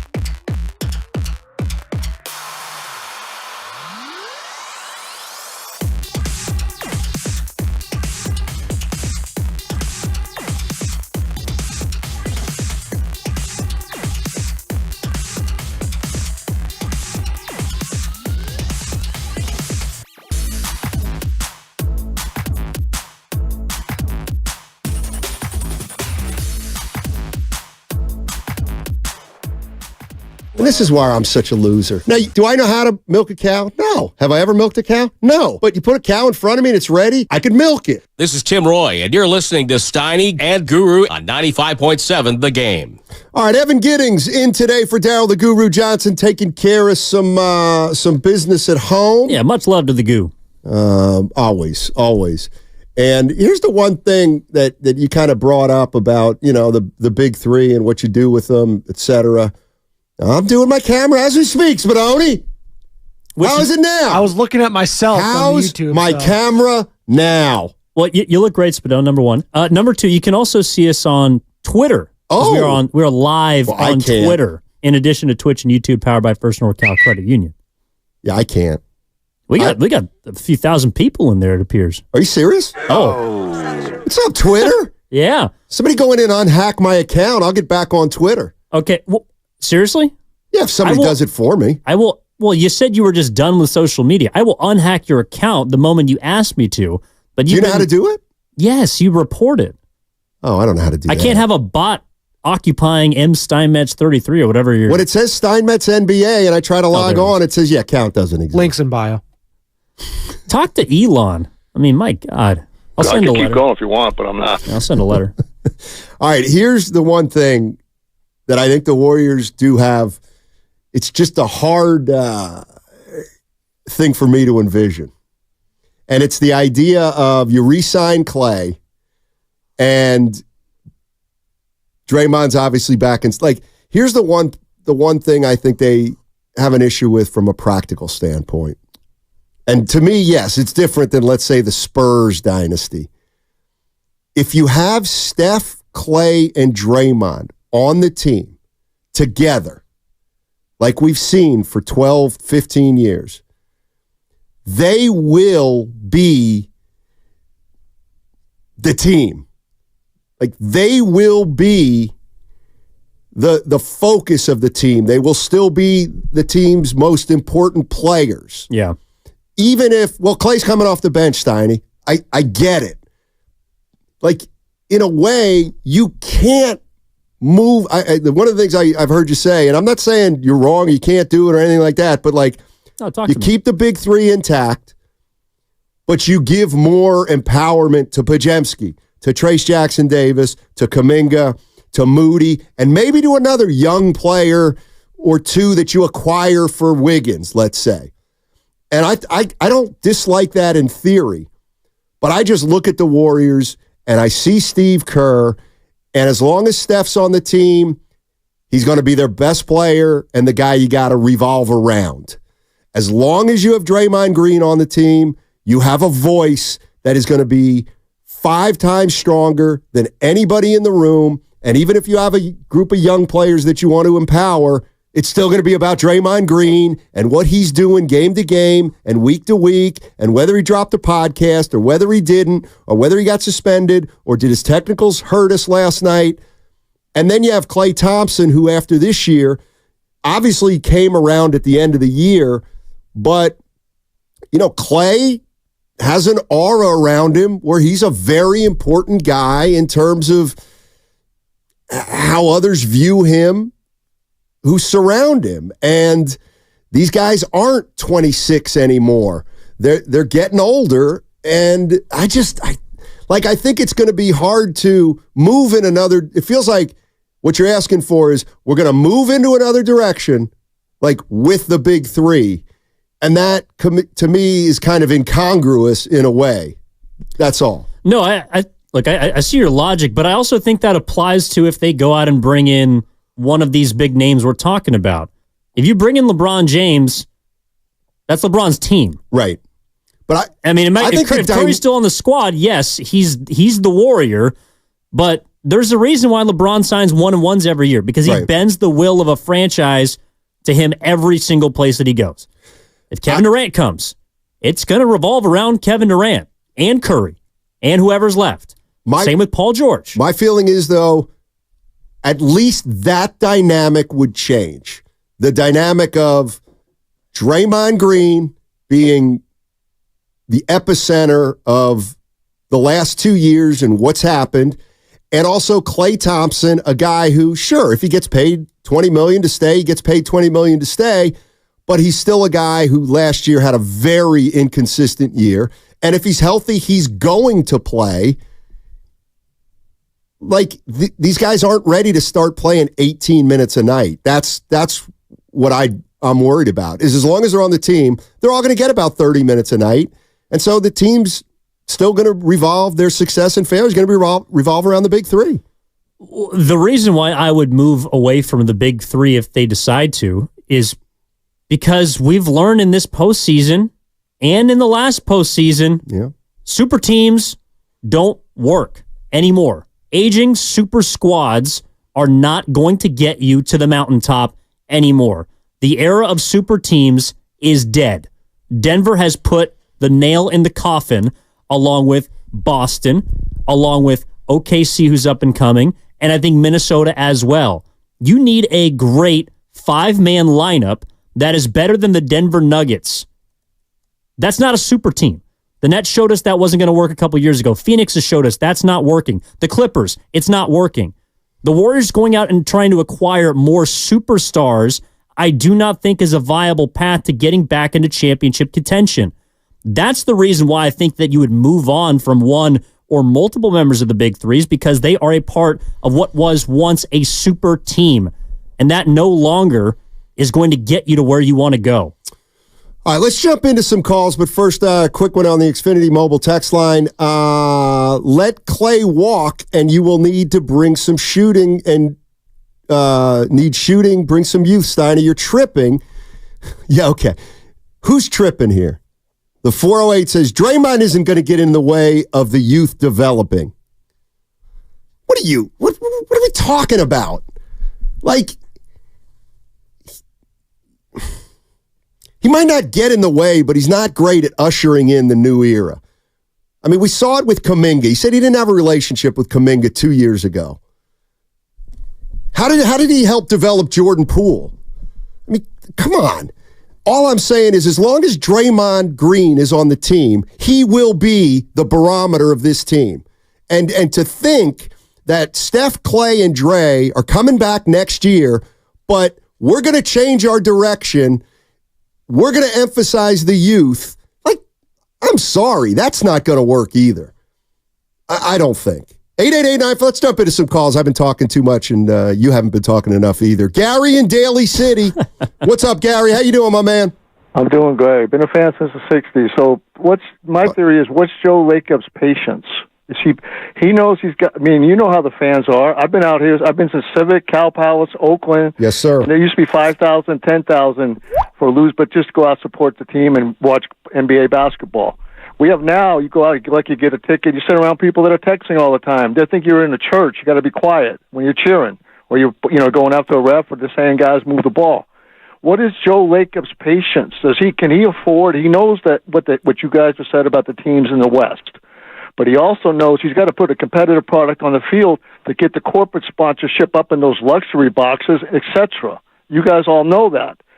And the fans that don't want to dole out bucks just to go see a mediocre product, like a lot of us will go see NBA games. And that's what his theory is. He's either got to go ride the wave and maybe go out and get LeBron or Durant, who knows, and those type of things, and keep it alive for a while, or he's got to bite the bullet and knows he's not going to be, in a very, maybe a play-in situation or below for the next 5 years. Gary, let me keep the teams you guys have said. Let me keep you on the line for a sec here, because I've thought about that a lot too, and I think Joe Lacob's the kind of guy that he's got so much confidence that he thinks he's going to sell that building out in 5 years, even if Steph's not there. He doesn't know how or why, but it's just going to get done. I think, tell me if you agree with me, as long as the Warriors are sitting with Steph Curry, I think the building's going to be sold out, whether or not Draymond's here or Klay's here or Wiggins or anybody else. But do you think that there's got to be an eye toward filling the building after Steph Curry? Or do you disagree that they can sell out the building just with Steph? The hardcore Curry fans, yes. But how many losses can a fan take that's the average fan? I know where you're going. I know exactly what you're saying. They can wear the Curry jerseys and see Curry put on his show. You can do that with LeBron, too. But how many people, can afford that buck night in and night out to watch a, say an inferior product. Yeah. That makes sense. No, that does too. And that's one thing that, and thanks, Gary, for the call. I didn't mean to interrupt you. No, I don't think he has Lacob. I don't know Lacob, but he doesn't seem like a patient man. No, he's not. He's not. I can confirm, and I think many fans can. You're right. I mean, there's no. By the way, why don't you tell? You mentioned this earlier, but you didn't expand on it. Huh? What are you reading into? Because you brought it up. What? That Joe Lacob hasn't spoken yet. Why not? Why do you think not? Why hasn't Joe Lacob spoken yet? I mean, in years past, he's gone. Yeah. He's done the podcast. He's done the stories. He's come on the air. Talked to Myers. Why hasn't Joe Lacob spoken yet? I think it's because he's still gathering his thoughts on the season. Because there's so many different things I think we could read into about Lacob's reaction to that year, right? Yeah. Is the loudest thing the final 2 months and finishing 27-12 or whatever that number? I mean, that's close to half the season. They were a very good regular season basketball team for the final, 2 or 3 months. Is that what speaks loudest to Joe Lacob? Is not making the playoffs the loudest thing to Joe Lacob? Is not having a single home play-in game the loudest thing to Joe Lacob? Is getting booed in back-to-back nights in December when he's courtside the loudest thing that speaks to Joe Lacob? Or is it still the belief that those three members, Curry, Clay, and Draymond, are championship-worthy together still? Is that the thing that speaks loudest to Joe Lacob? I think he's still gathering his thoughts, and I don't think he wanted to speak prematurely and emotionally after the season. I think that's why we haven't heard from him, because he might have said something that was a bit rash, but also might have said something that would indicate a direction that he does not want yet to reveal. Yeah. Maybe he doesn't want to show his hand. No, I hear you. And I think that's. I think the thing, if you ask me, Steiny, what do you think bothers Joe Lacob the most? To me, it's you're now on the periphery of the NBA. In his mind. I get it. The Warriors are always going to be a hot topic, especially now with their stars kind of getting older. But there's no doubt. Well, I would say the thing that bothers him most is he's missing the party. He's out. They're out of the party. They weren't invited to the party. And he's sitting there with 4 rings, and he can't play. And I got to believe that just eats at him. By the way, let me, you know what? Let's go to Mike. Mike's in San Jose. What's up, Mike? How you doing?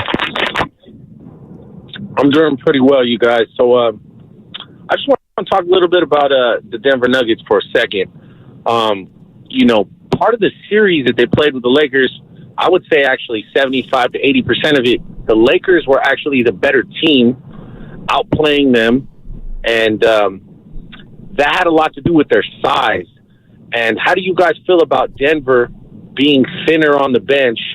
And when they go up against a bigger team, the way the referees are kind of letting them play and bang down low, I'm thinking Jokic is going to be gassed.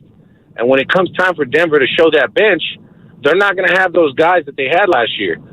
So I really think that Denver kind of they showed their cards a little early with that. And I think the Lakers kind of showed people that even though they're not good enough competitively and they don't have enough stars to keep up, the fact that they were just big showed that the Denver Nuggets were thinner on the bench than people think. I don't know if you guys seen that, but that's what I gathered from this last series. And I feel like the Warriors are not that far away from the Nuggets. Appreciate the call, man. That one got me at the very end, but I think who Denver let walk this offseason? Jeff Green, yes, Bruce Brown, and Bruce Brown. That was the big one. But the difference between Denver and the Warriors is they can go a year where they're thin on the bench because all their players are still in their prime. And so let's say depth gets the Nuggets beat somewhere down. Let's say Minnesota beats them because Denver feels like it didn't have the depth. Okay, we'll go get the depth now. You know what I mean? You had to bite some bullets, some financial bullets. Can we go get depth this year? But look, the Nuggets have beaten the Warriors 7 straight times. And I'm not going there. Well, the Nuggets have also beat a lot of teams. No doubt. And the reason why, so what was the Warriors' greatest strength this season? Do you think? What was their greatest strength this season? What was the most consistent part of their team? To me, it's their young players. Their young players' emergence. And where did they generally play from? The second unit. Correct. The bench. Yes. Yep. If your bench is better or more consistent than your starting five, I don't think that's an equation for success. Denver, in my opinion, has the best starting five in basketball. The 5 games they just played against the Lakers, there was not a single starting player that didn't average less than 36 minutes per game. They're playing the majority, 80 to 85 to 90% of the game.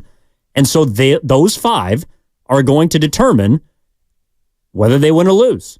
And their 5 are just better than your 5. They're better than the Lakers' 5. We'll find out if they're better than the Minnesota 5, but I don't think that kind of series is going to be swung in regards to the Warriors based on how good a bench is. The Warriors needed, I think because of their lack of top-heavy production, to be a deeper team, to play 10, 11 men on certain nights. You think Steve Kerr wants to play 12 dudes? You think he wants to play 10 guys? He might have made poor decisions this year because he was forced to play 10 or 11 dudes, and he might have chose the wrong guy or the wrong matchups, rotations, whatever. But a team that is vying for a title generally has a 7 or 8 man rotation, and you know who those guys are. You ready for my, what are we doing then? Yeah. Because you said it. Okay. Okay, so think about this for a minute.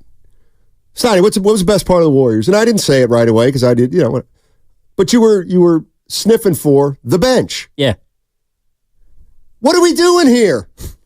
If you're telling me the bench was the best part of the Warriors who started Klay Thompson, Draymond Green, and Steph Curry, what are we even talking about then? Then it's over. Like, it's over then. And you know what? Say what Klay started 63 games. If it, like, to me, that's where I'd be like, Goo, you're answering your own question. If the bench is was the best part of this team this year, how the hell can that happen with 3 Hall of Famers? For various reasons, that's why you end up with 20-something different starting lineup combinations in 82 games. That's not consistency. All right. Yeah, no, I By the way, Atco Pest Control, geez, this guy's raking it in, man. I'll tell you what, I need to get on your page. Guys, get Bobby Marks, or can the Warriors flip CP3's contract and Wiggins for KD and re-sign Klay? I'm not going to say the other word. I'm sorry. I apologize. I'm not going to disrespect him like that. The Suns need cap relief now. Let's put the gang back together. That team would be in the finals. Oh, stop. Okay. Yeah. Not you. No. And then he also just added, re-signing Klay will sink this franchise. Read my last super chat when you get the chance to also. Well, I owe one from Rich Mitchman. Okay. I couldn't scroll back far enough to find it. It was from the beginning of the show, but he sent it again. I forgot he had sent this. Trade Kuminga for sure, and anyone but Steph or Trace Jackson Davis. All right, so he wants to use Kuminga to try to get a star in here. Let's go to Pat. Pat's in San Jose. What's up, Pat? How you doing, man? Hey, Stein. I was watching that, the 4th game where the Phoenix Suns got swept. Yes. I'm thinking Devin Booker may be the right Warrior to get because he can relieve Steph Curry when Steph Curry is getting tired, and he can shoot. And his defense isn't that weak. And I was just thinking, and he's kind of younger, and so that would keep the trilogy strong. What do you think of that? Getting Devin Booker to the Warriors. I mean, yeah, sure.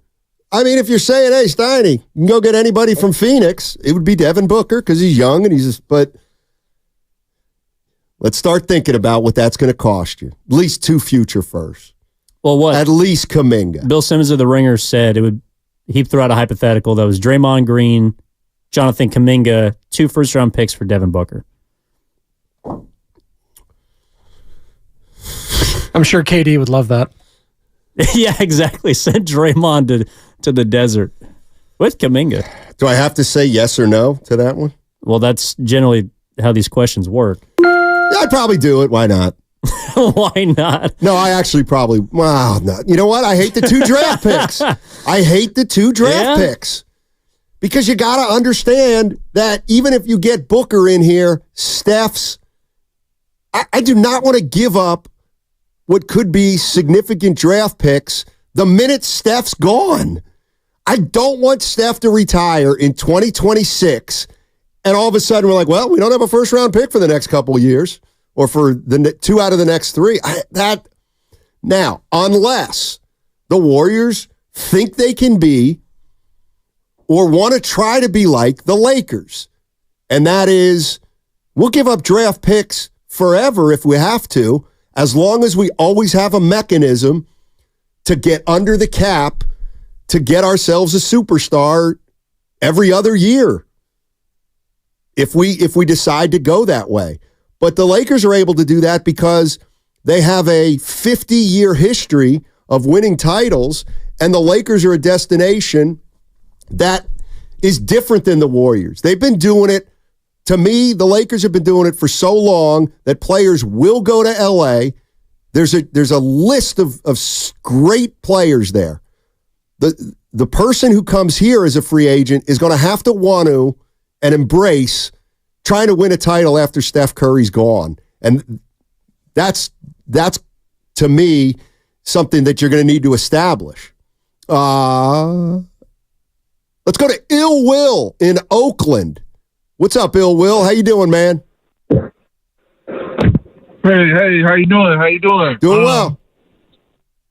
Good. Yeah, I just wanted to jump in here. Like, I've been listening, and I haven't heard this come across the radio yet, but I feel like, everybody wants to replace Draymond or Clay or whoever with the exact type of player. It's just not realistic. Like, to me, you need to look at the back of these other teams' benches. I think of a guy like, Robinson Earl with New Orleans, that kid, Jalen Hawkins with New Orleans, or Walker in Indiana. There's this Precious Achua. All these guys, they know how to play basketball. You get enough of a good amount of scrappy guys together to play ball, then you got a good fluid team running up and down the court. So similar to like We Believe team, our squad with the We Believe. They didn't have a Draymond Green on that squad. They just had tough, scrappy players. And the Warriors need to look at that. Like, hey, we can't afford these big names. Karl Anthony Towns, what is everybody thinking? Like, you don't want a guy like that on your team. Like, Minnesota hardly wants a guy on his team. You need to look at players who's going to show up, do the tangible work, and fulfill the duties that they really need to make a complete team. Now, you don't need all these superstars. You know what, Ill Will? I think you brought up a great point. Thank you for the call. And the point is like, this team needs to get tougher. He's right. Scrappier, just more determined. You don't have to just have that at the power forward position. I think he's right.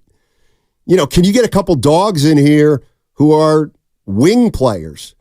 Like, that's the problem. Like, Wiggins in and of himself isn't a problem, but he doesn't play hard enough night to night. Well, I mean, he's not a killer right now. That's why I brought up their 4 guys that are their most important outside of Curry, and yet are their most inconsistent players, are their wings. It's Klay Thompson. You don't know what kind of mood he's going to be in. You don't know how he's going to shoot. He could shoot you out of a game in Sacramento that you got to win. Draymond Green, when he's on the court, he helps you be a top 5 defensive unit. He also might choke a guy and get suspended for 20 games.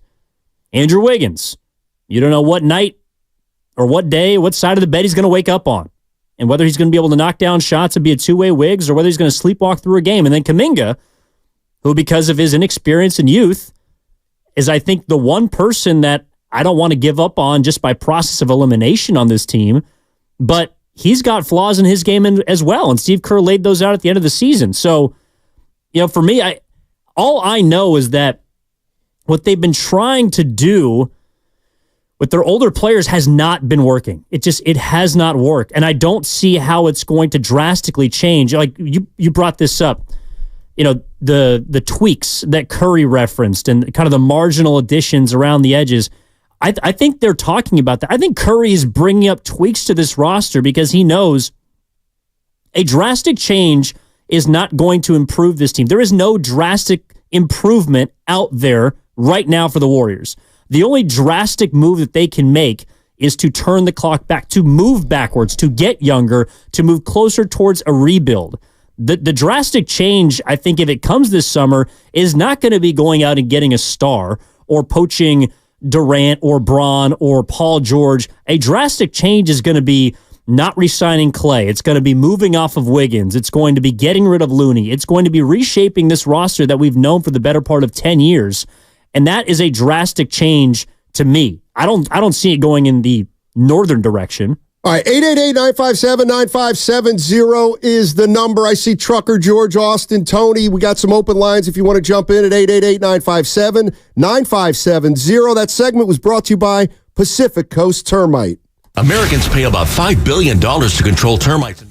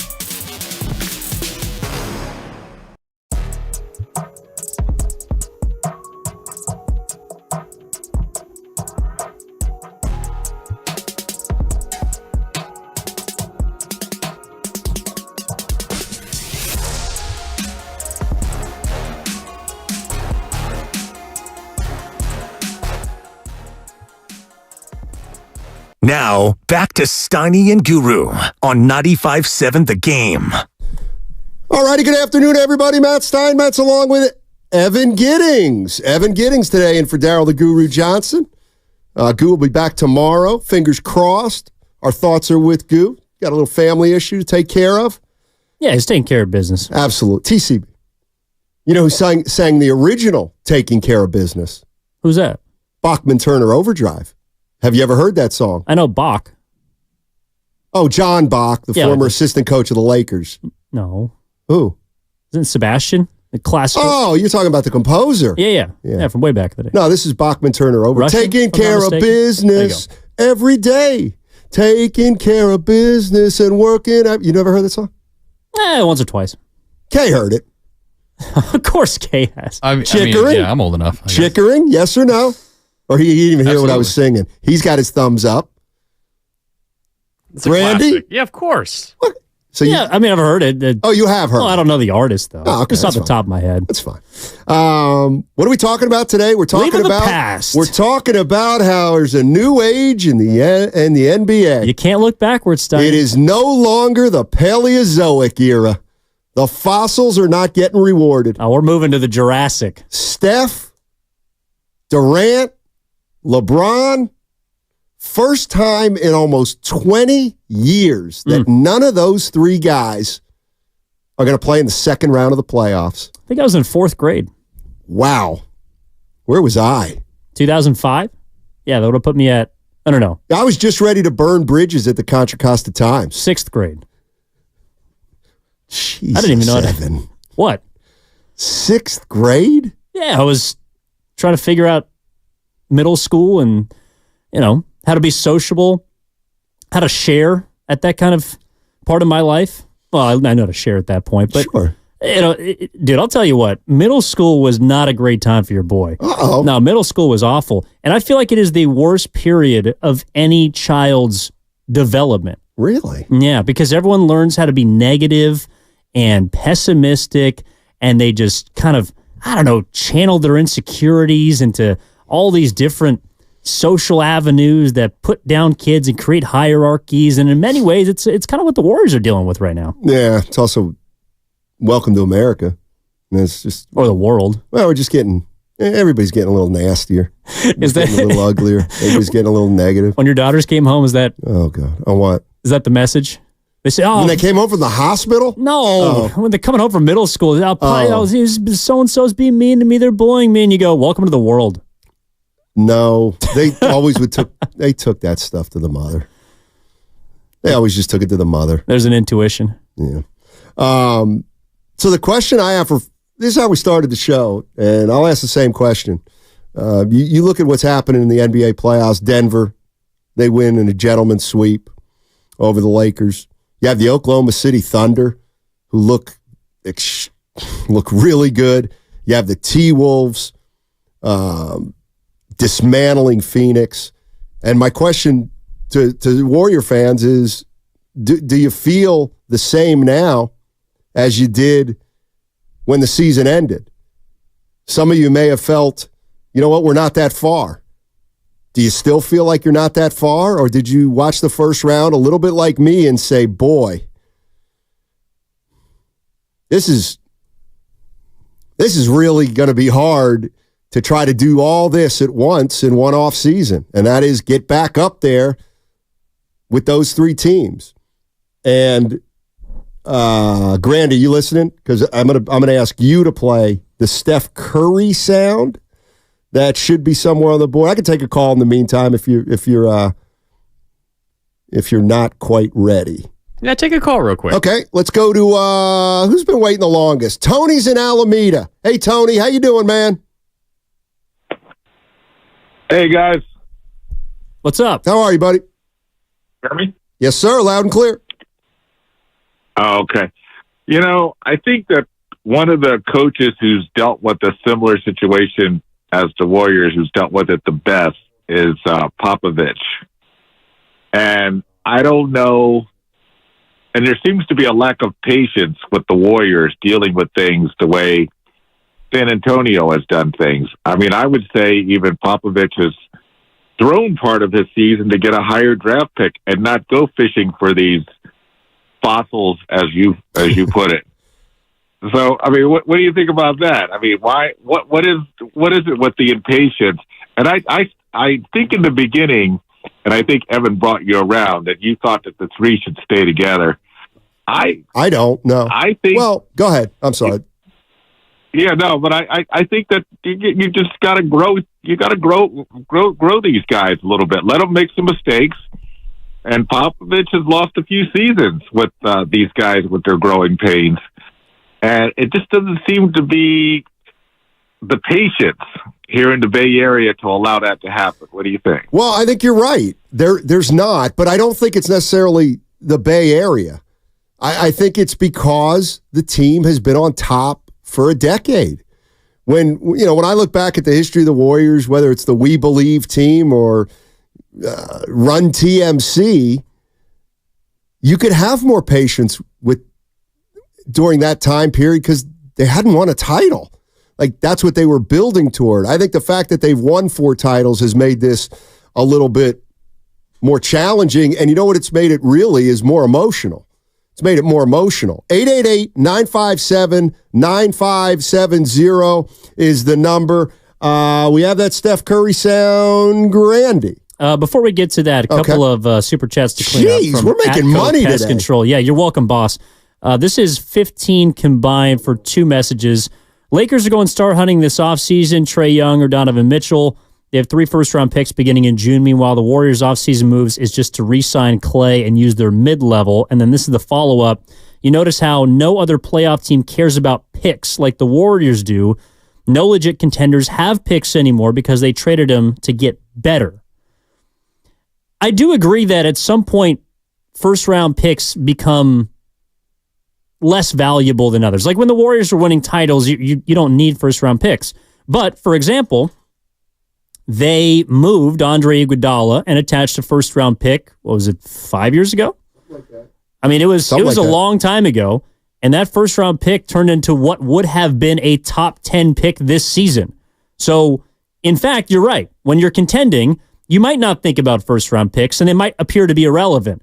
But if you run into a down year, or your dynasty or your run of success comes to a skidding halt, well, then, in fact, those first-round picks do become valuable because we just saw Mike Dunleavy Jr. produce 2 starting-caliber players with his first draft, and if they had a top 10 pick, I would love to see what he'd be able to do with it.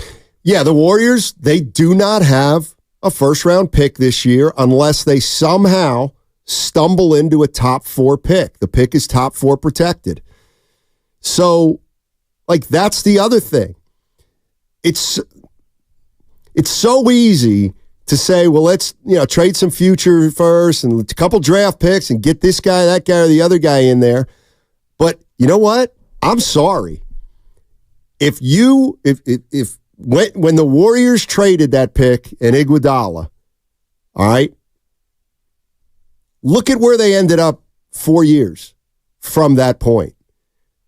They didn't make the play. Like, I'm sorry if you were sitting what would their number be? Is it 10 exactly? Is that why you picked 10? Well, I'm assuming, okay. You don't know the percentages, but... Sure, let's just use 10. Can you imagine if the Warriors... And I don't care if it's a bad draft or not. If you're sitting with number 10, the year after Mike Dunleavy plucked a guy at 19 and plucked a guy at 50, whatever, and found 2 guys, you're damn right it would be a lot different. Now, I'm not saying... we'd be sitting here saying, oh, Warriors are going to get with the 10th pick in the draft, they're going to get a superstar. Probably not right away. But you're sitting with a 10th pick in the draft, you know right off the bat, you're going to be able to bring a young guy in here. And even if he can't help right away, if you hit on the pick like Dunleavy's hit on the first 2 picks, guess what? You got another player. But they don't have a pick. And to me, it's actually a big deal. I actually do think now where they're at, it's a big deal. That they don't have the 10th pick in the draft. And sorry to cut you off. They don't even have a chip. They don't have a chip they can use. Even if they, that would be a chip they could theoretically use to either trade to get younger or trade to get a big boy. Well, and that's what I think also factors into me labeling the season as a failure. It's a failure from the standpoint of you missed the playoffs, you paid the most exorbitant tax bill in the history of basketball, and you don't even have an opportunity to improve your roster through the draft. You have a second-round pick. But this is, in many ways, an imperfect storm of results for the Warriors. And it's why we're talking about all these different things. It's why we're talking about LeBron, who got eliminated yesterday, potentially being an option, about Durant, who got swept by the Timberwolves, being a trade piece. There's 8 different names that you've thrown out throughout this show, Steiny, and all of them are on the table. Some of them are better than others. Some of them you could foresee. Some of them you think they're stupid. But there are tons of paths the Warriors can go down this summer because this season cannot happen again. It cannot happen again from the standpoint of you do not make the playoffs, you pay over $400 million, and you don't have a damn pick. Yeah. Hopefully this is rock bottom. Rich Mitchman, I had read a super chat, but he says, Steiny, thank you for reading my chat, but you put a few words into my mouth. I didn't say trade Kuminga for a star. I said just trade Kuminga and anyone but Steph and TJD. Didn't say for a star. Might be better getting a couple of good players instead of maybe just one. Okay, fair enough, Rich. Appreciate that. Let's get to Austin and San Francisco. Yeah. Austin's been hanging in. Was that little... I want to talk to Austin. Oh, I thought you were amused by something that I missed. Oh, usually. All right. Austin, what's going on, my man? Hey, nothing much. Hey, what y'all think about this, man? How about we just get rid of Wiggins and Looney? If not Wiggins or Looney, get rid of Draymond and Wiggins and call up the Knicks for Julius Randle.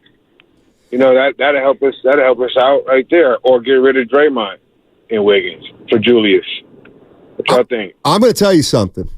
That's the kind of name where I believe a year or so ago, Warrior fans would have been like, no. Yeah, I'm out on Julius Randle. How come? A little bit selfish. Like Julius Randle now, or a year ago, let's say, reminded me of Miles Turner a couple years back when, Miles Turner's not good enough.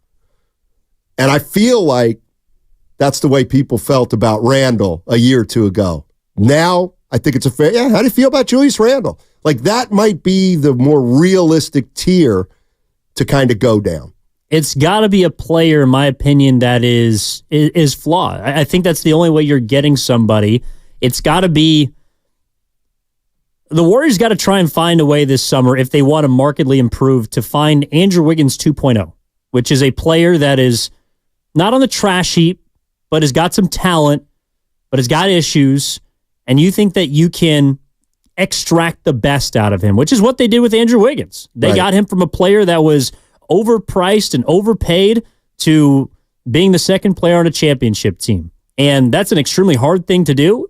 And there's a reason a lot of people did not believe that Wiggins was going to be a game changer. But if you're going to flip the script, that kind of puzzle piece is the one they're going to have to identify. I don't know if it's Julius Randle, but maybe it is, I don't know, DeJounte Murray, who's a player that has his imperfections. Right. I mean, maybe it is Zach LaVine or Brandon Ingram. I don't know if those players are going to come in and all of a sudden make the Warriors a 50-win team, but I think it's got to be someone like that where you're not mortgaging the entirety of your future for, but you also believe that you can use that player's potential at their best to help you get back to the postseason. You said something that, and by the way, the number's 888-957-9570. We're talking about the Golden State Warriors. A lot to talk about. One of the things we always say as the playoffs approach is, let's watch what happens in the playoffs because things happen. Stars may become available. Seasons end in big-time disappointment. And what we found out last night is the Lakers, they're done. And LeBron James can opt out of his contract. And the Phoenix Suns are done. And Kevin Durant's sitting there, and they don't have a lot of options. And the LA Clippers are in a dogfight.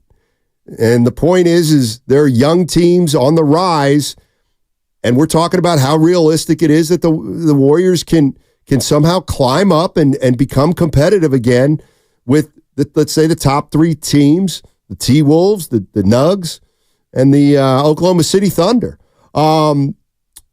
The 650, yeah, I'm going to play that in a sec. Julius Randle shrinks in the clutch and in big games. No, thank you. Well, Warriors don't play big games right now. So we'll worry about that. They play the most clutch games in the league. We'll worry about that when they get to the postseason. Let's let Julius Randle struggle in the postseason before we get on the floor first. 707 says, yeah, I'm out on Randle. He stays hurt. All right. I want you guys to listen to Steph Curry. He was on TNT late last week. He was accepting his Clutch Player of the Year award, but the TNT crew was really asking him a lot about the Warriors. And to me, this answer that he gave is just full of content that is just ready to be talked about. Take a listen. I mean, the sad part was just missing 3 wins to get out of the play-in and have yourself in a playoff series where, even like a game like Sacramento in the play-in tournament we had, you're looking at, okay, we're down 1, and can find a way to game plan to try to get back in the series. Obviously, early in the year, we had a lot of missteps and some absences, but you do realize like we're not that far off, even having tried to stay at this level, at this peak for so long.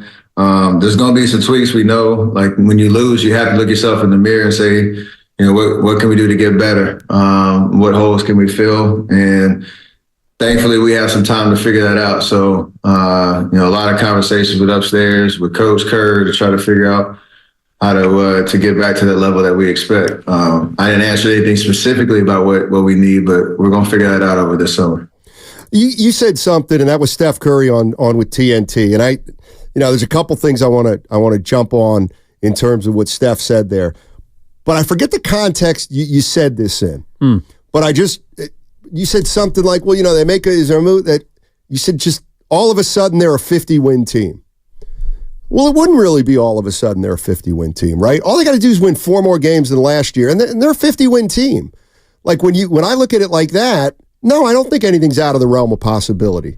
I mean, hell, it's possible you could just run it all back and everything does fall into place and Draymond plays a full season and the young guys take another step up and you win 50 games.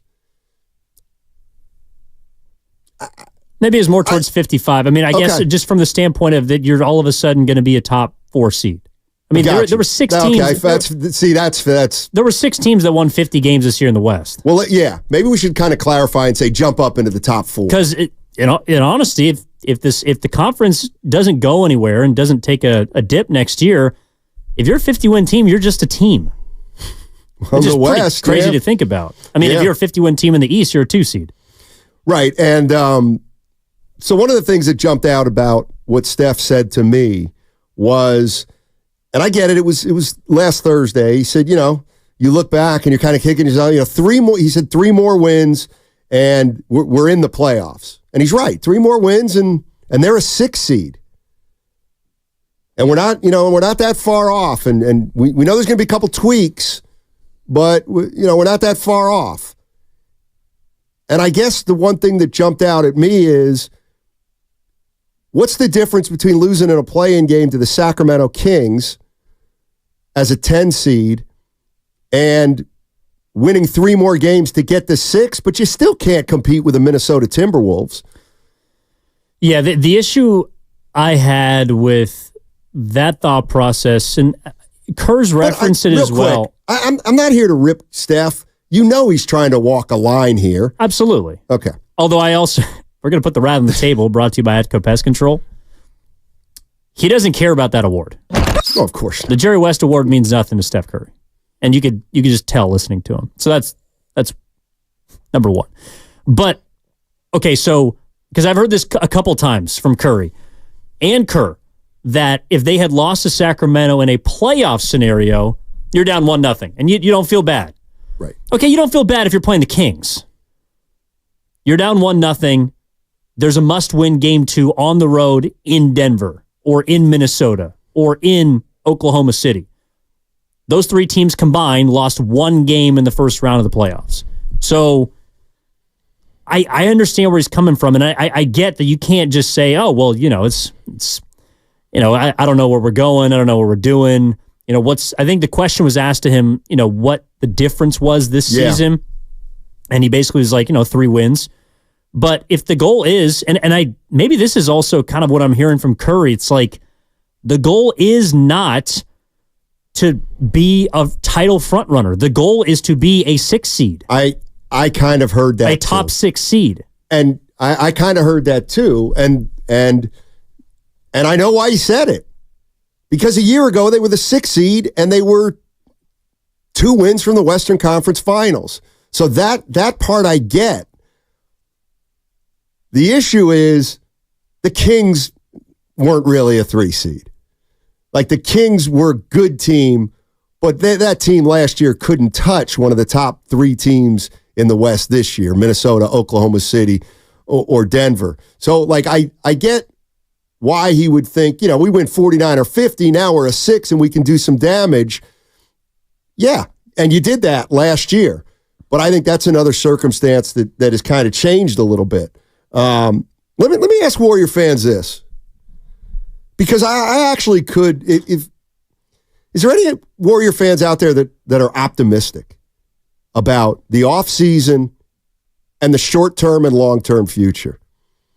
Because I agree, we get into what are they going to do, what are they going to do, and it's not going to be easy, but I could actually find a lot of reasons to be optimistic about this team if the conversation were steered toward more optimistic type discussions. In other words, I'm more than willing to talk about our 4 young guys, Kuminga, Moody, Yastrzemski, and Trace Jackson-Davis. What do we think of them? Are they a core to a hell of a team in 2 or 3 years?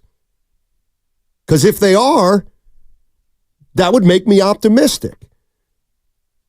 Then you think you've got 4 players who are rotation players in 2 or 3 years. They get a year or 2 of experience under their belt. They become bigger parts of this team. Well, that's what happened in Oklahoma City. Now, I get it. Right now, they're not Shai Gilgeous-Alexander or Chet Holmgren, or they're not Anthony Edwards. But who's to say you don't let them grow one more year together? Maybe try to get another young guy in here. And now all of a sudden you have a young core and you're like, you know what, Yastrzemski might be a starter in this league as a 1 or 2. Maybe Moody's a rotation guy. Maybe Trace Jackson, Kuminga's a starter. No doubt about it, if everything goes right. So I'm absolutely open to the fact that it doesn't have to be all doom and gloom unless it's all or nothing with a title. And that makes it, that puts handcuffs on you. Well, that's the recalibration I think people have begun to make is maybe I'm not going into next season expecting this team to win a championship. Do I want them to be competitive? Should they make the postseason? Yes, I think so. Because I think they can get those extra 3 wins that Curry was talking about. 888-957-9570 is the number. We're going to take calls on the other side. The Golden State Warriors off-season. Theirs began a few weeks ago. LeBron's began last night. So did Kevin Durant's a day or 2 ago. And it's the first time since 2005 that LeBron James, Steph Curry, and Kevin Durant have not made the second round of the playoffs. If you're watching the NBA playoffs, is it as obvious to you as it is to me that there's a changing of the guard here and that getting back up with some of these teams might be a little more difficult than you think? Or are you watching the playoffs with a different perspective, saying, you know what, we're not that far off? And I get these teams are young, but we could get back into this thing and be a factor next year, whatever that means. 888-957-9570 is the number. Don't forget, a reminder, you can catch all 4 hours of Steiny and Goo on the free Odyssey app. You can now download the Odyssey app directly from our QR code on both YouTube and Twitch. Brought to you by First NorCal Credit Union. Upgrade your savings dividend. Open a First NorCal first-class money market today. 888-957-9570. We're talking Warriors. Jump on in. Have you been wanting to find the secret to losing weight?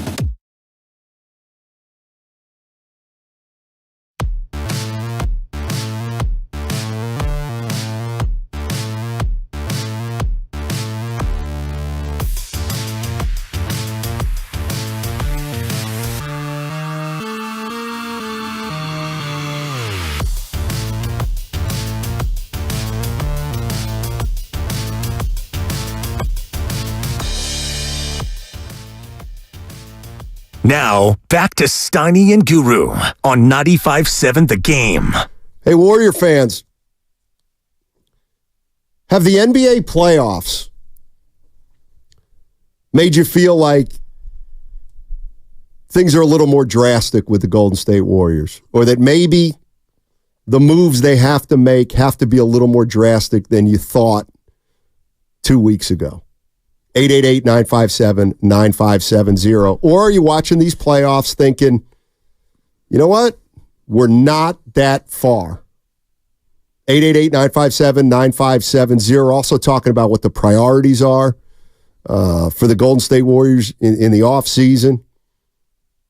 Is it Klay Thompson, whether he comes back or not? It's funny, when I think of that one, Evan, I think the mere fact that it's Klay Thompson, whatever happens, it's going to set the tone. And I'm not necessarily saying it'll happen first, but to me, the Klay Thompson move is going to set the tone or be an indication of what this team is thinking. But at the same time, in terms of tangible moves that will make this team better, I don't think it's a big move, but I think it's like a symbolic move that makes it really, really important. Yeah, Klay's a huge part of this dynasty. He's Klay Thompson. He's not around. That is a drastic change. And you asked the question, I've been kind of thinking about it, just overnight, sleeping on, watching the first round series, because again, we're pretty much at the conclusion of it. The teams that I would consider contenders, I don't know if you'd agree, but Boston, they're in firm control against Miami. Denver just completed their win against Los Angeles, and then Minnesota and OKC both swept their opponents. But those three Western Conference teams, to me, are the teams that, number one, are contending for a chip, number two, are not going anywhere. So have those three teams forced me to think more drastically about the Warriors? Yes, they have. And it's gone from me feeling like Klay Thompson has to be on this team next season to I'm not sure he does. And that's a drastic change for me. Other people might feel like you should be on that page regardless. Like Klay Thompson can't be on this team next year. You need the money. You got to get younger. You could find a way to replace him or get better. He's inconsistent too often, and it sucks that he's the first of the big three to go, but that's how it's got to be. At the end of the season, even after the 0 for 10, was feeling like the Warriors need his shooting. They need his scoring, and he'd be great coming off the bench. I don't think that the Warriors are all of a sudden making up ground with or without him. So from that standpoint, you're right. It is a big choice. It's the first domino that has to fall, but I don't think it moves the needle much one way or the other.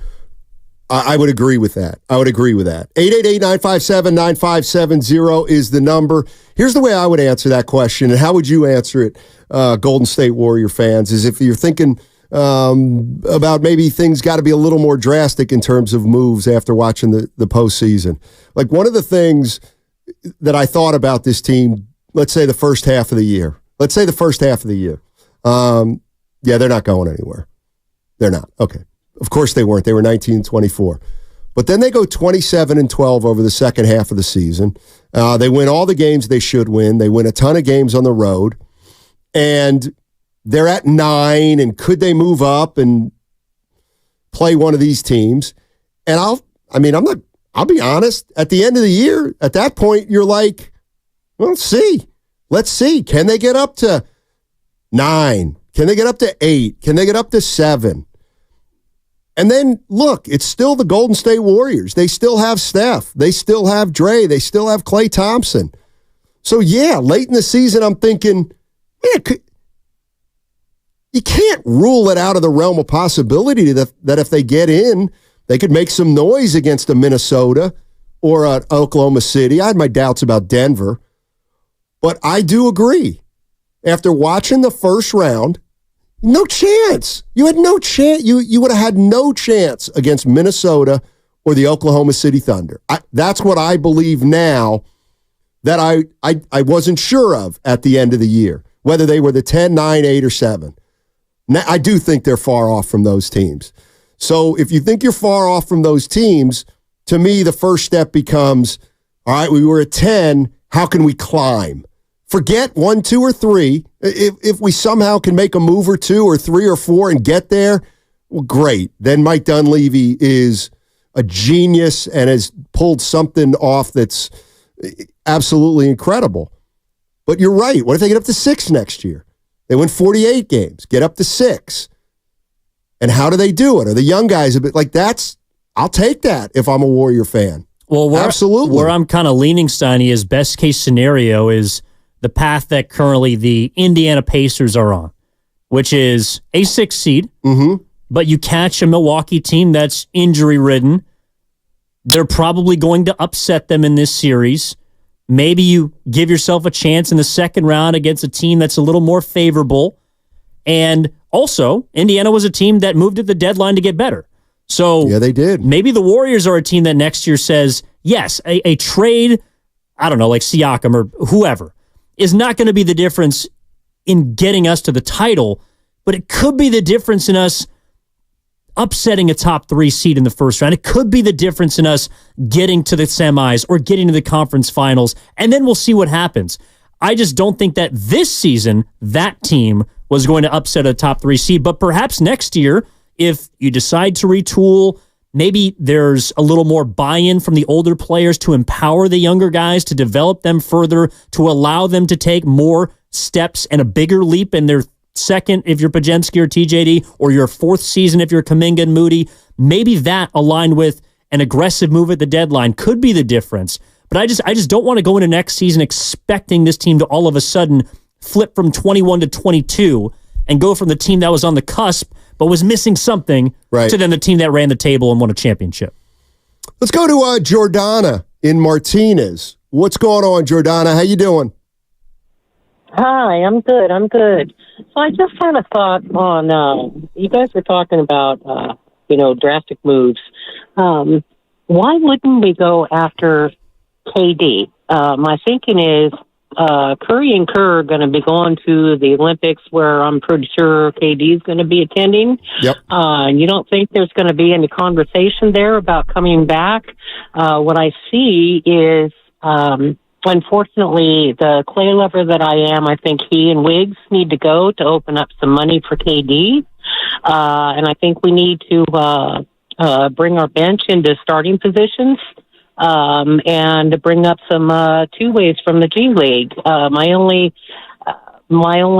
thorn in this could potentially be Draymond with KD, and frankly, if that has to change for KD to come back, I'm all for it because I'm tired of the antics. So, what do you think? I think that you're speaking a little bit of the same language as Evan in terms of the names of the guys who have been eliminated, whose teams might have to make a decision. And thanks for the call, Jordana. KD would be your choice. Yeah, KD would be my top choice. But again, it's because I think it's a move that fits where the Warriors are at. If they decide to lean in. I would say this, though, from a practical standpoint. You also, you brought up something before the show that I hadn't considered. Well, I would just, if KD's sitting in Phoenix and the Phoenix Suns go to KD and say, we got a deal for you in Golden State. Yeah. First of all, the one thing that there's no self-respecting Kevin Durant would do is say, hey, what's his name? The new owner, I can't remember. Anyway. Ishbia? Yeah, I don't think Kevin Durant's saying, get me to Golden State. In fact, I think if there were a deal for Kevin Durant and it were to come back to Golden State, I don't, how could he do that? I don't think he could do that. It would be so hard to do. All right, you were in Oklahoma City, you couldn't get it done. You went to Golden State, you got it done. You left Golden State, you couldn't get it done. And now it's okay, get me back to Golden. It would. I don't think he'd get killed for the move, though. I think he would get if it depends. If the Phoenix Suns are we're trading Kevin Durant to the Warriors, does he like it? We don't care. You know what I mean? They traded Chris Paul. Yeah. And he found out because of Twitter. Right. But I think it'd be a tough look for KD, even if he got traded here. But again, I would argue the last 5 years have been a tough look for KD. I mean, it's really since he left the Warriors. That's true. I mean, that is true.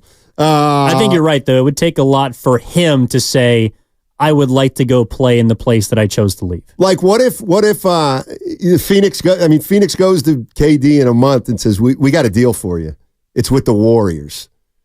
I mean, I don't know. Is his first question, well, is Draymond still on that team, or is he coming to Phoenix with that, maybe Where do you think he'd be more likely to feel good about a trade? Golden State or Oklahoma City? I mean, I think that's easy. Oklahoma City. I mean, they're closer. He still gets booed there. He wouldn't if he went back. This is an interesting one from the 415. No, from San Francisco. I'm optimistic about next season. This season had 10 losses. Only 10 losses separated the 1 seed from the 10 seed. Next season, the deck could get easily reshuffled a little bit, and the Warriors could be a 4 seed. Like, to me, 4 seems overly optimistic. So I like to work with 6 seed because I think that's more realistic. But that looks like no is in more of tweak mode. Where are all the other Warrior fans in terms of what this team has to do? Are you more optimistic or less optimistic after watching the postseason for 2 weeks? I do think you have to think more drastically if you want to compete now. I mean, I think that's just the bottom line. Is I think the gap that a lot of people perceived at the end of the regular season, in my opinion, has grown because of the level you've seen from the quote-unquote up-and-comers. Like, I always thought Denver was going to be the team to beat, and I think they still are.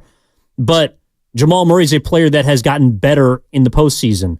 Jokic remains the best player on the planet in the postseason. Kentavious Caldwell-Pope is a good postseason player. Aaron Gordon grabbed incredibly important offensive rebounds for them and remains a bulldog. Like, that is a team that's stacked. But would OKC rise to the occasion? Well, they just swept a Pelicans team, granted who was down their best player, but they took care of business.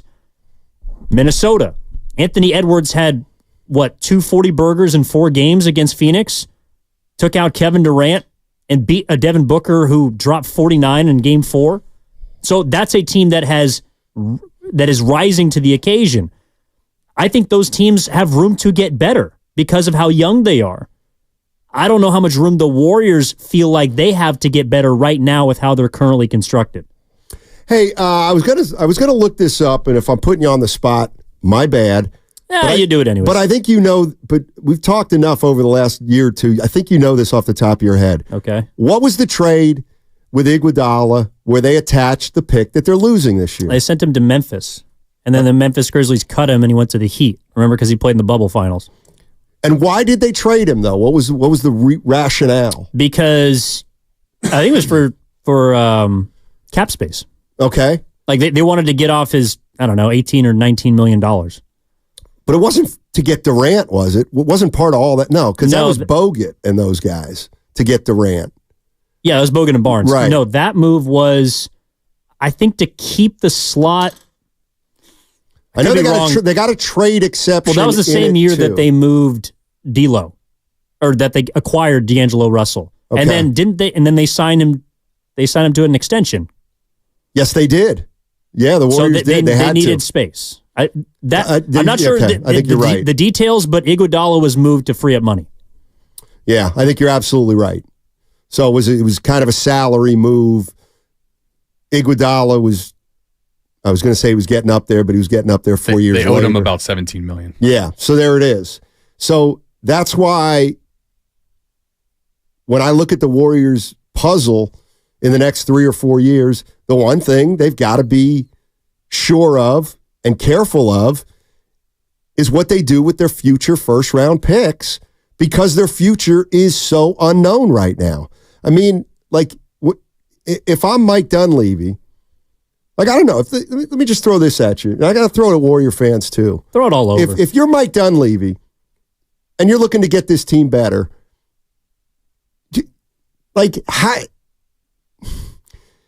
if I'm Mike Dunleavy at this point, I must allow for the possibility that next year could go downhill. Like, it just could go downhill. Like, and I get it. Every team's one injury away.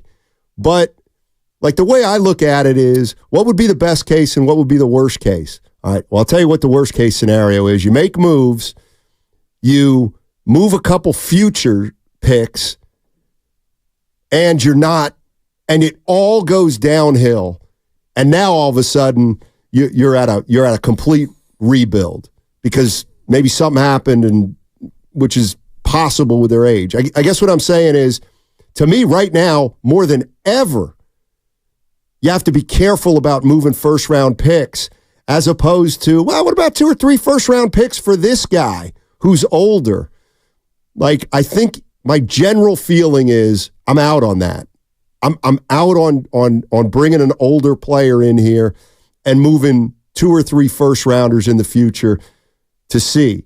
Now, if they do that, I would understand, but I would say I don't like that at all. Well, I think that's the rock and the hard place is in order to get better and to put yourself back into title contention, you're probably going to have to move first-round picks.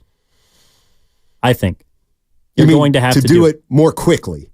To do it this summer. Oh, this summer. Okay. We're talking about LeBron James, Kevin Durant, Paul George. Like you're going to have to attach something, maybe not to George because he's a free agent, but you're going to have, if you want to get KD, you're going to have to attach picks. If you want to get Brandon Ingram, if you want to get Miles Turner, if you want to get Lauri Markkanen, you think the Jazz are not going to ask for first-round picks? Well, I'll say this. Like, there's a little difference there. Like, and I'm not, I get it. Brandon Ingram's not in the, I would be more willing to do it for a Brandon Ingram who's younger than a LeBron James, a Kevin Durant, or, I'll use Paul George, even though I kind of like Paul George. Yeah, because you have more control over players that are closer to their prime. Right. 888-957-9570 is the number. We're talking about the Golden State Warriors and how they fit in to the hierarchy of the Western Conference right now. And this is from the 831. And listen, to me, one of the most difficult things about the Warriors, and I was just thinking about this laying in bed last night. Well, what are they? Are they a 46-win team or are they a 10 seed? Yes. Unfortunately, they're both, in a way. Like, they're a 46-win team. You know what? We can work with that. We won 46 games. We can work with that. And I guarantee you, Mike Dunleavy, if you say 46 wins, yeah, we could, things could break our way and we could make a good move, or they could get to 50. But then you're a 6 seed or maybe a 5 seed. Like, well, so what, like the cold hard reality though is 9 teams are better than you in one conference right now. But you did win 46 games. Like, I get the difficulty in assessing kind of which way you look at it, even though you're right. You got to look at it both ways. Well, but Steiny, the way you have to, I think the choice you have to make about how you look at it is, do you look at your team and how good you can be? Or are you viewing yourself in reference to the rest of the conference? Because if you are saying, and I think they were relegated to this mindset at the end of the year because they were so far back in the standings, you can't really look up. You're not trying to catch them when you're just trying to play good basketball. But the 27-12 that they played over 39 games, right? They were playing the best version of Warriors basketball. Okay, so how can we do that? That, to me, is how the front office has to approach this offseason. How can we extract the best out of our roster? And 46 wins or 48 or 50, wherever it falls. Right. I mean, you can't say we're not as good as OKC, so we're just not going to try. Or, Minnesota or Denver, whoever it is. But I think that and again, back to how drastically you're looking at the changes that are necessary for this team, I'm saying I need 2 new starters next year. And it's because either Clay is coming off the bench or he's not on the team. And I think it's because, again, I'm trying to trade Andrew Wiggins. I need 2 new starters of your 5 next season. And that's a lot to ask. But that's how drastically I'm looking at the Warriors while I'm watching these first-round playoffs. This team needs to get better, both because it has a higher level to reach and the Western Conference is really competitive. And I think that means that 2 out of the starting 5 from this season, we even saw Looney, who was a starter day 1 of this past season, go. So now I'm assuming Trace Jackson-Davis is the starting 5 moving forward. Right. Steph Curry, Draymond Green, TJD. Those are my 3. The other 2 are question marks right now. And, as you're talking about all this, I could see how a Warrior fan goes from panicked to not panicked when they think about all the scenarios. But I do agree. I do agree that, okay, I'm going to look at it right now like they're a 46-win team. Forget 10th right now. Yeah. They're a 46-win team. And Steph, we played the sound of him saying, he left some games out. If we were 3 games better, we'd be a 6 seed. And I said, okay, now you're a 6 seed and you lose in the first round in 5 games. Big deal. Or what does that get you? I'm going to argue against myself right here because you could make the case that if you get to 6, like they did 2 years ago, I do think you have a significantly better shot. What happened last year? They got a great matchup. They got a favorable matchup. But you can only get a favorable matchup, really, to me, from 6, because there are no favorable matchups if you're a play-in team. You know what I mean? Like, you're a play-in team, so you're going to get 1 or 2. You can think you match up with them, and you can cite Miami knocking somebody off. But the reality of the situation is you're probably not doing any damage from that position. 6, we've seen a little change.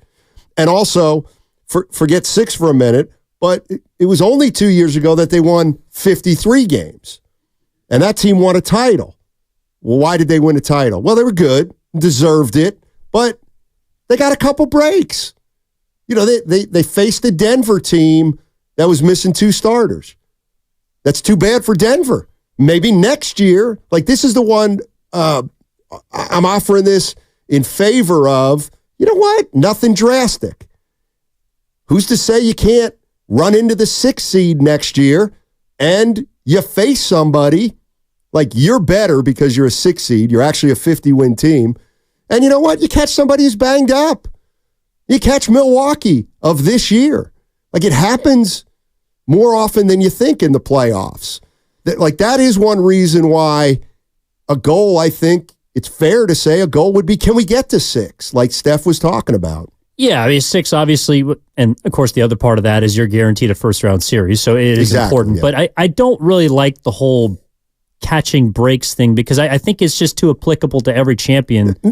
Yeah, I wouldn't rely on it, but it's more like... Look at the Denver Nuggets last year. They were the 1 seed. Right. Okay, so they got Minnesota, who was a young team, made the first playoff run in the Chris Finch era. Second round, they got Phoenix, who was a cobbled-together, aging superstar group. The Los Angeles Lakers were a 7 seed, who beat the Warriors in the second round. You played a 7 seed in the conference finals. And then you didn't even have to play the best team in the East because Miami ran the table from the 7th spot by upsetting Milwaukee and Boston. Right. You could make the case the Denver Nuggets caught a ton of breaks last year, and they were the best team in basketball. Well, let's make a case that breaks are a factor in the postseason. And I think that's why Curry is emphasizing the 6. I think you're right. Is because you have a better chance at catching breaks from that spot or higher than obviously the play-in. I completely agree with that. 888-957-9570 is the number. We got some open lines if you want to jump into the conversation. We're talking about the Golden State Warriors and where they fit right now in the Western Conference pecking order. And do you feel better about the Warriors moving forward or worse since their season ended and you've watched some of these playoff teams? Here's the bottom line, Warrior fans. Are what Denver, Minnesota, and Oklahoma City doing, does it scare you? I mean, is it more worrisome than you thought? Or are you of the mind that thinks, well, a title is a tough thing anyway, so let's just start getting back up to where we can make some noise. 6, 7, can we get to 5? 888-957-9570 is the number. Where are we at with our Golden State Warriors today on 95.7 The Game? The following is an attorney advertisement. If you get sidelined by...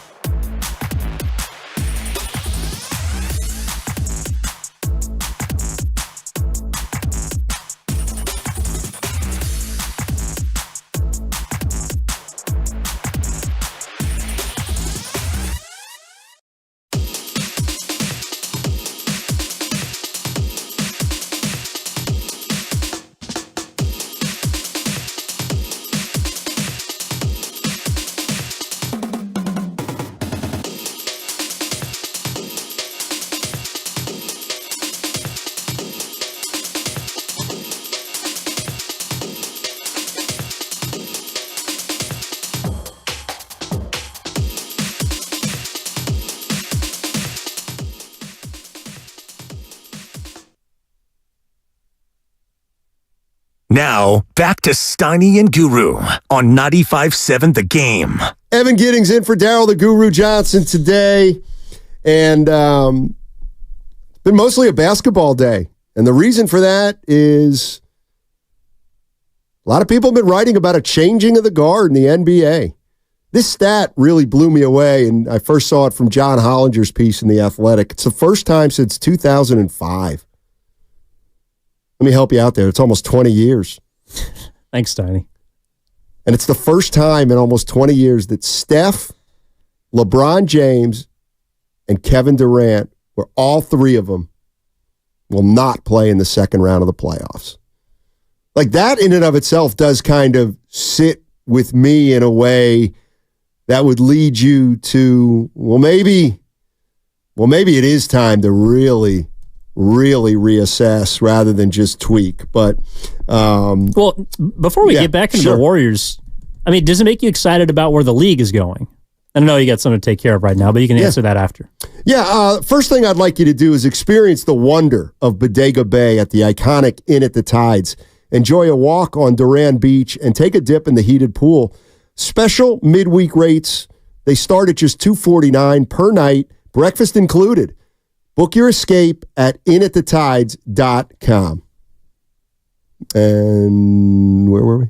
The fact that Curry, KD, and LeBron have not gotten out of the first round, last time was 2005, does it make you excited about where the league is going? It feels like there's more uncertainty. I don't know if it's star power or supremacy. It seems like it's open season. Yeah, I mean, it's the natural cycle of sports. It's the real NBA. So I don't attach any emotion to it. It's going to happen one way or the other, so you got to deal with it. Means Finchie's got a good shot. Well, and that's one thing I was thinking I may do, because I've pinpointed the date, and it was December 12th. Okay. So we were just a month into the year. Something about 12-12? What's well, it was just December 12th. 2012 was when I got on 95.7 The Game, and I proclaimed something that hadn't been proclaimed at that point. Okay. And so I was the first to proclaim it. Yes, you were. And I think that right now we can say I was right. And on December 12th, I got on these airwaves and I said, hey, we got a new team to put in the championship contender category. We got a new team that y'all better recognize. And it's the Minnesota Timberwolves. Oh, stop, relax. Oh, stop, relax. They have no experience. Rudy Gobert stinks. Edwards is too young. Finchie, nothing about Finchie. But, well, that you chose to hear. I'm just saying. Anybody else would have tried to tell me Minnesota's not a title contender? I'll tell you what you know what I've heard? You know what they're doing today in Minnesota? What? Team lunch. Oh, they're having nuggets. Oh, my. Oh, yeah. They're going to McDonald's, and they're having nuggets for lunch. Those T-Wolves, baby. I thought you were talking about the Panda Express in the hospital wing, because that's where Finch is getting his surgery right now. No, you could say tomorrow. They're battle Finch tested. Surgery tomorrow. Surgery's tomorrow. They are battle tested. He gave his patella tendon for that team. Oh, man. This is from the it's like a year-long recovery. Xfinity mobile text line. I'm having a little fun with the 510. Hey, the Warriors have a better bench than Denver. I'm waiting for the ... and, okay? Warriors might have the best bench in the league. I mean, I don't think they do, but... Well, I think it's not a good sign. Is that a good thing or bad thing? Well, the fact that they outscored opposing benches, I believe, the most of any NBA team. But again, yeah, that's not a great sign, especially when you've seen the bench and starting lineup changes as frequently as the Warriors did. Right. It was so. Yeah, the Warriors. No, I 5-1-0. I wasn't taking a crap on the Nuggets championship. I was trying to uplift Warriors fans by saying that everyone gets breaks. Okay, everyone gets breaks. Everybody to win a championship, no doubt. Including if the Minnesota Timberwolves somehow do it this year, I'm sure they'll catch a break. And they're not. They're actually doing it the hard way. I mean, their coach just got hurt. I mean, yeah, he's trying to take the pressure off his players. He wants it to be about him. Yep. Shut up. What? I was distracted, but I caught the... Please. There's an eye in Finch. He's the opposite of a Don Nelson. He did not take credit. He always credits the players. What are you talking about? He told you Well, he's got the Curry rules, right? He's writing a book on it. No, he's not. You don't know that. He wrote a sentence on it. When Steph makes 2 threes, we call timeout. Maybe halfway, call it a pamphlet. All right. A little booklet. Let's go to Eric in San Francisco. What's up, Eric? How you doing, man? Hey, good afternoon, guys. Yes, sir. I wanted to get your opinion on this. And I think that actually the Warriors losing this year, not making the playoffs, may, in the long run, be the best thing that happened to the franchise. And the reason why I say that is I think this year is the culmination of basically the turnover of the NBA from the Steph, KD, LeBron era. Because if you look between 2010 and 2020, basically Steph, KD, LeBron, Kawhi, Paul George, James Harden, etc. Sure. Were the top 15 players in the league. Yep. And they won the lion's share of MVPs and all NBA's championships. But since 2020, those guys have collectively won one title, the Warriors, and this year they're collectively 3-11 in the playoffs with 2 series losses, the Warriors not making the playoffs, and the Clippers tied 2-2 with the Mavericks. And we see the Thunder coming up, we see the Timberwolves coming up, and we see the Nuggets kind of taking the mantle as the team to beat. And I just think that basically the playoffs are showing if we were to trade for KD, we're not winning a title. The Warriors are the NBA is turning over, just like it did between 2010 and 2014 when the Lakers, the Celtics, the Spurs, and the short-run Heat turned over to the Warriors and the Cavs, and then subsequently the rest of the whole Warriors run. So I just think it's the natural progression of the NBA. Right. That the Warriors should realistically look at, well, if the NBA is turning over, what is our best path going forward? And I would argue that some sort of steady transition to the young guys, well, respectfully giving deference to the old guys and probably letting Clay go is probably the best move for the Warriors going forward, simply because, like I said, the league is turning over, and therefore it's time to move on to a new page. I don't know.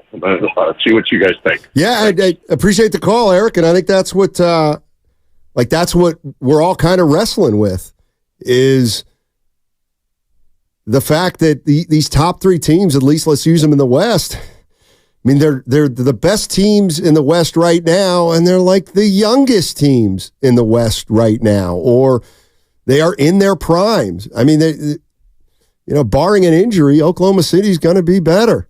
Now, they might not be better in terms of 8 wins, but they're going to get more experience. Minnesota's going to get more experience.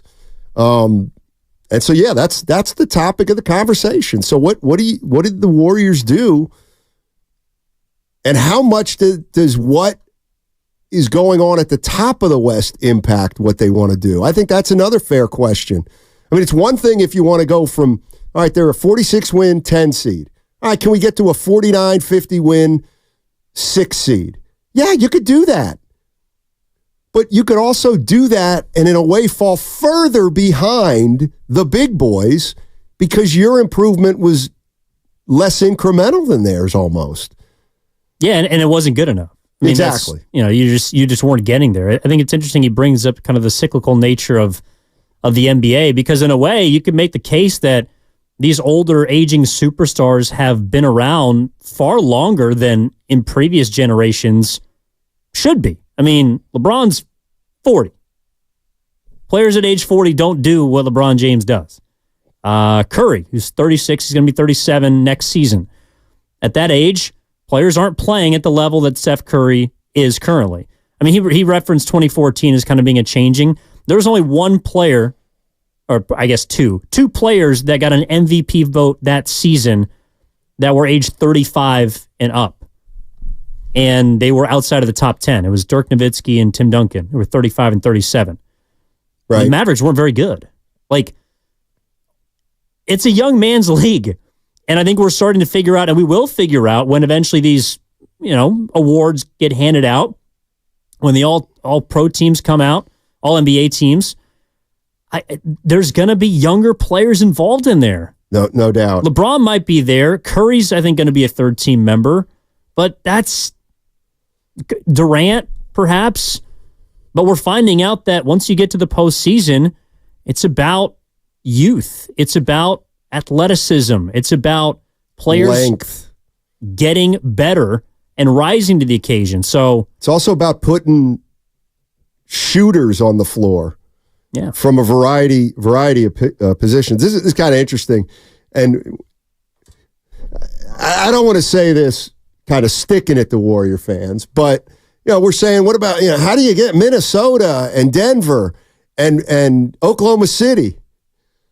415 saying, what about Memphis, Houston, and San Antonio? 3 teams below the Warriors. I mean, it's a fair question. The Warriors are looking, how do we get back up into the top 5? It's the question, how do we avoid falling further, knowing that there's a couple teams below us that look to be tangibly improving? How would you factor those kind of teams in? Well, that's why, again, I think that the Warriors are focused on being their best. It's hard really to all look you at the can rest do. of the West. Yeah, I mean, you're right. Look, I think the Clippers are prone to take a step back due to age. Phoenix, perhaps due to age. Mm-hmm. The Warriors, you could also put in that category. The Lakers, potentially, depending on what LeBron James chooses to do. So there's 3 or 4 teams that are headed backwards, well, so to speak. Right, or could be, sure. I'm not sure I see a major leap from San Antonio that puts them into postseason play. Maybe Houston's probably the closest one because of the 41 wins. Maybe Memphis because they're getting Ja back and they're going to get healthy. But there's something about that franchise and specifically John Morant that I'm not too confident in. I mean, look, the 10 seed better be the floor, but I don't think you can look at the rest of the West and say, well, gosh, I mean, where are we going to fit? We should so what? We just give up kind of deal. Like, I mean, maybe you decide to take steps backward, but I think that's more of a financial decision than a basketball one. You're trying to figure out how to trim dollars while still competing.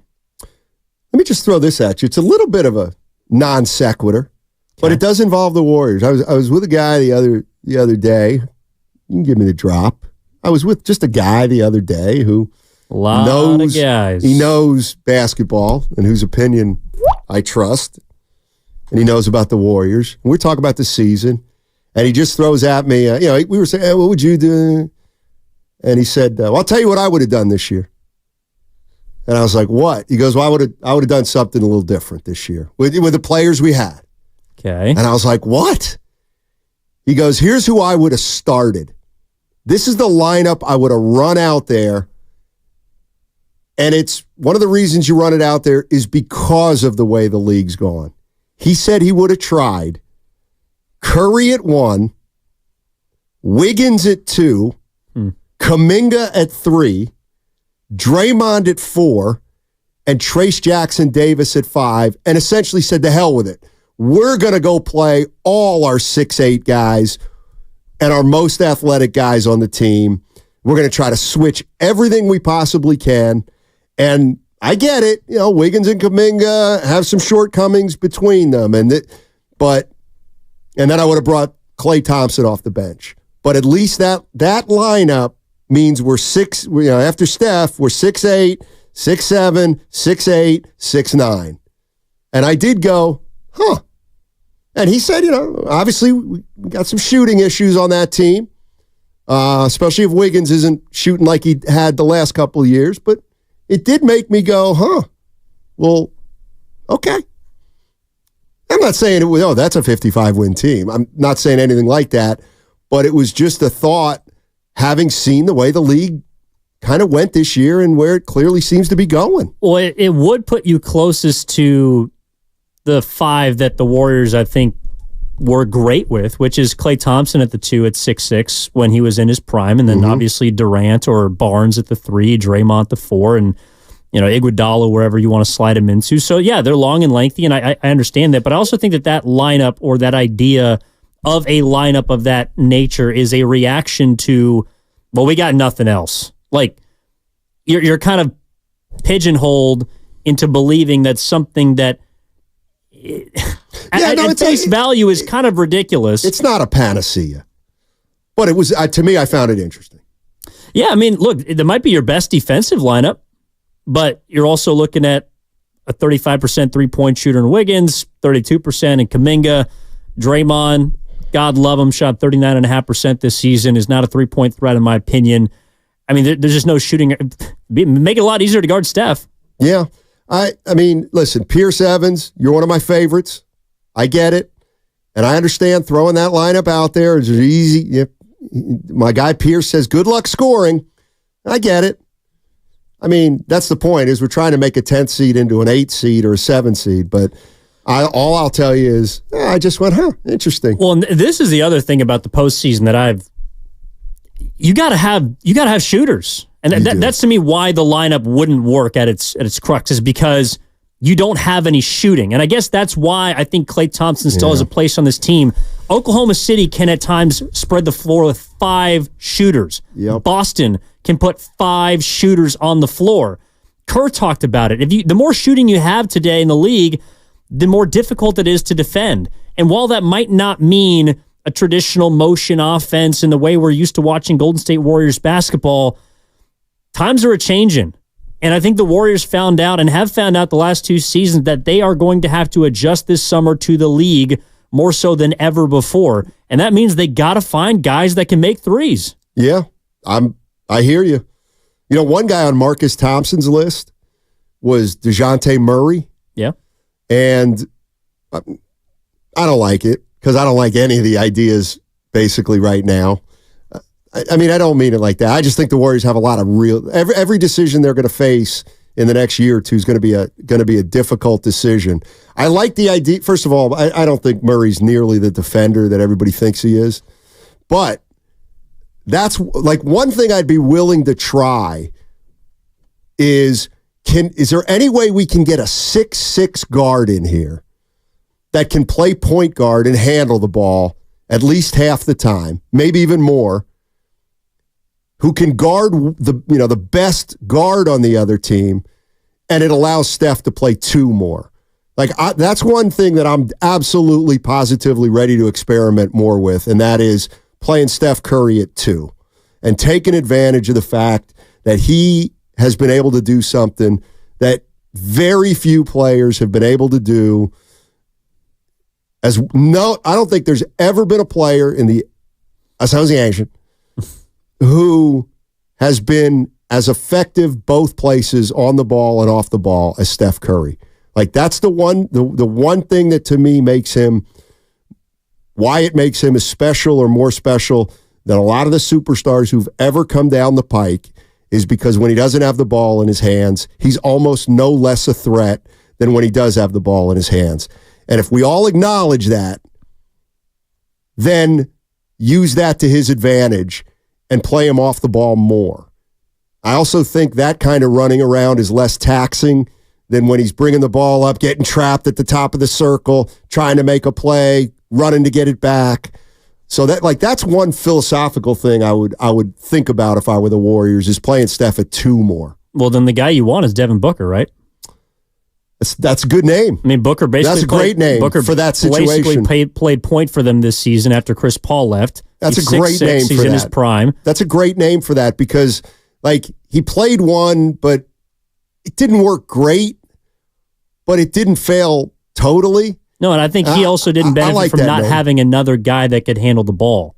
Exactly right. Curry can. Yes, he can. Let's go to the Pacific Northwest. One of Evan's favorite. You love the Pacific Northwest. I do. Yeah. Let's go to Portland. Hey. Talk to Cody. What's up, Cody? How you doing, man? Rose City. Hey, guys. Doing well. Hey. Thanks for keeping me plugged into the Bay up here. Sure. Mm-hmm. Hey, I just wanted to provide my feedback on DeJounte Murray. I had called in about him prior to the trade deadline. I think he's a great fit for a couple reasons. You just mentioned the ball handling. His defense is above average, but I recall playing the Hawks this year, and he was slicing up our defense, cutting through the lane, finding the open shooter in the corner, and really opening up the offense for the Hawks. I think he could do that for us, and I think he's a gettable player this offseason. with a contract that is not enormous and would allow us to keep Kuminga, fill out the rest of the roster. And I just think that's a better way to go than to swing big on someone like Paul George. If we're talking about Embiid or Giannis, I say maybe put Kuminga on the table. But I really think DeJounte Murray would be a fit and allow us to build out the rest of the team and get back to strength in numbers versus just relying on Curry to do his thing. And he can't dribble by people like he used to. Appreciate it, Cody. You know what? I'm going to be honest with you. Like with DeJounte Murray, I'm falling into the same trap that I talked about earlier, and that, like, I don't like him. I'm not crazy about him. Yeah. But he's not used. Like, he's not a bad player. There's no doubt about it. I think he's overrated, but he's not a bad player. I just, like, I look at a guy like that, you get him in here, and after half the season, we'd be like, he's okay. But I just don't see him impacting winning and losing. By the way, do you realize, and I'm going to use this. Well, he beat the Warriors. To Cape. Oh. Do you realize it was just 1, 2? Do you realize it was 3 years ago? Just 3 years ago. The Atlanta Hawks were up 1-0 on the Milwaukee Bucks in the Eastern Conference Finals. Caught a break. 3 years ago, the Atlanta Hawks were up 1-0 against the Milwaukee Bucks in the Eastern Conference Finals. Okay, the Hawks made they also took it to the Sixers before that. Yes, they did. Bunch of those games I was at. Oh yeah, I was at a bunch of those games in Milwaukee and in Atlanta. Now, this is one of those things where if you're a Hawks fan, and I was at that time, we must acknowledge they only got by Philly because of Ben Simmons and how lousy he was. A break. Well, you got New York? But like that's kind of one of the things I mean is like to me when the Warriors won the title in 2022, did they get some breaks? Yeah, they got some breaks and they won it all. So when I looked at that championship team, I didn't say, well, we are the best team in the NBA. No, you were the best team in the NBA at the right time. But to me, there were 5 or 6 teams that were still on your level. You just happened to be the best team that year. Bringing it back to DeJounte Murray, though, in a way, maybe that is a guy. I'm not sure, Stein. Well, okay, so he's played 78, 74, 68, 67 games. He's been on the floor. He was an all-star with San Antonio, but he's in his prime. He's 27 years old. And he's someone that maybe the Warriors could look at and say, he's played next to Trae Young for 2 years, and he's doing that. What if we put him next to Steph? What if we get him to buy back into the defensive identity he was maybe known for too much, but in San Antonio, that he bought into? I mean, he played in Popovich's system. Maybe he's a fit for the Warriors. But again, it's that kind of player that is obviously, it has flaws, I would but agree. You're trying to figure out how much you can extract out of them. And someone like DeJounte Murray could be that perfect fit. I would agree. Like, I don't think it's Murray. I don't. Well, he stinks. No, he doesn't. I don't think he stinks, but I just don't think he doesn't move the needle. For heaven's sakes, the Hawks won 36 games in the East. But I think there's got to be a player in the league out there like him that would impact the Warriors. I'm with you there. Well, could you also make the case to like get him and someone else? Yeah. Could you package? Because of course, I don't. You said he's not the greatest, but why not? Get him and someone else. Could you go you need shooters? Could you go get Murray and like a Kongwu or somebody like that? All right, what's coming up next on the game is presented by Fremont Bank, full service banking, no compromises. Guess what? We got a little special thing on the other side. Evan told me he's got a mini gripe. It's not a guru gripe, but a mini gripe. Coming up on 95 Something Game. Tune into You Don't Know Jack.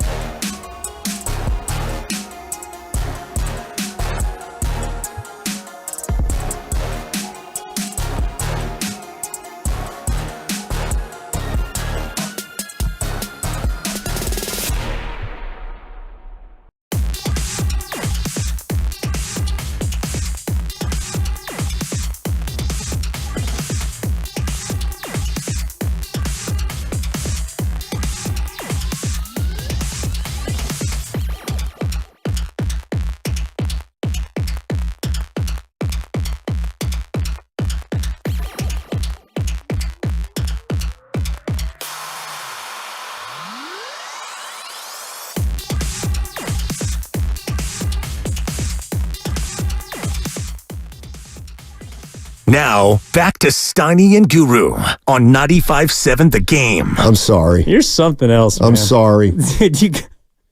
But do you get why? You got to watch what you say sometimes. I just said to Evan, listen, like if you think about what I said, it's not a hot take. No, it is. It is. Okay. Just say it. No, I'm going to set it up because you don't take my words verbatim like they need to. I'm very literal. Say what you really mean to say. If I were the Warriors, there's a guy, believe it or not, the guy I wouldn't take off the table is Ben Simmons. I wouldn't. I would not take Ben Simmons off the table, even though I'm down on him. Now, I wonder why. Well, he's got one more year left, which I like. And he comes to a team. I get it. We need shooting but even at his most useless on a productive team, he can still pass, rebound, and defend. If he just could do those things, he might be able to help you. Well, you got Draymond Green to do that. Has there ever been a player who's fallen off like that and then come back and been functional? I can't think. I mean, I'm sure there has, but boy, like here's another guy I would not take off the table. Obviously, depending on his health, is Lonzo Ball. Like, what if Lonzo Ball is healthy next year? Well, he's kind of the guard that you could play with Curry, and he could defend the good guard on the other team, and he could handle the ball. All I'm saying is, of course, again, now they're back to they're going to win a title, but those are the you know what pisses me off. Hey, those are the scenarios you got to look at when you're in the Warriors' position right now. And that's why I'm laughing is because he's on the table because of course roster spot 2 through 15 is on the table for the Golden State Warriors. Well, I'm. It's not a big table. Jokic isn't on it. Well, exactly. I also just think it's funny that we were just tossing around the fact that, all right, OKC's got 5 shooters and Boston's got 5. The Warriors got to get more shooters. I know. Let's go out and trade for the guy who is incapable of shooting or has no interest in it. It's just like, 49ers want to win a Super Bowl this year, but they're going to trade their best receiver. Yeah, I get it. Or, whatever. They're a run team, but they're going to go out and acquire Justin Jefferson. Yeah, exactly. That'd be awesome. Now, if you're a frequent listener of the show, you know that every once in a while we have a segment called Guru's Gripes, where Guru literally sounds off on a topic that has been bothering him. And Evan today, who's a lot, I would say, more mild-mannered than Daryl the Guru Johnson, said, Stein, I got a little bit of a mini gripe today. And I said, well, let's do it. So I don't want to use the Guru's gripes cut. Well, but I could do, here's Evan's mini gripe. Yeah, I have a little bit of a gripe. There was something floating around social media the last couple days, and those that know me know that I'm from the East Bay, so grew up big Warriors fan, also have an affinity for the A's, which has been tested in recent years for obvious reasons. And I saw something circulating yesterday that was a petition for the new play-by-play broadcaster, Jenny Kavnar, to be relieved of her duties. It just pissed me off. What did she do? Apparently, she hasn't been good enough. For some fans. For some fans. Gotcha. Well, for a lot of fans. Okay. I'm not going to sit up here and say that she's perfect or that I'm tuned into every single game and every single word because I'm going to be honest, it's been really hard to watch the A's this season. 12 wins in April. Well, they've been playing well, but I just mean emotionally speaking. Gotcha. But that does not mean that Jenny Kavnar deserves to be fired. It has not even been 2 months of her first season as the primary play-by-play voice of a professional organization. And I don't think that we would be doing this, I'm going to go there, if she was a man. And I think it's messed up for people to call for her to be fired, no matter how good or bad you think she is, less than 2 months into the job. Now, if she's not on the team or with the broadcast next season, that's something you can evaluate in the offseason. But for A's fans to band together apparently on social media or this little petition for something that is so inconsequential compared to the laundry list of issues that have been running rampant through that organization, it it just frustrated me. It pissed me off, partially because I also am a play-by-play broadcaster, and I understand that it's a hard job, but there are so many more things that you could be pointing ire at in regards to the Oakland A's, and I don't believe she's one of them. So that's my mini gripe, and I think people should shut down this petition. Well, my first question would be, outside of the California propositions, when you have to get a certain number of signatures to put something on the ballot, when has a petition ever worked? Petitions don't work. That's a good question. I mean, no petition works. Apparently from the 510. Well, I guess people are bringing in their own gripes. All right. My guru's gripe for the day is all those adults who drive around the Bay Area in fancy Teslas, Mercedes, BMWs, and that have new drivers, student drivers. All these stickers plastered all over is going to be okay for your crappy driving. If you can't handle a vehicle, you shouldn't be driving. I don't care what stickers you have, and all these new technologies or newer cars only make the bad drivers worse. Well, bad driving is just going to be an issue until the end of time. And I hate to break it to you, there's only more cars coming on the road. By the way, did you see, what's going away are the carpool lanes? Oh, that's bad news bears for you. Oh, monster. Although, you know what? I've started taking BART. I'm not driving into the city. Where do you mean? What carpool lanes? Like what area?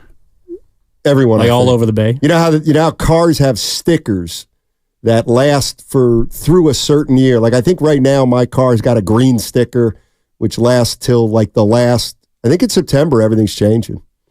Like, here's you what have it to is. pay for them now. No. The carpool lanes will continue, but what won't continue, I'm pretty sure, is I will not be able to use the carpool lane as a single passenger just because I've got the sticker anymore. Oh, you know how the sticker. You can use the sticker. Oh, you got to pay to play then. That's in other words, you'll always be able to use a carpool. Three people is the only way now you'll get into the carpool lane. You hate to see it. It's almost like the carpool lane that was originally invented for multiple people is going to be used just for multiple people. Yeah. You hate to see it. I love it. You guys are both tools. Find some friends and bring them along with you to work, Steiny. What is a carpool, by the way? We were talking the definition of entropy earlier, right? Okay, what's the definition of a carpool? Well, it depends. It's 2 or 3 people in a car. Yeah. That get to utilize a more functional lane. And that's why you, as a solo driver, will not be able to use it anymore. Right, but it was created to help the environment so that you put more non-gas users. You put gas users in fewer cars. And so because it was about pollution in the environment, they said, you know what? You get an electric car, you can use the carpool lane. You know why? Because if you limit the carpool lane to just people who have 3 or more, you're going to be looking at an empty carpool lane for the most part. Well, it was originally... we don't have the guts to do it. Because everybody's scared of the casual carpool that used to be very popular before COVID. They opened it up to encourage people to buy more hybrid and electronic vehicles, which are now going to be mandated, which means in a cyclical nature, eventually comes back around to not needing to have people on the road in electric vehicles, which means the carpool lane, the original carpool lane, was only a carpool lane. Right. You know my answer to the question? What question? Or my answer to this so-called problem? Yeah. More carpool lanes, not less. See, that's the problem. There should be less lanes in general. When there are less lanes, there are less accidents. Hey, take it to Finland. All right, we're in the good old USA right now. This ain't Scandinavia. I actually don't subscribe to that. You ever driven up Highway 1 or down? Of course. Yeah, no. Well, the amount of accidents that seem to happen. Well, that's different though, because we're talking like you said less lanes equals less accidents. There's one lane each way. But going down Devil's Slide is not something anyone should be, moving fast or out of the way. Like, yeah, in that situation, absolutely. But I'm talking about like major, 680 major freeways. Yeah. From the 510, your electric car causes more pollution just harvesting the material needed to make electric. Stop it. Well, you don't know where those batteries are going. Oh, you know what? 510. That's a lie. It's actually not. That is absolute fabrication. Those aren't recyclable parts. There's a reason they're so expensive, which I don't mean to air you out, but you found out yesterday. Okay. You know what? I know where you're coming from, really, with that electric car slander. I know what you're really all about when you put a sentence like that onto a text. All right, 88. No, we got the crossover on the other side. We got a carpool. Mark Willard, Dan Dibley. Only one of them. Actually, there's some carpools with only two on 95.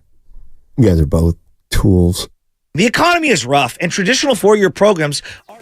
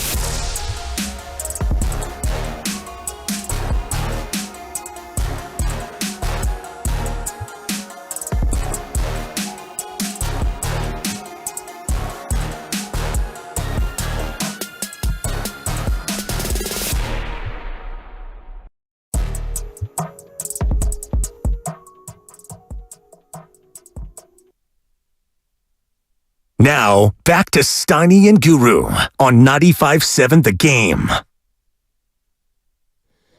Hey, let me tell you what you're going to need to do. Yep.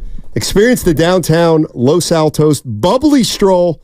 All kinds of fun with sparkling beverages and live music. Friday, May 10th, 6 p.m., downtown Los Altos, sponsored by the Post and BK Collections. Info and tickets at downtownlosaltos.org. Let's welcome in Dibbs and Willard. It is the crossover. The handoff thingy is That's what the, FP called it the new apparently when I official was name. gone. Yeah. Yeah. Do we have a baton? Handoff thingy. Nothing's official. That's true. Until That's we true. get the sponsor cutting the check. I'm also I'm nervous. I'm nervous right now. Why? Because over Dibbs' right shoulder, NFL And also Network- your right shoulder. Oh. Yeah. Oh, see, I didn't even know that. 2 screens Inside this studio. showing And- the same game. And it is the 49ers currently ahead of the Packers 14-13 with 5:45 to go in the third quarter. They're in trouble. And the Packers have second and goal. And even though I know how this is going to end, it still makes me I nervous. actually forget. Did they score here? Oh, yeah. A touchdown? Yeah. Second and goal, Jordan Love. Right? Out of the We could pistol. do some play-by-play from 4 months ago. Love sets, throw, the right side, caught, touchdown, Packers. Touchdown. Niners in trouble. By the way, they're going to get the 2-point conversion, too. Oh, they went for 2. Right? I can't remember. Tucker Kraft. I think so. Tucker. I think Now, this River was the Craycraft? point where my 10 and a quite. He's half a Dolphin. spread bet You was gave down. up. You gave up your 10 and a half. The 10 and a half I was the end over of when they that. scored this touchdown. Yeah, yeah. Yeah, this. You could have chased it with live wagering, though. You probably would have gotten Niners -2 at this point. Yeah, I got to know when to cut your losses. Good Lord. Good call. How you guys feel like the today? Warriors. What's going on? LeBron is... Yeah, I've been listening to you a lot. How'd I sound? Oh, thank you. And you can talk about Evan, too. It's all about Steiny. Yeah, you know. No, this is what it's all about. Like I agree. I mean, I'm stuck in like what can happen before we get to what do we want to have happen, and that's actually something that there's no way to fix this in the NBA. Don't you wish it was a little bit easier to understand? Yeah. Like I really do. This is one thing What that specifically? the way that The contract the machinations. apron, the second yeah, apron, no doubt. the trade machine, the whole because I do think that while we are having conversations right now that matter, I think they're the same conversations that the Warriors will have. And I do think that in big business, when you want something to happen, there's always a way. But I also think 98.6%, a good human temperature of like what is going to be said over the next 2 months is not even possible. It's not even possible. Well, LeBron could just come in and sign for the vet min. Right. I mean, it's possible, but Yes, it's not allowed. likely. It's allowed. Get it for the mid-level. That is more possible, but still highly unlikely. Yeah. And Mark made a good point in the green room, and he reminded us that LeBron's trying to buy an NBA team. And if you're trying to buy an NBA team, you're looking to get as much money as you can for that down payment. Right. Like leaving $50 million on the table is I would advise against it. Right. If you're trying to be a billionaire. And by the way, those aren't my words. Brian Windhorst said that. Right. He said that. And so we're going to talk about a bunch of stuff. Yeah. And we don't really know how much of it is possible, and a lot of it is not. For me, it's very easy. He convinces the Warriors to draft Bronny, or he's undrafted and they just bring him along. Bryce, who's going to be a senior, goes to Prolific Prep in Napa, one of the his elite other son. basketball, the better son. Yeah, he's pretty good. Bryce is 6'6". He goes to Prolific Prep. They live in Napa. LeBron loves the grape. And then LeBron becomes a Warrior and tries to get title number 4. You know what that would be? If you bring in LeBron and 2 sons, you know what that is? That's a legacy offseason. Yeah. It is. Absolutely, positively true. It would be a legacy offseason. I think what we're talking about is just also an indication of the position the Warriors are in. I mean, the fact that we're discussing all these different names. You know, Marcus Thompson wrote about 8 possibilities, some via free agency, some via trade, most of which via trade. It's just because of the nature of the season, which was 3 things that I don't believe can happen again, which is you miss the playoffs, You foot the most expensive bill in NBA history, and you don't have a draft pick. Well, in all probability, you don't have a draft pick. 4% chance. Yeah, 4% chance. So, like, those three things cannot happen again. And that's why, whether it's LeBron or KD or Paul George or, I don't know, trying to swing a trade for who knows, everything is on the table because it feels like roster spot 2 through 15 is also potentially a question. Well, I would take all of those things and grant you that, and then I would get one item that's bigger, but it has overlap to the three things you just talked about, and I think it's actually what's going on here. For me, I'm going to remove the whole concept of the Warriors trying to win a championship, and I know that is incredibly difficult for people to do. I don't think that's what's going on here. I don't think that Joe Lacob is holding meetings right now talking about how they can win a championship. I think when you see Joe Lacob's face all ticked off against the Sacramento Kings, it's not because they lost. That didn't surprise him. It's not because they were the 10 seed. He saw that coming a mile away. It's because right now the Warriors aren't a show.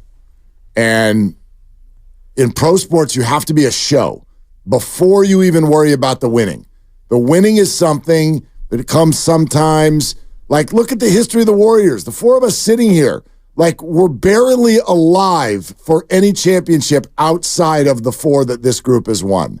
So the idea that, like, you get to do this a lot, you don't.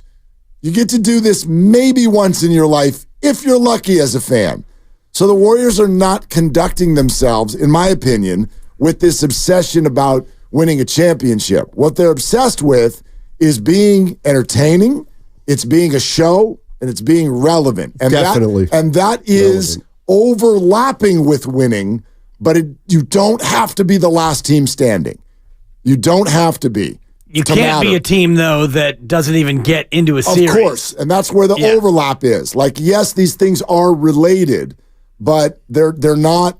It's not just how do we win a championship. Joe Lacob has a business to run, and the business is filling the building and making people happy and building memories and all of those things. And the best that you can do is win it all, but you can come damn close and like the 49ers matter like crazy the last 5 years. Haven't won Bubkiss, apparently. But they're very, very relevant, and they're a show. I think that's what right now is all about for the Warriors. Yeah, I think probably the biggest thing right now that's bothering Joe Lacob is FOMO. They're not in it. Right. And that absolutely stinks. You know, the one thing I think from a practical standpoint, and like the one thing about where they're at is I do find myself not changing my mind, but thinking, you know what, I think that's the best way to go, or that makes sense. And then there's something very, very different. You think, you know what, I like that better. But the one thing is, if you just come back to some reality, they won 46 games. That's not terrible. I mean, no, 46 is they not. Don't stink. They don't stink. The problem was 46 was a 10 seed this year. Okay, but you won 46 games.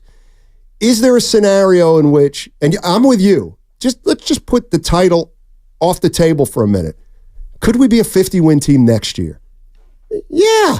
With the same group? Well, or with some tweaks or whatever. Whether you could also be a 40-win team. Absolutely. But if you don't have the same level of health you had this year. But to me, it's with some right moves, it's not outside the realm of possibility this team could start to climb in the standings, like 48, 49 wins. And my point is, I see why it's important to get to 6, because I really do. The 7 and 10, it ain't happening. It's too hard. But when you get to 6, you give yourself a chance against the team. Like, next year you're the 6th seed, you won 50 games, and guess what? I know, you open up with Milwaukee, who's without Giannis. Well, guess what? Now we got a shot. And then you get to the, you know what I mean? Like, that seems more doable. You're like, just last year versus this year. Right. They didn't win a title. They didn't come close to winning a title. But it doesn't feel near as empty. Right. Like, because they made a run. They were the 6th. They won a series. They went deep with the Lakers. You come out of that a little frustrated, but it feels relevant. This year felt irrelevant. I loved the conversation that the two of you had off of the Steph Curry sound clip when he talks about winning 3 more games with the 6.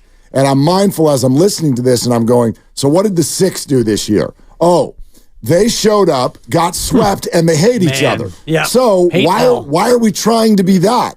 But the reason it was fascinating is because of that. Like, we're fans, and the way we might look at a 6 is go, okay, that's still like not good enough. But the way someone's brain like Steph Curry's works is I'm great and you're just giving me a shot. Like, give me a shot. Right. They still think. LeBron thought, you watched the end of that game last night, he still thought he could win the series, which is bananas. Right. It's never happened in the history of ever, and it never will. But he thought he could be the first. And so I think that's why it was so fascinating. They think that.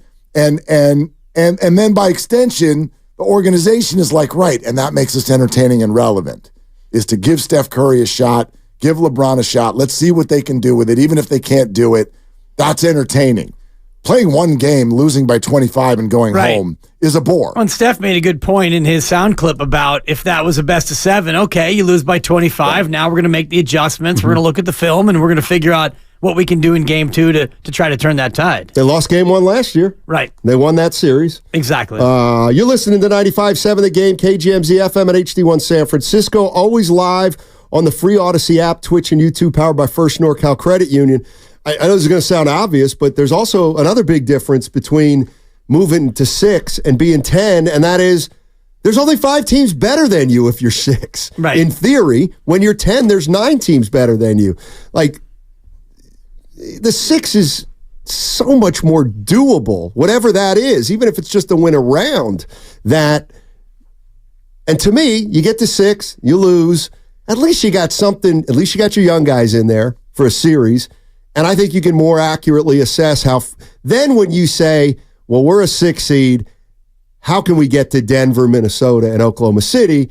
It doesn't seem so unrealistic. Yeah, I mean, I think that's what I missed most about the postseason was getting a literal gauge on how far you are. Whether you lose 4-1, 4-2, 4-3, whatever, you could say, okay, that's the gap between us. Now we're making multiple leaps between the play-in, playoff, but and I just don't know how you can realistically answer that question. Like, I don't think that they're close to Minnesota, OKC, or Denver, but someone could say, well, actually, this is how they match up, and maybe we could have a conversation. You got me thinking about the show aspect part of it, though, because someone like the Lakers, they're done, but they're going to be a show because of the drama, because of the soap opera that's going to surround someone like LeBron James. I wonder how much relevancy or being a show is also about just being in the media cycle, and that being the reason that the Warriors try and make a splash move. Because, I mean, obviously you want to win games, but part of it also, one of the best parts about the NBA is the offseason. It is free agency. It is who's going where, who's making what up. And I do think that Joe Lacob also understands the importance of that to being a marquee franchise. It's also the national games. And they have 29 national games this year, and they always are the league leaders because of what Mark's talking about. They are a show, but the act is getting a little bit tired now with Draymond's act of getting suspended constantly, and Clay sulking his way through seasons, and Andrew Wiggins going quiet, and the chef's got it all on his shoulders, and we've kind of seen this before. So I do think they need a little bit of a refresh, and the biggest refresh obviously would be bringing in LeBron James. Well, it's also just it's like a drug. It's like any of these guys who've achieved everything and then they won't retire. It's like, why are you still playing? Because you go back to what you just said. It's a FOMO thing. And I gotta think, and this is what I really wonder. So Lacob is sitting there right now, and he has been firm for a year. We're not spending that. We're not spending that money anymore. Right. All right. So now you go out in one game, and you just sit there, and you watch. You just watch all these great players, and you watch them move through the playoffs, and you sit there for a long month of May and a long month of June, and you watch all of this unfold, and you're still going to stick to that? You're going to patiently go, not spending money. He doesn't strike me as the type who really can do that. He might in the absence of other options, but I think that all these guys are addicts, and they're all addicted to winning and the show, the action, and the glitz and the glamour and the lights and the attention. This is a long stretch of no attention. And if he sees an opportunity, and he's going to have to spend for it. Right. But if that presents itself to get back in the limelight with the Warriors, I got a hard time believing that Joe's going to say, nope, let's be mature. I just don't see it. And I would imagine that the bean counters down there at Chase are already running the numbers as to what the presence of LeBron would net on the profit side. Because the cost, as you're mentioning, let's say they run it back and they're doing $400 million again. About $200 million in penalty and about $200 million in salary, and Joe and the investors have to swallow that big pill. Well, what's the return on investment? As Goo would say, the ROI. Yep. Having LeBron, I would imagine ticket sales go up and everything that surrounds the Warriors becomes more attractive, and you can bring in more money as a result of having him join the other stars. By the way, I don't think this has to be LeBron either. I don't think the conversation ends there at all. No, but I think I think Kevin Durant coming back to this team would be a show. I agree. I'd get a ticket. I would much rather have LeBron than Kevin Durant. Rather is fine. I disagree with you, and we can get into that. We sure can, but because you're wrong on the list. I think I'm with Willard on this. On one, the actually. list of what would be a show? How many guys? Because that's where, like, when you get to the Markkanen and the Carl Anthony Not Towns a show. thing, Not a show. Whatever you might Good players. Good players. What's a show? Let's put on a damn show. What are you like? Oh, TNT is like opening night and Christmas Day, and we got to see this. It's definitely LeBron. It's definitely Kevin Durant. Chris Paul was a lightweight show. Tyus Jones? But and Chris Paul was, exactly. Chris Paul was it was a curiosity. It wasn't quite a show. Yeah, he's not that kind of player. Exactly. One thing I think we do underestimate, and I'm not saying he's operating under a hard line and he's not going to be able to move it. But to me, there's only one reason why Joe Lacob has been setting the table for being more fiscally responsible. And it's not because he wants that. Like, he's not Mickey Arison, who owns this team and is a multi-billionaire. Like, he does have people that he's got to convince. Sure. Minority stakeholders, and you start getting the minority stakeholders to say, Joe, pack it in. It's over. Like, we can't do this again when we've been talking about, getting it under control. Like, that's a big sell job. He's a great salesman. There's no doubt about it. But it's going to be, and he might be able to do it. But I think sometimes we do underestimate the work he's got to do to convince these other people to keep rolling the dice and pumping in the cash, because if you're a 10% and I know they're making money. Yes, but you got to make that call and say, I'm going to need another $40 million from you because we're going to be over the luxury again, and so it's going to cost us. I can take a Venmo for that $40 million if you want. You can sell me. I mean, the Clay thing is so interesting too, because if you ask fans from an emotional standpoint, it's like, yes, we want to keep our players forever, and that matters to us. Even if we might sacrifice a little bit of winning, we want to do that. Okay, now blend that up against what we were just talking about. It's a show, and I believe everyone has seen this show 5 times over, and this is what happens. This is actually why I think it sounded like it did about Klay Thompson sometimes this year. It sounded so mean and negative, and it's just because that when it doesn't go well, you're bored. You're bored by it. And so I do think that from that perspective, the entertainment perspective, there might be something to be said for something new. Something very, very different, because like when the Brady Bunch brought in Oliver. Exactly. It's a Sorry great about that, point. Evan. That was for Steiny. That one flew over my head. That one hit. Yeah. On in the 22% bullseye. of the audience got that. Sometimes you got to microcast and not broadcast. You narrowcast, and I did it. I'm in the minority here. And that was the equivalent of when Arthur Fonzarelli did the surfing and literally jumped over the shark, and it became the jump the shark meme. Great call. Insane. Why do you guys think we haven't heard from Lacob yet? Or is that just commonplace for a team that doesn't make the postseason? Commonplace. What's he going to say? Because you can't answer any questions about specific players, because then you're going to get fined. If we ask him about LeBron James, and he says, "Yeah, we're going after LeBron." Well, that's tampering. He could because he's assess still the under season, contract. though. I don't know. I guess I just kind of expected someone like Joe during the exit interviews to be available or be made available. Could be me. I think it could be an indication of his annoyance. I think it's or just displeasure. He's like, you know what? I'm still a little pissed. I don't want to say anything that I regret. Well, although he doesn't usually think that way. There's also two ways to answer that. You have heard from Joe.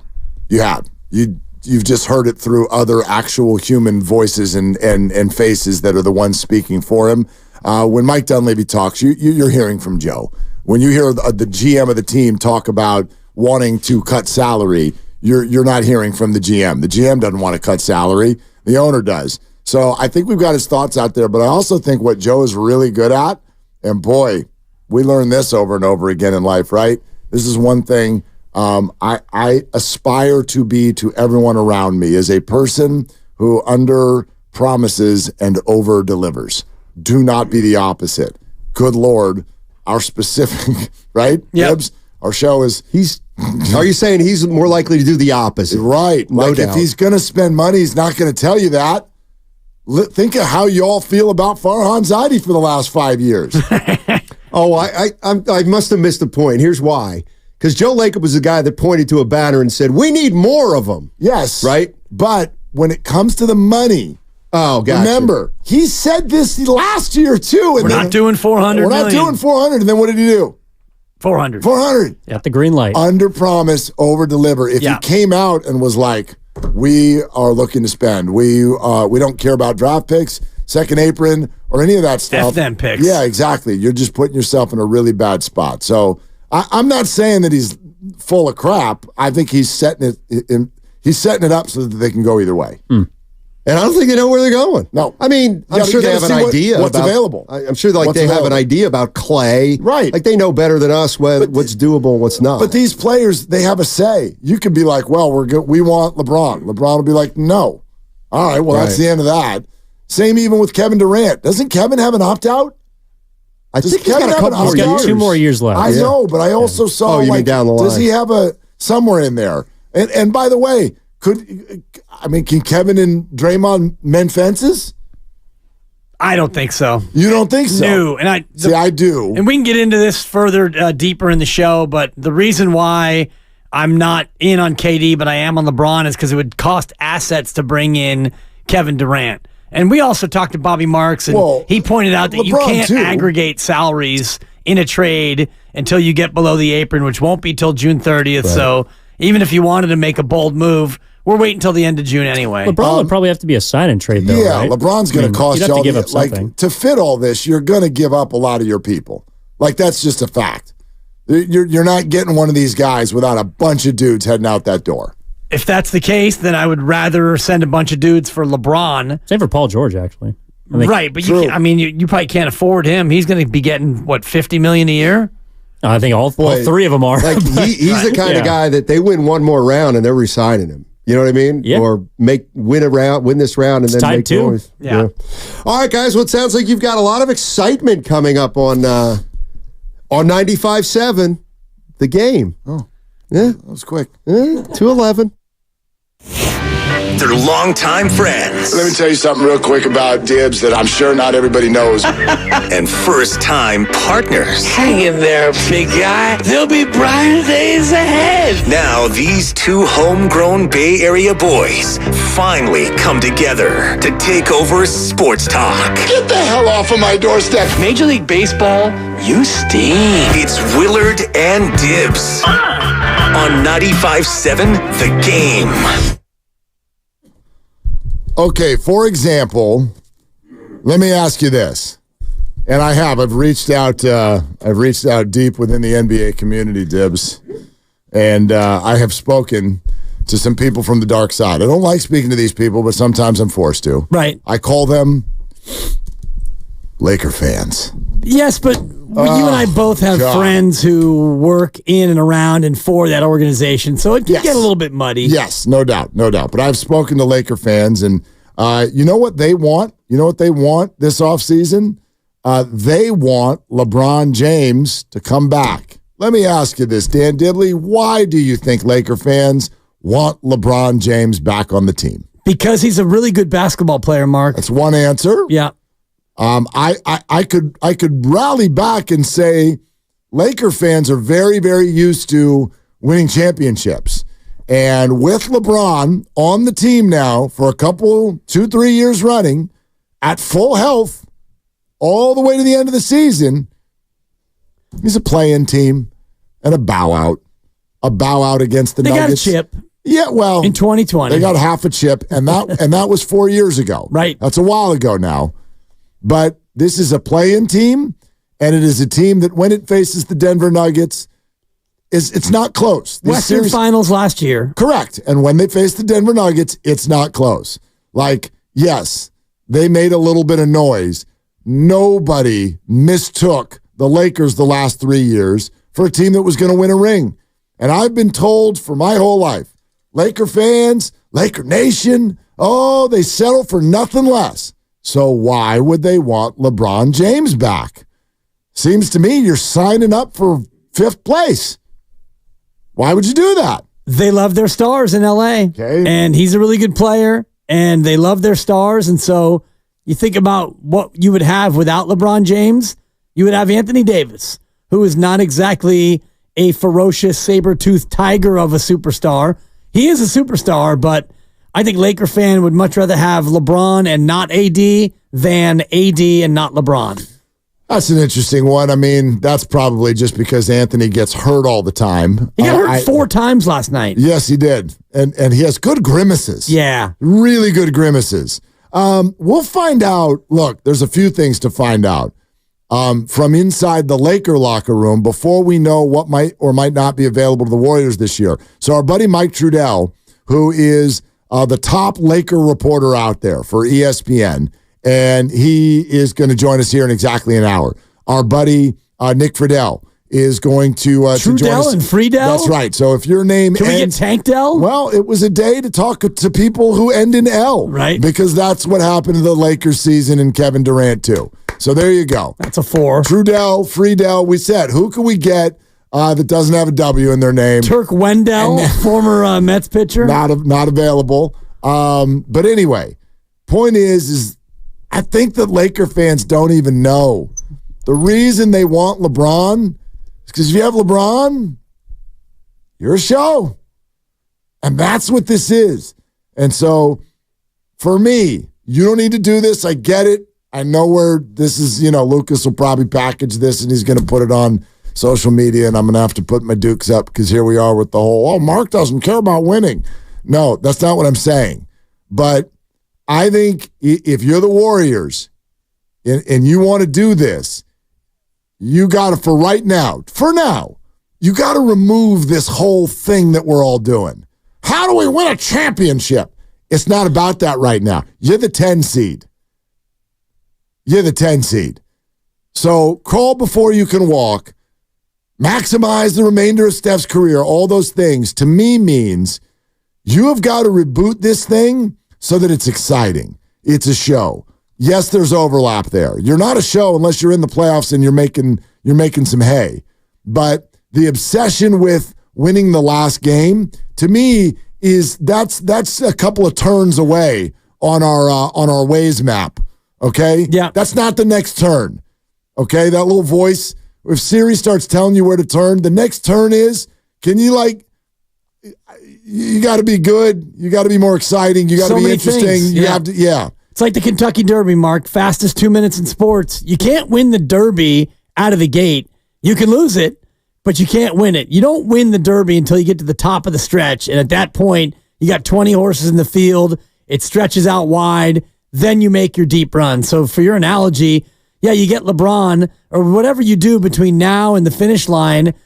It's a long shot that you're going to be a championship team. So enjoy the ride. The first turn, the far turn, the backstretch, the clubhouse turn. Whoa. If you're a good enough team and you're interesting and you're exciting and you win 46 again and maybe you're the 6th seed next year, all right, crack your knuckles and here we go. Maybe you could make a stretch run. Do you know what's funny though? And I love to do this. Do you ever we talk about this every day of our lives, and then do you ever get I don't know, a month down the road, 2 months down the road, turn around and look at ourselves and think about what we're saying. We have spent 6 months screaming about how the Warriors are too old. Right. The Warriors have aged out of winning championships. We have got to do something about it. And the second they're done, what do we all yell? Get older. I said it last year. Let's go get LeBron. That's why I love the Chris Paul signing. Or Kevin Durant. Double down on the old guys. I mean, so if Kevin Is Durant... Udonis Haslam still around? If Durant, Curry, and LeBron are all not good enough to lead championship teams anymore, is your response, but maybe they can if they're all together? Maybe two of them are still good enough to be an NBA championship one. Is that the argument? Yeah. Is it? Well, and Steph will tell you, and I know you'll play the sound coming up, but he said, 3 more wins gets us into the 6th seed, so that's how close they think they are. So you throw LeBron in the mix or KD, and I know there'll be some subtractions, but if you've got a veteran core and you add KD or LeBron, can that get you those 3 wins to get you to a 6th seed? Their rationale would be yes. And I don't think Steph thinks that he is beginning to decline at all. No, he doesn't. And he also thinks you can win a title out of the 6th seed, which you are allowed to do. Right. The last team to do that, I think, was the Houston Rockets. Right. So with Hakeem. All of us can think of maybe the 2 or 3 times that it has happened in our lifetimes, and we ain't that young. Okay? Yeah. So, the obsession with the 6th seed, what are we actually saying? And again, I know from a player standpoint, that player is like, oh, just give me that chance. Just give me that chance. Just give me that 6th seed. That's all I need because I'm him. Sure, you can think that way because, Steph, you kind of are. You're him. I get it. You can think that way. But let's not act like that's why I'm saying remove fans this whole, got to win a championship. Well, so what? Oh, if Draymond hadn't got suspended, we would have won 4 more games. Great. What would that get you? Those teams that won 49 and 50 games this year, they're already out. They're out. Phoenix they out. Got crushed. The Pelicans didn't even win a game. Did they win 49? Or were they 48? Right the in Pelicans and Suns, I think, had the same record Both at 49 each. Okay, yeah. And the Suns had the tiebreaker. And then the Suns and the Lakers and the Pelicans and all of their momentum, they charged out of the play-in tournament and they charged into the playoffs. And all 3 of them played and they sum total got 1 win. And it was the courtesy game, the gentleman's sweep, Lakers at home in game 4. That's it. So when Steph tells you we're not that far off, it does kind of sound like they're saying that they're not far off from being far off. What is your 6th seed? What does that do? What does that get you? It gets you a chance to take on the 3. And if you beat them, then you got to beat the 2. And then you probably got to beat the 1. Then you got to beat the other 1. And then you're champs, Mark. It's not that complicated. Yeah. 1 6 seed has ever won the NBA championship. Cool. No 5 and only 1 4 seed. I'll give you another example. I heard a caller bring this up right as I was about to park the ride today. And the caller said, you know what we need? We got to stop all this star hunting, and we got to be more of a team, just like the We Believe group. And I went, perfect. Dibs, why do we all love We Believe so much? Because it was an absolute surprise, and it was a high water mark after a long trudge through the basketball Sahara. Very true. It was a desert of losing, and then you had this neat little surprise, and a team that won, checks notes, 5 playoff games. 5. You were the 8. You upset the 1. Avery Johnson. I probably should have done things a little different. They won 67 games, the Dallas Mavericks, and the Warriors upset it. They took it to them, and then they lost to Utah in 5. Correct. So that at the time was the high water mark for any of us who were alive. You're 100% correct. It's a matter of perspective. None of us, most of us, I think they won a championship when I was 5 months old. But anyway. I was 7, so it fits. Yeah. Okay. Do you remember it? No, not really. Okay. No. You weren't watching? My dad loved Rick Barry, though. Oh, why not? Dwayne Dibley, rest in peace. Yeah, absolutely. And I shot free throws granny style myself. By the way, the guys yesterday were trying to remember the names of all of the Barry sons. who played in the league. Yeah. I didn't get a chance to yell this when I have this nasty habit. I'm like, if I can get to a stoplight in time, I'm going to text Steiny. I'm going to text Goo because I know what they're trying to think of. And I'm like, John, Brent. No, that was the one they missed. They missed Brent? They missed Brent. John, Brent, and Scooter. They started with Scooter. He's the oldest. They're like Scooter and then John. And they're like, God, I think there was one more. Yeah. And I'm like, in my car, I'm like, Brent! His name is Brent! I tried to scream it out the window. They couldn't hear me. Anyway, so yes. Also, Canyonberry, but he never made the league. Never made the league. That's Rick's, his 2.0 family. Can you imagine? Like the Dimmer. Yeah, Cooper Manning. Can you imagine being in that family and like just not making the league? Tough. Do they still buy you presents on your birthday? Awful. Sitting around the Thanksgiving dinner, what are we all thankful for? Well, I'm thankful for my NBA contract. I'm thankful for my NBA contract. I'm thankful for my NBA contract. Dude. How about you, kid? Well, I'm thankful for all of you. Exactly. Cooper Manning. Eli's got 2 Lombardis. Peyton's got the 2 Lombardis. Jeez. And, Cooper's got a sense of humor. Cooper's got a son who's on his way to the league. Well, there you go. So it all worked out. Yeah. It all worked out in the Manning family. Anyway, back to We Believe. Yes, a matter of perspective. Also, they were a show. They had television characters. We can still name them. You can still remember Baron Davis's dunk or a 3 I was from there. Steven Jackson or Al Harrington. Yep. Matt Barnes, whatever. Like all those dudes. Like the We Believe Warriors. Beadrins.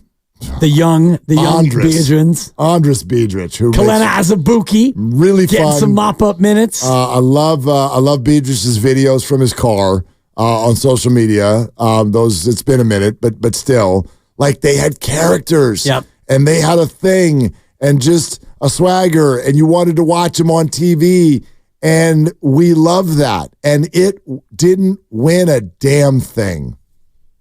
It didn't win. It didn't even consider winning a championship. It didn't even come within a breath of it. But we loved it.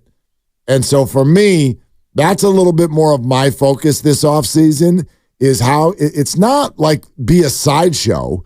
You still have to be good. You have to be effective. You have to be a playoff team. You have to maneuver when you get there.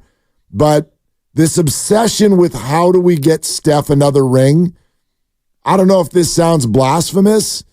Like, I'm going to be able to sleep at night if Steph finishes with 4. Me too. I'll be fine. And so will he. Yeah, but you have to approach it like you are chasing it. Absolutely. Even though the goal is way, way down the road and it is highly unlikely, you still have to have the mindset of we're going to do everything we can to try to chase that and get it done. And that's why the LeBron thing is so interesting. And we can get into the weeds with the financials, and maybe we can get a cap expert in here to explain exactly what it would take. But just the idea itself of LeBron as a Warrior, how does that hit you, Warrior fans? Because some Warrior fans would rather watch Steph go down in flames as opposed to even sustaining LeBron James for 1 minute. Oh, I see what you're saying. That's true. Would you even want him, Dub Nation? That to me is... My answer is yes, but I'd rather have Kevin Durant. My answer is yes, and I'd rather not have Kevin Durant. Why? We've seen that show. I know, and it worked. It was really good show. It worked a long time ago. Yes, it Talk did. about 4 years ago? Oh, but that was 6 years ago. But you're gonna claim that this is like tired and then pitch to me that you want LeBron James to give me 40. LeBron as a Warrior is not tired. It's new. It's fresh. And I know that Draymond likes him, so would Kevin. So would Kevin at this point. This is a totally new version.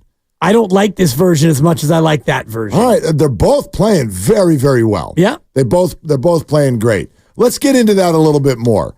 If you had to pick LeBron or KD, and you can certainly weigh in on this, 888-957-9570. We're sponsored by the Alameda County Probation Department, 45 minutes away from Mike Trudell, so we can get some answers with regard to LeBron's future plans. This is Willard and Dibbs. Want a career with purpose, great pay, outstanding benefits, and a promising future? The Alameda County Probation Department.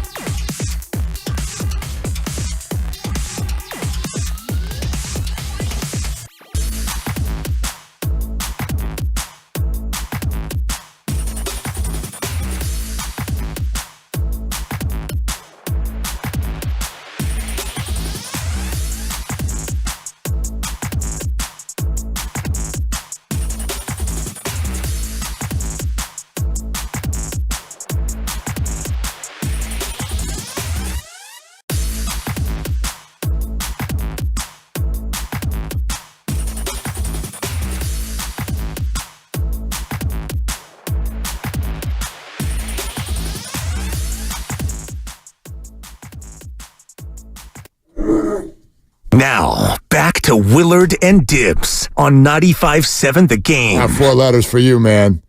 PTSD. Are you sure the Niners won this game? Dude, I mean, for those of you who are just joining us, we talked about it in the handoff thingy. We're in here with NFL Network on watching the Niner-Packer playoff game. Top 10 games. This is number 4 on their list. And it just, even though I know the outcome, it feels horrible watching this game. Are you sure they won this game? I think they're going to lose again. I'm going to Google it. They just played the play where I'm like, okay, I remember now. This is the play where I really thought it was over. They've got the Packers pinned inside their own 10. The Niners are down by 4, 9.5 minutes to go. Aaron Jones, left side sweep, cuts it back up the middle of the field, gone. Takes it all the way down into 49er territory at the 37-yard line, followed by an immediate penalty, making it 1st and 5, followed by a run by Wilson around the right end for a first down. The Packers are up 4. They've got the ball first down in field goal range with now 8.5 minutes to go. 82.5%, according to ESPN. I'm looking at this. I'm like I'm already thinking about our show the next day, Dibs. Yeah. And I'm like, this is going to be awful. I can't believe they lost this game. The win probability went right up from about 56% to start that drive to 83% after that run. And yet somehow, some way, the 49ers got their back up and they got to stop. It's crazy. Do you want to know what's wild? Is I'm sitting here right now going, I must have watched with my head in my hands at such a level. You don't remember I don't remember how they won the game. Did this lead to a missed field goal by the Packers? That's coming up. Yeah. I cannot remember how they did this. You just saw the Love short left to Kraft for no gain. No gain. Aaron It's Jones 2nd is and about 10. to run for 1. Oh, well, now you spoiled it. Well, and I can't believe you. I'm watching the game. Okay, I like their chances here in the run defense. But they're at the 24-yard line. 2nd and 10. And I'm sitting here. If you had said gun to your head, Greenlaw. How do the Niners stop the Packers from scoring? I'd have been like, I have no idea. I have no clue whatsoever. Greenlaw is how. Okay. He came flying in from the left side of the defense. Now 3rd and 9. All right. We'll keep you up to date. There's 6:48 to go and counting in the fourth quarter. 3rd and 9 for the Packers in field goal range. They lead 21-17. It's not looking good. Let's go live to Filmo Mike in Oakland with this sports radio call. Hi, Filmo. What are you doing? You on Willard and Dibs? What's up, Mark? What's Mark good? Poole, what's up, baby? Oh, man, I'm chilling. What's up, Dibs? The We Believe conjures up so many memories, and I agree with you, Dibs, because the entertainment factor matters, and that's why, basketball, that's my favorite sport. Basketball, my favorite sport. Nice. Curtis Blow. I like the reference. But the blowouts is horrible for basketball. And, you in a playoff game, but my point is, the We Believe Warriors and some of them Jeff Garcia, Terrell Owens teams that didn't go nowhere, those are some of my favorite non-championship squads. And they were all about, they were competing. And I loved it. All the characters, Monte Ellis, from having Jameson, trading up for Nick Van Exel, and getting Baron Davis, man, for Bimbo Coles. I love it. See?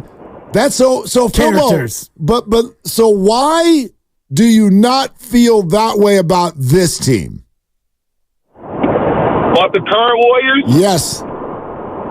Because for one thing, I love Kuminga, but Kuminga, he's from Chicago. I don't know if that translates. He's not as goofy and funny as Embiid is from Cameroon. So a lot of the players, I don't think that people like GP2, but it's a weird vibe right now.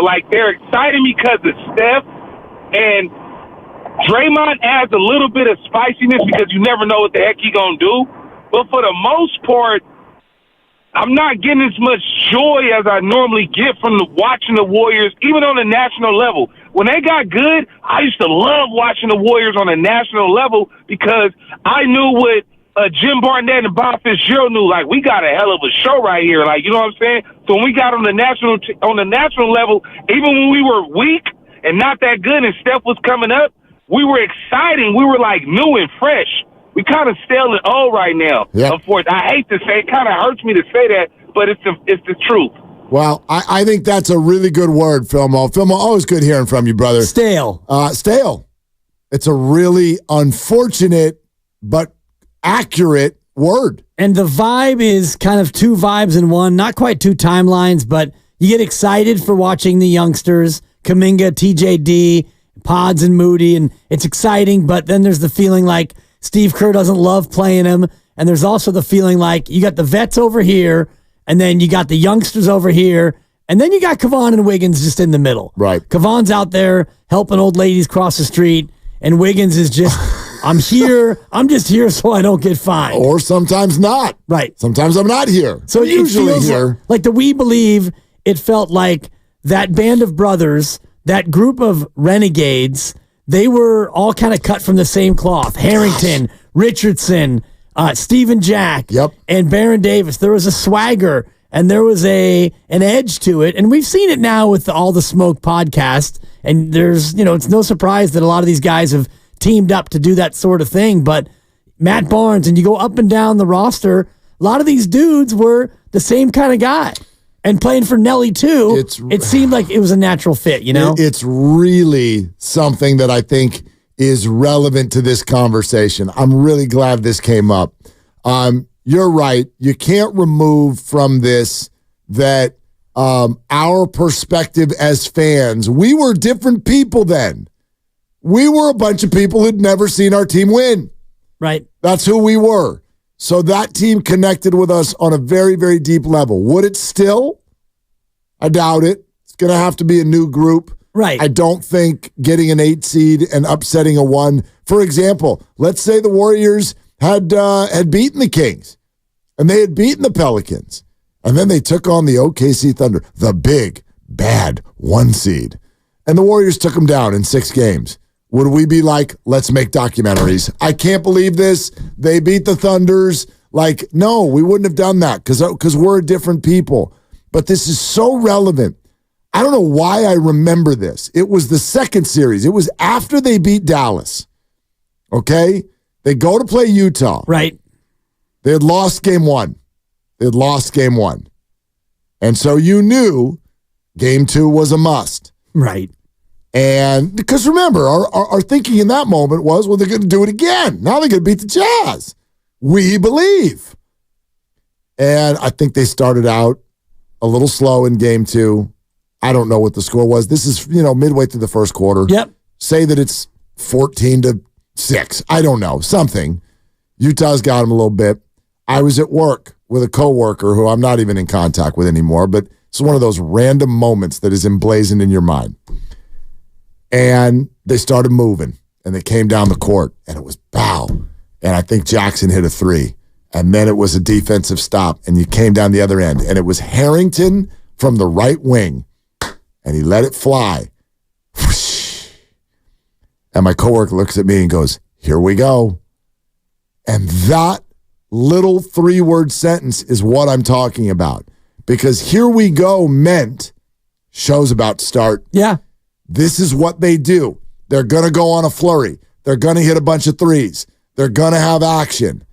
And by the way, was it game 2 or was it game 3, I think, that they actually won? Game 3 they won. Game 3 they won. Game 2 they lost 127-117. So they did not win.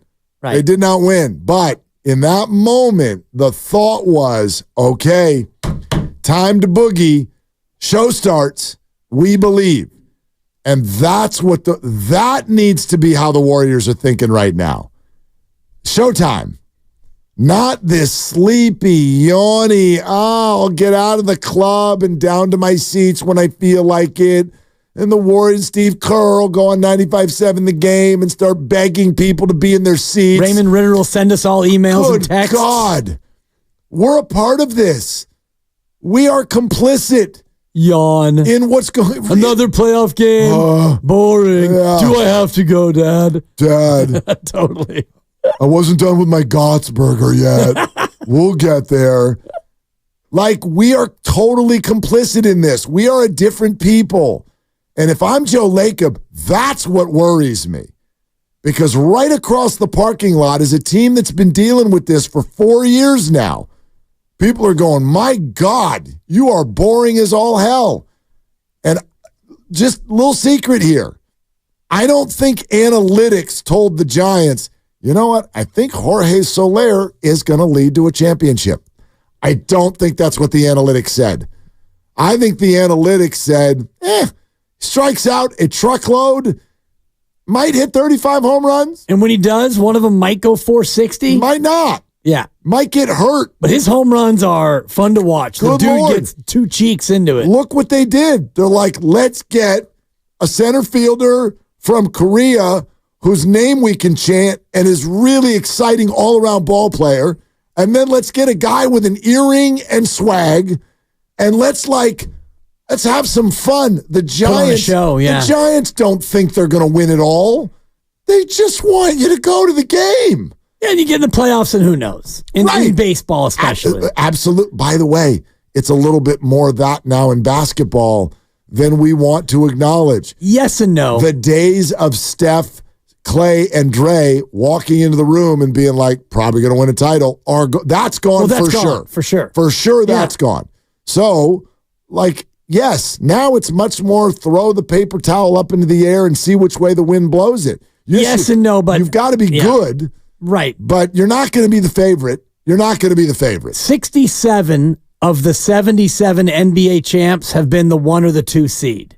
And now this goes back, obviously, before you had 8 playoff teams in each conference, but it does speak to that notion of you got to be good, you got to be really good to be a team that can win the chip. But you're right when you talk about the goals. Of course, the number 1 goal is always to win a championship. But below that, goal number 2 is probably put on a show.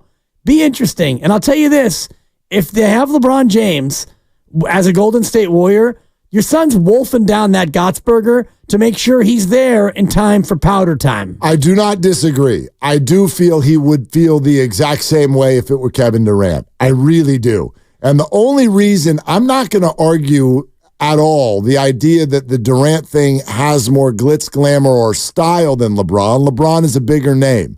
But I do think that the Kevin Durant thing is A, more realistic, and B, a better fit. I think the LeBron thing, his name is so big that none of us even want to acknowledge whether or not it'll fit. It might. They are incredibly smart basketball players. There's no one smarter. Yeah. If you had LeBron, Steph, and Draymond on the court at one time, literally, I think that might be the motto slogan I would tell Warriors PR to come up with. Hey, come to Chase Center and look at our basketball brains. They would be absolutely incredible. So would they figure it out? I'd bet on yes. But with Kevin Durant, I don't even have to wonder. I already know. I know I'm getting someone who will waltz in here and know exactly how to play basketball with these people day one. But he didn't really play that way. You had to kind of change the way you played. And I don't know if that'd be the same thing with LeBron James because he doesn't do a lot of off-ball movement. I think if you brought in either one of those guys, you'd have to change your offense a little bit to accommodate them. KD, a lot of ISO ball, especially now as he's getting older. And I don't think that he was necessarily that interested in all of the pass and cut ball movement on the regular. No, but he is a lot of that because that's what the Suns had him do. And he didn't like it. Right. He didn't like it at all.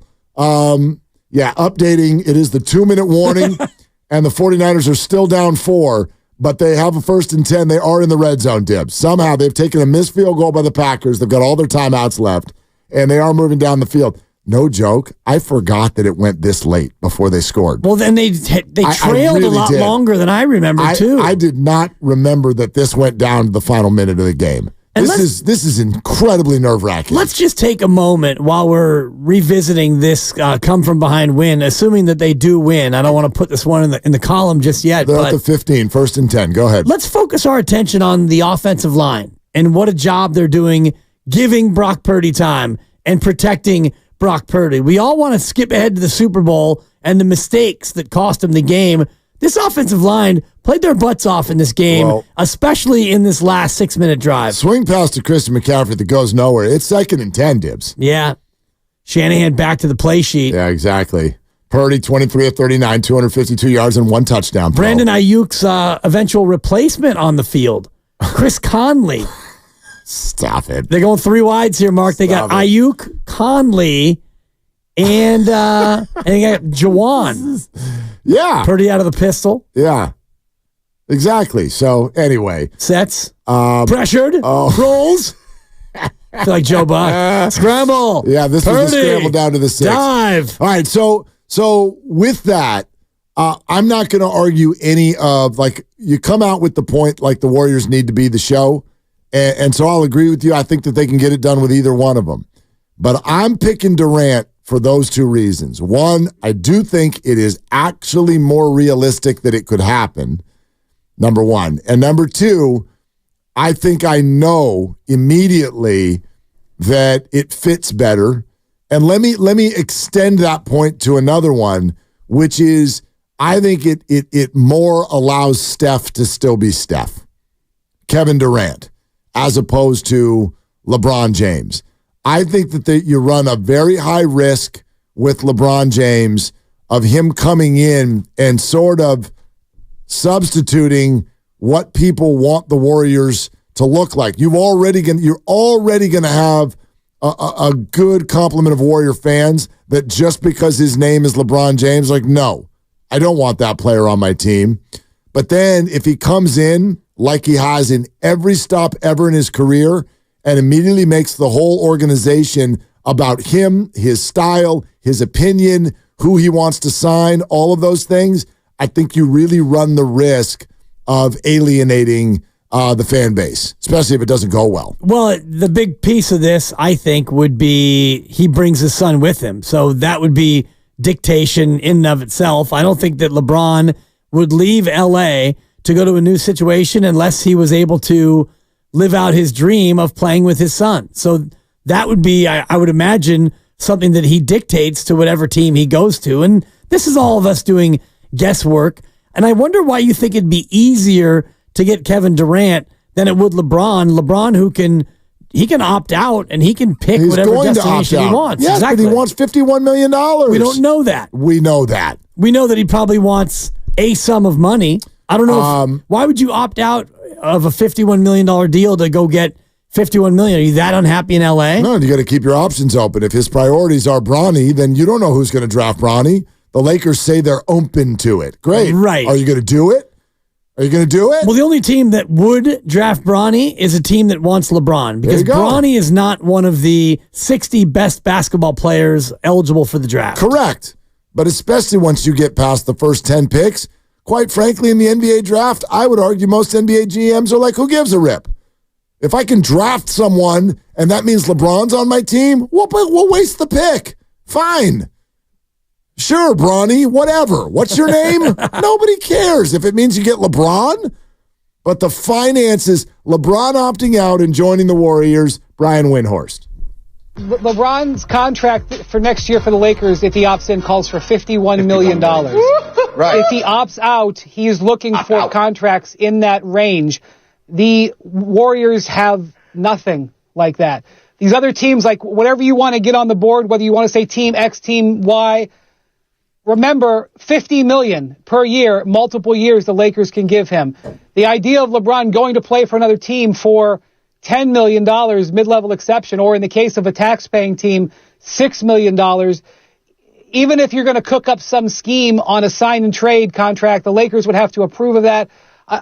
Before you enter fantasy land, don't forget about the salary. The salary is important. I know LeBron's made a lot of money. He wants to buy an NBA team. You don't buy an NBA team leaving $50 million on the table. That's why I think Kevin Durant is more realistic. That's why. Well, Kevin's making 49.8 and 53.3. Right, but you're dealing with a trade that, as he said right there, the Lakers would need to approve, and I think that they are way less likely to do that than the Suns are, because the Suns are up a creek. And the Suns need to reboot, and the Warriors probably have some assets that could help the Suns do that. and then get Kevin Durant to a much happier place. Whether that's here or not, I have no idea. Both players, I think there's a high likelihood that either one of them would go, Warriors? No, I'm not doing that. Maybe. I don't know.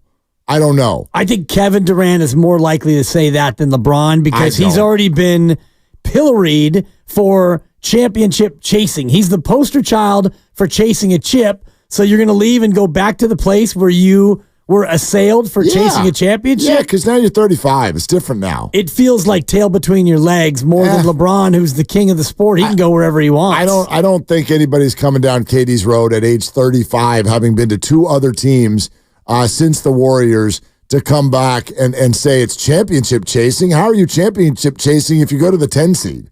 That's not championship chasing. Well, you're going back to where you chased a championship. That's just geography. That's an address. I think the optics are bad for Kevin Durant to go there. I find it harder to believe because of even the way you laid out what LeBron would want to do. You're having him move his son up to Napa and prolific prep. Right, we're gonna basketball academy. We're gonna live there. If the Lakers have already said, hey, we're open to drafting Bronny.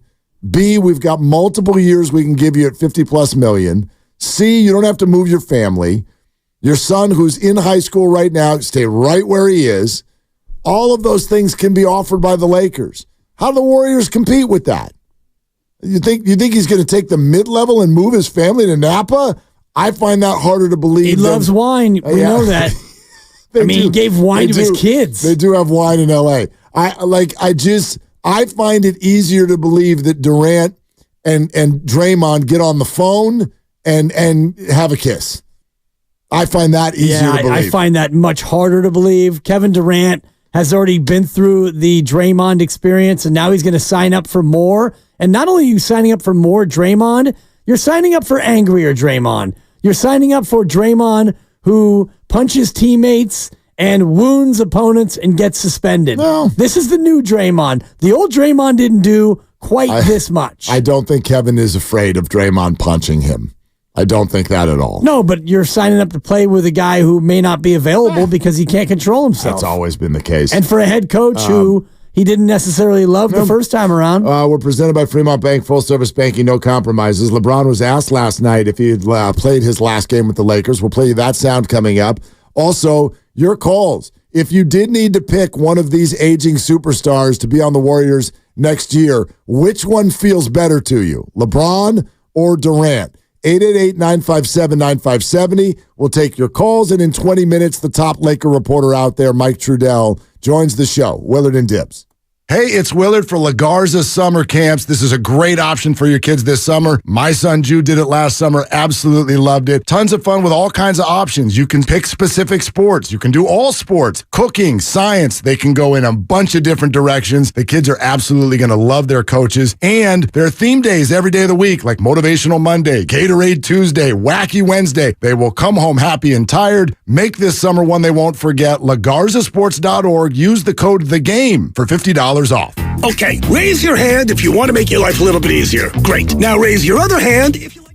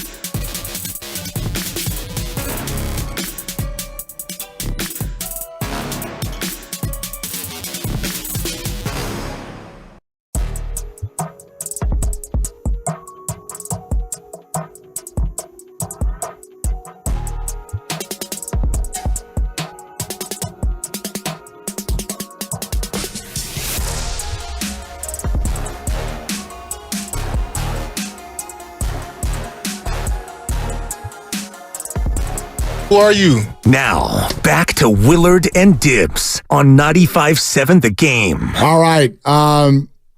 We get to do this every day this week. It's really, really fun. You want to win a $500 credit to La Garza Sports Camps for your kids this summer? Make sure you're listening at 4 o'clock to find out how to win. We know how it goes. I know how it goes. You get to this time of year, and you're already looking at June, July, and August, and every single week, you got to figure out where you're going to put those little tykes. And every week, it's another $500, $600, $700 bill.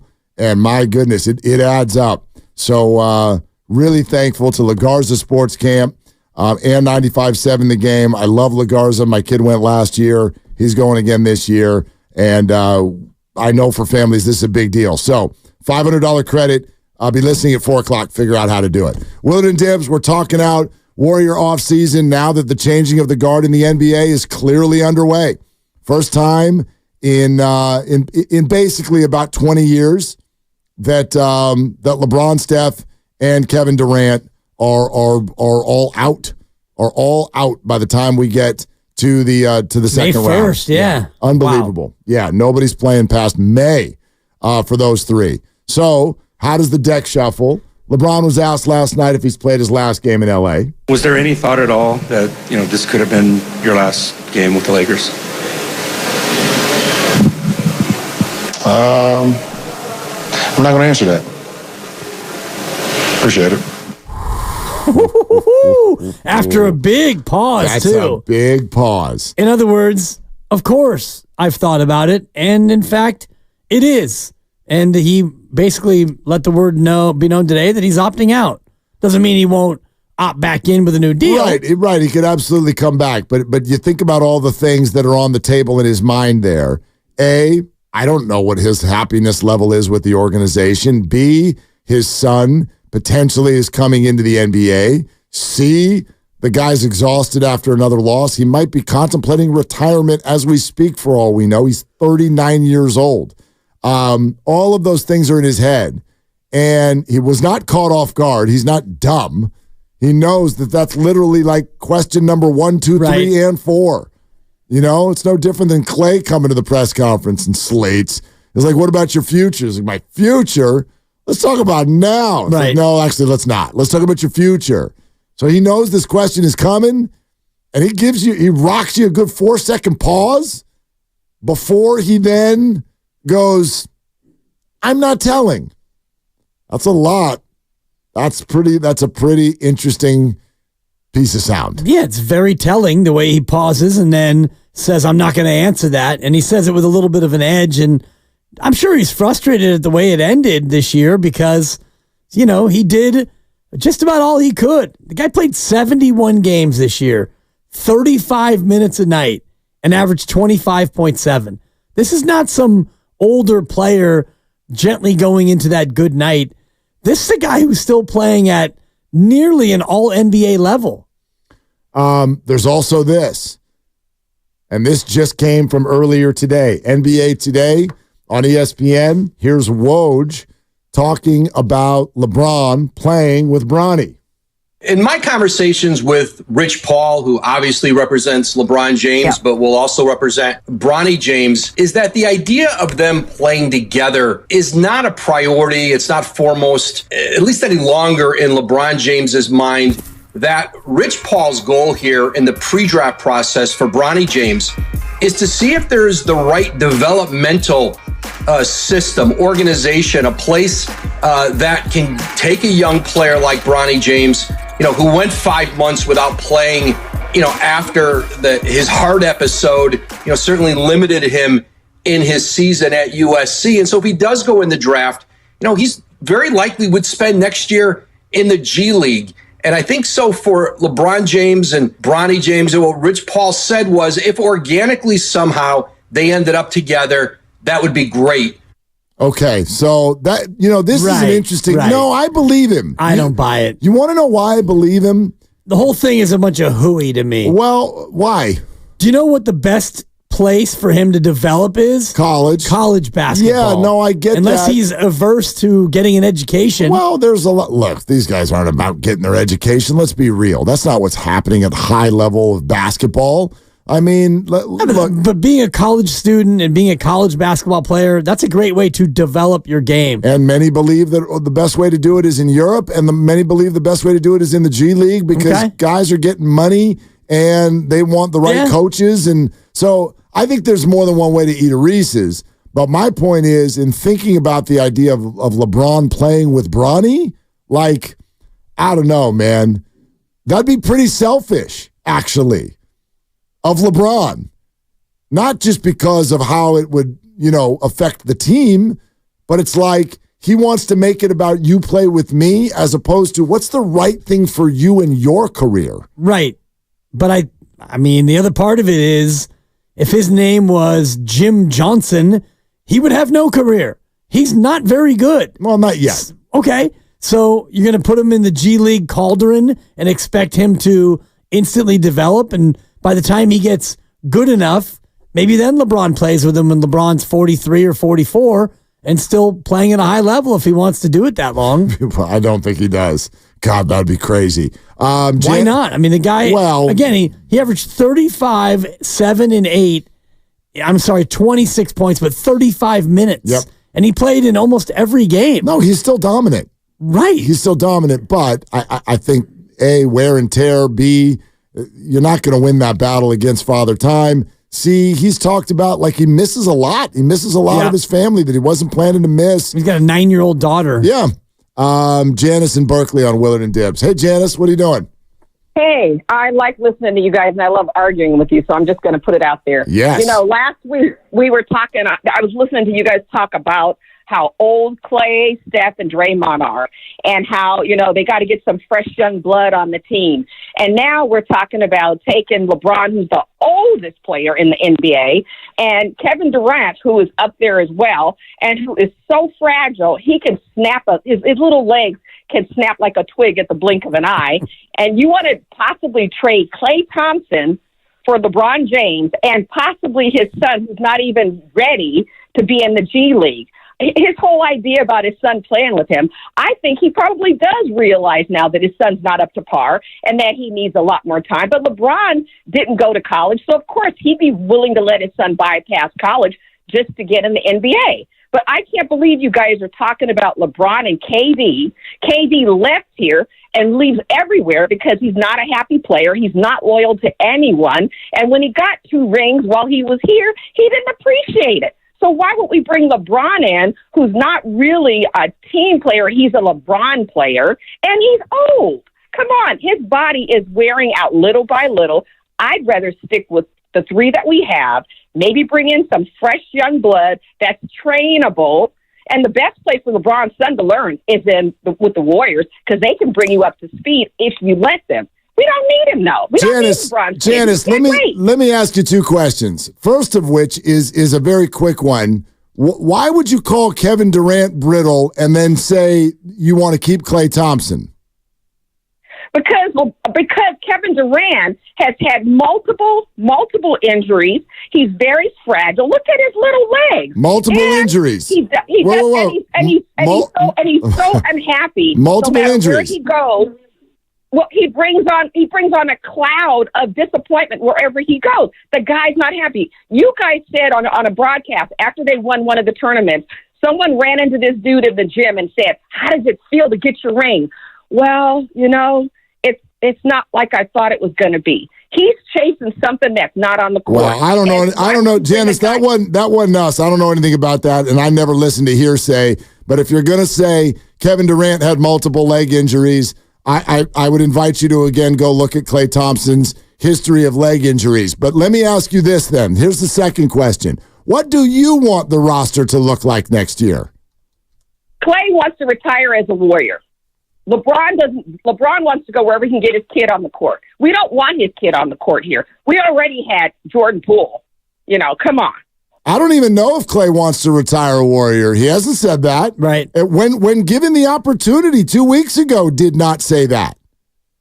He's not going to say it while he's in negotiations. You're not going to tell somebody that's ready to buy your house, you know what? I just want to get rid of this place. You're going to wait, and then you negotiate your deal at the very end. I don't blame him. Why would he say that? Yeah, Janice, I guess I'm having a hard time figuring out, like, I understand your passion, which is beautiful, but you're worried. It's like you don't want people with leg injuries, but you want Clay. You don't want guys who are old, but you want Clay. Like, what's the priority here going forward?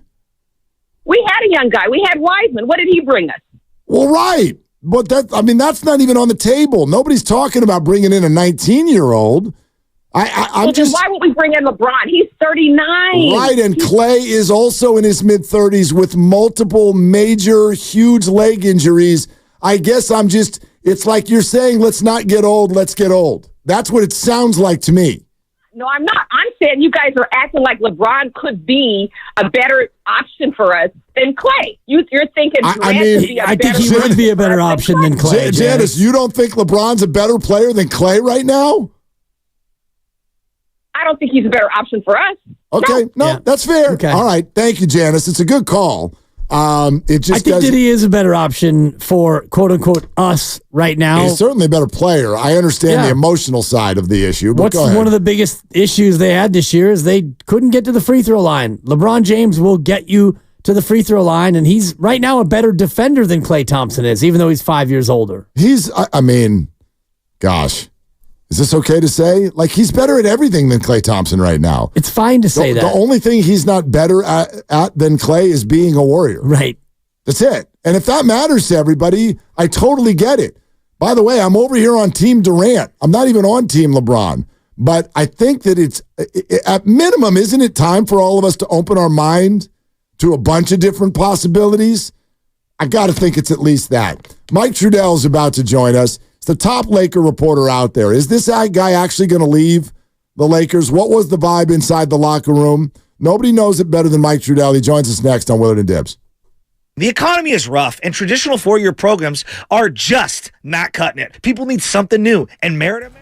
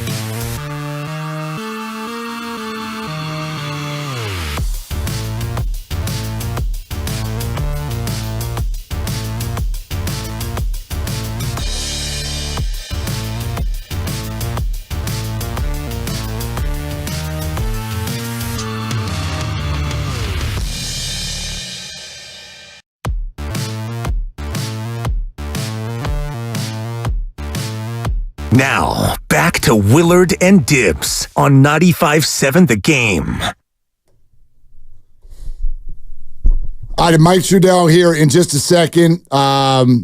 Beat reporter for the Lakers. It's that simple. This guy bleeds it. He's around it. He's in there. And so he knows what's going on. I've got questions for Mike, and hopefully he will provide the answers and the answers that I want to hear. What do you want to hear? I want to hear Mike say, yeah, LeBron, he's dead set on going to live in Napa and drink the wine and play for the veteran minimum, Dibs, like you want. I'm going to bet against him saying that. Whatever. Let's find out. Yuck my yum. Been a minute since we've had a chance to talk to Mike Trudell, Lakers reporter. Hey, Mike, how you been, man?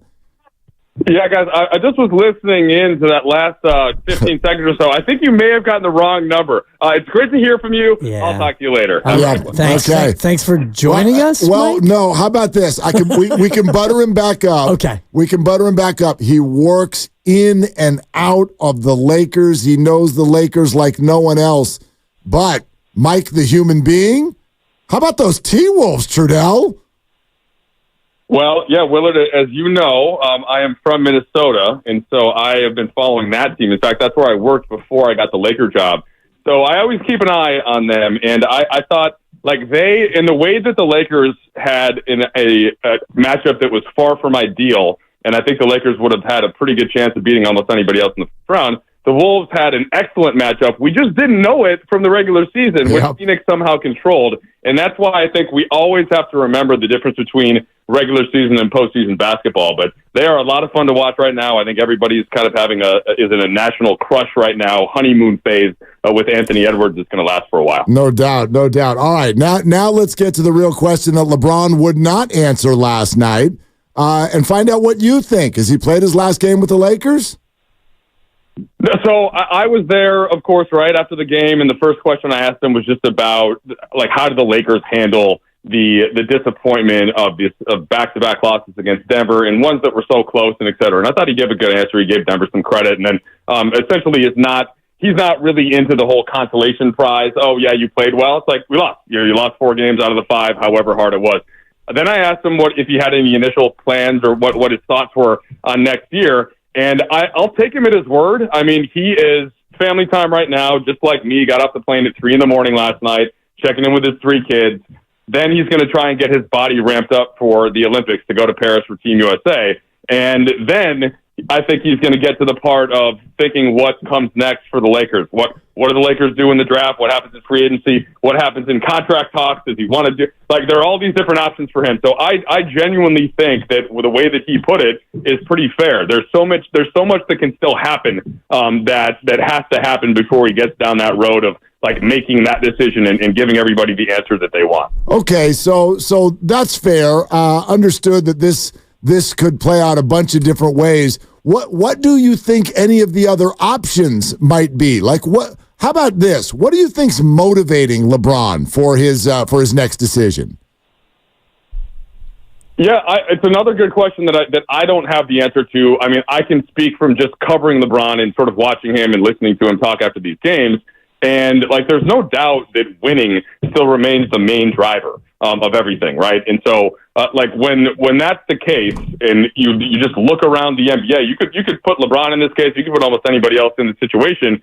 When you have a max player, how many situations can you walk into, right, and have that team be an immediate contender? And is there a team that could be more like that than the Lakers with what they have right now with Anthony Davis, with Austin Reeves, who I think will have a big year next year. He's played basically more basketball than any human on earth last year, from the Western Conference Finals to Team USA to 82 regular season games to the postseason, to what else they have in the roster in terms of talent with Hachimura and Vanderbilt. So, I do think the Lakers, and they have a first-round pick, I think the Lakers do have a chance to be a really good team and contend again. The way that they happen to match up with Denver, it's like they were one player short. And to me, it's a big player. It's somebody that can play alongside LeBron and AD in that front court, show a little bit more towards Jokic. And by the way, I think you can say the same thing about the Warriors, right? Yep. The Warriors have been needing that swing player, that player that has some size, but yet doesn't kill you on offense. And it's not necessarily something that's easy to find.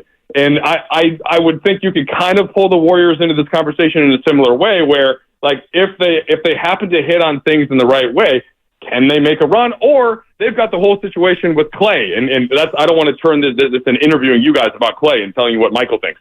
So it's complicated, but my short answer would just be that I still think, and maybe this is somewhat of my perspective of just being at every Laker game and then watching a lot of League Pass. I think the Lakers situation is still a good one with all that it includes, and so to me, for LeBron or any player, there's a lot to like there, and that kind of starts with Anthony Davis, who to me was at very worst like the fourth best player in the playoffs. So Anthony Edwards, Brunson, Jokic, and then AD right there. And by the way, LeBron and Murray aren't far behind. But like AD was phenomenal throughout the postseason, and the fact that he hit that shoulder right in that third quarter stretch when Denver, like that just shows you the value, right? That was when Denver turned the game around. When AD was on the court, the Lakers were pretty damn good, and so I think that's something LeBron will keep in mind. He's embedded with the Lakers. Spectrum Sportsnet in L.A. Mike Trudell is with us here on Willard and Dibbs. Mike, what about this? And this is what I think you can really speak to. There's the Darvin Ham situation, just the general happiness of the locker room and LeBron's place in that. How would you describe that vibe? Well, I think that the Lakers this season, there was a lot of frustration, I think, with the fact that they couldn't seem to get the same group of guys together healthy at the same time. But that's become a pretty common trend in the NBA. And so, that's where I think you have to it's one thing to acknowledge that that's the case, and they didn't have Vanderbilt to start the year. That would have been the ideal starter, right? Then Rui Hachimura was out for a while. And so in Golden State, right, it was Draymond who wasn't there at the beginning of the season, and then other guys missed games. But that has kind of been, I think, why teams like Minnesota or OKC that are a little bit younger, Denver, just with their continuity, have had the benefit of the doubt in the regular season. But you can't plan on having perfect health. So I think once the Lakers figured out what their best group was, and it took too long, right? It didn't probably happen until February. They were I think 18-6 to end the regular season, or maybe 19 once Hachimura came into that. And then they just happened to run into Jokic in the first round. And again, we saw how competitive it was, even though Denver came up on top. Jokic is sort of like the one player in the league that I have seen the Lakers just not be able to bully through LeBron and AD, like they did the Warriors last year in round 2, like they did Memphis in round 1 last year, like they did down the stretch of the regular season. That group was super effective against everybody but Denver. And so what can they take from that? Like, I don't think that it's anything about locker room or happiness or vibes or anything like that. I think that they ran into the best team in the West, which is what they used to be, right? Which is what they were in the 1920 season when they won the bubble. So what can they do about that, to me, is a bigger question than any sort of behind-the-scenes locker room coaching rotation stuff. And really, what can anyone do about that with Nikola Jokic? It seems like he's bullying most teams in the West around. What is the biggest priority for LeBron, in your opinion? Is it trying to chase that one more championship, or is it the comfortability of being in Southern California where he's been now for a number of years? Yeah, so LeBron's legacy is so firmly secured that, would another championship be amazing for him? Of course, but he just had the greatest year 21 season of any athlete in any sport, and it's really not close. He's going to be, I think, my guess is that he's going to be All NBA third team. And so to be one of the 15 best players in the world in your sport when you're 39 years old is insane. I'm a big soccer guy, so I'm a Manchester United fan. Cristiano Ronaldo, who for a lot of people is the top 5, maybe at worst top 10 player of all time. His year 39 year, not even anywhere close. Like, he had to go to Saudi Arabia. He came back to us, I think, when he was 36 or 37, and he scored some goals, but, he was just nowhere near the same consistent day-to-day player. And so, LeBron, that part of LeBron's legacy to me is secured. And so, therefore, guys, I think it's a lot of situations that come into play. It's the winning certainly being the most important, but then what's the best thing for the family? What's the best thing in terms of just lifestyle? Like all of these things, I think, come into play. But I would never say that anything for an athlete of that caliber is more important than winning. That really is what drives, I think, most of these guys to get to the level that they're at. Mike, and we're talking to Mike Trudell, Lakers reporter here on Willard and Dibbs. Let's back up and ask that question. How much longer do you think he wants to play? That's another one of these questions that he's been asked a bunch of times this season, and I think he gave Dave McMenamin an answer, and Dave probably tweeted it out yesterday. But it's one of those where the answer has evolved some from when we asked him that 3 years ago, where it was like, look, I'm not thinking about that yet. Like, I know I've still got a lot left in the tank. And this year, where he's acknowledged a little bit more, hey, like, I'm on the other side of things. And yes, that's obvious, right? Like we just talked about, he's going to be 40 next year. It's going to be year 22. But I think for him to be able to sustain that level of success through a matchup, even including Denver, would show you that he could certainly come back next year. But why should he be doing anything else other than taking it year by year and seeing how his body feels? And even to further that point, how does he feel after the Olympics? You know, and maybe his contract situation will be ironed out by then, maybe not. I'm not sure, but that's to me, he doesn't have to go anything other than what is ahead of him the next day at this point. Because, I mean, look, we're all old at this point, right? Like, how do our bodies feel when we play pickleball for 30 minutes?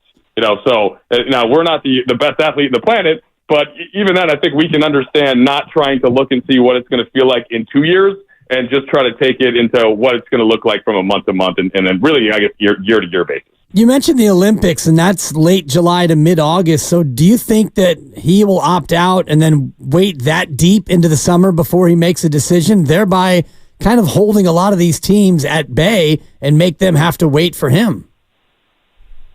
I mean, I don't know. I certainly haven't thought about that yet. I know that's a great answer for somebody calling into your radio show. It's great. But yeah, you can feel free to speculate with that if you want. I haven't really thought about the timing yet as to when he's going to say what he's going to do. Mike Trudell, Lakers reporter, with us. I mean, Mike, just sort of like looking at this whole thing from an umbrella state. What do you think is going to happen? And I guess the one thing we sort of haven't covered, what kind of a priority do you think it is that his son is somehow involved in all this? Yeah, I think this is where, like, to me, and so I've got three boys, right, and they're actually in the middle of tryouts for All-Star, like for baseball, and then they got soccer tournament the next weekend, and basketball just finished, and so I'm constantly thinking and trying not to care as much as I do care, and just chill out and sort of just be the dad that's rooting that on.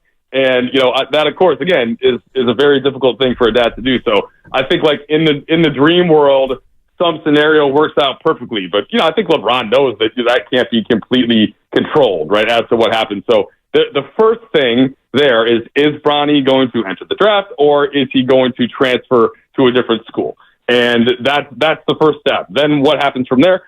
I think it's beneficial that his dad knows more than almost anybody how the game works and what happens from there. And I'm certainly from an agency standpoint and all that. So I think that probably from what LeBron has told us, like, the first thing that you try to do there is to support what Bronny wants to do. And we don't have that answer yet. I think we're clearly going to find out in the next couple of weeks. So you think, though, all things put together, the most likely is LeBron is right back there with the Lakers again next year? Yeah, I don't know if it's most likely or not. Again, I'll take LeBron for what his word was. I just, like, my own opinion, being in LA for a while, I think that it's a good situation. And I think LeBron has said that, several times over the years, but nothing is guaranteed about what he's going to do. He clearly has the right to choose whatever path he would like to at this point. So I don't have any inside info about what he's going to do at all at this point. Right. While we're on what he has specifically said, it dawns on us that he has publicly said he likes the idea of playing with Steph. How much do you think that matters to him? How real is that?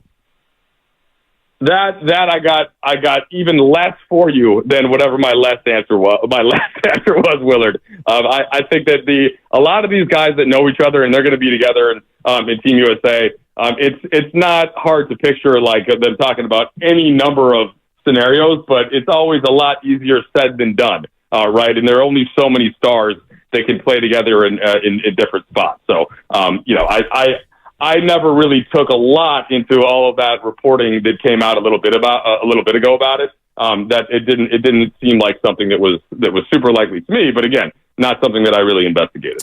My man, it's good to hear your voice. Thank you so much for hopping on for a bit. All right, guys. Pleasure. Have a good one. Okay. All right. There he goes. Mike Trudell works with the Lakers, Spectrum Sportsnet, embedded with the team. I like the one main thing I get out of that I was kind of wondering about and looking for is, we see these guys on the court and they're stomping their legs up and down because they want like one play reviewed. But that's one play. Like, is he happy there? Is he happy there? I think that's usually the end-all, be-all. He's right. And a few have said this. Nahigian said this an hour and a half ago when we were talking about it. You know where LeBron's going to be next year? Wherever he wants. Exactly. So I just want to know, is he happy there? Like, what's the situation? And it makes you wonder when you hear things like this. Was there any thought at all that, this could have been your last game with the Lakers? I'm not going to answer that. Appreciate it. Yeah. And I do think it'll be something to watch as it pertains to Darvin Ham, because that was not a coaching Picasso by Darvin Ham. And, if LeBron doesn't want to play for Darvin Ham and they want to keep LeBron James, well, then Darvin Ham's going to have to find another job. And, if LeBron likes Darvin Ham, if that was just a singular outburst when LeBron was jumping up and down, stomping his feet, and if he wants to play for Darvin Ham, then Ham stays and LeBron stays. It's that easy. We're going to go back to the phones, but there's a little bit of breaking news while we were having that conversation in that Mike Trout has a torn meniscus in his left knee. No timetable for the return. He will need surgery, and I'm starting to wonder. I mean, he's already had just a phenomenal career, but this might be one of those careers that's heading that direction where you're just like, oh my gosh, like you're just not going to string any healthy seasons together, are you? Right. And it's a shame. And, the torn meniscus, as we know, and Doc Pandia will join us coming up here at 4 o'clock, cleared to play. You can go one of two directions with the torn meniscus. You can just trim it and remove it and come back in 4 to 6 weeks, or you can look to repair it and you're out for 6 months. Yep. So they're saying that they expect him back this year at some point. No timetable officially, but not going to be season ending is the word right now. Okay. But it's just, it's one thing after another. Now that he's in his 30s, it seems like, and maybe I'm wrong on this, but it feels like it's been almost every year after the first few. The first few where he was competing for the MVP every year, and after that, it's something every year. Last year he played 82. Yep. The year before it was 119. Okay. He played 36 in 2021. Jeez. 53 the year before. That was the truncated year. And then before that, 134, 140, 114. Relatively healthy player. Right.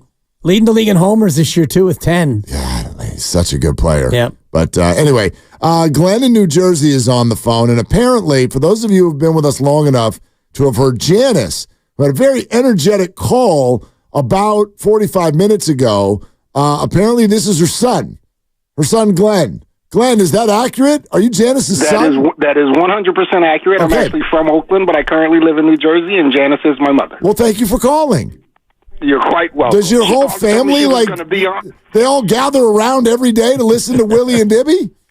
Well, the matriarch of our family was a severe Warrior fan, so we all inherited that, so yes, we do. Very good. Very good. Well, thanks for calling. What's up? Okay, a few things I wanted to say. First of all, I don't know. Well, first, I'm a little confused because this is Warrior Radio, but you're spending a whole bunch of time talking about LeBron James, and the last time I checked, he wasn't a Warrior. Not yet. Yeah. Okay, now, secondly, I don't think LeBron is worth $51 million. I would much rather keep Klay Thompson for about $30 million and spend that other $21 million to buy me some support players that can support him. Well, it's a little bit of an oversimplification. The Warriors don't just have $51 million to go spend. You got to understand now, if a big ticket item were to come, whether it's LeBron or anyone else, Glenn, if a big ticket item were to come, you're talking about a lot of current pieces on the roster not being on it anymore, starting with Klay, Chris Paul, probably Andrew Wiggins, and more. Would likely be on the way out. So I'd agree with you if the Warriors just had $51 million to go spend, but they don't. If they go get Klay for actually like $22 million, That's kind of it. They can go out and get some veteran minimum guys, and that's about all they can do. Well, that's what I'm saying. I'm not going to gut my team for a LeBron James, who is the oldest player in the NBA, for 1 or 2 years. Another thing the Warriors can do here, we often talk about legacy in the NBA, and everybody goes chasing rings. LeBron went chasing rings, KD went chasing rings, other players went chasing rings. You have 3 players in the Warriors that the first uniform they put on was a Warrior uniform, and they didn't chase it. They stayed there, and they went and got it. And they built a dynasty. And there would be something to say if those same 3 players took off the jersey that they first put on, and that was their entire NBA career. And I don't think that's something that can be overlooked, and I think that's something that should definitely be applauded. Well, I think everybody agrees with that, Glenn. The big question is okay, and then what does that give you now? In other words, this is almost an extension of the conversation we were having with your mom. I can agree with you. That sounded weird, didn't it? Yeah. Talking to your mom. I can agree with you with regard to the players we're talking about are really old, but so are the players you're suggesting that they keep. And if it means more to you that they just finished their careers with the Warriors, then okay, that's fine. But then we're not really talking about winning anymore, you know? Winning with LeBron either. Because if you look at it, LeBron's last 2 rings was when the NBA gave Cleveland a stimulus package by suspending Draymond Green when we were up 3-1. And the bubble year, which is a ring with an asterisk. So if you really want to look at it, the last legitimate ring, in my opinion, that LeBron has won was with the Miami Heat.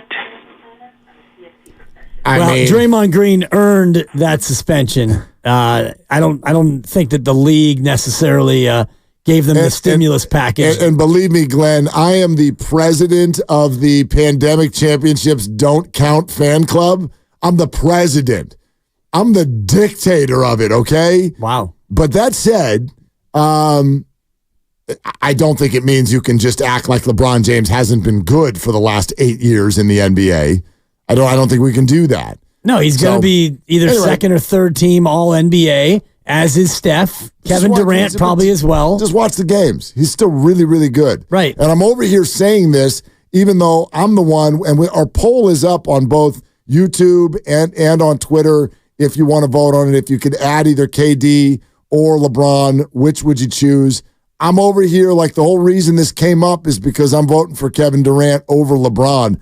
I'm not carrying this torch. Warriors have to go get LeBron. I don't think it's very realistic, but you got to find a middle ground there. Let's not have it be because, LeBron's no good and let's reset. We don't want old players. Let's re-sign Clay. I'm not understanding the concept of that. Right. There is no concept. And if Clay wants to remain a Warrior throughout his career, if he wants to take a smaller deal and stay, well, that actually might preclude him from being a part of a sign and trade when you get past June 30th. If Clay's making a smaller salary, then you probably can't even add up to $51 million with the assets you have in order to acquire LeBron James. We're presented by Fremont Bank, full service banking, no compromises. Plenty of room for your calls, 888-957-9570. Doc Pandia is not far off. And our good friend Nick Friedel is only about a half hour away because it feels like the winds of change across the entire league are blowing. We will continue to discuss it with you right here on Willard and Dibs. I just opened a BMO Savings Builder account, and check this. Every month I save, they give me a reward. Sweet. It's like having your cake and eating it too.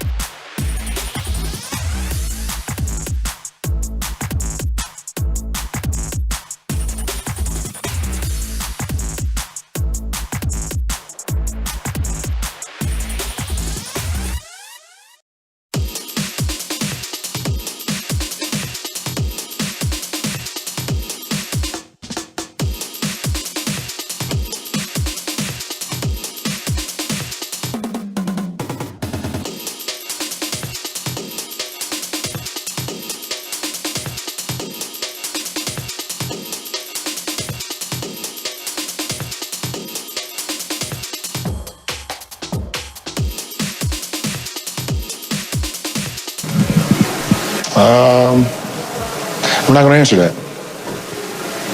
Appreciate it. LeBron James. Now, back to Willard and Dibs on 95.7 The Game. A lot of different ways you could do this. Hell, this is the conversation that we had with Kyle Shanahan and John Lynch over the last few days, was it not? Basically. Now or then? What do you want? Now or then? I do find this to be, and I know there are a lot of voices that say a lot of things, and there are a lot of opinions out there, and that's wonderful. That's what we do for a living. So that's great. But it's largely funny to me, the two biggest things that I hear from Warrior fans as far as roster construction or planning, these are the two number one things that I hear. Number one, maximize the remainder of Steph Curry's career. Okay? Number two, it's over. Play the young guys. Right. Does anybody not understand that those two things are categorically opposed to one another? Basically. So figure it out. And please, this fan base has already been taken on the two timelines ride, and they realized it was Fantasyland, and it doesn't work that way. So, I don't think you get to rally back or fight back in this conversation with, come on, we're already old, we can't get older. Yeah, you could. You did last year. Exactly. Chris Paul. Exactly. Exactly. Right. And that worked out pretty well. 46 wins. In a vacuum, Yep. Chris Paul was a good pickup. So, you don't get to check all of the boxes. Do you all want to compete next year or not? If you do, well, that does not mean let's feature Jonathan Kuminga. That's not going to win. That misses the playoffs. Sorry. Or you could just bring back everybody without Chris Paul, and you sign Clay, like you said before. Clay gets 22, 24. Doesn't even matter what Clay gets. If he gets something in the 20s, that would prevent you from doing anything other than veteran minimum guys. So just bring everyone back. Steph Curry himself said, we were just 3 wins away from the 6th seed. So that actually might be the most likely route that they take, because they had 46 wins. They were 3 away from the playoffs, according to Steph Curry. And so, yeah, just run it back next year with a couple of new veterans in for the veterans that you have now who are leaving. Okay, so let's actually dive into that, what you're saying, because Steph Curry addressed it himself. This was on TNT. He was accepting everybody's favorite NBA award, the Clutch Player of the Year award. I know that was a very emotional moment for you, that a Warrior won that award. It's been around for 2 years? Something like that. Second time that it's happened. First ever Warrior to win the award. That's right. Although Historic. It's owned by Northern California. Am I correct? You are correct. Nobody outside of Northern California has ever won the award, so our run of dominance continues. A couple of Under Armour athletes. You're How about welcome. that? There you go. So no, Nike has never won it. Southern California's never won it. And then I can name all the other states too. Have all never won it. But Steph, he's won it. And then this is what he said. In the process of accepting the award, he was asked, hey, how come you guys, didn't make the playoffs? I mean, the sad part was just missing 3 wins to get out of the play-in and have yourself in a playoff series where, even like a game like Sacramento in the play-in tournament we had, you're looking at, okay, we're down 1, and can find a way to game plan to try to get back in the series. Obviously, early in the year, we had a lot of missteps and some absences, but you do realize we're not that far off, even having tried to stay at this level, at this peak for so long. There's going to be some tweaks. We know, when you lose, you have to look yourself in the mirror and say, what can we do to get better? What holes can we fill? And thankfully, we have some time to figure that out. So, a lot of conversations with upstairs with Coach Kerr to try to figure out how to get back to the level that we expect. I didn't answer anything specifically about what we need, but we're going to figure that out over this summer. Yeah, so you know what I gather from, there's a bunch that we can gather from that. Yeah. But, I mean, Steph spends about 50 seconds there essentially talking as if he's a member of the front office. We're having a lot of conversations. We're doing this, that, the other. We're going to figure this out. I'm talking to Coach Kerr. I'm talking to the front office. But at the very end, you can tell that thing clicks in the back of their head where they're like, ooh, I better be careful about how I say this. Like, I didn't answer any specific questions. Sure. About names, Okay. But, yeah. Okay. Just a general sense. I like someone who's maybe 6'4", 6'4.5". Right. But I would never put a name on it. Okay, fine. It's all good. I think we're ready for this as a society. These great players, they are part of the front office. They are. LeBron always has been. We're okay with that, aren't we? Yeah, you should be. And when a guy wins 4 championships, he's kind of earned that right. And when he's the greatest player in your franchise's history, and everybody talks about maximizing the Steph Curry window, how about you go ahead and conference him in and ask him who might help you maximize your window, Steph, because you're 36 and you got 2 more years under contract. What do you want this to look like? Who do you want to play with? And we'll see if we can go out there and make it happen. And, Steph did use the word tweaks. And bringing in LeBron James is not a tweak. That's an overhaul. So I think Steph is thinking in terms of little tweaks. It's bringing Clay back. Maybe. It's Chris is gone. Saric is gone. You think? I don't know if I agree with you on that. What, that Chris is gone or the idea about tweaks? No, that Steph Curry just thinks a little, I need to get a wrench out, tighten some screws, and win 3 more games. That's what I'm hearing him say. I mean, 46 wins, which is pretty darn good in the West. And yeah, it was good for the 10 seed, but he used the word tweaks. And I don't think he's going to come out and say this thing needs to be overhauled. Of course not. You went 46 and 36. He's talking about 3 wins and some tweaks. But he's also, think about this emotionally and even just almost politically, if you will, within that locker room. The guy's not going to say anything that sounds like he's kicking Clay out of town. Right. Can't do that. Or Wiggins, for that matter. You can probably get away with that. Yeah, but that's not Steph's style. No, it's not his style. We need to do something better on the wing. We need to have a wing who shows up more often. Don't ever forget this. Don't ever forget. This is something that I'm very, very confident in. Let's just put it that way. You know the whole thing about how Steph and Clay, they worked out with Jordan Poole. Right. They love Jordan Poole. Jordan Poole comes back to Chase Center and get out there on the court before they go, and we're going to hug, and we're going to this, that, the other. We're going to we love Jordan Poole. And I'm not saying that they don't love Jordan Poole, the human being. They won a title together. They've been through a lot together. They were teammates. They were brothers. I think all of that's true. Don't ever forget that Steph Curry green-lit the living hell out of that trade. For sure. Green-lit. And you can hear it with the way he just spoke. He is involved in all of these conversations. So you think Steph Curry would hesitate to, quote, green light letting Clay walk? No, of course not. I don't think he would. Nor do I think that he would hesitate to green light having LeBron or KD come back. If he thought that that was going to help him get a better chance to win a championship, Yep. I think that he would leave no stone unturned if they asked him, hey, here's what we're thinking. It would be, Wiggins, we're going to let Clay walk, and we're going to trade Wiggins and Draymond and 2 firsts for LeBron James. What do you think? He would weigh in. Yeah, of course he would. If he thought that made them better, then he would definitely green light it. Look, this is the reality of the Warriors offseason, which is to say, and they said it, by the way, when it ended, because the whole what are you going to do? What are you going to do? Well, we don't know what's available. And so here we are. And the reason this is being discussed at such a level today is because that on back-to-back days, LeBron James and Kevin Durant got knocked out. Now, if the Suns had swept the Timberwolves, believe you me, probably be having the exact same conversation about Karl Anthony Towns. And we're not even saying that that's what I'm voting for or that's what I think the Warriors should do. The Warriors offseason will be determined based on what's available.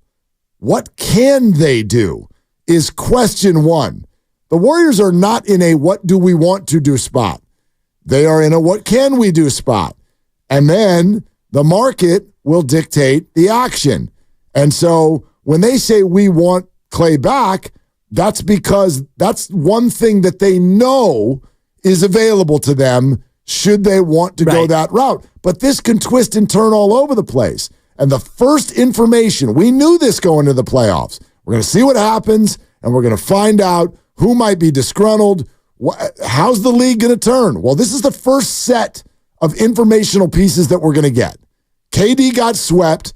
LeBron got kicked in 5 games and then paused and went, when they asked him if he was going to stay on the Lakers. And said, I'm not going to answer that. That's what we know. So when you let the dust settle on both of those ousters, and time will definitely either heal all wounds or determine the course of action. And I think about KD in Phoenix, and I don't know how you can look at that situation and not think, oh my God, this thing is broken beyond repair. I don't think that you can run it back in Phoenix and expect any other result. Even though you've got Beal and Booker and KD, you have enough talent, quote unquote, to be a really good team. But again, you were the 6th seed and you got swept out. So if you're in Phoenix, you got to figure out which piece stays and which piece goes. And I mentioned it yesterday. They've got about $500 million in contracts that they owe those 3. So one of them's got to go. And I would bet KD raises his hand first and says, pick me, trade me. Yeah, I think he already has. Yeah. And I think the Suns are like, we're fine with that. Like, they're not going to move away from Booker, at least not by choice. Let's go to Austin in San Jose. Doc Pandy is going to hop on here in a couple of minutes. Hey, Austin, thank you for calling. What's up? Hey, fellas, Mark, it's always good to talk to you, man, even though we actually agree today. I can't believe it. Oh, man. no, I'm leaving, man. Rare, I'm out. Talk to Dibs. You can't call in here and agree with me. What's the matter with you? There's no show, right? If we agree, Lord. There's no show. And I love the Dibley. I prefer the edgy Dibley. I don't like the friendly Dibley. I like the old school Dibley. So I'm glad to see you got a little edge, brother. No problem. Listen, this whole thing with Steph. I mean, listen, he's the GOAT. We love him. But come on, man. I mean, you can't come on and say we were only 3 or 4 games out, dude. I mean, 10th seed is not acceptable for a roster with this payroll and what expectations. You won 4 championships, so there's expectations there. So don't come on and tell me that we were only a few.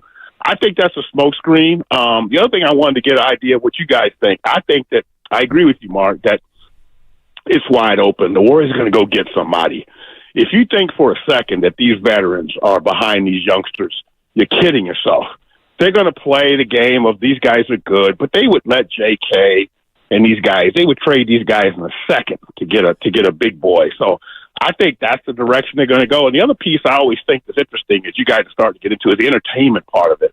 You know, we always talk about the sports, but 60% of what we watch is probably entertainment. The other 40% is, I think, actually sports. So Joe Lakers got to he didn't get any revenue from the playoffs this year, guys. Zero revenue. So the first thing is, I always look at it from the business standpoint. How can I put butts in the seats? I've got to go to the playoffs. I've got to get revenue. So, yeah, they're going to go get a big boy because as much as everybody loves these youngsters, they're not bringing in revenue. I'm not going to go pay $200, $300 a ticket to watch guys develop. That's kind of where I'm at, guys. Do you agree or disagree? No, I agree with you completely, Austin. Thank you so much. Like, I don't think that Joe Lacob is sitting there with the word championship bouncing around in his head. Joe Lacob is sitting there right now with the word relevance bouncing around in his head, because as we sit here in the Bay Area, there's nothing more relevant than Steph Curry, but the rest of the world's not. The rest of the world, like, newsflash, they all went home. We haven't had May 1st yet.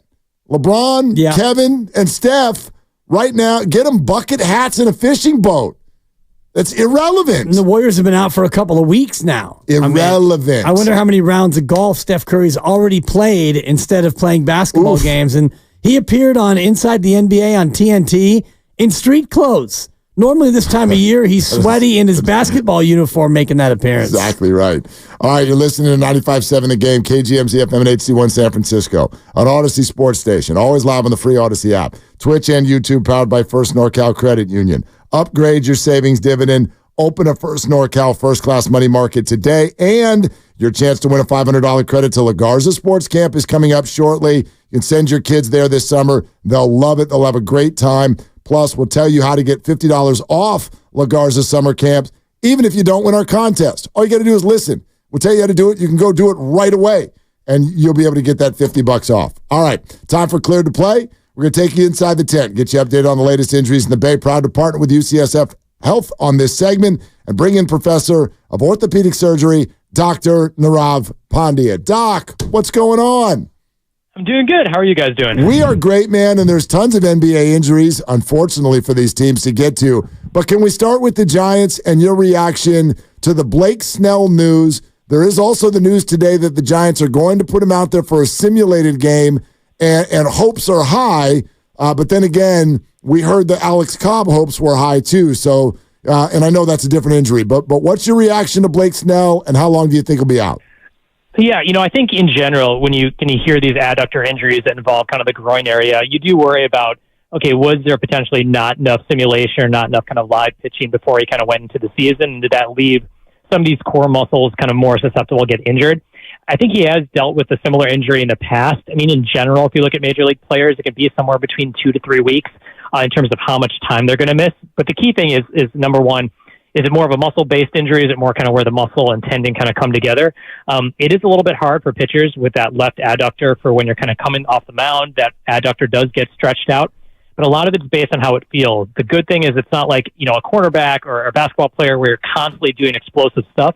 With a pitcher, if it feels good and it doesn't mess up your motion, then there is a possibility that you could come back, but a lot of it's based on how you feel. And once again, it's early in the season, so do you really want to take that risk of turning this into a 4 to 5 week injury? As opposed to kind of like making it a little bit less time. Well, the injuries are popping up all over in the NBA, Doc, and we had Kristaps Porzingis sustain the same injury as Giannis Antetokounmpo. It's the soleus injury in the calf. Why are so many NBA players suffering these calf injuries? Yeah, no, that's a great question, Dan. I think for a lot of NBA players right now, you're seeing Porzingis, you have Giannis, you have Lillard, Jamal Murray had a calf issue. In general, when you have soleus or gastroc injuries, which are the muscles around the calf, these are overuse injuries. These typically don't get injured in your late 20, early 30-year-old player from some sort of acute event. So you have to think, okay, how are these players overusing themselves? And obviously the playoffs are more intense. You can't really blame the in-season tournament because it's a couple games. Maybe this is a manifestation of what happens when players aren't able to load manage. I mean, the NBA did this. They said players can't, rest for just for quote unquote injury reasons. And maybe we're seeing that now with these star players where all this kind of additional wear and tear is kind of leading up to them having these calf injuries. You're thinking calf, hamstrings, those are the ones you're going to see start popping up due to workload during the season. So that potentially may be the reason why we're having these players miss this time. Doc, I also know, and the Bucks game is center focus. Don't know yet about Giannis or Lillard. Do we? Do we have an update, Grandy, on either of those players? I don't think either of them are going to play. Okay, yeah, I think it sounds like they're not going to play, and it feels reminiscent to what KD was doing for the Warriors a number of years ago. Like these calf injuries, are they sort of a precursor if you push them to a torn Achilles? Absolutely, yeah. So we do know that one of the precursors for an Achilles is pre-existing calf pain. That's one of the signs that most people, when they have an Achilles tear, they'll say, I was having some pain, I was having some soreness. So absolutely. And then number two, one of the things I think Shams had a report that said where these sprains were located were right in the area where it's critical, and that's usually where the muscle kind of turns in the tendon. If you have a kind of an issue with that structurally, you absolutely are at risk for tearing your Achilles. So I think we saw that kind of happen with Kevin Durant, if that truly was the case. And I think NBA players now are taking pause. They don't want to go down that route when they saw another star player get that injury. Speaking of star players getting injuries, the breaking news today, Mike Trout will undergo surgery for a torn meniscus in the knee. They say it's not going to be season ending. Would that indicate to you, Doc, that he's going to have the shave as opposed to the repair? Yeah, absolutely. I think even with a more aggressive timeline, if you're going to get the repair, even if you're thinking 4 or 5 months, I mean, to come back potentially like late September, early October, a lot of things have to fall in place for that team.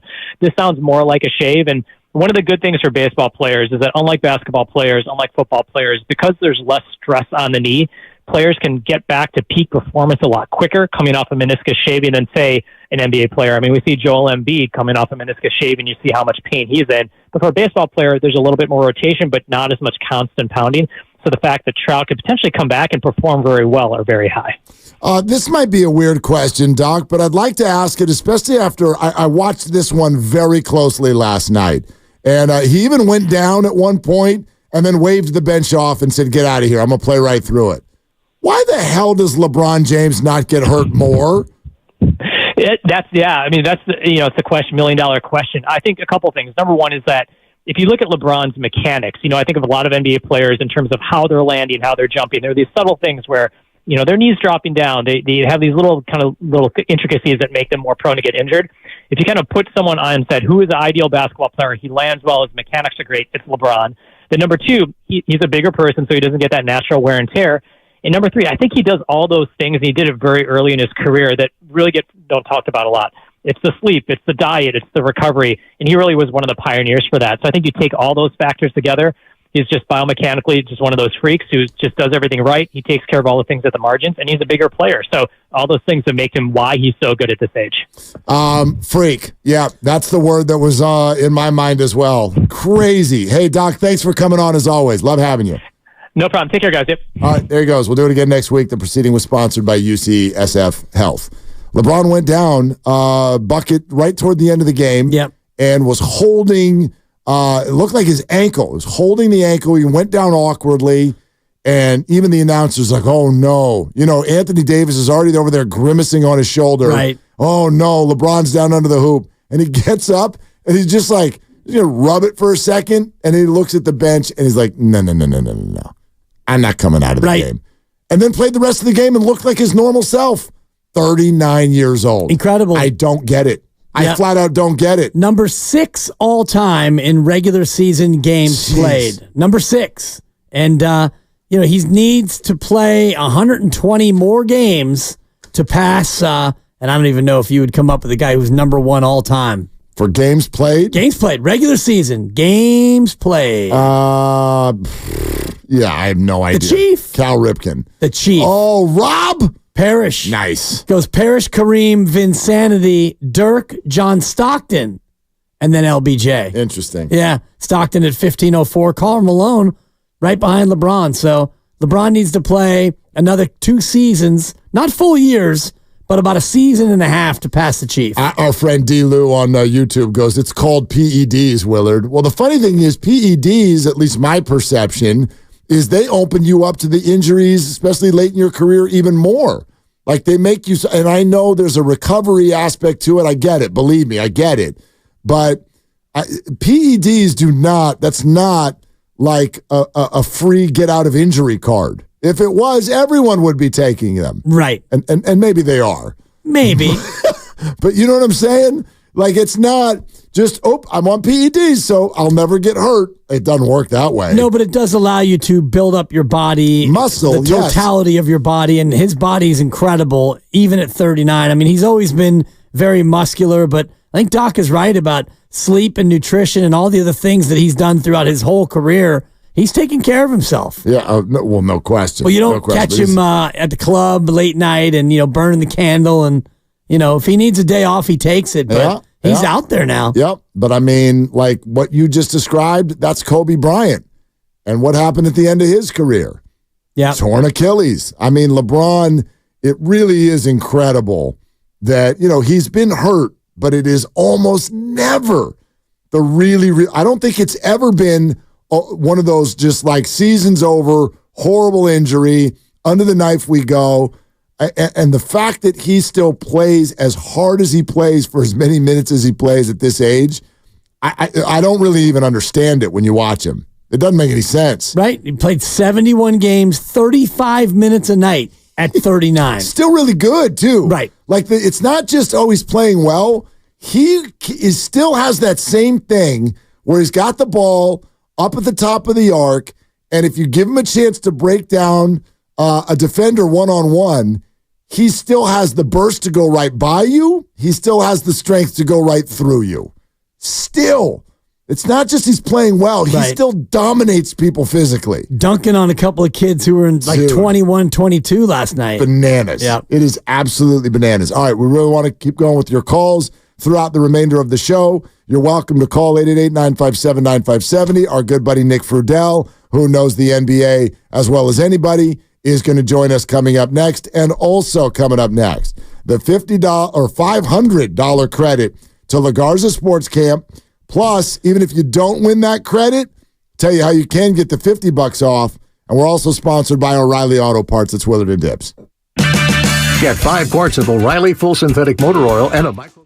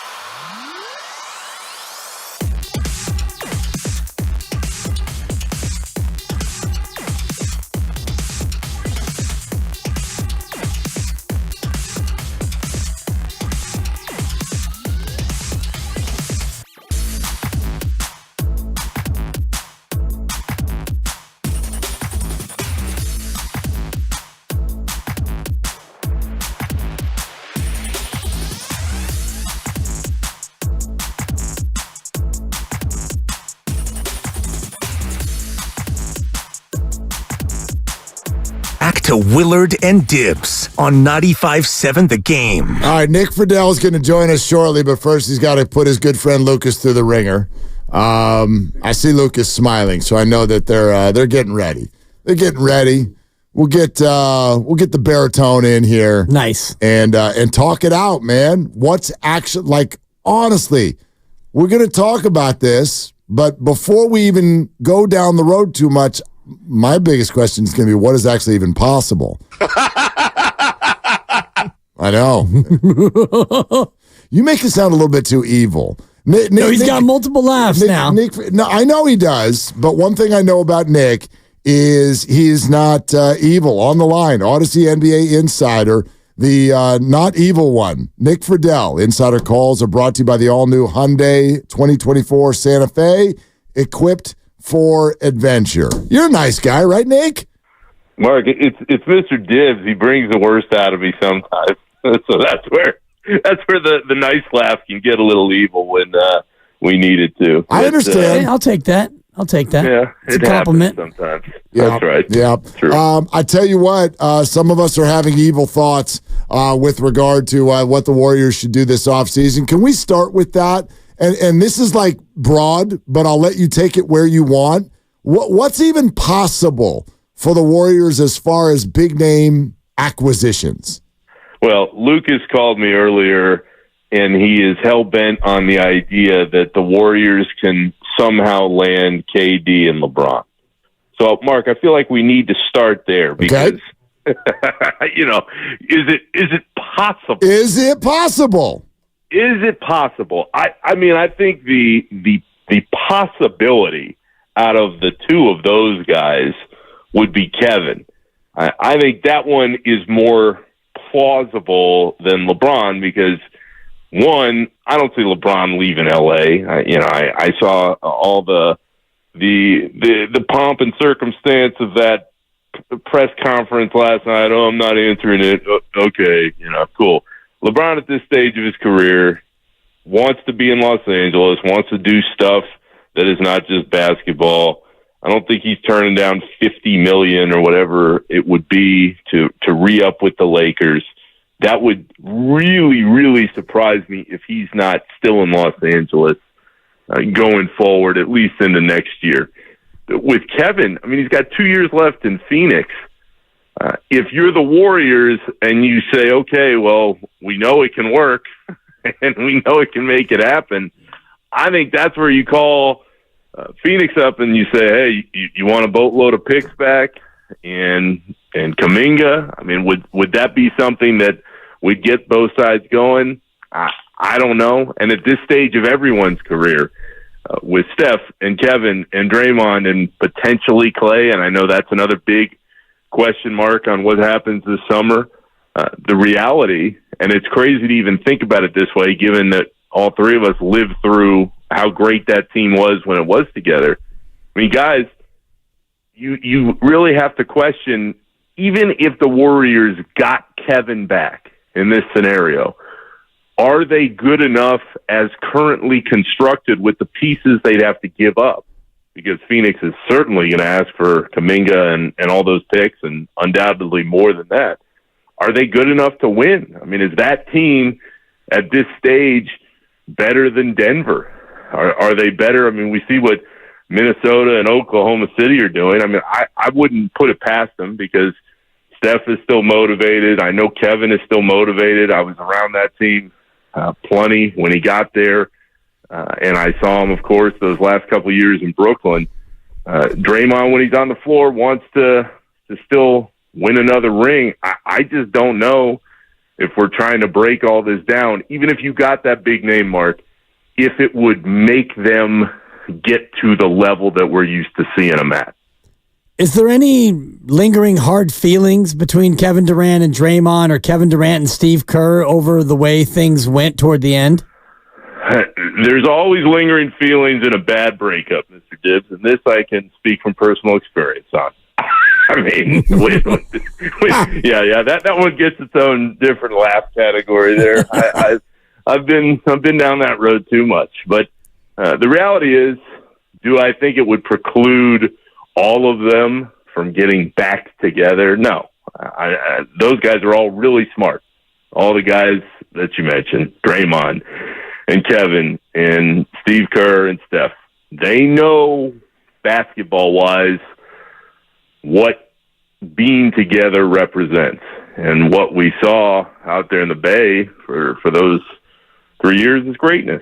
I mean, that is what it is. So there are so many different dominoes in play here, and that's part of the fun of what we do in these conversations. But do I think that some meeting of the minds and rekindling of the professional relationship could happen down the line?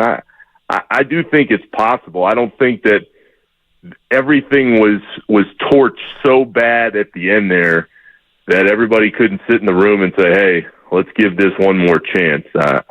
They all know what it means to be together on the floor, and they all know what they accomplished when they were together and everybody was locked in. Odyssey NBA insider Nick Friedel is with us here on Willard and Tibbs 95.7 The Game, and Insider Calls are brought to you by the all-new Hyundai 2024 Santa Fe, equipped for adventure with capable features like available H-Track all-wheel drive and standard third-row seating. Nick, how would it happen? Forget the emotional side. Talk to me about the NBA front office side. How would a deal like that come together? I think it would have to be Wiggins' contract, Kuminga, a boatload of pick swaps, because Mark, anybody who's watched Phoenix operate in the last year and a half, they have nothing. I mean, that's why they are just so completely screwed. Phoenix is screwed. They don't have anywhere to really turn. I mean, you bring Kevin back because he's still one of the best players in the game, but that team, they are just a total mess. So if you're the Warriors this summer, you're Mike Dunleavy, you say, hey, I know Kevin works here. We all saw it. But it's the question of what it would take to even make Phoenix attempt to talk to you. And at least for me, when you're looking at it, it starts with the Wiggins deal to get the money, close to where it may need to be, Kuminga, and then like every asset that they've got. But that's the other question here, guys. On top of, hey, we outlined, is that enough? Even if you brought Kevin back, the reality is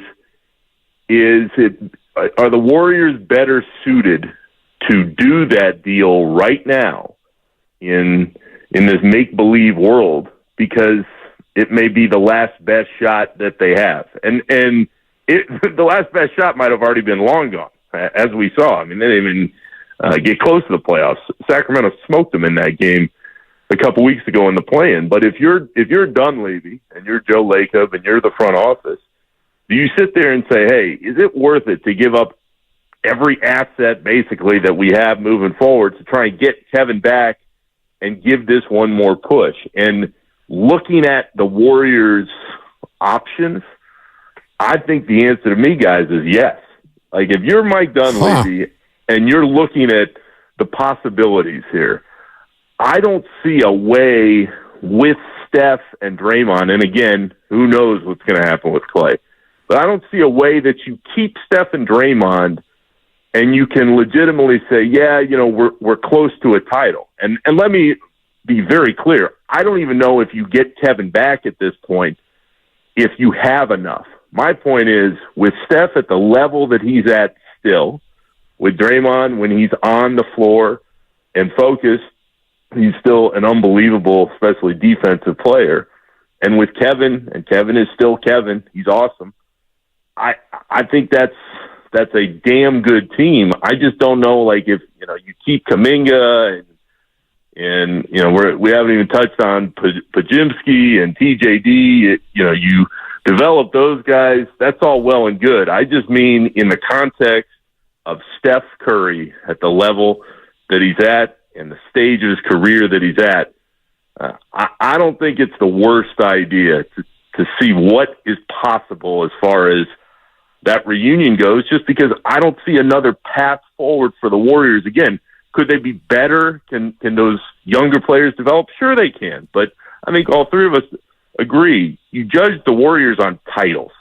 You don't judge the Warriors on getting to the second round. Oh, man, that's great. They really improved. They won a few more games, and they got bounced in the second round. Nope, nobody really cares. When you have won historically at the level they're at, you're judged on championships. And to me, Kevin Durant gets you closer than any other option that we could create right now. I just want to be really clear about the picture you're painting. That idea also means letting Clay walk, correct? I would think so. I mean, this is a Bobby Marks question to know for sure, because Mark, the numbers are astronomical. You know, everything would have to get worked out. But this is where, if you're a Warriors fan and you're listening to the conversation, Joe Lacob has proven time and time again he will spend. And that is so rare, not only in the NBA, but in pro sports, for an owner to sit there and say, okay, I don't care what the cost is, what the tax is, make it happen. And are they going to spend the same way if they don't believe that they're close? We'll see. But whatever it may be, I would think, unless you can get Clay back on a deal I'm sure he wouldn't want to take, I would think you're moving forward again in this scenario with Steph as your main money guy, Draymond with the big deal he's on, and then trying to reacquire Kevin. But this is like every super team that hasn't worked in the past, because, again, we're talking about finding a way to let go of Wiggins, Kuminga, that everybody seems very high on, Pajimski, TJD, every pick you got, is it worth it? That's what they'd have to ask themselves. And we may find out an answer to that over the course of the summer here. Outside of LeBron James's lack of willingness to leave Los Angeles, why wouldn't they be able to make a similar trade with LA? Is it because the Lakers don't have such a need for assets as Phoenix? Yeah, I don't think that it makes sense, Dibs, in this regard, because I don't think Phoenix is close. I think if you're LeBron and you're looking at the scenarios, and let's take LA and Phoenix, you're comfortable in LA, you like living out there, you see what's gone on with the Suns. They're just a disaster. I mean, they went all in for this year, and they got so annihilated by a younger, more talented team that it was embarrassing. I mean, they don't know where to turn. So, anything's possible in the league. I think we've all seen that. I certainly have. When you think somebody's not tradable, or when you think somebody can't come back to a team, and this goes back to the start of the Kevin conversation, it's all possible. And that's the fun of the trade machine and the ideas that pop up after the season. But if you're LeBron or frankly any other big name player, why in the hell would you consider Phoenix? They can't improve themselves, and they're not good enough as it is. So in that regard, for as much as people want to write off the Warriors and say, their time has come and gone, okay, but at least they're not in the Suns situation. I mean, the Warriors are going to be better if they develop the younger guys and they make the right picks. And Dunleavy certainly did that in his staff last summer, because those two guys seem to be guys that can help you moving forward, and they still have some assets to figure out what they want to do next. Nick Friedel with us on Willard and Dibs, 95.7 The Game. Nick, we're all talking about LeBron and KD because they both got knocked out on consecutive nights, but what else might be out there? Who are we not thinking of? Mark, what's sad is this is where all those years we'd be sitting in there, and Mr. Dibs, we had this conversation a lot. It would be Bradley Beal. Like, oh man, can Beal help? Yeah. And Beal's Beal's not it. He is not the difference maker that everybody thought he could be, certainly in that Phoenix situation. So that is a longer way of saying I don't see that guy out there now. It's not that somebody can't help. I mean, I'll give you the example of which you guys have dissected many times in the last couple months. The Warriors, like a lot of teams at the deadline, they wanted to get Caruso out of Chicago. I mean, from what I was told, they offered at least a couple future picks, and who knows how many other assets. And this goes into Moody or whomever else was out there. But is Caruso the type of guy that if you put him on that team, takes you from the 10 seed to the 3 or 4 seed? No, and that's the real problem. It's like the real big difference makers in the league right now, more so than I can recall at this stage going into a summer or towards the end of a season. They're all kind of locked in place. And that's why the Kevin conversation is so fascinating to me, because not only did I cover him in all those places, but we all saw what he could be with the Warriors. And I mean, Kevin wants to win. He knows that team's going nowhere. That is a dude that follows basketball as closely as anybody I can recall at that level. So it's going to be interesting. I just don't see that big name that everybody wants to always put their hope around being readily available for the Warriors or anybody else, which leads you to believe, okay, well, you got to just hope that you can develop what you got and figure out the cap situation that you got in front of your face. Just one more before we let you go, and it's Lauri Markkanen. What are you hearing about Utah's willingness to possibly trade him as opposed to throw a bunch of money at him on a team that's going nowhere? Yeah, I mean, Mr. Dibbs, that is a guy that is a pure success story for the Jazz. I covered him actually at the beginning of that time in Chicago. The Bulls thought he was going to be the next star, that they could build that team around him. It did not work there. The player development was not at the level it should have been. He goes to Cleveland, kind of gets lost in the shuffle. It's not that Utah wouldn't move him. I think it would take an absolute haul for it to happen. But again, let's go back to what we were saying. Would Lauri Markkanen fit, let's say, on the Warriors? Hell yeah, he'd fit. I mean, he cures a lot of what is ailing them at the moment. But, okay, you plug in Markkanen and you take out whatever it would take to make it happen. Are you that much better off? And that's really the problem that they're going to have going forward. So I like him as a player. I think his confidence has really grown, and he's more stable in his game than he has been, certainly as an all-star. But it's the same idea. Hey, what if we get Beal? Is Beal the guy? I mean, take out Beal's name and plug in Markkanen. Is he going to be that kind of difference maker for what you'd have to give up to get him? I don't believe so. Nick, before you go, our producer Lucas, he may have ulterior motives with this, but I'm not going to tell you what they are. Please just answer it as straightforward as you can. Is it even NBA financially, chemically possible for Steph Curry, Kevin Durant, and LeBron James to all play on the same team? The Warriors specifically. On the Warriors. Yeah, Mark. I mean, Lucas with ulterior motives is just, of course. Is just Lucas. It just means it's Tuesday. Yeah, go ahead. Yeah, exactly. It's the day that ends in Y.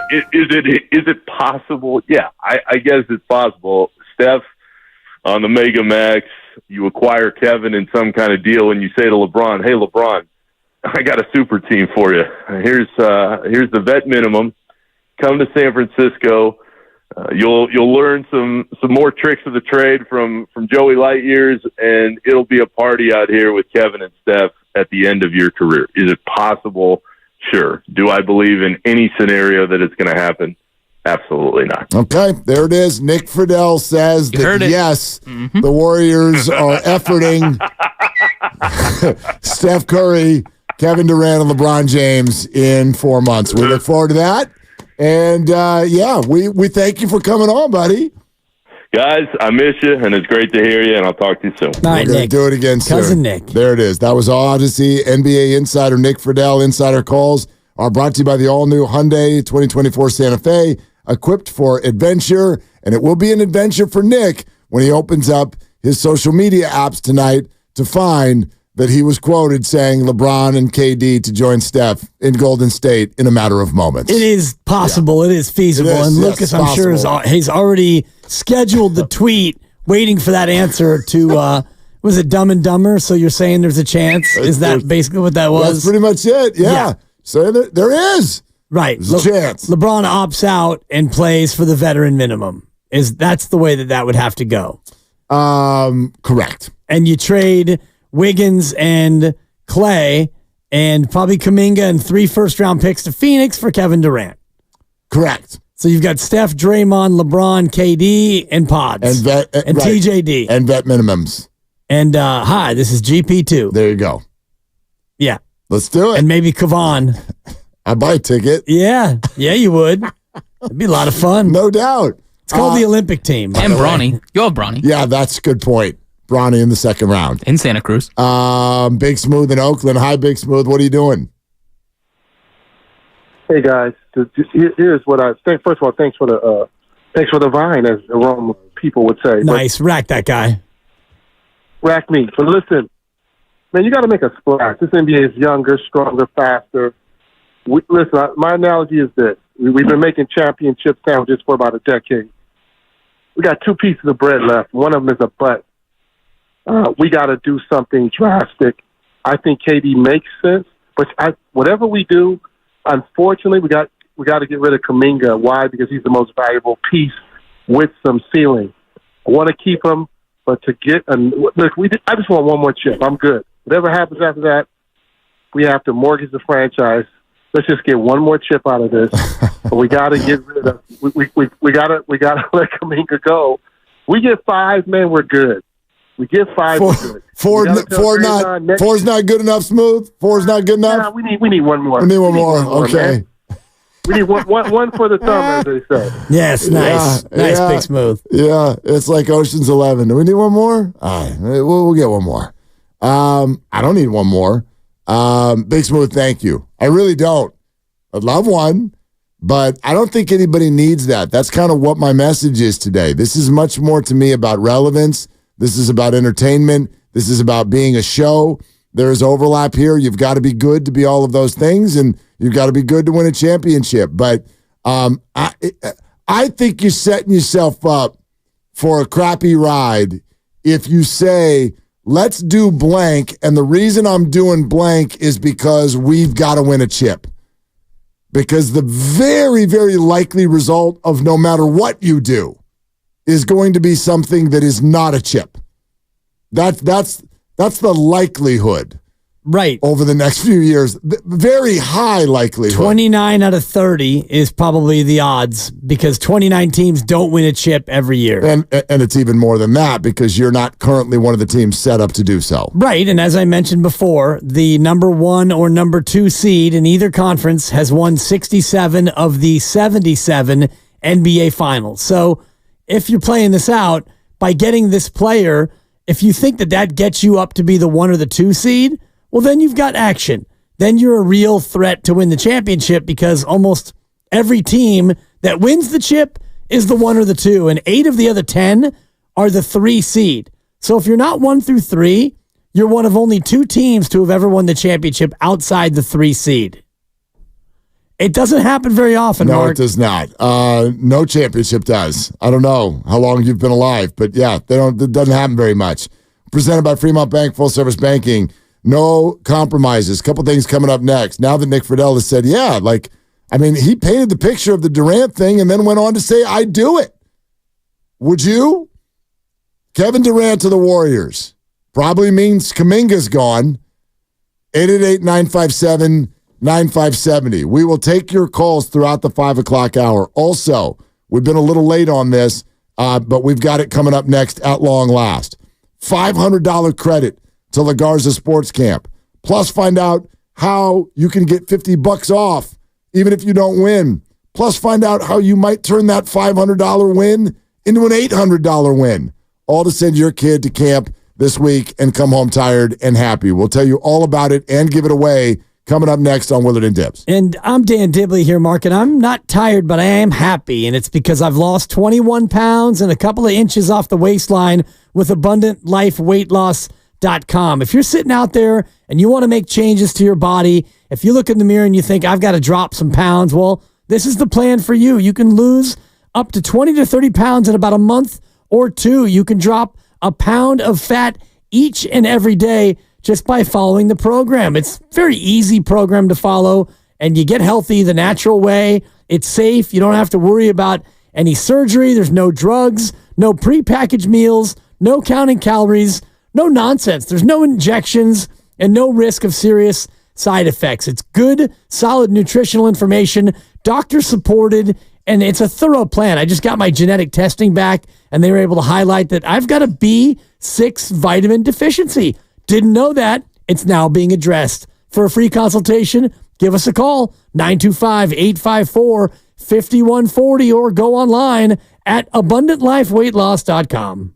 Hey, Bay Area, find your fill at Jack's Restaurant. As a brother-owned and operated establishment, Jack's Restaurant has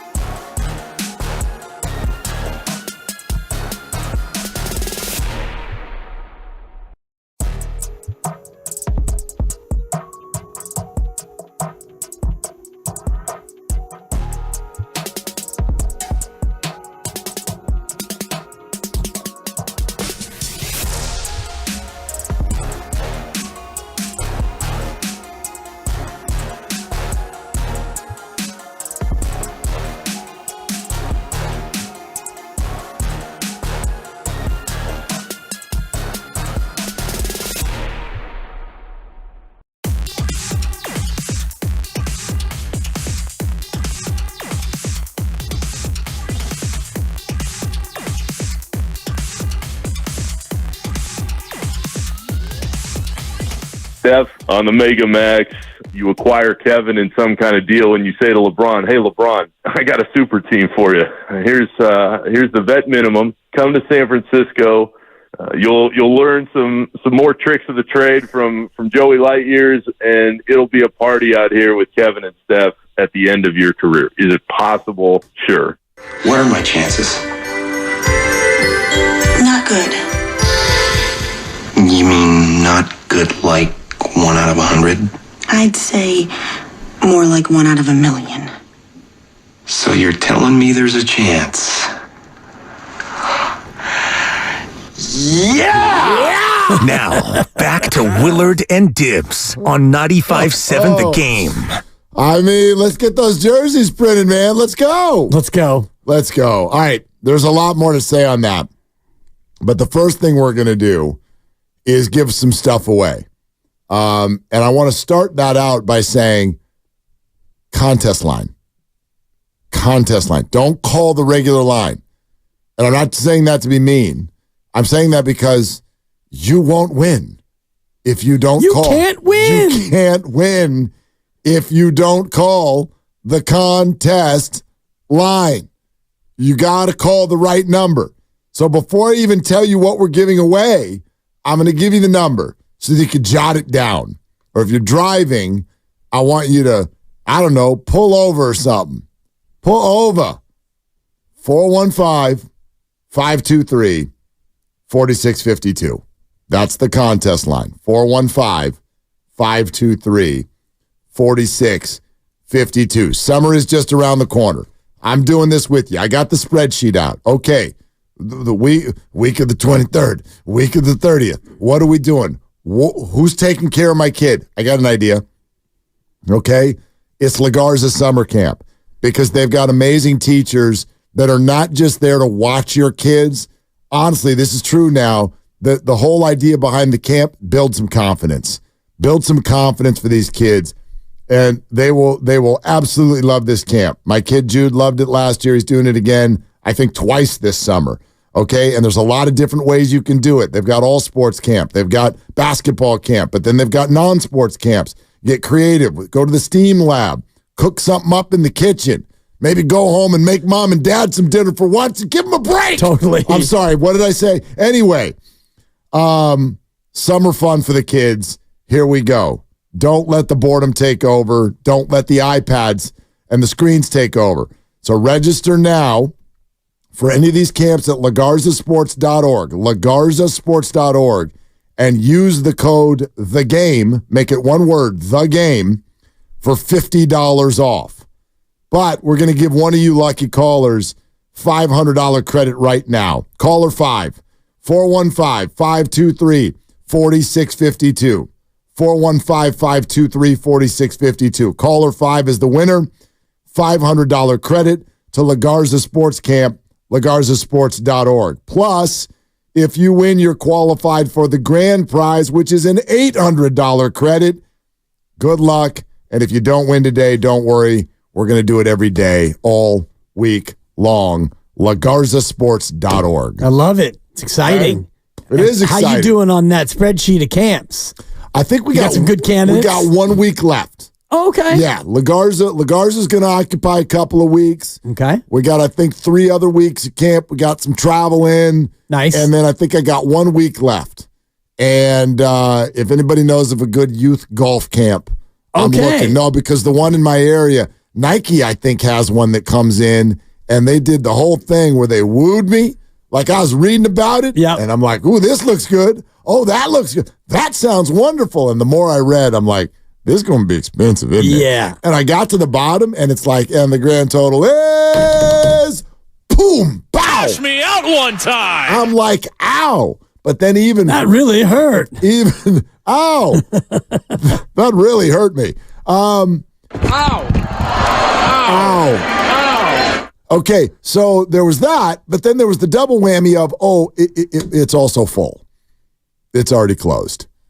I'm like, damn, that thing's popular, right? Big time. So anyway, while we're on youth golf for a second, can I steal 20 seconds to of course. Send out some congratulations to the Tam High golf team yesterday not only completed their undefeated season, but went into MCALs. You know those so well, Dibs.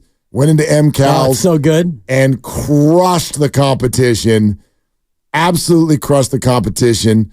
My son had a 6th place finish. He had teammates in both the first and the second hole. They did it. They were expected to do it, and they did it. And it was just a phenomenal day for all of them out at Stone Tree in Novato. So I want to send congratulations out to their coach, Derry, and all of the kids on the team. They did an unbelievable job this year, and they're not done yet. Yeah, it's awesome. And I saw the picture of the lads and the coaches with the pennant, and it had me feeling some type of way about the MCAL titles and the North Coast section titles that I've won, and just that moment where you get the felt and you get that pennant, and you realize that that's something that is a forever accomplishment. No so doubt. when he goes back to Tam High in 35, 40 years with his kids, his little whippersnappers, he can point up there and say, hey, you see that one? 2024 golf? See that banner? That's me. Yeah. I got one at Casa that I visit every now and again. Casa Grande, 1980, must have been 84, my sophomore year.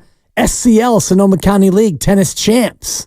Shout out Brett Campos and Rick Marquardt, our 1 and 2. They were unbeatable up top. You're such a crazy The boy was person. playing doubles with John Bender, cancer survivor. No, but do you go to the reunion and people don't even need name tags with you? No. You remember everybody's full name. Like, what was it, Rick? What'd you just call Rick him? Marquardt. What was his mom's name? Jenny. See? It's like, that's He was weird. one of 4 kids. He was a little troubled, but he had a big serve. Brett Campos looked like Eli Nastasi, for those who partake. What was Headband, long flowing locks, baseliner with a Yonex racket. Bjorn Borg. Yeah, totally. What was his mom's name? I never met his mom. That's not true. Might have been 2 dads. Okay. Although this was pre-2 dad era, 83. Don't talk about that. That did not happen. No. That did not happen. No. All right. There Well, you anyway, go. All right. Absolutely. Congratulations to that whole team. It was, yes, they got the felt. And actually, if I can brag about my son for 10 more seconds, I went out there and watched the first 5 holes, and you know this.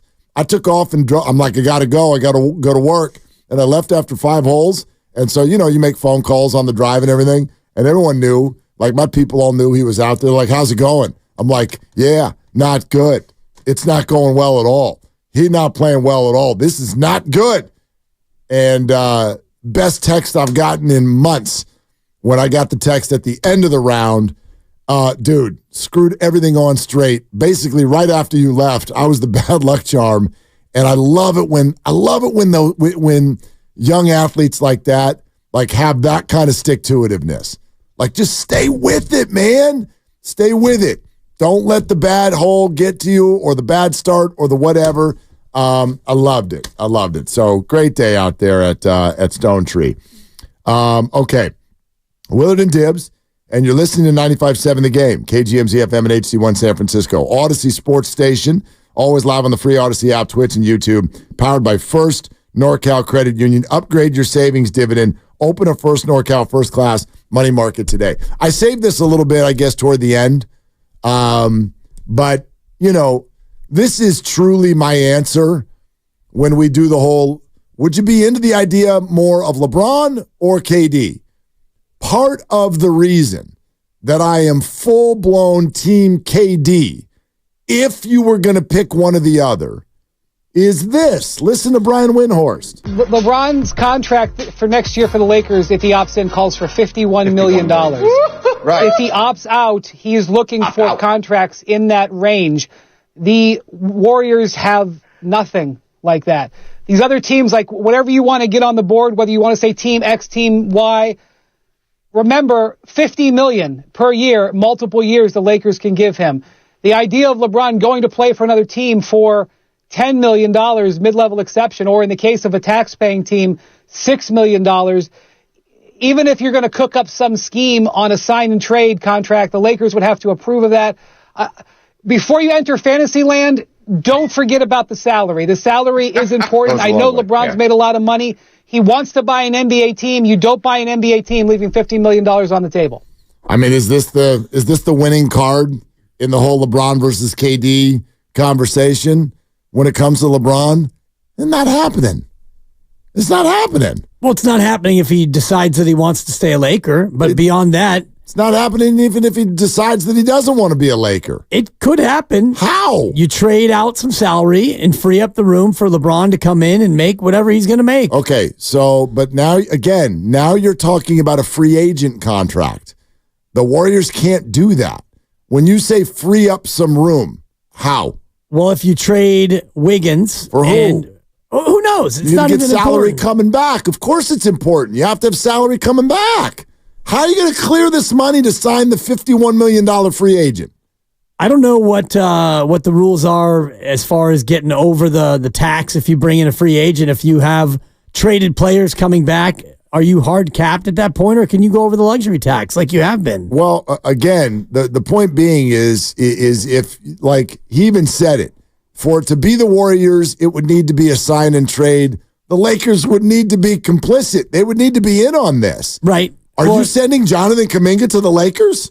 If it means you get LeBron back, you might. Oof. Well, if you're going to trade Kuminga to Phoenix, that's a team in the Western Conference. You're obviously less afraid of Phoenix than you are the Lakers. I'm less afraid of them, and maybe I'm in fantasy land, but the Suns are in deep doo-doo at such a level that you may be able to pry Kevin out of there without giving up Jonathan Kuminga. That's my dream. I know everybody just, the Suns are going to want Kuminga. Well, the Suns may not have a damn choice. Kevin Durant may have already gone into their offices and said, get me out of here. So if the Warriors are willing to give up first-round draft pick capital and Andrew Wiggins and Moses Moody and maybe another piece, that can fit. Now, I don't know if you could extend Kuminga with it. I get that. You'd have to let Clay walk. Sure, these things are difficult, but before everybody goes, don't mortgage the future, I do think we all need to answer this question. What is the future? Like, be real now. There are assets, yes. Is there a core? Well, the core is developing as we speak. Are you excited about Warrior basketball in 5 years? I don't know yet. Well, I'm not doing 5 years from now. No, but you don't know who they're going to have. Exactly. If you had a developing core, you would. Well, you do have a developing core, but you don't know if all these guys are on the team 5 years from now. Yeah, I'm excited about that being a part of the core. A 26-year-old Kuminga and Pods and TJD would be damn near 30 at that point. See, this don't feel like core players to me. Those feel like players. Kuminga doesn't feel like a core player? He feels maybe probably. Yeah, he's a core player. Maybe probably. Now, he's not going to be your best player unless he turns into a guy scoring 27 or 28 a night. Listen, I'm big on Jonathan, but I don't think the Warriors have a developing core. I think the Warriors have some developing players. Jonathan is definitely one of them. Then two other guys had good rookie years. But to think right now, like, gosh, this is a fair question. You know, you have Steph Curry, and people are going, boy, this pretty wild thought that y'all think that Steph could win another ring. It is no more wild than you thinking that Kuminga, Pods, and TJD are the key pieces to a title team in 5 years. I don't see that.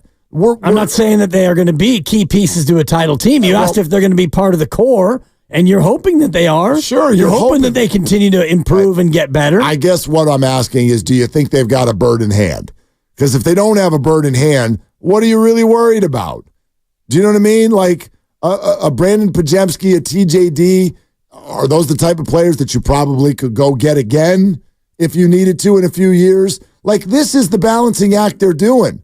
You heard Steph Curry. We played the sound already once. This is on TNT just last week. I mean, the sad part was just missing 3 wins to get out of the play-in and have yourself in a playoff series where, even like a game like Sacramento in the play-in tournament we had, you're looking at, okay, we're down 1 and can find a way to game plan to try to get back in the series.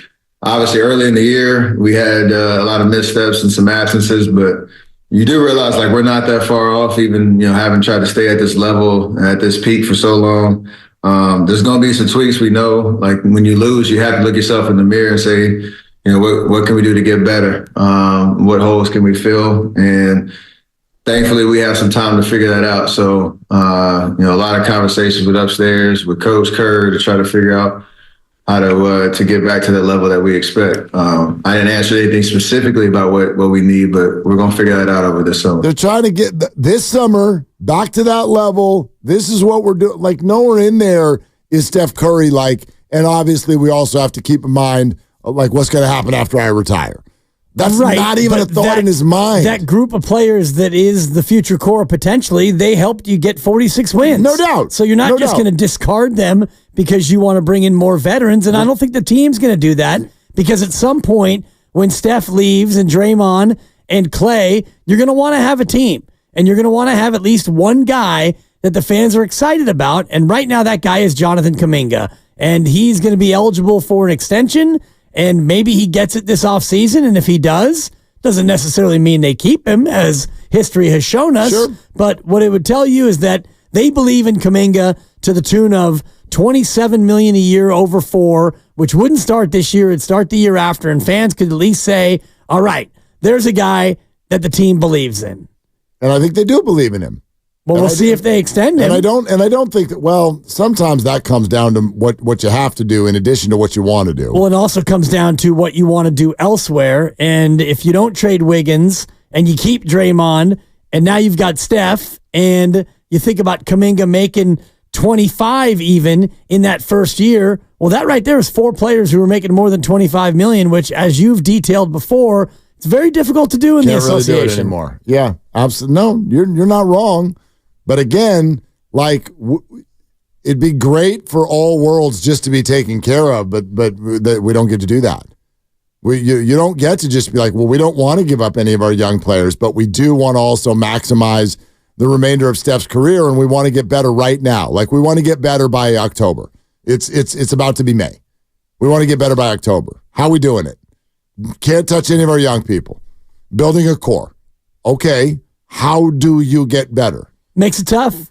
Really Makes it tough. You know, you'd have to swing a trade for somebody like Lauri Markkanen, but as Nick Friedel was telling us, Utah seems to really like him, and they should. He averaged 25 a game, and he is their number one player. He's their star, and I would imagine they're going to keep him around for when the rebuild in Utah actually finally gets a foothold. You at least have one anchor piece. The Phoenix one is an interesting discussion because, as Nick was laying out, that thing is a mess in every which way possible. So they're going to have to move off of Beal or Durant, it seems, or maybe both if they can. Phoenix might just blow it up and say, all right, Booker, you're on your own. It's you and Nurkic and whatever Drek we can bring back.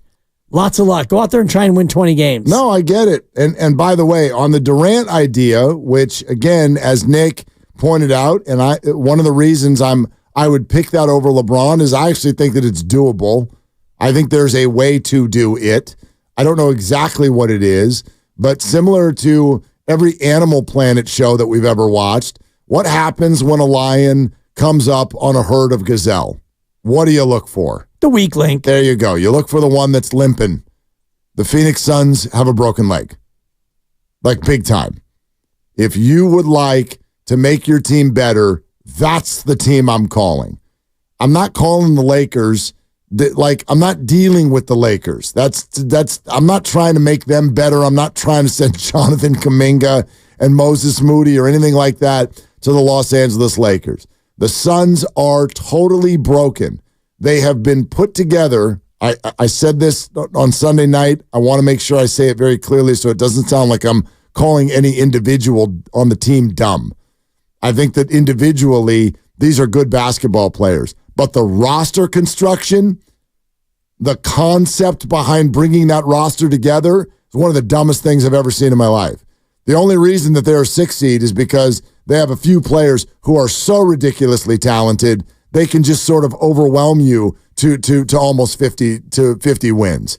But you saw when it came time to do something at a high level, Minnesota brushed them off like they weren't even there.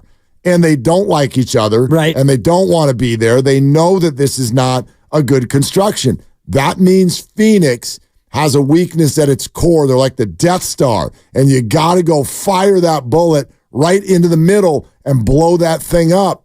So Phoenix may be forced to take less than what someone is worth solely because they have no choice. They have got to totally redo whatever they're doing. So that feels like a broken leg. I'm calling them. If I want to do something like this, and I go after the idea of Durant without Kuminga being in the deal. And if that's not doable, okay, I move on. But that's a call that I would make. Oh, I'm sure they will make it, and I wonder if you're going to make that big swing if you don't try to put Kuminga in the deal. If you're so, fixated on the now as opposed to the then, and maybe you don't want to give Kuminga $140 million over 4 years or whatever that number is going to be when he eventually gets his extension. And if that's how you feel about it, then you have two choices. Either trade him now or you can Jordan Poole him where you give him the contract extension and right when that baby's about to kick in, right when you enter that new league year, then you trade him and you trade that big salary with him. Well, I mean, that's another thing to think about is, we all are thinking about moves that the Warriors are going to make by October. Some of the moves that they want to make or can make, maybe they won't happen until February.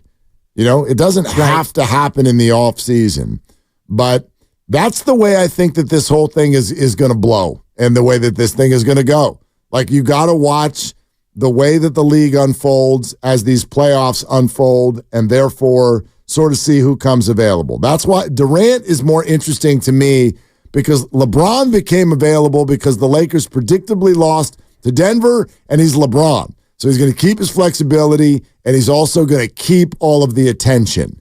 He knows damn well what's going to happen the next day on sports radio across America when he does something like this. Was there any thought at all that, this could have been your last game with the Lakers?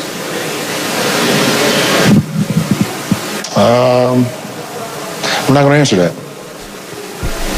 Appreciate it. It's the best. It's the best. I love it. And so he knows that that's going to lead to widespread speculation.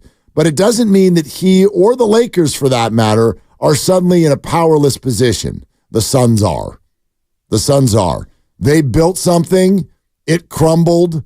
Everybody looked back at the front office and went, what now? And they need a way out, and it's not going to be a pretty way out.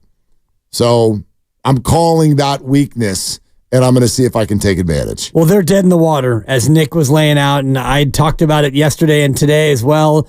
They are owing the big three in Phoenix $500 million. It's about $480 million, but you get the point. So do you want to continue to shovel good money after bad when you saw what you saw this year? And if you just play the damn game on paper, like I've been asking them to for all these years, Phoenix is probably a 2 seed. With Durant and Booker and Beal, a team is nasty. They were the second favorite in the West preseason. That team should have, and I think their over-under was 50 wins. Yeah. They should have been a 56, 57-win team, and they should have been a tough out. But when you watch them play, and I coined the phrase hate ball, because you can see that they don't like playing with each other. They don't want to pass to each other. They take turns, Booker, Beal, KD. Booker, Beal, KD. Whose turn is it to score or try to score this time? So that thing is beyond broken, and when you're spending that much money, something's got to change, and KD is the most tradable. Yep. Booker's got 4 years, Beal's got 3, KD just has the 2. So you move off of KD, and maybe you try to move off of Beal as well, although I think that contract is a much more difficult one to trade because of the 3 years he's got left. Yeah, I totally get it. But that's of the things that sit there in front of us today, that's the one that I would at least explore it. And I just think that fans, you sort of have to figure a way around this idea of like, I'm not trading our young core to get older. Well, I get that. In theory, it sounds like a bad idea. I think we have to acknowledge the pressure that the organization is under. You know what I mean? The weight of Steph Curry is massive. It's massive. And so it's very, very easy for all of us to sit out here and go, don't you do it. Don't you get older. Don't you trade that young core. Well, look, it's two-pronged. Part of it is Steph is looking at you saying we got to do something. And the second part of it is he doesn't even need to say anything. The fans are. It's obvious. The organization has been carried by this guy for so long. You can't just be like, so time to ride into the sunset gracefully as we sort of like build future pieces who may or may not really amount to much. Like that's, when people go, gosh, Steph's not getting traded unless he requests one. Well, that's the path to get there. All of you who are like, no, don't touch the young core. Well, that's step one to Steph Curry demanding a trade. And I think that would be emotional disaster for this entire city, quite frankly. This whole area, this would be sports emotional disaster if we get to that point where we're talking about a Steph Curry breakup. And step one is choosing young players over Steph's ability to try to win. Well, think about everything that you've heard from Steve Kerr and Steph and everybody in the know of the NBA. You need veterans to win a championship. So if you're going to maximize the Steph Curry window, you're not going to do it with 21 and 22-year-olds playing the lion's share of minutes. So if you're Steph, you're probably looking around and all you have to do is go back to the Jordan Poole, James Wiseman era and realize that there was a lot of frustration there, especially last year. This is James Wiseman. Wiseman. Yeah, exactly. Playing with Jordan Poole with younger players who didn't yet understand how to win. And look at the game last night, Denver and the Lakers. That's a game that the Denver Nuggets don't win 2 years ago. But now they're a team that's been through it. Championship pedigree for the Denver Nuggets. And look at all 5 of the games in that series. I don't know the exact number, but TNT put up a graphic.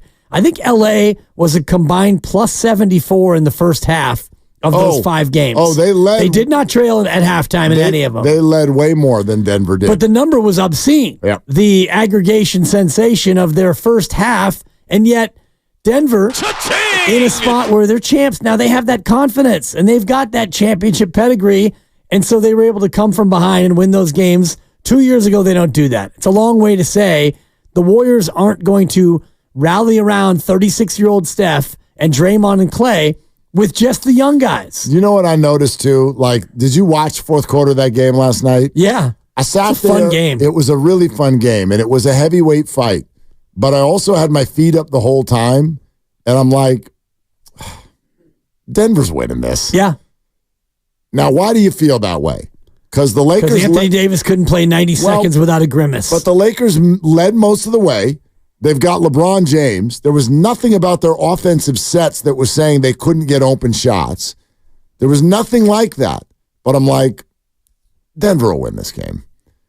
And sometimes I think that we have to apply that to the Warriors. When we sit here and go, they blew all those games where they had the 20-point lead, and, there was Draymond, and he missed, and we're not that far off, and it's like, sometimes we sit here and go, God, they're actually a 55-win team, but they blew 7 games or whatever.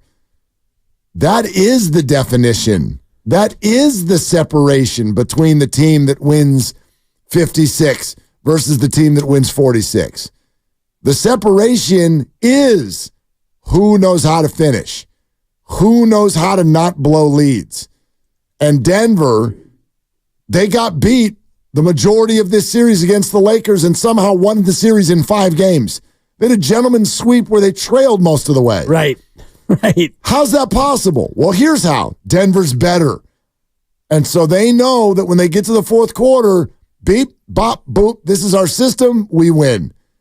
That is the separation. It's not a what if. It's by design. The good teams do that, and they beat you in the fourth quarter. It's what the Warriors used to do all the time. All the near misses. So, I don't know, man. For my taste, too many what ifs have been used as fact in looking back at the Warriors season. If Draymond doesn't get suspended, we're the 4 seed.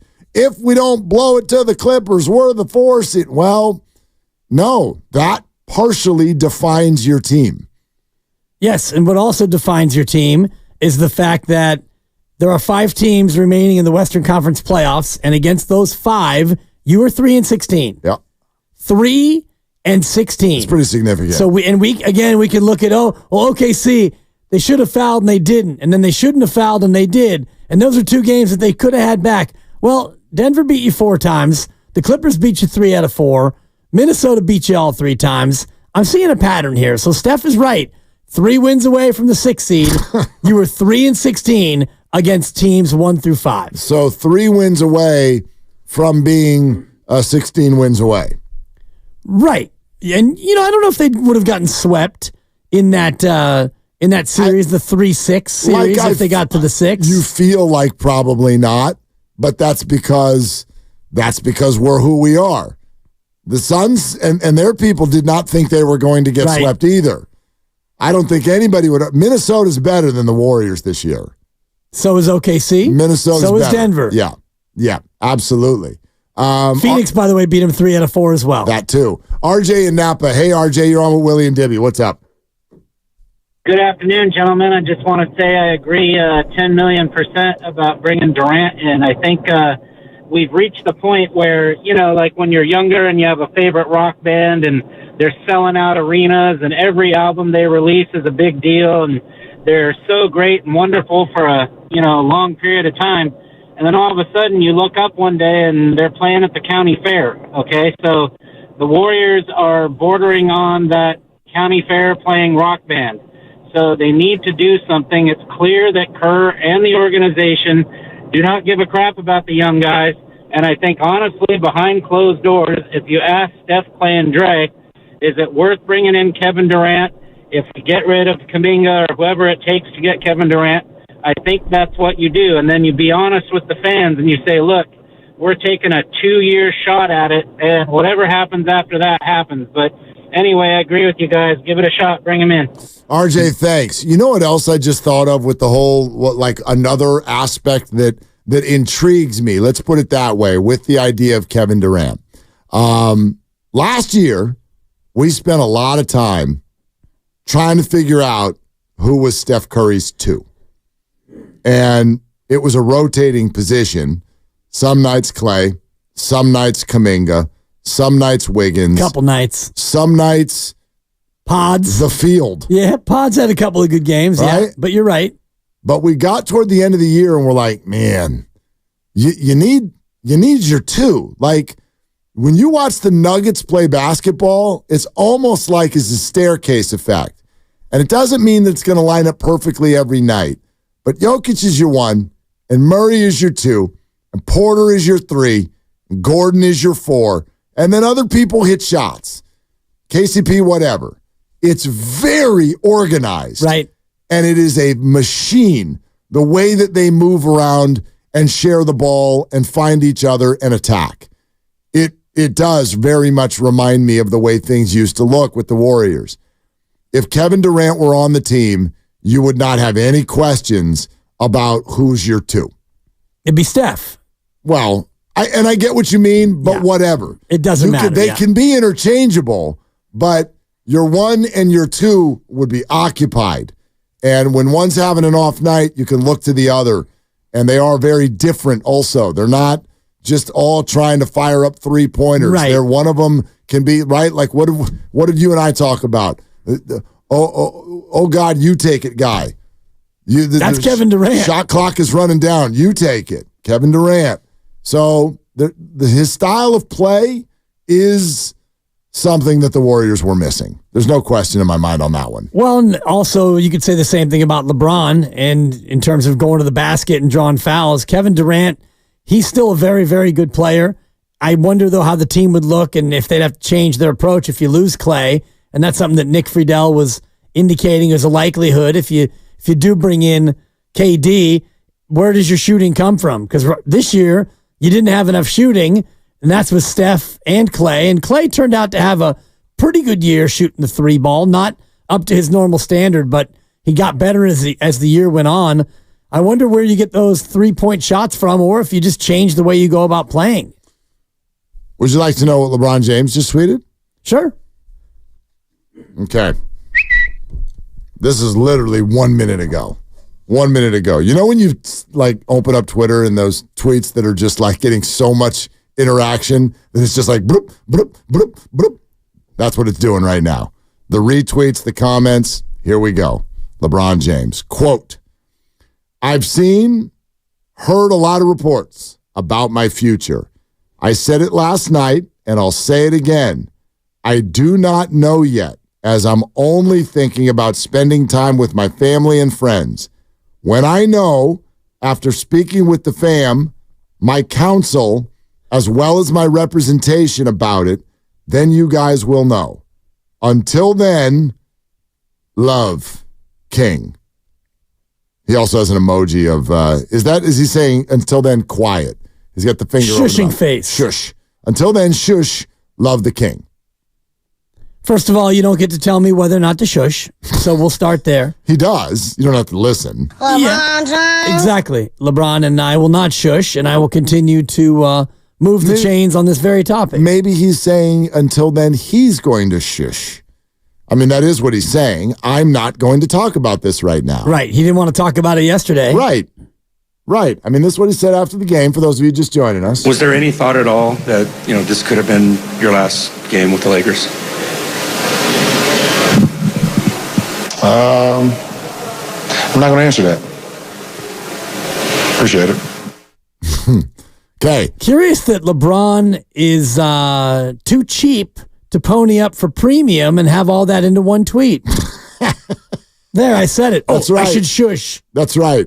There's LeBron Not James. enough characters, LeBron? Not spending the money that Larry Krueger did. Exactly. Well, what's LeBron, it, like $8 a month? I know, but LeBron... He got the blue check mark because he's a big deal, but he didn't pay for premium. No, but he also is not like, I'm going to at some point need to tweet about 17 different offensive linemen. He's thinking that's unlikely. So... You don't buy an NBA team by giving away $8 a month to Elon Musk. Good point. You're probably right. Yep. You gotta pinch those pennies every month plus interest. And Sierra Canyon's not cheap either. I'm not going to answer that. School. Yeah, exactly. You know what's funny though? Also, he writes in here, "I said it last night," and I'm like, "No, you didn't. No, you didn't. You didn't say anything last night. You said I'm not going to answer that. I'm not going to answer that." And then you said, "Well done, Greg. Appreciate it." That's all you said last night. So appreciate it. When he says, I don't know yet, you didn't say that. You said, I'm not going to answer that. Those are two totally different answers. When you read this, this makes it feel like he's contemplating retirement. That's what this sounds like, which I don't think he is. But don't you get that feeling from that statement? I don't know yet, and I got to get with my family and my people and come to a decision. That's what people say when they're contemplating retirement. I'm sure he is contemplating retirement. That would surprise me after all the talk about his son. It would surprise me if he retired, but I'm sure he's contemplating it. And what he said before is, I have got nothing else to prove in this game. It's true. And other than passing Robert Parrish for most games played all time, Hasn't he also hinted, after last season that he was contemplating retirement? Absolutely. This has been a multi-year thing now. But he didn't last night. He did not say anything that sounded like, I'm going to, check around and see if I still want to do this. Did you get that last night? I didn't get that he was for sure going to come back. He was asked if this is his last game as a Laker, and he was like, I don't know. I know, but the reporters that are all out there, when you talk about opting out, we're opting out of the contract. That's not so that you can retire. You just retire.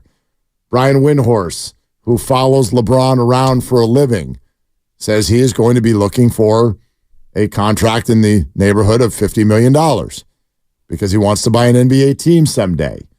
So I just don't get the sense that any of the people who are around LeBron or in the know are thinking retirement. That sounds to me like somebody who is tired after a hell of an effort. And 71 games and 36 minutes a night at 39 years of age. Plus playoffs. Correct. Where the responsibility is even higher. And Anthony Davis, your partner, in and out of the game, grimacing constantly. If you watched LeBron in the fourth quarter last night, that was a physical undertaking that at his age, quite frankly, doesn't even make sense. Right. He's played 3.5 years worth of playoff games. So when we talk about 21 seasons, He's played 24 and a half seasons. He's played 287 playoff games, and the exponent on the playoff effort makes it so that's probably more like 5 seasons of playoffs. And I know you have more off days, blah, blah, blah. The dude has played a ton of basketball playoffs and regular season, so I don't hold it against him that he wants to, I don't know, take a half a day to talk to his family and his people, his management team, and figure out, even if he wants to do it, I would put it at 95% chance that he is going to play again. As to whether or not he plays for the Lakers again, that actually might be a family decision. Well, maybe. I mean, again, like when you read this is he's not talking about people like us who are sitting here speculating about where he might want to play next year. He says, I've seen a lot of reports about my future. Like maybe he is pointing at the Brian Windhorsts of the world who are reporting that LeBron would like $50 million and is going to opt out and all of these things. He's like, I don't know if I'm doing that yet. And I'm sure that he does, but he doesn't want this to get ahead of itself. They're out early. It's not even May yet. We've got a long 2 months. Long way to go. Before figuring any of this stuff out officially. And I wonder how much of this might be related to who the coach is in LA. So if you're LeBron and you don't like Darvin Ham, I'm not saying he does or doesn't, I don't really know, felt like the Lakers and Darvin Ham did not have a smooth year. I can just say that from the outside looking in. I agree. So if I'm LeBron and that's something that I want to change, then I'll go ahead and lay out. He doesn't have to opt out until June 30th. Correct. He's got time. Plenty. Let's go to Cameron in Antioch.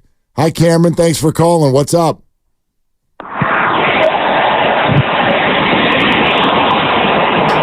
Hello? Yes, Cameron. Go ahead. Yeah. My bad. How y'all doing today? We're good. Okay. Do y'all think Darvin Ham should be fired? Yes. Oh, well, I'm not going to say yes. What I'm going to say is I think that he probably will be. I am not enough of an expert on Laker basketball to suggest whether or not he should be fired. And I've made a promise through the years not to use these microphones to call for jobs. That's not my job. I think he probably will be. It sounds to me like that fan base and that organization are leaning that direction. Okay. I think that is your job. You got to call out the coaches. You're part of the media. You got to say what's going on. I didn't say that I can't call them out. What I said was I'm not going to call for his firing. That to me, that's two different things.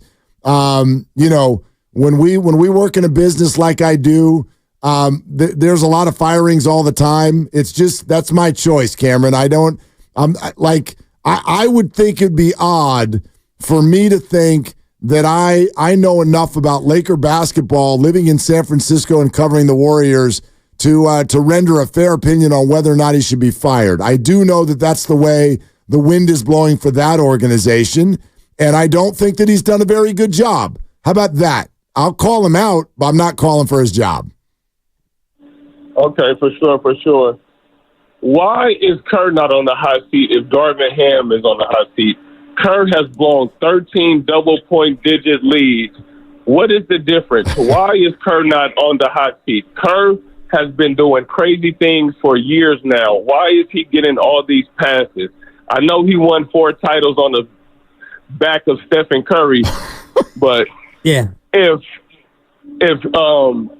Kerr went to the Knicks, he would have been fired after probably year 3. Because how would that have worked out for him? Yeah, because people in New York are smart about this stuff. They haven't won a title in almost 50 years. Cameron, without even disagreeing with you, can I put you on the spot with something that you said? So you said that he's won the titles on the back of Steph Curry. So you're going to give Curry the credit. But when a team blows a 20-point lead, then it's Kerr's fault. Please explain. Because Kerr controls the rotation. Kerr is taking Curry, Clay out while they're on a heater. They're making 3 after 3, and he's taking them out. They don't want to come out, but he's taking them out. He's going with 3-guard, 4-guard lineups to close the game. No defense.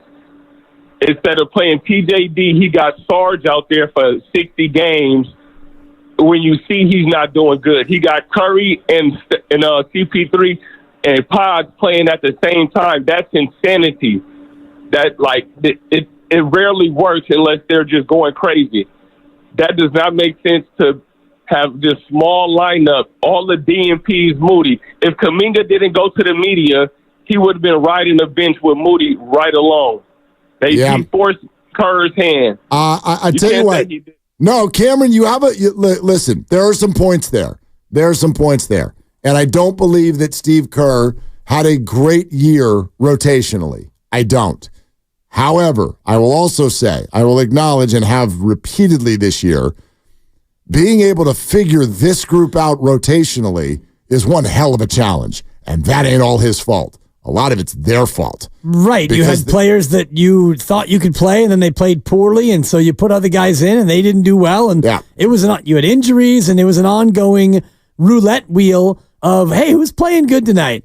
And that's one of the points that you made early on that I thought was hilarious, but it became more and more factual as time went on.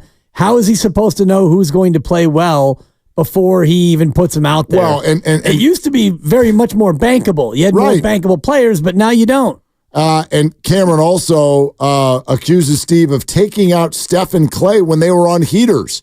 I don't remember that one too often. I remember him being criticized for not taking Clay out enough, but I don't know. Steph and Clay play their full complement of minutes every night. You can't run them into the ground and play them for 42 minutes. So, do you have some points in there? I'm going to acknowledge that for sure. I don't think it was his best year rotationally, but I think two other things. A, it was a hell of a challenge to figure that out. And B, I'm just not going to let you blame one person for a bunch of blown 20-point leads. You don't get to blame the coach solely and act like you know exactly what would have happened if Moody had played 6 more minutes. They definitely would have won. You can't give Steph Curry the credit for carrying the team and then blame the coach for blown leads. It's a totality. It's all of them together. The responsibility is shared by everyone. That is exactly right. Could Steve have coached him up better and used the timeouts and made better substitutions? Sure. But he wasn't out there throwing the ball into the 4th row and missing wide open shots. And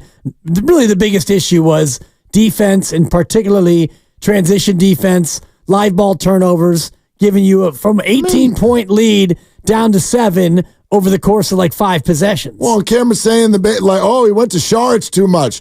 Sharits was on a milk carton for the last 2 months of the year. He was gone. He was completely gone. And early in the year, Sharits saved their bacon a bunch of times. Right.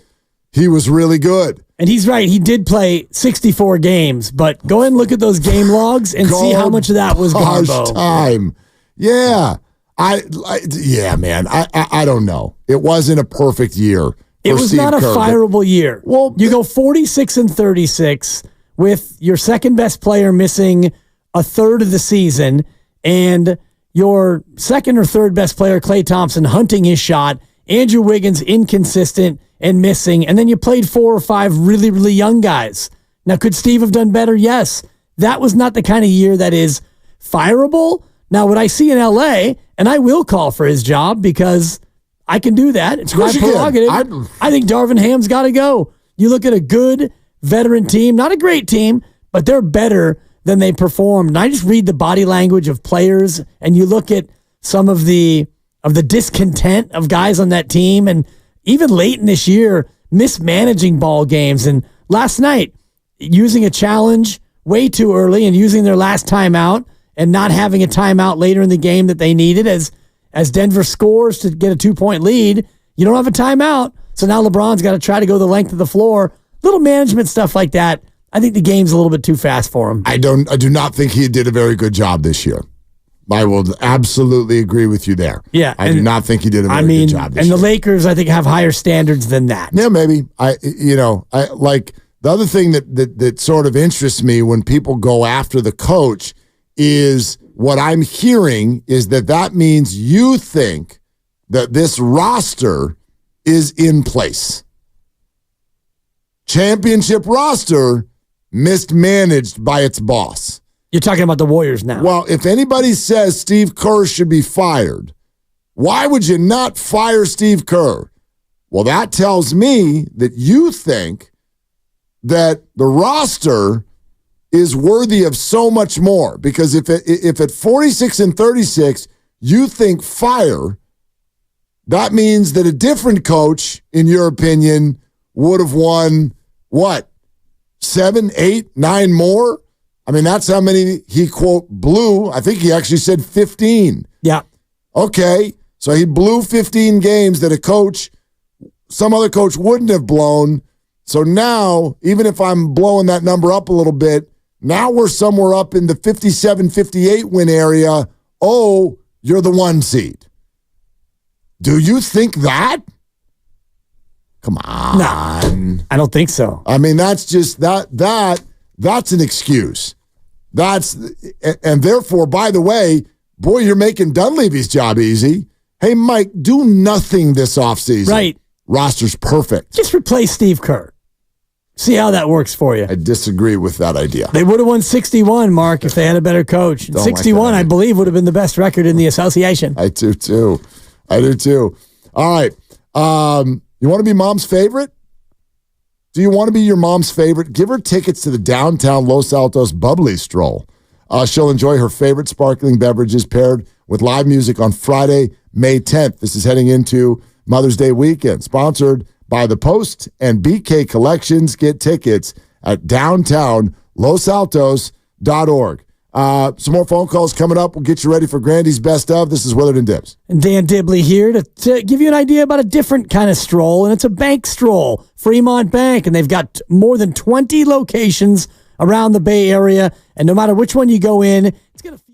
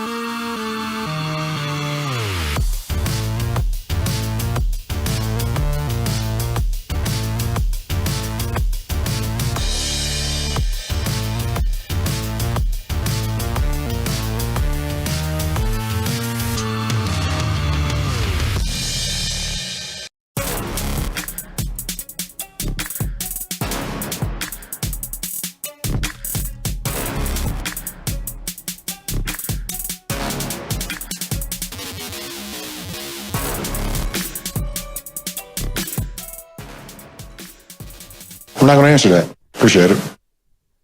Now, back to Willard and Dibs on 95.7 The Game. All right, I'm mad at myself. Why? I just am, okay? You're supposed to go, that's awesome. I'm angry, Jeff. That's awesome. Yeah. I needed that. What do you got coming up, Grandy? What are you doing? What are you doing in 15 minutes? I got so many choices. What do you Today's been have? a great day. We'll probably kick it off with the crossover. It's Okay. a classic. It's a good cross. It was. Always a great cross. 20 minutes. Yeah, it was 25. good. I like that. That's I like a 211. that. You're going to get some All Nick, right, gents. Nick Friedel evil laughs in there? Yeah, we'll see how All it right. goes. Nikki on the clock. I'm mad at myself. I'm mad at you. Well, Whitley did that really cool video that is circulating on social media. And You know what that is, right? It's a circulation sensation. There's more to come because she asked us more than one question. But today, if you haven't seen on a social media platform near you, 95.7 The Game is circulating something about our favorite venue that we've ever been to watch a sporting event. And she's got Bonte and Shasky and then Steiny and Goo and you and me and everybody talking about all the different, things. And we ran out yesterday, like we did this during a commercial break during the show yesterday. And I felt after the fact as if I got spooked and choked on the open net. Oh, no. Well, she asked me, and I gave an authentic, though admittedly potentially boring answer first. I'm like, look, I have to say, nothing is going to beat Oracle Park for me. Like, there are championship memories from inside that building. Tears were shed. Tears.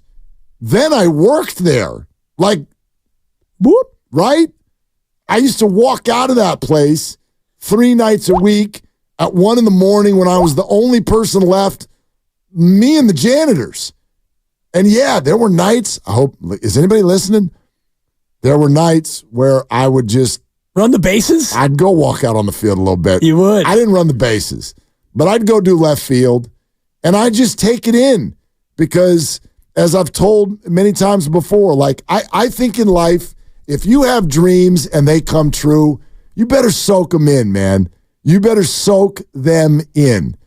I remember freaking out the first time I got a Giants or a Niners or a Warriors credential. Me too, bro. To get to the point where it's midnight and I'm walking from, air quotes, the office, and that entails standing in left field where Barry Bonds used to stand, looking around at a completely empty, what was loud Oracle Park only 2 hours earlier. Dodging seagull poop left and right. Thank you. Keep your head on a swivel. That's why I stayed in left field, not right. Good call. But anyway, like, come on, man. So you're not going to beat that for me. So I said to her, I go, look, Oracle Park, there's just the place is dripping with memories for me. So that's number one. But I go, but if you're going to make me do the out of town thing, and I just went full-blown recency bias. And I went, well, I don't know if any of you have been to where the Raiders play in Vegas, but the food is really cheap. The sightlines are amazing. I went once Ice Cube performed, and when the game ends, you walk out and go gamble. I'm like, this is a hell of an experience. This is great. I love this place. And so those ended up being my answers. And like, then it's lined up with all of you guys, and you're like Churchill Downs. Yeah. Bonte's ripping about the Rose Bowl, which I've also been to like 100 times. Used to live down there. And all these answers that everyone's given, and I'm like, Rose Bowl, Churchill Downs, Allegiant Stadium in Vegas. Not a very storied venue. Which is fine, but then it's like then all the memories started coming back. Memories. I'm like, I've been to a game at Lambeau Field. Oh, you choker. I've been to Wrigley Field multiple times. I went once to Wrigley. I've been to Soldier Field. It rained. Yeah, it did. I remember that story. Holy. I went to Yankee Stadium number 2. I haven't been to 1 or 3. You went number 2 at Yankee Stadium? I went. That's actually funny. Sorry. No one would have noticed. You better be careful. Just outside. My bad. It was the day Phil Mickelson won his first Masters. Hello, friends. It was Palm Sunday. So I walked out of Yankee Stadium, went across to that little bowling alley and watched the back 9. I can't believe what you just said and why it didn't occur to me. Dibs, I've been to Augusta. So have I, and I didn't answer that. I've been to Augusta, and I gave her Allegiant Stadium in Las Vegas, Nevada. Augusta will appear in one of my later answers, but that's enough for me, Doug. I said Churchill Downs in part because I got the Derby on the brain. It's coming up this Saturday, and also when I went in 2010, I went with my 2 brothers and my late father. And it was, he's from the days when there was no such thing as a bucket list.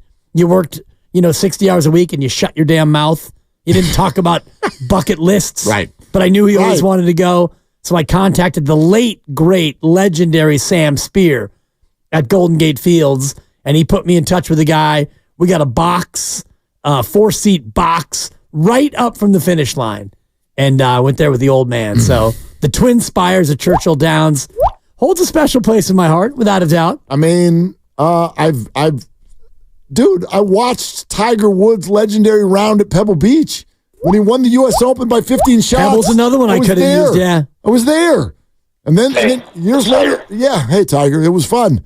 Hard to see you. The crowds were crazy. I need you to do me a huge favor. Well, 2 guys got in a fight just trying to see this guy. Yeah. It was crazy. Another one I just am now thinking of is... That's what I mean. Go ahead. The Joe Louis Arena in Detroit. The Joe. I went to the Joe and had a media seat, and my seat was about 27 inches by 31 inches. You want to talk about squeezing into an old building? Uh-huh. It was a 12:30 puck drop. Detroit has got that whole circle now. And so I looked at the Joe, went to the Super Bowl at Ford Field with the Lions. Whoop. Yeah, thank you very much. And, God, where else? Where else? So many venues. The places in Denver's really cool. Their venues, like Pepsi Center, Coors Field, everything's, I don't know, is it still called Pepsi Center? Haven't been to any of them. I don't know, but no, very cool. Like almost a Wrigleyville vibe where you spill out and there's just all the restaurants and the bars and everything. Not legendary by any stretch. So what you're saying is Allegiant should have been about 17th on your list. Well, it's a different kind of legendary. When you say favorite venue, maybe this is just my time in life. I was like, dude, I went and got snacks and drinks and food, and it cost me $20. And you were with the lovely. I was with the lovely Christy, and the Niners won an overtime football game. Yep. And then, the game ends, and an hour later, you're at the tables. There's nothing wrong with that. Right. It was fantastic. Yeah, and beautiful and new and clean and all the rest of it. Yeah. All of that. So, I'm not saying that it didn't make the list. It just struck me as funny when it's lined up with all this legendary stuff. Right. And I'm thinking about the luck I've had in my life to have been to Lambeau Field, Soldier Field, Wrigley Field, Augusta, and Pebble. And I'm like, so they got this place in Vegas they just built? I'm like, what kind of a degenerate do I sound like? Because the Luxor was nearby? Right. What am I doing? And I thought about saying the old Roracle, but it's not really the venue, it's the experience. So totally. The venue itself. There's a lot of places. Candlestick is that. Correct, yeah. Yeah. And for me, the Oakland Alameda County Coliseum is where I used to go as a kid to Warrior games. Yeah. And go for a little smuggaluffagus with the bottle of rum for my older brother with the big down jacket. So I got memories now in that building, but I wouldn't call it one of my favorite venues. No, and some of them are new and nice. Like, have you been to Petco in San Diego? No, I actually haven't. Brother. Oh my God. The day I was supposed to go, I was little hungover. Well, could not answer the bell. I was a healthy scratch. Not a bad city to have that happen. Yeah. It's better to be hungover after the day you were at Petco than the day you're supposed to go to Petco. Couldn't quite make it to the post. Anyway, I get it. But if Oracle didn't look like it looks, then I would tell you that Petco is the most beautiful stadium in baseball. Okay. Good God, that's a fun time. Yeah, it looks like it. So there are a lot of places like that. It's like, it's not legendary. Ain't nothing ever happened here. But it's beautiful. You know what I mean? And so I kind of feel the same way about Allegiant. It was really, really good experience on all fronts. But I just felt like an idiot. I'm like, I followed my friend around Augusta National, And I'm sitting here telling this woman about Vegas. Right. Because literally one of your childhood friends he was in contention at Augusta. He tied for like 8th or for whatever. 14th. Yeah. He was in 3rd place after the first round, shot 3 under par. Childhood friend, still just texted with him yesterday, followed him around Augusta, and I'm over here being like, so popcorn's only $4 in Vegas. I'm like, what an idiot. Like, what a moronic answer. If I can borrow your phrase for just a minute, what are you doing? What am I don't know. I mean, take some time to think about your answer. Yeah, she's like, look, we got 2 minutes to do this. And I'm like, so, Allegiant. I really like Vegas. Vegas is fun. Woo! All right, thanks, Whitley. Talk to you tomorrow. What a dumb answer. It's so funny. But you can go check it out on social media platform near you. I didn't even think Rose Bowl. And, Rose Bowl. I was there for the 1984 Olympic soccer final. France, Brazil, 101,000 people. That's special. Pretty special. I was at the Texas USC national championship game at the Rose Bowl. Okay. The Vince Young game. Man. I was there. Awesome. Lucas loved that game. Lucas, were you there? Didn't they lose that game? Yes, they lost that game. Thanks. I want to drive it home one more time. Lose that It's the first time in my life sports ever made me cry. Oh, wow. That makes me smile. Oh, Definitely not the last. Yeah. LA Coliseum, Olympic venue, watched Reggie Bush. Yeah. Stood next to Kirk Herbstreit and grabbed his arm when Reggie Bush hurdled a UCLA Bruin into the end zone to clinch the Heisman. You're grabbing Herbie? I was like 20 feet away with Herbie. Be careful. And I'm Seriously. like, so Allegiant Stadium's got cheap food. Oh, my God. What am I doing? Choke job. Total choke. Total choke job. Chokeahomus. Biff Chokeroba. Best of the game. It's brought to you by Fremont Bank, full service bank and no compromises. Here comes Grandy with the handoff thingy. You want to do it again tomorrow? Yeah, it's fun today. All right, let's do it again tomorrow. For Dibs, for Grandy, for Lucas, I'm an idiot. Shoot your shot. That's all you got. I'm not going to answer that. For the ones who work hard to ensure their crew can always go the extra mile, and the ones who get in early so everyone can go home on time, there's Grainger, offering professional-grade supplies backed by product experts so you can quickly and easily find what